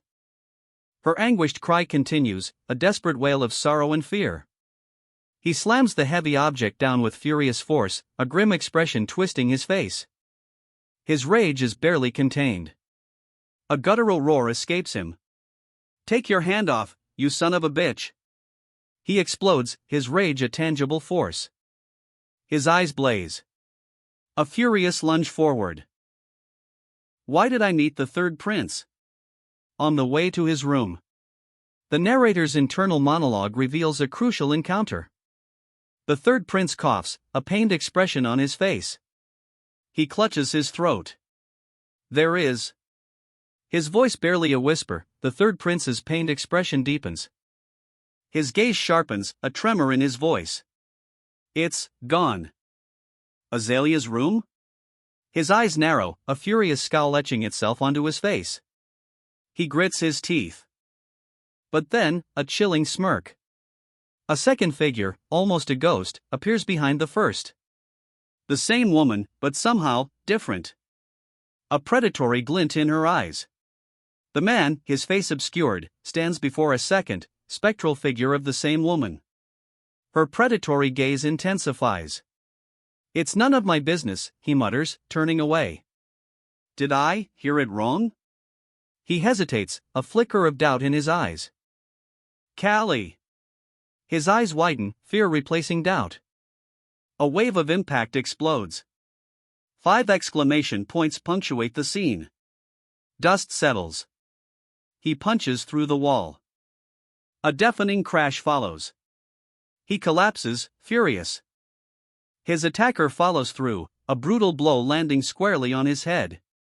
The impact sends him sprawling. He lies still. Take your hand off, you son of a bitch. His face contorted in furious rage. He screams. Then, he collapses. Read on arvanscans.com for faster releases. His eyes blaze with furious intent. A snarling grin twists his lips as he towers over his defeated opponent. His roar of victory echoes, a stark contrast to the silent tears streaming down the defeated opponent's face. The defeated opponent collapses. The victor clutches his head, a grimace twisting his face. Sweat beads on his brow. "What the, you punk," he snarls, his eyes blazing. "What the hell are you doing?" He swings a powerful blow. The blow connects. "How dare you threaten her?" The enraged cry echoes the impact of the blow. His rage is terrifying. Eyes blazing, he screams. "Threaten?" His furious scream cuts the air. "What do you mean? What nonsense?" His furious denial explodes. He leans in, his face a mask of furious disbelief. The woman cringes, shrinking back from his wrath. His rage intensifies. A silent scream contorts his face. "Ha!" He lets out a furious laugh, clutching a broken piece of wood. "I don't care anymore." He lunges forward, a furious expression twisting his features. His thigh. The impact echoes. Ugh, it's so painful. Read on arvanscans.com for faster releases. "Now I've come to my senses," he sneers, "a bug like you deserves to die." His rage is palpable. The attack connects. A powerful impact resonates. The blonde-haired fighter's attack lands. His opponent is sent reeling, a look of raw fury on the blonde's face. The impact sends his opponent flying. A cloud of dust erupts. The dust settles, revealing a bloodied mouth and a grimace of intense pain contorted across his face. He's sent flying. A brutal counterattack. The impact echoes. He's sent flying. The impact throws him across the room. He lands hard, a pained grimace twisting his features. He's strong. I understand the rough backstory from your actions, but... His opponent's words hang in the air, a stark contrast to the man's furious expression. Blood streaks his face, yet his rage burns bright. "Now I declare this woman as mine now." He roars, his bloody face a mask of furious determination. A violent lunge forward. His fist connects. A powerful impact. "I did that without thinking. Let's quickly end this." The victor declares, already moving to finish the fight. He lunges forward, a ferocious expression twisting his face. "I'll go for his jaw." He connects. A powerful blow sends his opponent sprawling. "I'll take the momentum power from running." The victor explains his strategy as his opponent lies defeated. A powerful counterpunch connects. The victor's momentum carries him through, leaving his opponent reeling. Read on arvanscans.com for faster releases. He lands a decisive blow. The opponent crumples. The blonde-haired fighter's opponent is pinned, his face contorted in pain. "You should follow my rule, slave." The blonde-haired fighter snarls, his grip tightening. This. His eyes widen in disbelief. A wave of energy washes over him. Joint lock? He realizes the attack. He counters. A brutal takedown. The attacker is pinned, a fierce expression contorting his face. His eyes blaze with rage. A crackling energy erupts. The attacker is subdued. The blonde-haired fighter unleashes a powerful counterattack. A sharp energy blast sends his opponent flying. His opponent crashes to the ground, eyes blazing with furious rage. The victor pins their opponent, the fight seemingly over. "If this continues, my arm will break." He grits his teeth, the strain evident on his face. He pushes through the pain. A blinding flash. The aftermath. A wave of energy washes over him. He grits his teeth, eyes wide with exertion. A look of furious determination sets in. He clutches his head, pain etched on his face. His furious determination intensifies. Read on arvanscans.com for faster releases. Her mouth hangs open, eyes wide. A gasp escapes. Her horror intensifies. The candlestick, it's broken. What is that noise? She cries, her eyes widening in terror as armed soldiers burst through the doorway. His eyes, narrowed and bloodshot, fix on the intruders. A grim determination sets in. My mood is ruined. He adjusts his coat, a grim expression hardening further. He's surrounded. Imperial guards, spears poised. He turns, his hands clasped before him. A grim expression settles on his face. Just surrender, slave. His opponent's voice rings out, a sneer twisting his face. Fury burns in his eyes. Iskandar. The name hangs in the air, a declaration. A powerful figure, clad in ornate armor, stands before us, two guards flanking him. His expression is grim, resolute. First Prince Philippos. His expression is one of simmering anger. Darn it, I can't believe he came back in a time like this. His anger boils over. Brother, that's because, it's... A chilling laugh escapes him, his eyes blazing with barely contained rage. So, I should do something for you to say it yourself. The words hang heavy in the air, a stark contrast to the previous rage. He extends a hand, a gesture of something. A stark contrast to the previous rage. Tell me the truth before I ask the lady beside you, Iskandar. Or do you want me to beat you until you die like we're kids? The question hangs heavy in the air, a stark contrast to the offered hand. Gasps. Brother! The desperate plea cuts through the tension. Iskandar raises his weapon, the threat palpable. Actually. A chilling correction hangs in the air. The tension ratchets up another notch. That's unexpected. Her eyes widen, reflecting disbelief and a growing unease. What about the treatment for Callie's injuries, even though he was drunk last night? Her concern is evident, a stark contrast to her previous disbelief. I thought you would change it to your advantage, but you said everything without any distortion. The speaker's words reveal a surprising honesty, a stark contrast to the expected manipulation. However, it's still a serious offense for a slave like Callie to beat up the prince. The weight of the statement hangs heavy in the air, reflected in the woman's troubled expression. The death penalty can be avoided. A glimmer of hope, however faint, appears. That faint hope intensifies. A surge of energy crackles between two hands clasped together. You're such an idiot. The knight's words cut through the air, a gasp escaping the wounded man. I should teach you a lesson. The knight's blade flashes, a promise of retribution. The blade strikes. The impact echoes. Ack! Brother!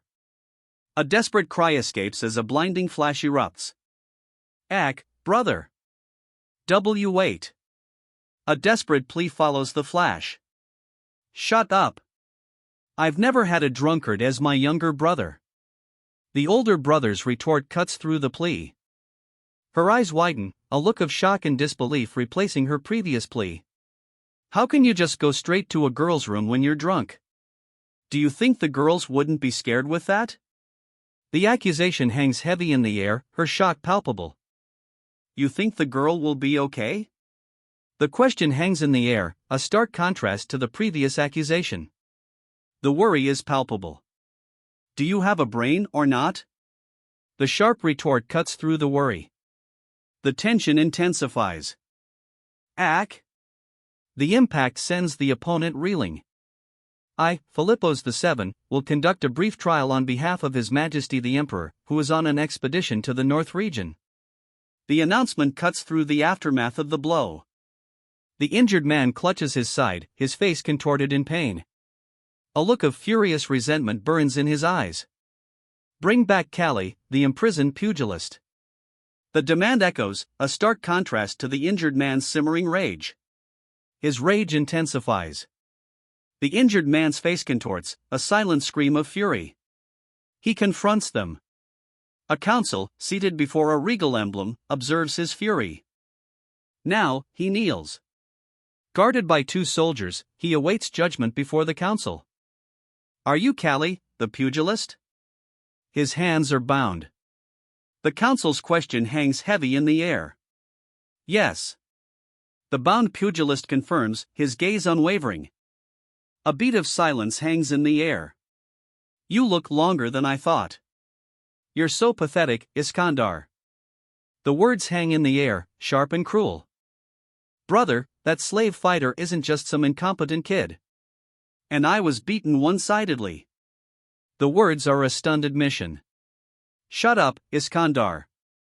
The command cuts through the stunned silence. How can you try to use the god doctor's treatment as you desire? The question hangs heavy in the air, a sharp rebuke following the silencing command. And you also burst into a woman's room at night and try to harass her, the accusation cuts through the air. You always do something embarrassing. The accused man's face crumples. Sweat beads on his brow. He's clearly distressed. And Azelia Agest, who came from the kingdom far away. He gaped, speechless. Made a covenant with Iskandar that doesn't follow her heart. You committed the most serious crime in this case. The accusation hangs heavy in the air, Iskandar's face a mask of stunned apprehension. Iskandar remains speechless. A sharp intake of breath is all he manages. He strikes. A powerful blow connects, sending his opponent reeling. Bound and struggling, his face contorted in fury, he's clearly overwhelmed. Read on arvanscans.com for faster releases. It's all my mistakes. The man's words hang heavy in the air, a stark admission of guilt. His shoulders slump slightly as the red-haired woman looks down, her expression unreadable. The crime of harassing the imperial family and Iskandar is heavy, the red-haired woman states, her voice unwavering. And you ended up doing this to someone who understands men. The blond man's face contorts in fury as he witnesses Iskandar, seemingly unfazed, approach the witness stand. How can you fight with Iskandar with that leg? You're a brave punk. The words cut through the tension, a stark contrast to Iskandar's unwavering approach. He stands defiant, hands bound, flanked by two heavily armed guards. Pugilist Kali, a voice announces, though it's hastened, Iskandar has a rightful claim. Iskandar, his expression grim, considers the announcement. Even if Azelia refuses Iskandar, that's their problem. He shrugs, a flicker of defiance in his grim gaze. In this case, you're a criminal who assaulted an innocent Iskandar. If you try to act like a warrior until the end, you must take the responsibilities too. The words hang in the air, a stark reminder of the consequences. He grips his sword, the weight of responsibility heavy in his hands. Her eyes widen in shock. Kali, she cries out, her shock turning to desperate anguish. Do you have any last words? A chilling question hangs in the air. The sword falls. A bead of sweat trickles down his chin. The impact leaves him breathless. I don't regret it. His words, a defiant whisper against the pain. His eyes, wide and burning with fierce determination, lock onto something unseen. He deflects the unseen attack with a blur of motion. The attack shatters. Read on arvanscans.com for faster releases. Good, Kali. You should protect Lady Azelia Agest until the end. The order is given, a serious expression on Kali's face. Bound by thick ropes, Kali struggles. His desperate struggle is clear. That's what a man should do. He watches, jaw tight. A cloaked figure stands, flanked by guards. A kneeling opponent clenches his fists. A cruel smile spreads across his face. The observer's jaw remains tight, but his eyes burn with a cold fire. I, Philippos VII, declare according to the strict imperial laws. The declaration hangs heavy in the air, a stark contrast to the simmering rage in the observer's eyes. He plants his sword, the impact cracking the earth. The winner will stand until the end, a voice booms, echoing the unspoken tension. The one who loses will be regarded as defeated. What Iskandar wants is Azelia Agest. And so does Kali the pugilist. So just have a match. His eyes widen, a look of disbelief washing over his face. The fight will be held a week from now on. I heard that about Philippos. A voice whispers, adding a layer of intrigue to the upcoming fight. That he's a cold-blooded person with no blood or tears, but this is surprising, right? A voice confirms the rumors surrounding Filippo's. Yeah, you're right, the most surprising part is he didn't run away. The speaker's words confirm Filippo's unexpected resilience. Honestly, that night I felt uneasy. So I already sent some of our guys to the ladies' room. A speaker reveals their proactive response to a concerning situation. Read on arvanscans.com for faster releases. Hey! It's not because of what I said yesterday when I was drunk, right? He asks nervously. A flashback shows a laughing woman and a furious man. You won't blame me for that, right? He adds, his expression pleading. Nope. His angry retort cuts through the nervous plea. The tension is palpable. Are you the pugilist who beat up the prince? The question hangs in the air, a direct challenge following his angry refusal. You're so brave. Good job. Two soldiers grin, their approval clear. Next turn Iskandar into minced meat. A fierce vow. The young man's eyes widen, his determination clear. What is this atmosphere? Why do they call the prince's name so casually? A bystander's confusion highlights the intensity of the young man's vow. His eyes widen, beads of sweat tracing his brow. The weight of his vow is clearly shown. Ah, and follow us, the guards command. He questions, what is this about? Confusion and apprehension cloud his face. To meet the god doctor. The guard's explanation finally arrives, widening his eyes in surprise. Finally. The goal of this long journey. Finally, I'll meet the god doctor. But his arrival is met with danger. A shadowy figure looms, surrounded by knives and tools, a menacing presence blocking his path. And can fix my leg. The words cut through the tension. A glimmer of hope, perhaps? The young man watches, a clear expression of concern etched on his face as the armored figure adjusts its shoulder piece. The sound of metal shifting is almost audible. Who is it? The armored figure pauses, the question hanging in the air. God doctor, I brought Callie the pugilist. The answer arrives, clarifying the armored figure's question. Come in. The god doctor's invitation echoes, the scene shifting to reveal what awaits within. A tense expression fills the young man's face. His eyes, narrowed, reflect a deep apprehension. His apprehension intensifies. No, he whispers, a single word of dawning horror. You're the troublemaker that Filippo's was talking about. The revelation hangs heavy in the air. Did you enjoy your fight with Iskandar? The question hangs in the air, a challenge. A knowing smile plays on the old man's lips. He's clearly assessing the situation. Bone fragments are scattered around here and there, the old man observes, his assessment confirmed by the grim evidence. And the attached bones are misaligned, pressing on nerves and muscle. The old man's diagnosis is grim. It must hurt even to walk, how did you survive? The question hangs heavy, mirroring the grim diagnosis. When did you get hurt? The question, sharp and direct, cuts through the previous concern. Last year's fall, he replies, the answer short and to the point. He seems hesitant, clearly considering the implications of the fall. Can it be treated? His worry is palpable. His fear intensifies. Desperation etched on his face. God doctor, is it too late for my leg to get treated with your hands? He pleads, desperation clear in his voice. Of course not, the god doctor replies, adjusting his spectacles. Surprisingly, I think I can handle that. I was thinking of giving you a temporary prescription because you'll fight Iskandar in a few days. The god doctor's explanation clarifies his earlier confidence. His eyes widen, a grin spreading across his face. He's ready. Everyone calls me God Doctor, but actually, I don't like it. If you're okay with it, you can call me by my name. My name is John. He adjusts his spectacles. John American. He sits, fists clenched, a look of dawning comprehension on his face. A subtle shift in his expression hints at a dawning realization. What? The question hangs in the air, a testament to his sudden, dawning realization.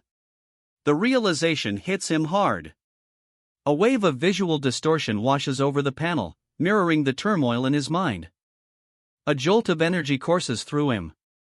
His eyes widen, reflecting the shock. He collapses. American? And now, Chapter 50. The young man sprawls on the floor, chairs overturned. The older man watches, seemingly unmoved. The young man's eyes widen in terror. He gasps. John, you're American? The older man's eyes widen in shock. Everyone get out. The older man's command echoes the urgency in his eyes. The armored figure hesitates, then slowly backs away. The armored figure retreats further, disappearing from view. An older man, glasses perched on his nose, turns away from the window. He seems to be observing something, though his expression is unreadable. I searched for a long time, and nobody appeared. His search yielded nothing. Finally meeting like this, it must be fate. The older man's words hang in the air, a stark contrast to the previous fruitless search. Are you, from Earth? The question hangs heavy in the air, a surprising twist after their fated reunion. My real name is John Bradley Clark. I came here more than 40 years ago. The old man's revelation hangs heavy in the air. John and I talked without realizing the passage of time. The weight of his confession lingers. John was a UC Army. John was a U.S. Army captain who died in the Korean War in 1950. He was an elite military officer specializing in surgery. We see John, a U.S. Army captain, his face etched with a grim determination. He stands before a medical tent, the Red Cross clearly visible. The war rages on. He became a godly doctor after assisting the emperor. His excellent knowledge and skill earned him the title. He found my arrival from Earth 60 years later fascinating. So 40 years here is 60 years there? He muses, it's about a 20-year difference. I'll need to compare this to other cases. Other case? He wonders aloud, clearly needing more data to solve this mystery. There are people in the history books who I assume to be like us. A new line of inquiry opens up. After they lost consciousness and woke up, the narration explains, showing two figures, one with a sword, the other with a bow, poised for attack. They became like a different person and stood out on certain fields. You mentioned having regrets about boxing when you died, right? In my case, it's about medicine. That's what probably led us here. The speaker's words offer a new perspective, shifting the focus from boxing regrets to a medical mystery. It's an intense longing that goes beyond the fear of death. The words hang heavy in the air, a chilling revelation that deepens the medical mystery. His eyes widen, a bead of sweat tracing his temple. A tremor runs through him. I don't think it's the time to talk about this. Roll up your pants, the older man states calmly, his words cutting through the tension. You'll perform a surgery now? The young man's shocked question hangs in the air. No, the doctor replies, I'm just removing a piece of bone from between the gastrocnemius muscles. The panel explains that the gastrocnemius muscles are crucial for walking in posture. With only this kind of treatment, it will reduce the pain. The old man carefully makes an incision. A small, precise cut. It will be over in no time, the old man assures him. You still don't have good anesthesia yet? The old man's words hang heavy in the air, a stark contrast to his earlier reassurance. Oh my, that must hurt a bit, the old man murmurs, his apology a stark contrast to his earlier confidence. I'm sorry, as I'm older, I make mistakes too. Just move your hands and don't talk, the young man snarls, his face contorted in pain and frustration. The old man watches, concern etched on his features. The bone got stuck quite deep. The old man's concern deepens. With careful precision, the old man uses tweezers to extract the bone fragment. A small amount of blood remains. The bone fragment is carefully placed aside. The old man's work is done. He picks up the fragment. The examination is complete. A faint tremor runs through him. The scar on his leg throbs.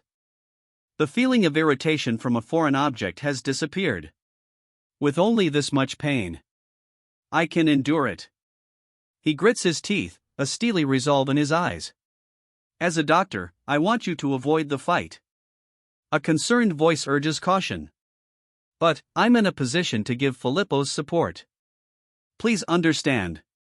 A determined voice counters the earlier warning. This is an ointment mixed with herbs.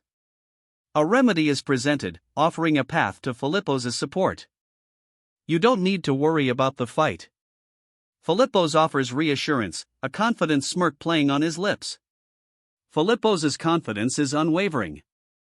He adjusts his collar, a subtle gesture of assuredness. His unwavering gaze holds a hint of something else now, a quiet intensity. That quiet intensity deepens. He moves. God doctor, do you know that slave fighter? The question hangs in the air, a new development in the tense scene. Ah, he is a friend from the same hometown as me. The God doctor's revelation offers a surprising connection. The God doctor pauses, a thoughtful expression crossing his face. He seems lost in memory. Callie. The name escapes the God doctor's lips, a whisper from a distant past. A young man, his expression thoughtful, walks down a grand hallway. The memory of Callie lingers. I need to tell you something. He stops, addressing someone unseen. The weight of his words hangs heavy in the opulent hallway. Do you have time? The question hangs in the air, a stark contrast to the opulent hallway. His tone is polite, but The unspoken threat hangs heavier than the opulent surroundings. Since there are many watching here, I feel compelled to follow. A reluctant agreement, but the unspoken threat remains. I've heard that God doctor calls you often lately. A casual observation, but the implication hangs heavy in the air. It's just because of the treatment. A quick denial, but the prince's eyes betray his nervousness. The implication hangs heavier now. He hesitates, a single, strained ellipsis hanging in the air. The silence stretches, heavy with unspoken truth. If it wasn't because of the God doctor, I might not have been born. A somber revelation hangs in the air. I probably would have died in my mother's womb. The weight of his words hangs heavy in the air, a stark contrast to the ornate finery of his attire. He is my benefactor, godfather, and teacher.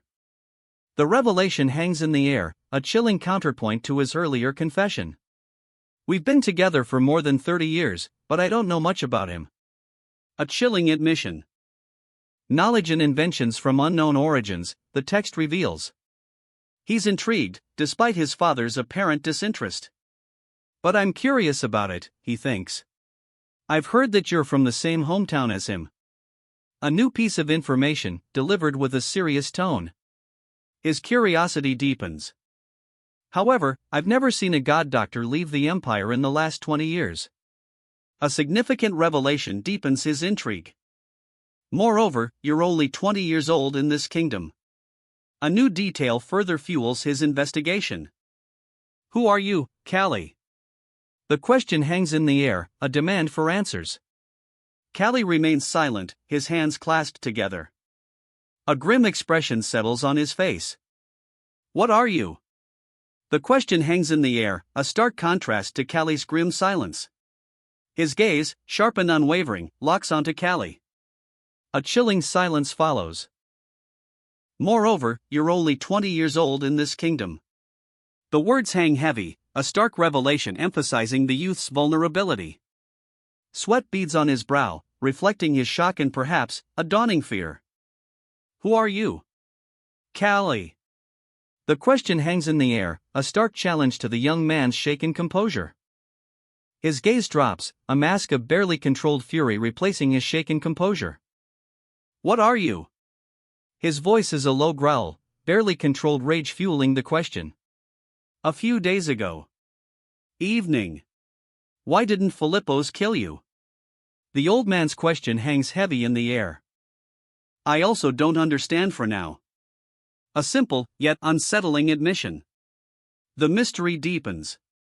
That the prince said is true, and I also made him bleed. A grim confirmation. The mystery deepens further. That kid is the key to the development of civilization here. A bombshell revelation. The stakes just got a whole lot higher. I've taught him everything I knew. The weight of that statement hangs heavy in the air. The boy's destiny, and the fate of civilization, rests on his shoulders. Philippos doesn't want to ascend the throne with his title, but with his power. In other words, it's like a republican. If Philippos becomes emperor, there will be bloodshed, a voice warns. The narrator continues, in this empire, strength and power are synonymous with status, a stark contrast to Philippos' republican ideals. But there is no guarantee that a battlefield hero will become an excellent leader. The words hang in the air, a stark reminder of Philippos' idealistic challenge to the empire's power structure. His worried expression underscores the risk he's taking. That's why Philippos seeks individuals willing to enter the fire pit without hesitation. For their belief. He emphasizes the point with a single, raised finger. Like you who? Like you, who challenge authority and are a skilled individual. A hand points. The test continues. Let's think straight, a voice narrates, a moment of clarity amidst the ongoing test. He is not trying to harm me. A single tear rolls down his cheek. He's starting to understand. It's just about a pugilism. The realization dawns. A beat of silence hangs in the air. The weight of the realization settles. Looking at your answer, I'm sure there is something. The dark-haired man's gaze is sharp, his words a challenge. I won't force you to answer, Callie. The dark-haired man's tone softens, a stark contrast to his previous challenge. His gaze drops, a sigh escaping him. The pressure visibly eases. Keep today's matter a secret from God, Doctor, he instructs, because I want him to see me as a harmless disciple. However, if you change your mind and are more honest, you can come to me anytime. The offer hangs in the air, a subtle shift in the power dynamic. I'm still not sure about it now. The offer is met with hesitation. But I'll meet you when I change my mind. A firm, though not unkind, declaration. The offer remains open, but on the other's terms. A subtle, almost imperceptible smirk plays on the lips. The offer is still on the table. Ha ha ha. I'll give you credit for that courage and audacity. The laughter rings out, a stark contrast to the previous subtle smirk. His amusement is clear. Take this. Think of this as a gift, and to persuade you. He offers a book. The other man stares, clearly bewildered. It's the Imperial Martial Arts technique from the Ringer textbook, the narrator explains. Iskandar is a master of Ringer martial arts. Do you want Prince Iskandar to lose? The question hangs in the air, a challenge in Iskandar's narrowed gaze. A type of grappling technique. It's rather the opposite. Iskandar is my favorite younger brother. His jaw tightens. A fierce glare. He's not amused. If Iskandar wins, I'm happy. But if you win, you owe me. The words hang in the air, a challenge as cold as his glare. Shit, he trapped me. The realization dawns, a bitter taste in his mouth. Whatever side wins, it's all beneficial for me, right? A chillingly calm voice cuts through the tension. He's playing a dangerous game. His smirk widens. A calculating glint in his eyes confirms it, he's playing both sides. He turns, his back to us. The game continues. John. Philippos is scarier than I thought. A chilling observation, as the game continues. He sits on the bed, reviewing a book. The game's implications weigh heavily on him. This textbook. His eyes widen, a fresh wave of unease washing over him. The game's implications, once a distant threat, now feel intensely personal. It's a practical combat technique that takes into account various situations. The textbook's description confirms his fears. The game is far more dangerous than he initially thought. Especially a lot of ground techniques are displayed. If Iskandar hadn't been drunk, I'd have been helpless against it. I'm in big trouble. His worried expression underscores the gravity of the situation. I don't know anything about the writing text of this place. His panicked outburst reveals the true extent of his predicament. He slams the book shut, his face contorted in frustration.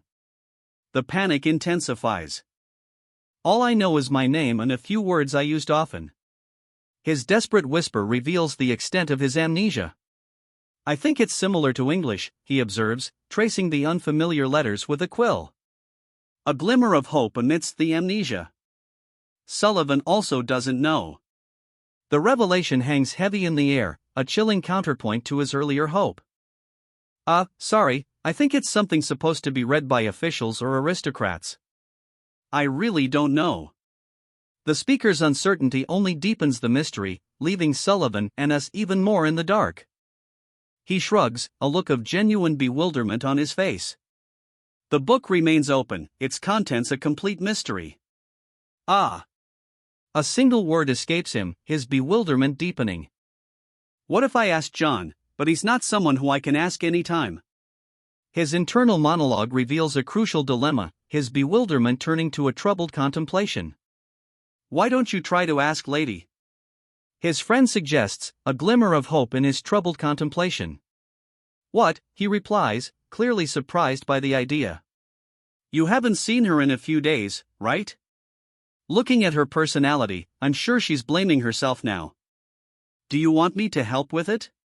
His friend offers a plan, a practical suggestion in the face of his uncertainty.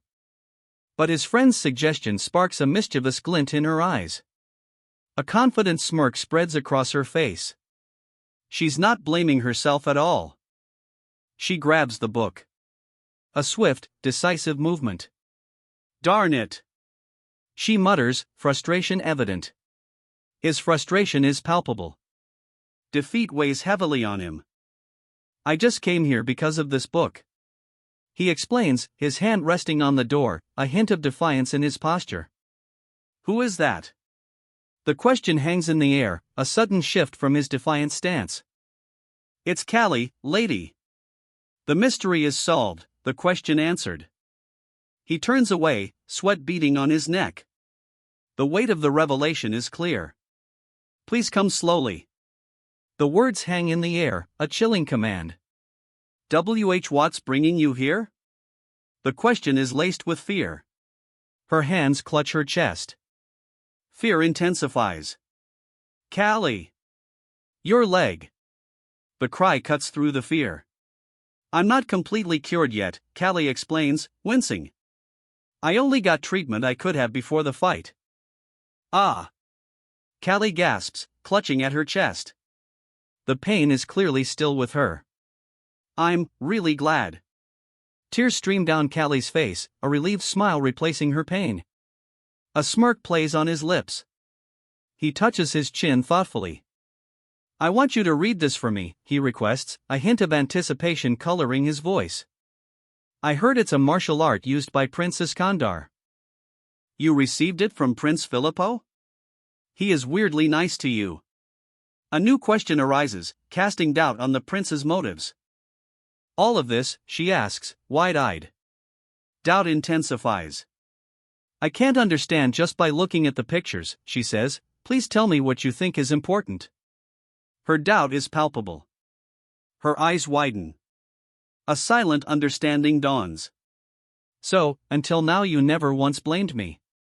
The weight of those words hangs heavy in the air. He stares, a flicker of surprise in his eyes. Doubt clouds his features. Everyone makes mistakes. Just don't do it again. The words hang in the air, a bead of sweat tracing the man's temple. His doubt deepens. That also applied to me, he confesses, his voice barely a whisper.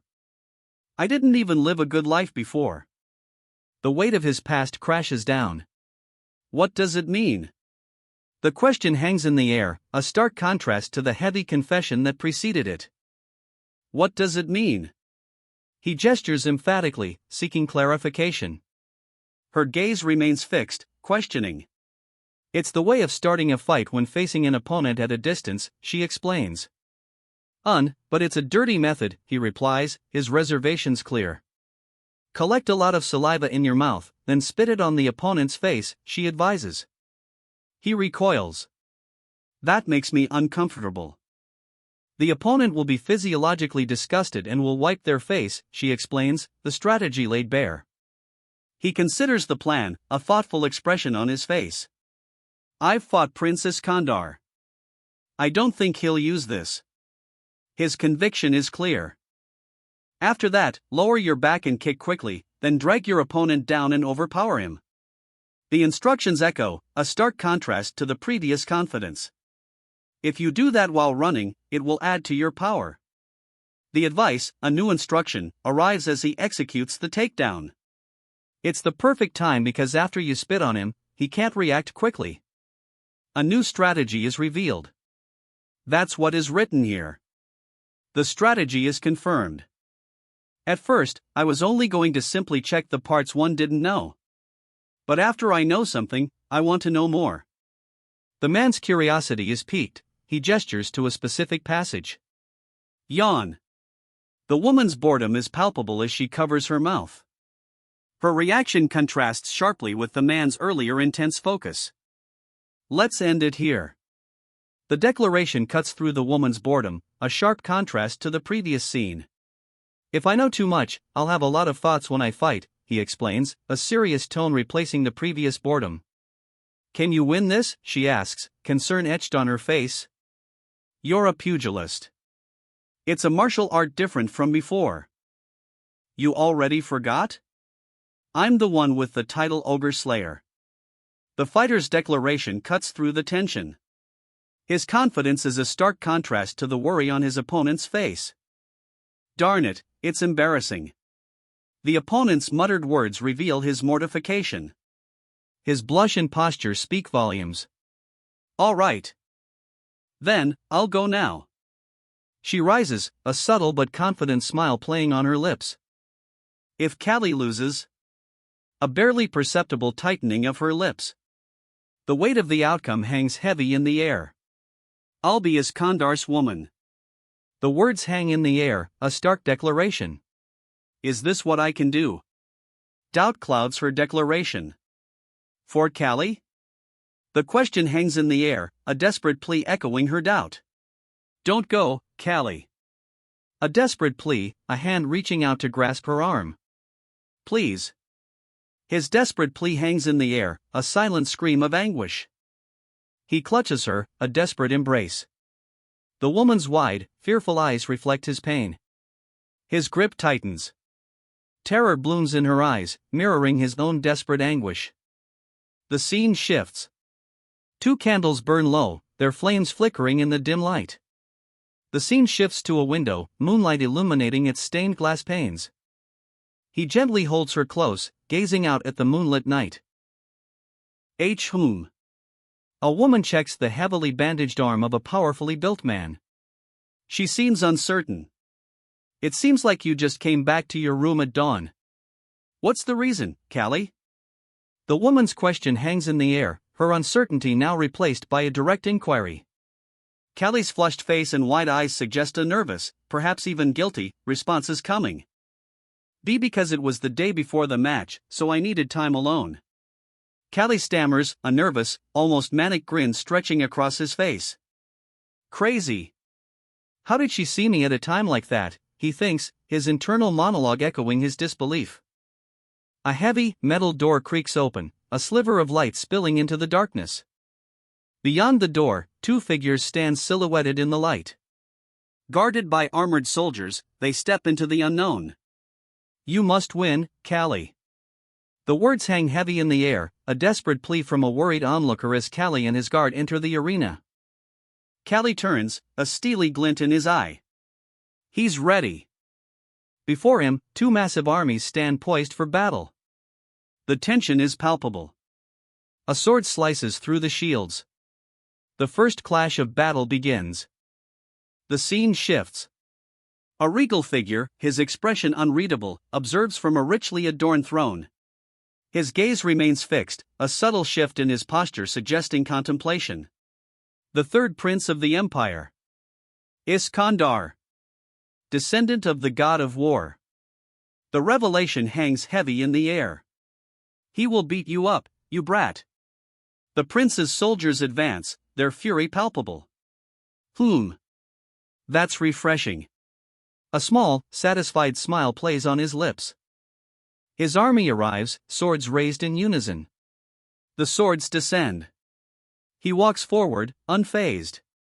The swords stop inches from his chest. It's such a nice day to smash someone.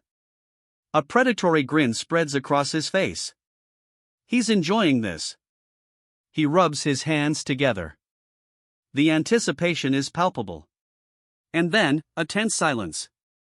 The only sound is his ragged breathing. Surging forward, he deflects a barrage of swords. His eyes burn with defiance. He counters with a powerful punch. Hear this. The victor declares, his voice echoing across the arena.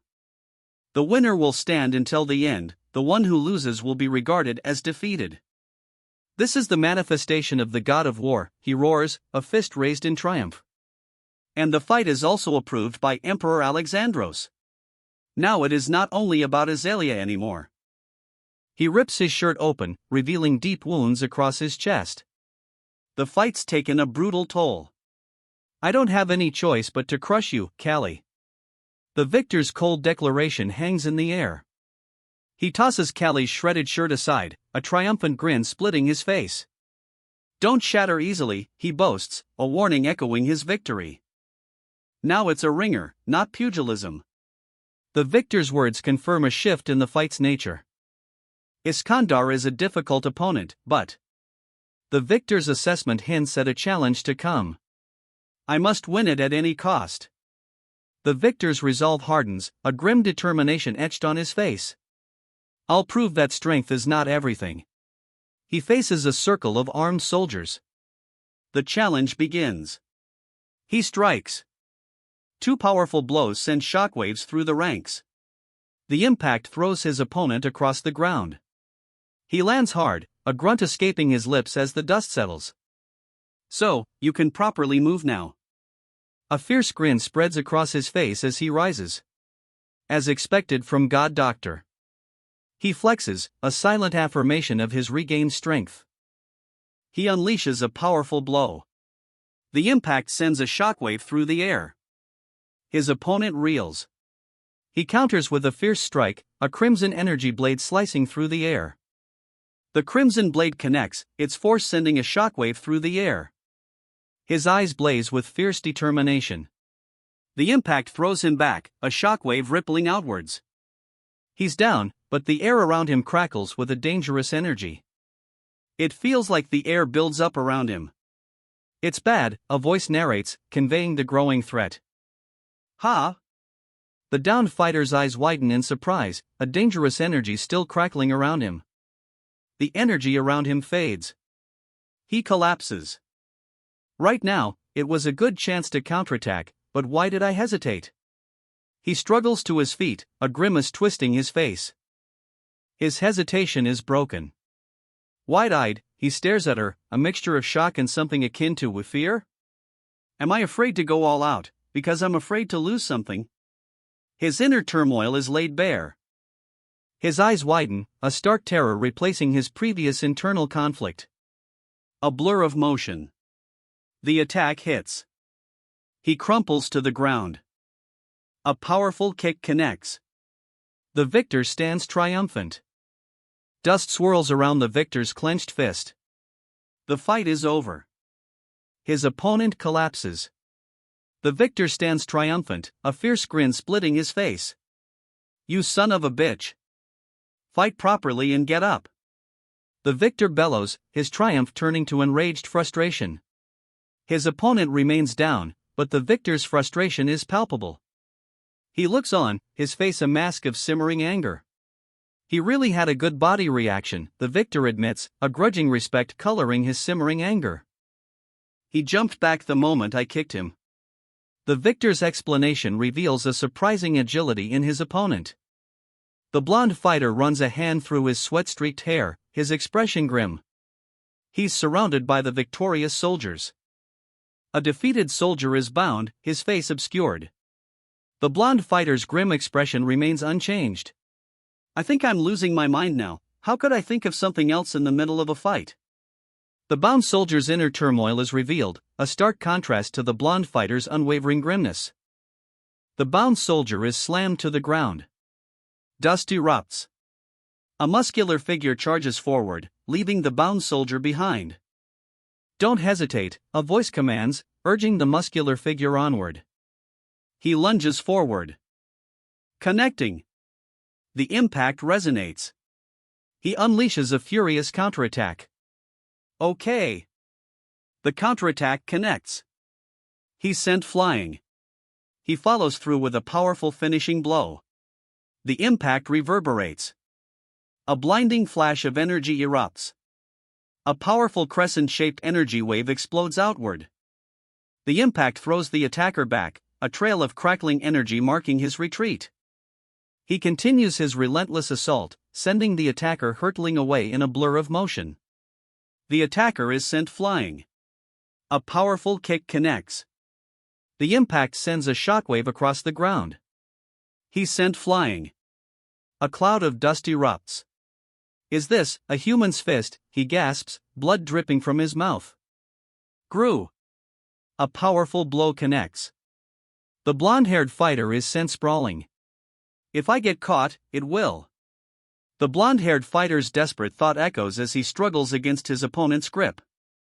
Be the end. His worst fear confirmed.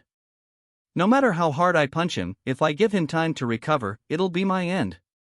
His grim realization hangs heavy in the air. If that's the case. His eyes narrow, a grim determination hardening his features. A new strategy is forming. He attacks. The impact connects. He's sent flying. Blood sprays. He impacts the ground. A cloud of dust erupts. I won't make him recover. The victor's fierce declaration punctuates the impact. A brutal counterattack. The victor lands a devastating blow, sending his opponent sprawling. I thought pugilism is an incomplete fight technique that won't perfectly work. The victor's assessment follows his decisive victory. It seems it will be hard to win even using a ringer. The victor's assessment continues, a thoughtful sip of wine accompanying his words. Using a ringer, huh? The victor's skeptical gaze intensifies, a hint of amusement in his eyes. You should do everything to win. The fighter's words confirm the victor's suspicions. His eyes, burning with a cold fire, confirm it. Victory at any cost. For the soldiers of this empire, the officer declares, the royal family is the object of loyalty, comrades who shed blood together. Iskandar is a born warrior, the narration reveals. Facing strong opponents, he finds joy, not fear, striving to surpass them. You're just like me. Kali. The name hangs in the air, a stark contrast to the fierce glint in the warrior's eye. Chapter 53. This brat, I thought he would rush in right away. The fighter's surprised words reveal his opponent's unexpected patience. But he's calmly waiting to strike. The fighter's surprise deepens as his opponent's patience becomes a chilling threat.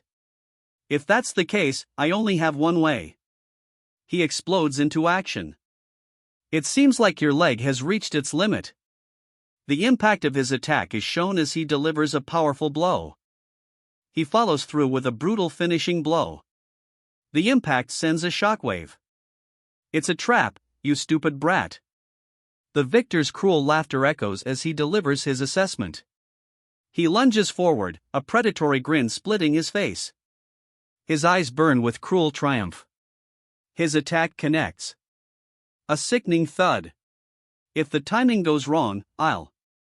He unleashes a powerful attack. The impact reverberates. A shockwave of energy explodes outward. He's sent flying. Blood sprays as the fighter crashes to the ground, defeated. He lies there, eyes wide with disbelief, a grimace twisting his features. The fight is over. He spits blood, eyes still wide with disbelief. The final blow landed. It went perfectly. the victor declares, a chilling satisfaction in their tone. Dust and debris fly as the defeated opponent is sent sprawling. His face a mask of brutal triumph, blood dripping from his mouth. His eyes blaze with a furious intensity, a chilling contrast to the blood still clinging to his lips. He unleashes a furious roar. He counters with a devastating blow. The impact sends his opponent reeling. The impact sends his opponent sprawling. Impossible, he roars, disbelief etched on his face as he hits the ground. Shouldn't he be unconscious after that attack? He rises. A defiant roar erupts. The impact reverberates. The dust settles. He stands victorious. A triumphant grin spreads across his face. He raises his shield, a victorious flourish. A shockwave erupts. He's hit. A blinding flash obscures the scene. The dust settles. Blood stains his lip. He clenches his fists, eyes narrowed in fierce determination. When did I succeed in making him fall down? He questions himself, a flicker of doubt amidst his determination. Well, whatever, who cares? He snarls, dismissing his own self-doubt. Perhaps because of his intense training, Iskandar can break, crush, and destroy his opponent brutally. I need to escape, he gasps, his opponent's brutal victory leaving him desperate. He scrambles, desperate. His face, a mask of raw determination. His eyes blaze with fury. A surge of adrenaline fuels his desperate struggle. He breaks free, wrenching his arm from his opponent's grasp. He follows through with a powerful strike. The impact leaves him reeling, his face contorted in agony. Dust and debris fly as the impact's force ripples outward. He's got him in a brutal arm lock. The fight is far from over. His face contorted in agony, the blonde fighter struggles against the hold. His opponent's grip tightens. With a sickening crack, the blonde fighter's arm buckles under the pressure. He crumples to the ground. Uff! He groans, the sound a testament to his defeat. His opponent, eyes wide with furious determination, rises to meet him. I'll break you, he roars, a terrifying promise etched on his face. He lunges forward. The impact echoes. He crumples to the ground. His eyes widen in shock, a silent scream escaping his lips. That's. The single word hangs in the air, a testament to his dawning horror.